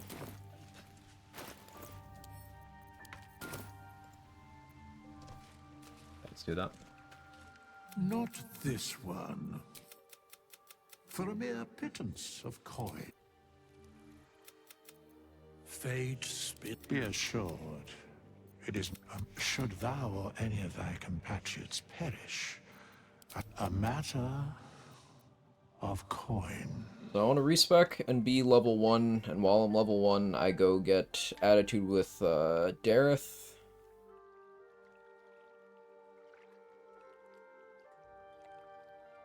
And with Volo. I don't know if I bother with Blurg. Because Blurg's not living to Act 3, but I probably should anyway. Row Moon Glow as well, while I'm at level 1.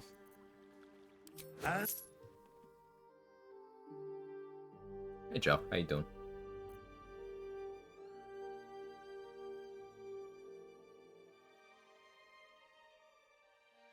We don't have Shovel yet, so I'll have to do Warlock for a bit later, but it's fine.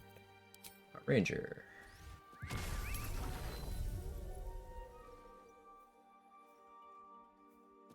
Ranger Knight. Find Familiar could be good. Yeah. We'll take Find Familiar right now.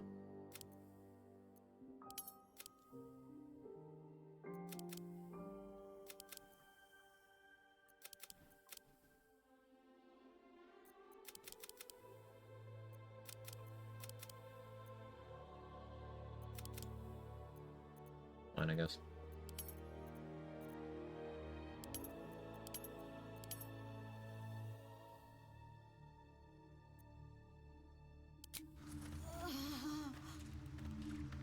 Oh, remind me of something. Yeah, Critic already got me. I'll be buying the Whispering Promise. Just need to, while I'm level 1, give Volo 400 gold. Quite the cozy setup you have here. I'll just make myself comfortable. Thank you so much.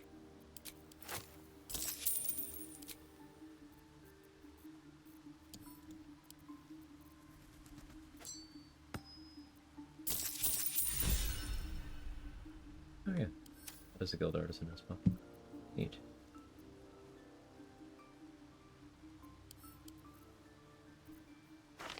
Pepper.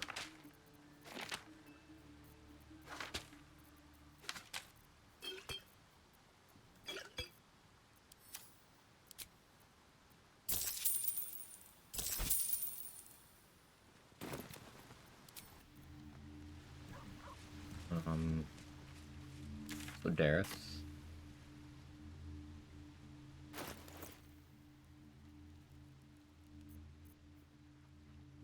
I don't want any priestess gut bugs to happen though. And I don't really want to go down the road, actually. We'll play around the worst case scenario. It's my policy and it's a good one and I'm sticking to it.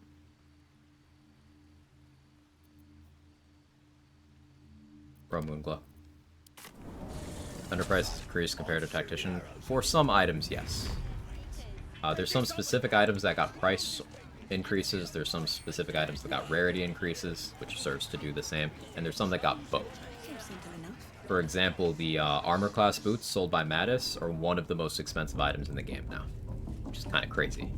The caustic band sold by Dareth went from dirt cheap to prohibitively expensive. Returning Pike, Pearl of Power, got slight price increases. Sure, there's other items I'm not thinking of right now. Need something?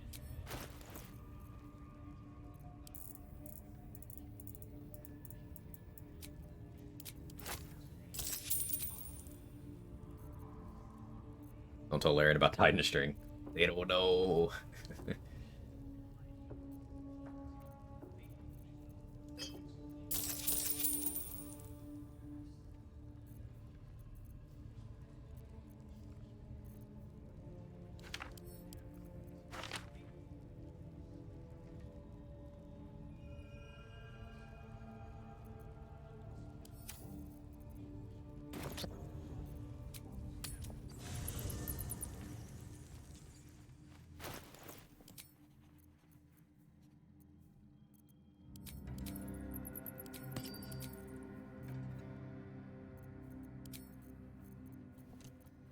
I didn't use the bless from this, right?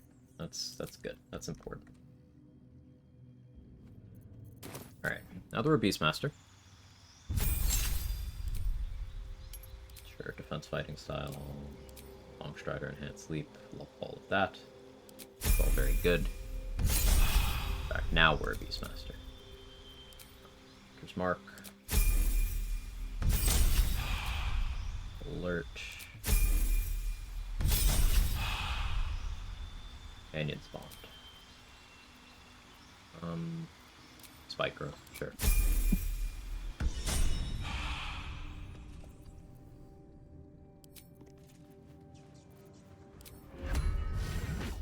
Air companion? You have death counter? I haven't died yet. Death counter goes up if I die. I'll need pause. Still breathing, despite everything.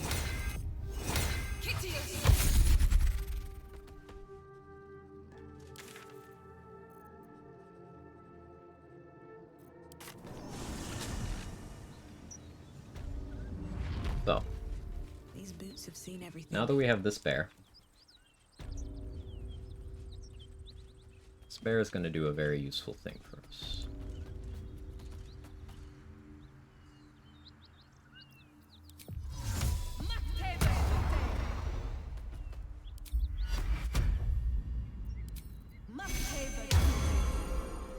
Out of sight, out of mind.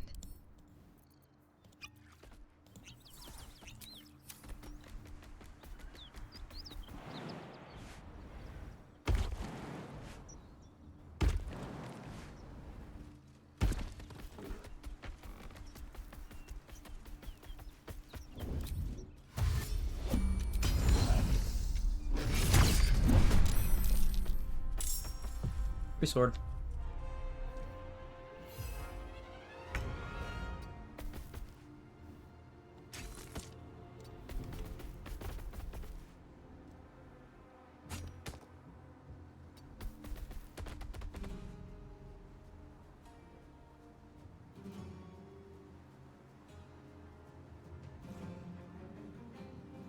find a pixel where I can move it. Light thievery. Yeah, just some light thievery.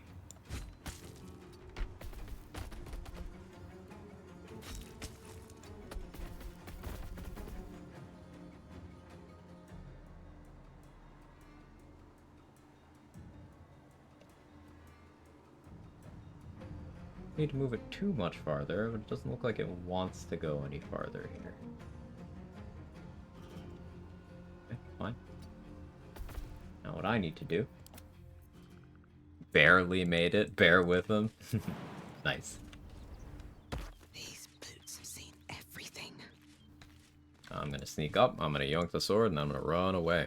Does fighting boss with these get the worst version of the fight? Yes, but I don't know how to consistently make that happen, because that only happens because of a bug. But I will be fighting them. Obviously, fighting them rather than talking them down. But I now have that sword.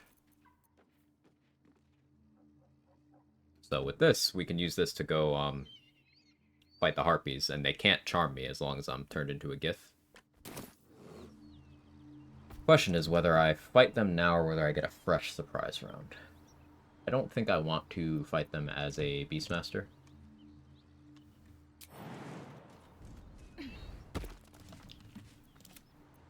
So go ahead and unsummon yourself. Let's not get caught off guard. And I'll come back later. I was on low quality. How's the hit chance? 91%. You could get it up even higher if you wait till level 6 and then you get a Cloud Giant elixir. But 91%.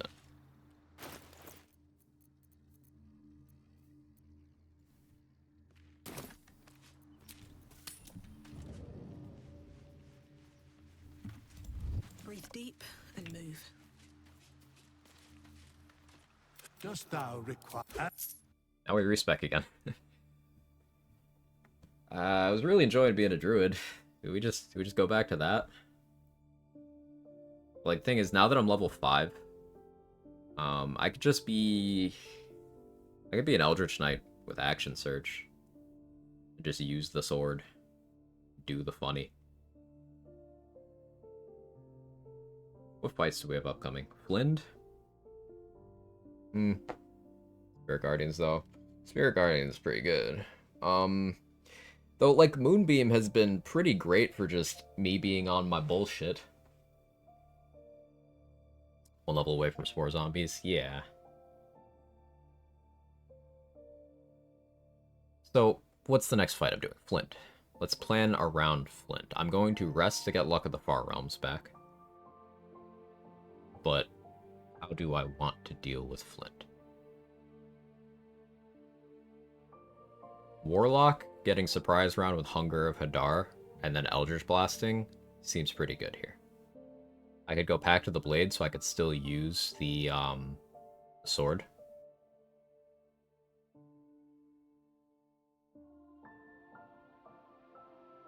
I wouldn't have that medium armor proficiency because I'm not a Githyanki though, so I wouldn't be able to wear my crit immunity.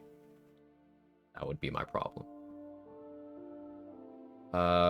Lore Bard doesn't get their medium armor. Well, they don't get their magical secrets to level 6. Respecking? Respecking. See, I have the gear on. Ranger would be half bad on Flind. No, it'd be fine. It's just, remember, I'm doing the version of the fight where I don't get to talk anyone down. So, I want maximum consistency. And a Ranger is going to be relying on attack rolls. I do not like relying on attack rolls. So for that reason, we're going back to Druid.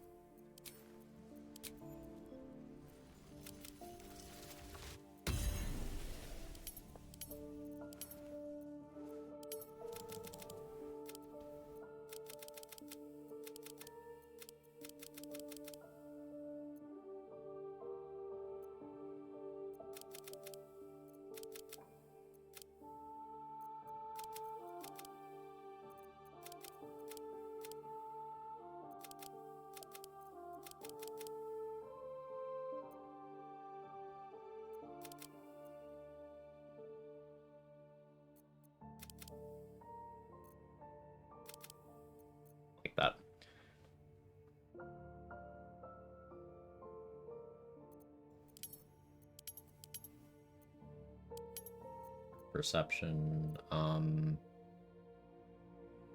religion. Okay, stomach, calm down.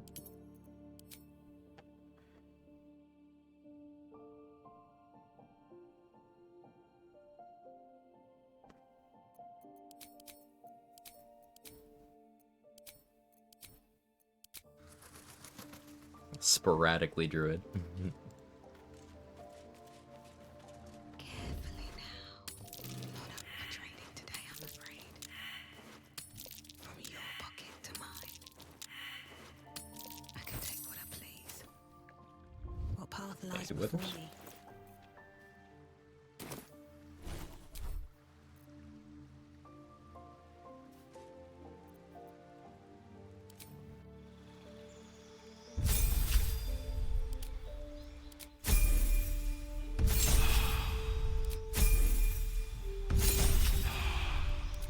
Always alert.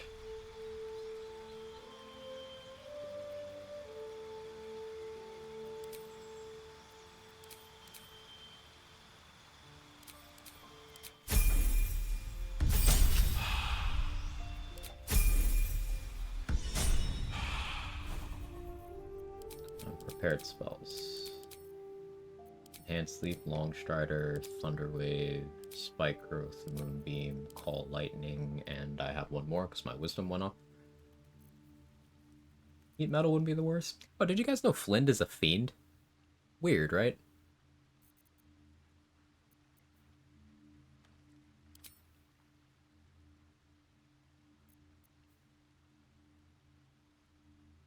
I could create water, actually. I could create water, Call Lightning. I like that. Keep create water prepped.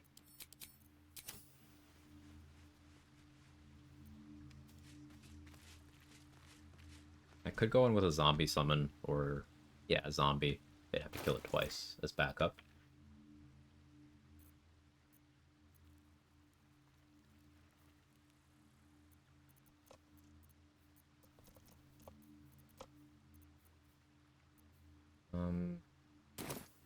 I prefer to have some more speed pots, but I'll make do.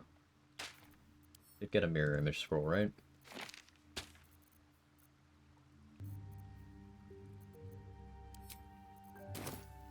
Bottle water be against the rules pre-fight?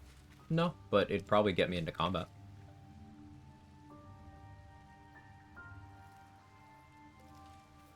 Tried and true, a hawk. So sick of that fucking meme. Scratch, do you have your ball? No.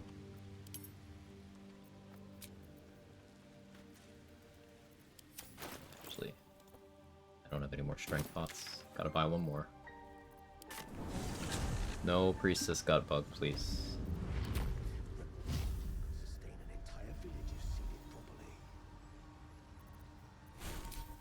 Gotta put enhanced sleep back on. Let's keep on. Oh, it's been over 8 hours already. Hope today's been enjoyable. Some of the fights already have been very interesting, and the way I've approached certain things is totally changed from a normal run. I quite like it. I hope it isn't too tedious to watch. I have something to ask. Look at his hands are empty as a whole. We'll have to send him back out soon enough. I gave you the noble stock, though. Like, I gave her the noble stock. Didn't I give her the noble stock? I'm pretty sure I gave it to her.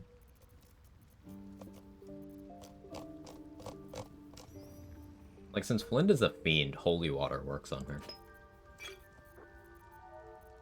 Maybe useful.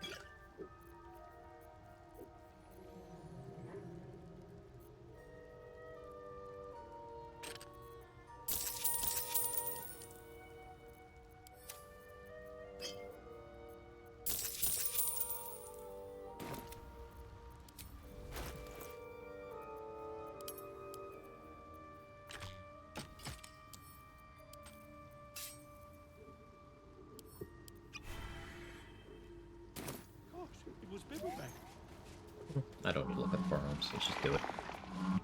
Eat.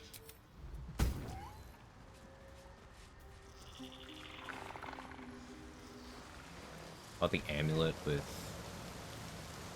Peerless Restoration. Pearl of Power, Pearlescent Restoration? Yeah, I have that.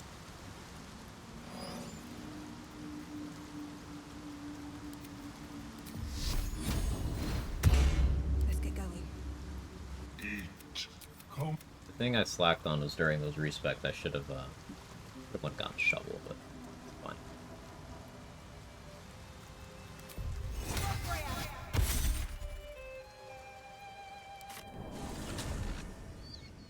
Skeleton before the fight? I should. I'm not going to. We're gonna go in with 23 AC, 58 effective HP.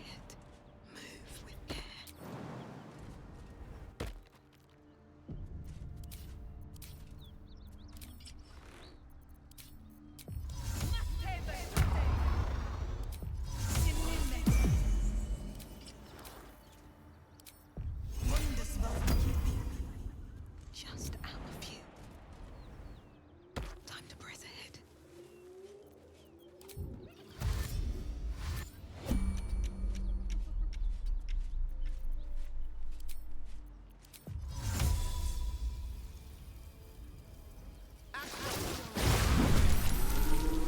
One initiative.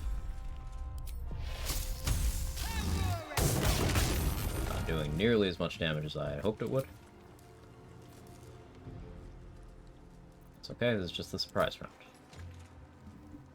Just the surprise round. I don't need to panic yet, right?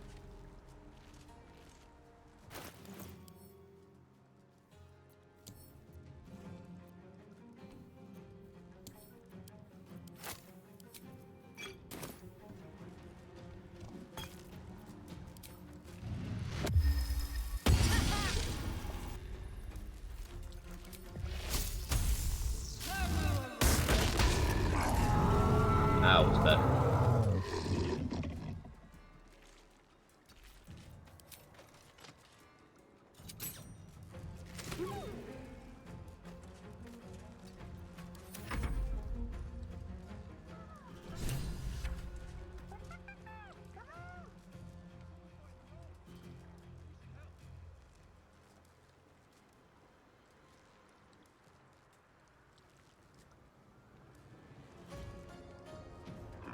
Am I getting the iron flask?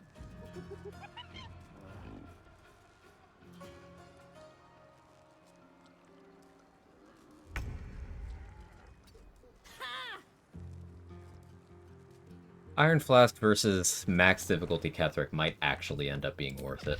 And I hate the whole headache of boss that gives me. Oh, you were supposed to die.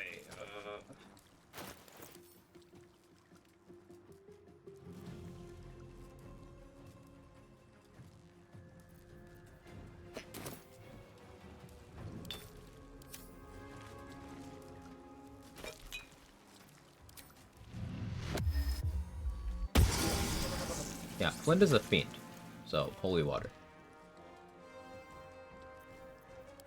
Very weird, but... I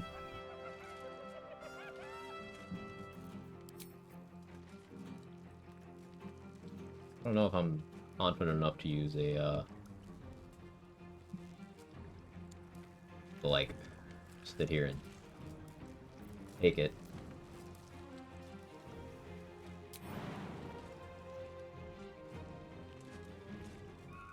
Like, I don't want them benefiting from the hastening spores either. So I think I go up here and I just get the high ground. And this is where we hope. Well played, streamer. Thank you, Freeway. Druid is very good. Summoned a long time for Slan, get home from work, must have been a productive day. It's so fun, Nunu. This run is like... I'm having to think a lot, and I enjoy that. I know that's annoying.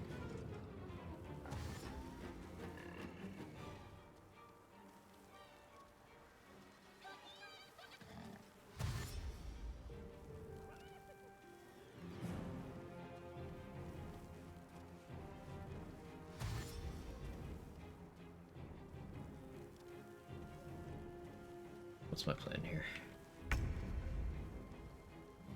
Wonder if the gods are watching me. Thinking is fun.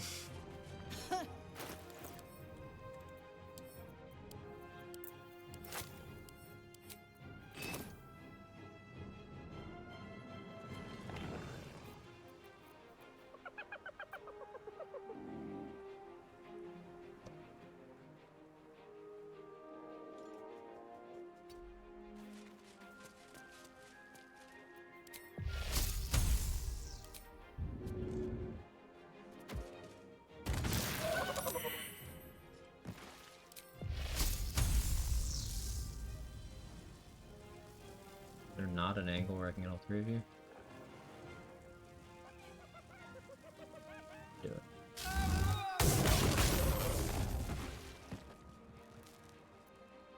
Okay, I may take a lot of damage from this next turn, but let's go ahead and hope I'm not wearing the correct weapon. Should have had Spell Sparkler on. Still numb shuts off reaction too. Yeah, I didn't even realize.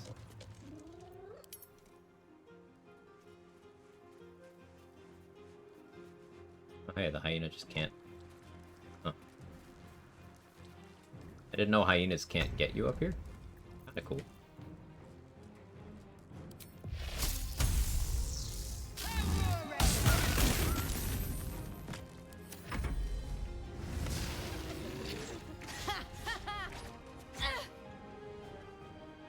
Easy 10. Ah, I rolled a 1. Yeah, that'll do it.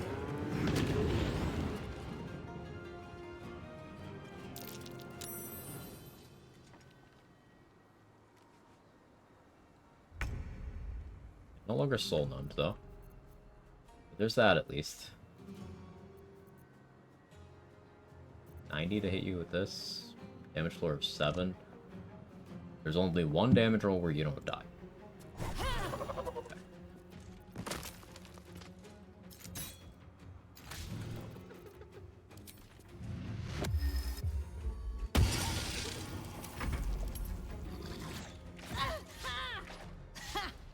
They still do so much damage, even with this crazy amount of preparation. Null archers are insane.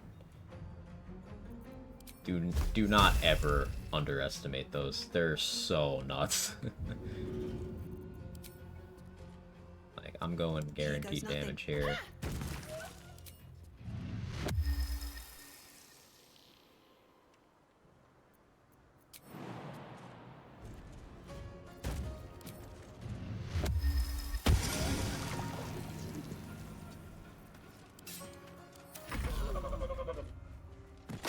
Bleeding enemies have disadvantage and con save, so Halo Spores gets a lot more consistent. Another parasite. Collect it. It might be useful. Are any of my crew still alive out there?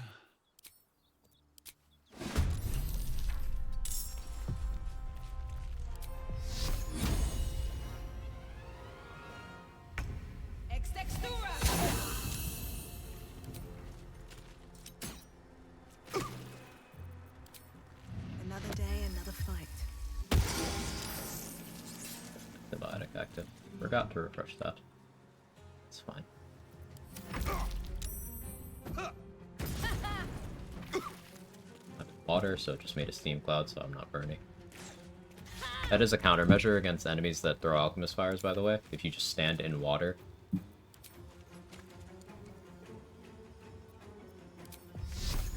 Very helpful.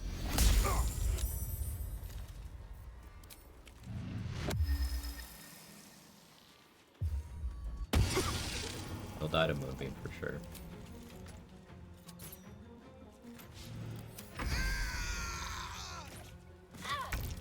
Ow.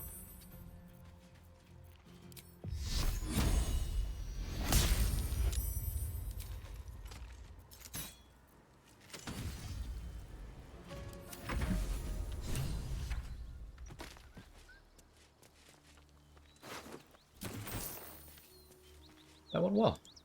I took so much damage from those archers, but I just have a lot of raw HP, so it kind of worked. Commons Forger and W.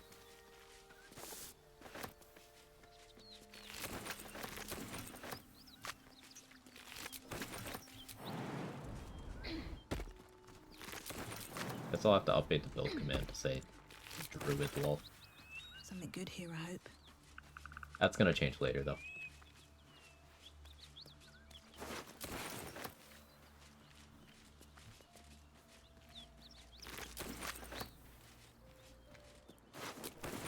Always room for more. That might be worth it. I need to disguise.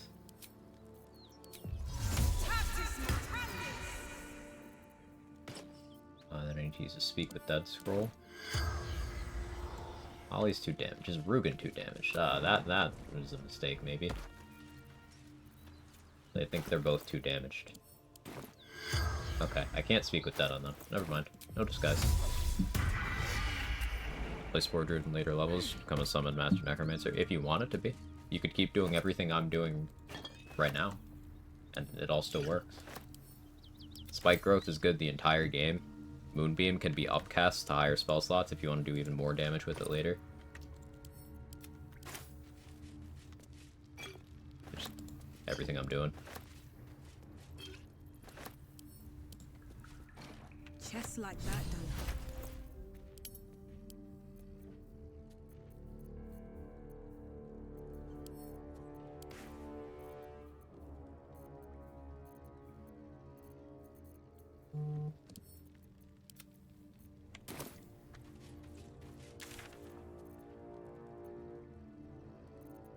Yeah, we'll have to take some precautions entering Joaquin's Rest. We'll need my symbiotic entity back.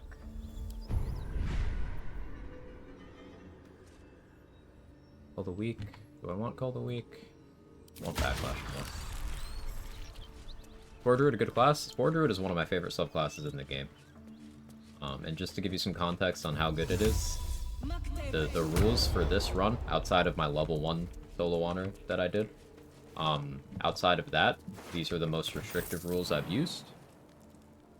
And I have no restrictions on what classes I can play.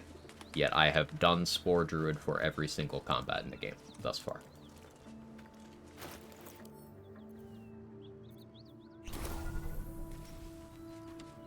Spore Druid, in my opinion, is one of the strongest classes in the entire game.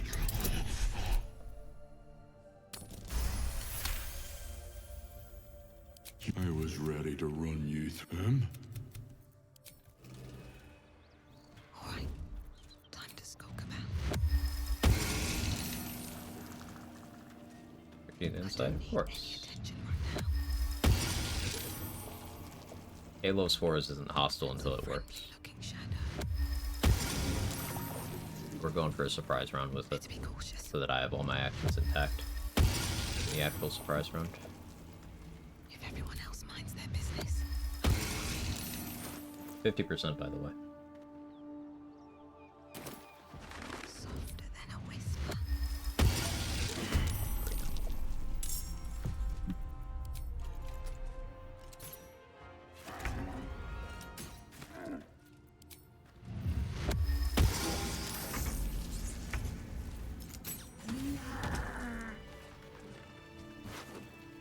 Must be on my way. What was that for?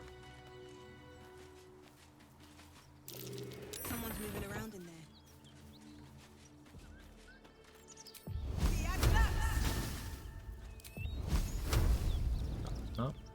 Not from that angle. Produce Flame really has range that bad. Never mind. I was gonna use it as my dedicated, okay, I need to deal with this combustible thing, but not with that range, I don't. Another trick up my sleeve.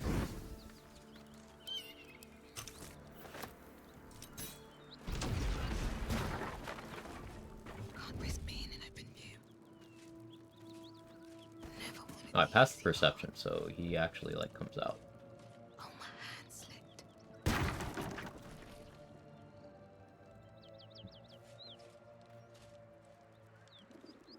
Yeah, failing perception is better there, because then he doesn't actually get bombed or anything.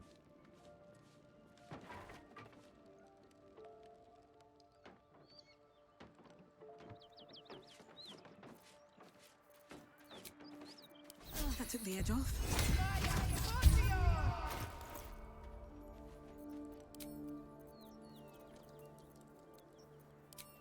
Don't waste a step.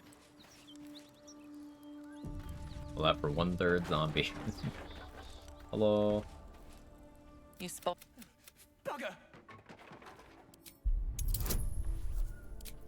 Oh, cat's grace. Fuck it. He freezes, waiting on your next word.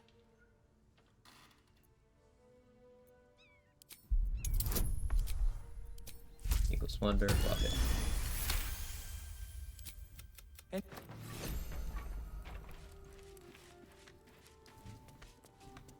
I'm not shy about burning spell slots right now. We're gonna rest pretty soon anyway.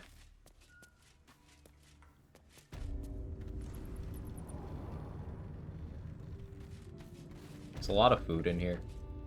I'm very lazy in looting this area, but there's a ton of food if you need to rest a lot in a run.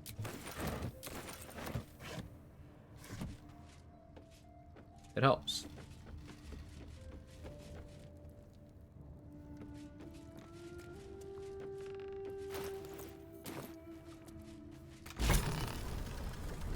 Look at that.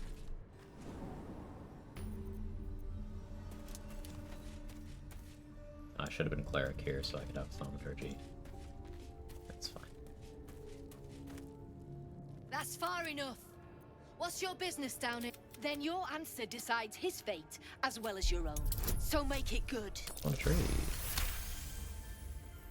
But we've disarmed. Haven't done this route for this in a while.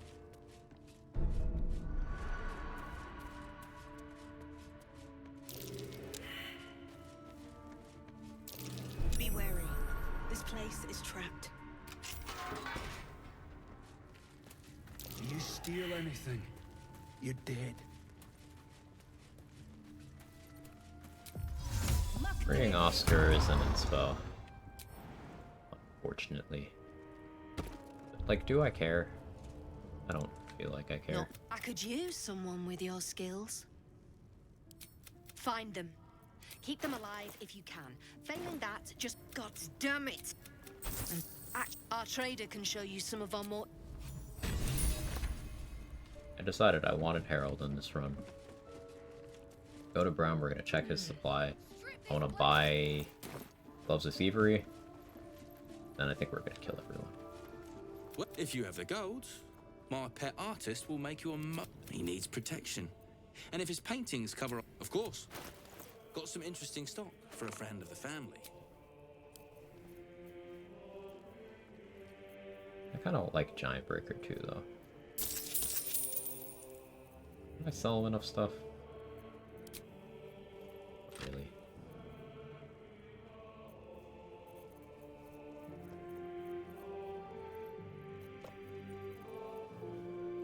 Let's see what I can do. Free Oscar fight the ghost in his house. I hate that fucking house. It's the worst.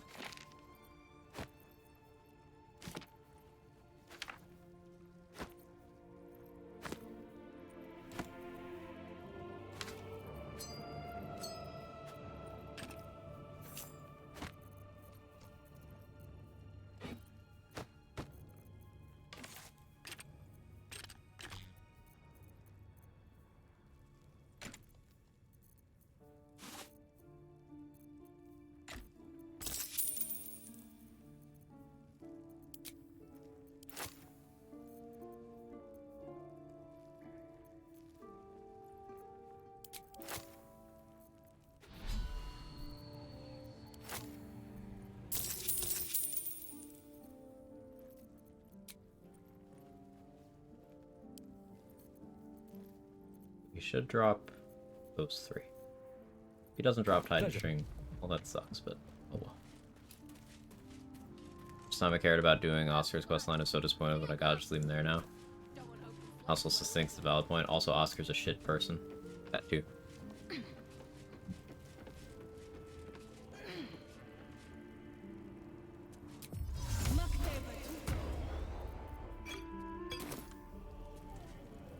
Better be cautious.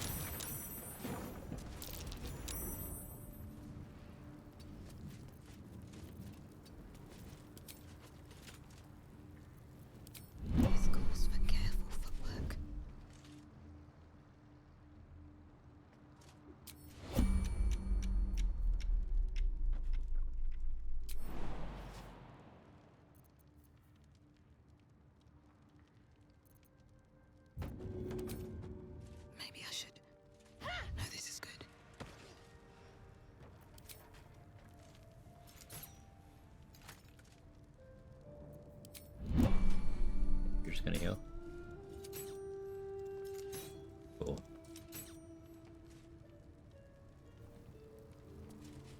Actually, wait, hang on. Shouldn't have made me your enemy.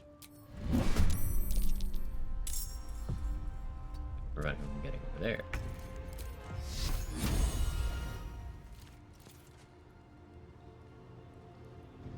At the ready.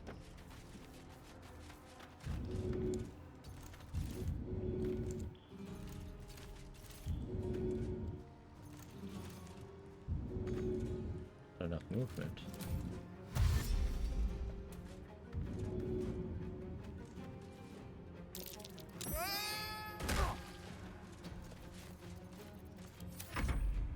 Oscar headed for the Wolverine status quo. I mean, Oscar sucks.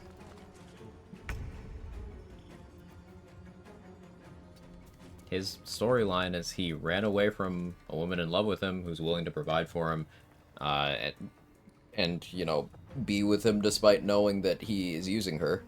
Ran away from her to go meddle with a woman he had a fling with who ended her own life because he felt like he was the main character of her story, and upon finding out that the reason she ended her own life had absolutely nothing to do with him, he no longer cares. It figures, I guess I'll go back to the sugar mama. Bro's actually fucking trash. Hope this ends well.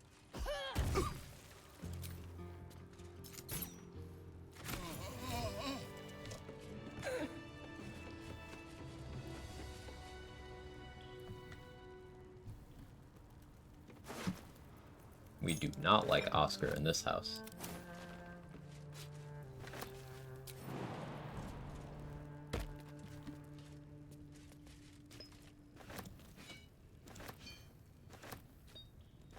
Make a portrait of a random camp person. It's actually pretty good money in group runs.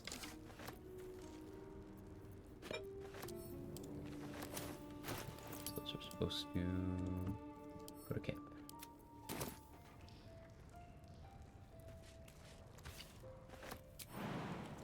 I'll take that. Fuck Oscar and fuck the Zent. Agreed. Unfortunately, I have to side with the Zents in Act 3 against the Guild for the harder fight. But there is nothing stopping me. Where am I standing right now? There's nothing stopping me from killing the Zents after 2. Okay, you can just walk through that crate. That's cool.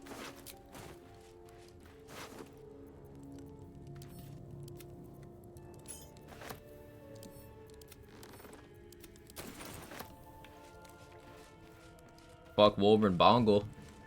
Amen.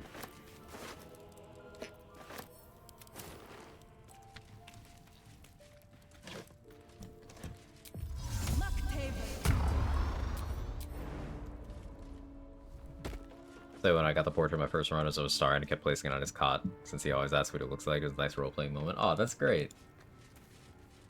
So much an actor I've never done, only completing it once on Tactician, once on Honor Mode. There's so much to this game. There's so many ways to play, so many different branching ways for the stories to unfold. This game's incredible. I am probably around 2,600 hours now. What is my playtime? Let me look. 2,580 hours, and there's still always more. Hey, Mikhail, thank you so much for the Prime. One day I'll catch Really appreciate it. Helps me out immensely. Thank you so much. Hope you enjoy the emotes, the ad reviewing, all that stuff. Thank you so much. I think failed, by the way.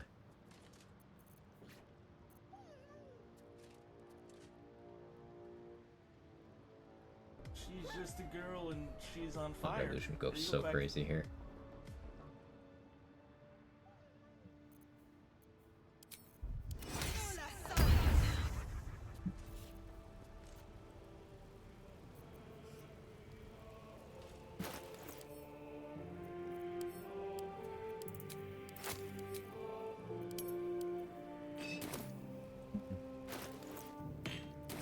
Straight for blur. Out of sight, out of mind.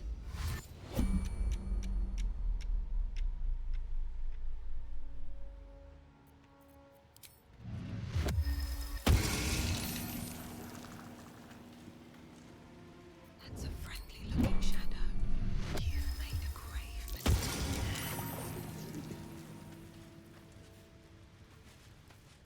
I don't need any attention right now.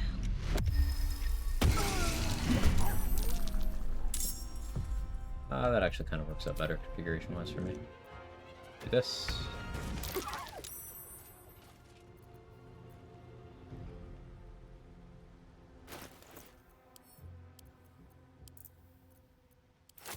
Hey, Regiment. How are you?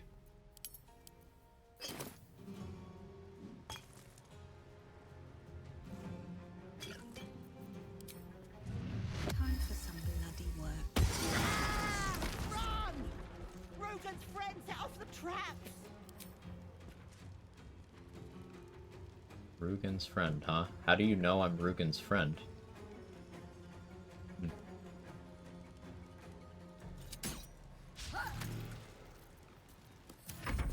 First thing about this game is the inventory management. I mean, I know a lot of people who've managed to master that component. I'm definitely not one of them, but... At this game, 130 gigs, but a 30-hour God of War Ragnarok gonna require 190 gigs on PC. Optimization. And, you know, different kinds of games are gonna have different requirements. I don't work in game dev, so I don't know the nitty-gritty, but...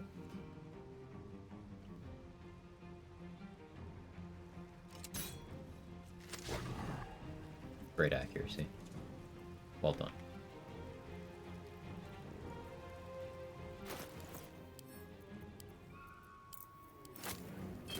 Not near any barrels, am I? I blew up that one, partially so that it can't do it to me.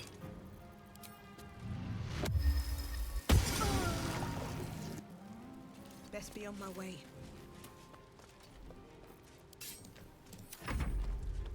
That impresses me with this roll inventory. Yeah, I just kind of let it all sit there.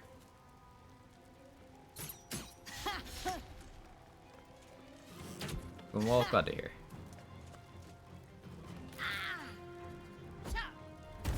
Folks here at TBJ Quag Inc. do love us some XP shish kebab. It's true.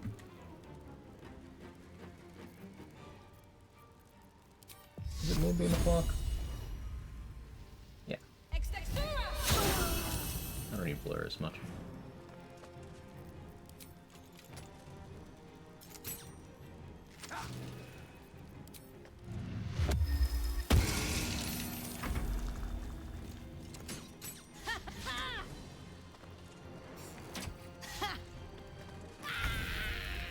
Beautiful.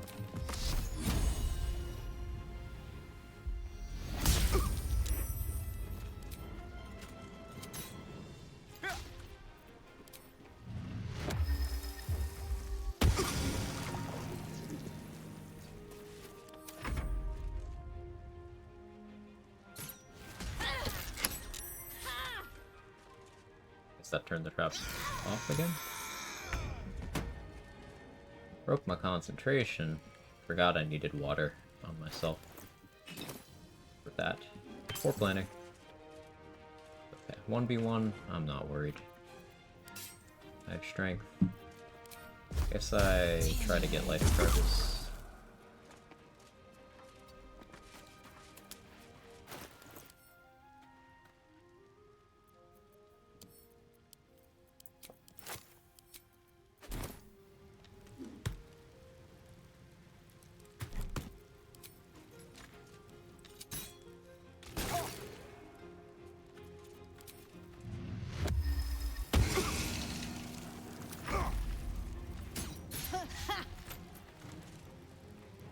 Something over there.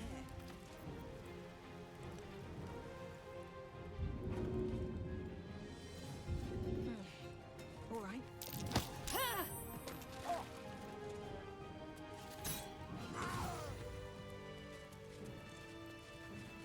Cool, that's the Zunt hideout handled. I fought them right away, which is something I normally don't do because I like being a little bit more prepared in case of like crits and whatnot. But this is one of those instances where I did grab the adamantine armor, so I can just kind of do that.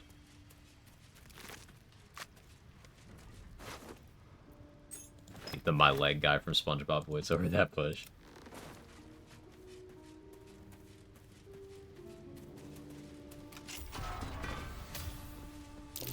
Be wary. This place is trapped.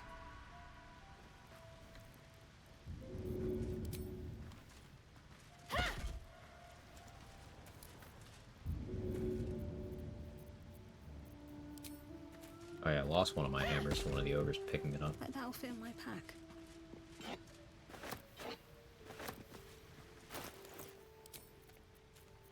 That was annoying.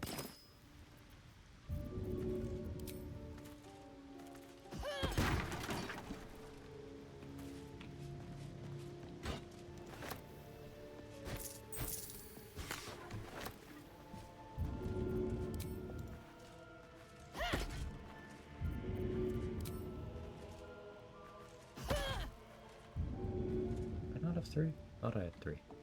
Yeah, I guess I lost one.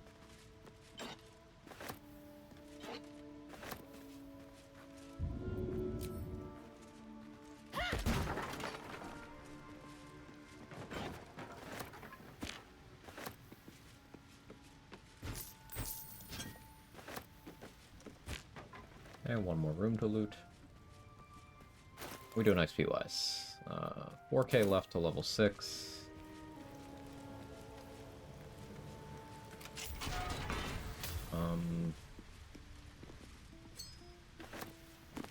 Still have to make some rulings on some of the fights. We'll see. I learned off to disarm chests. Yeah, disarming chests is a great way to just take damage. I do not engage with it. Either throw them off a roof, break them with the adamantine forge, bust them up with eldritch blast, throw hammers at them. Disarming is just asking to take damage.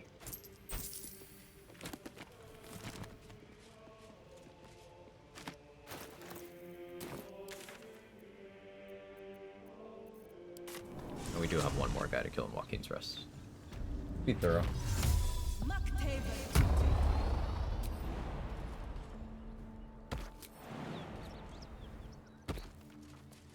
Eldritch Blast is my favorite. Love me some arcane lockpicking. Very satisfying.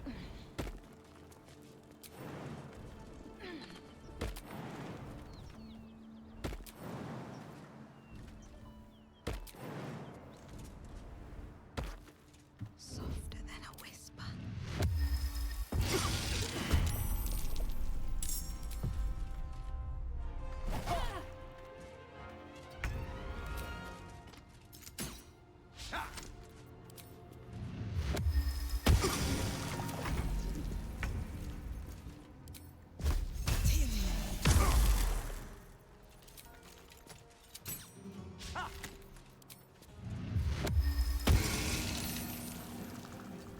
What do you do? I've not let you get a turn in a while. Color Strike. I have Sonic Backlash. Good try. Never wanted the easy path.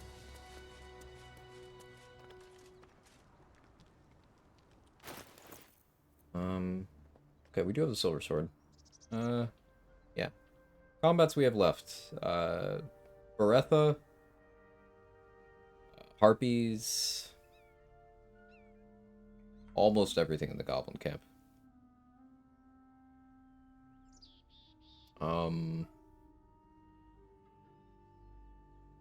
Yeah, we're not too far off from getting Mountain Pass access. Normally I like ending off the first stream of a run with finishing up dealing with the Goblin leaders. But I've been live for almost 9 hours.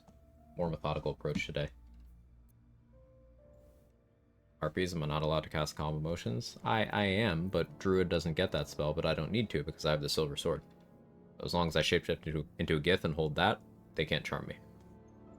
I don't spend my reaction on Halo Spores. Do I get to use that as an opportunity attack? So just normal melee? I do get to, yeah.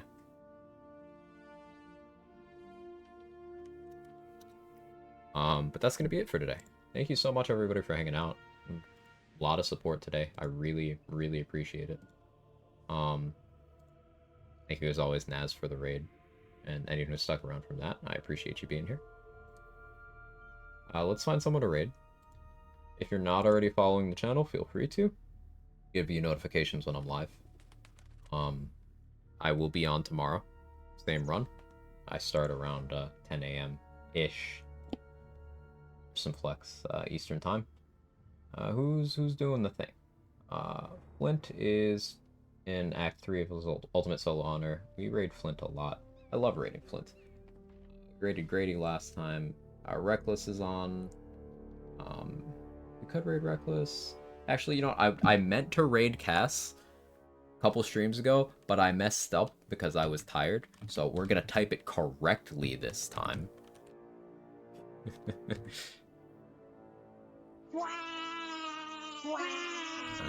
Is this it? Is this it? Okay, this is correct this time. If you have my emotes, go ahead and let's do. My brain is already shutting down. Let's do this. If you don't, then type Quag Raider or whatever. Cass is doing, let's see, full party this time? Yeah, full party honor. It's first attempt of Cass doing group honor.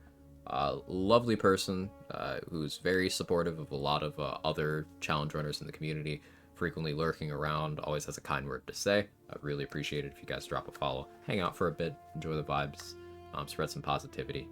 And I'll see y'all tomorrow. Thank you so much. Bye-bye.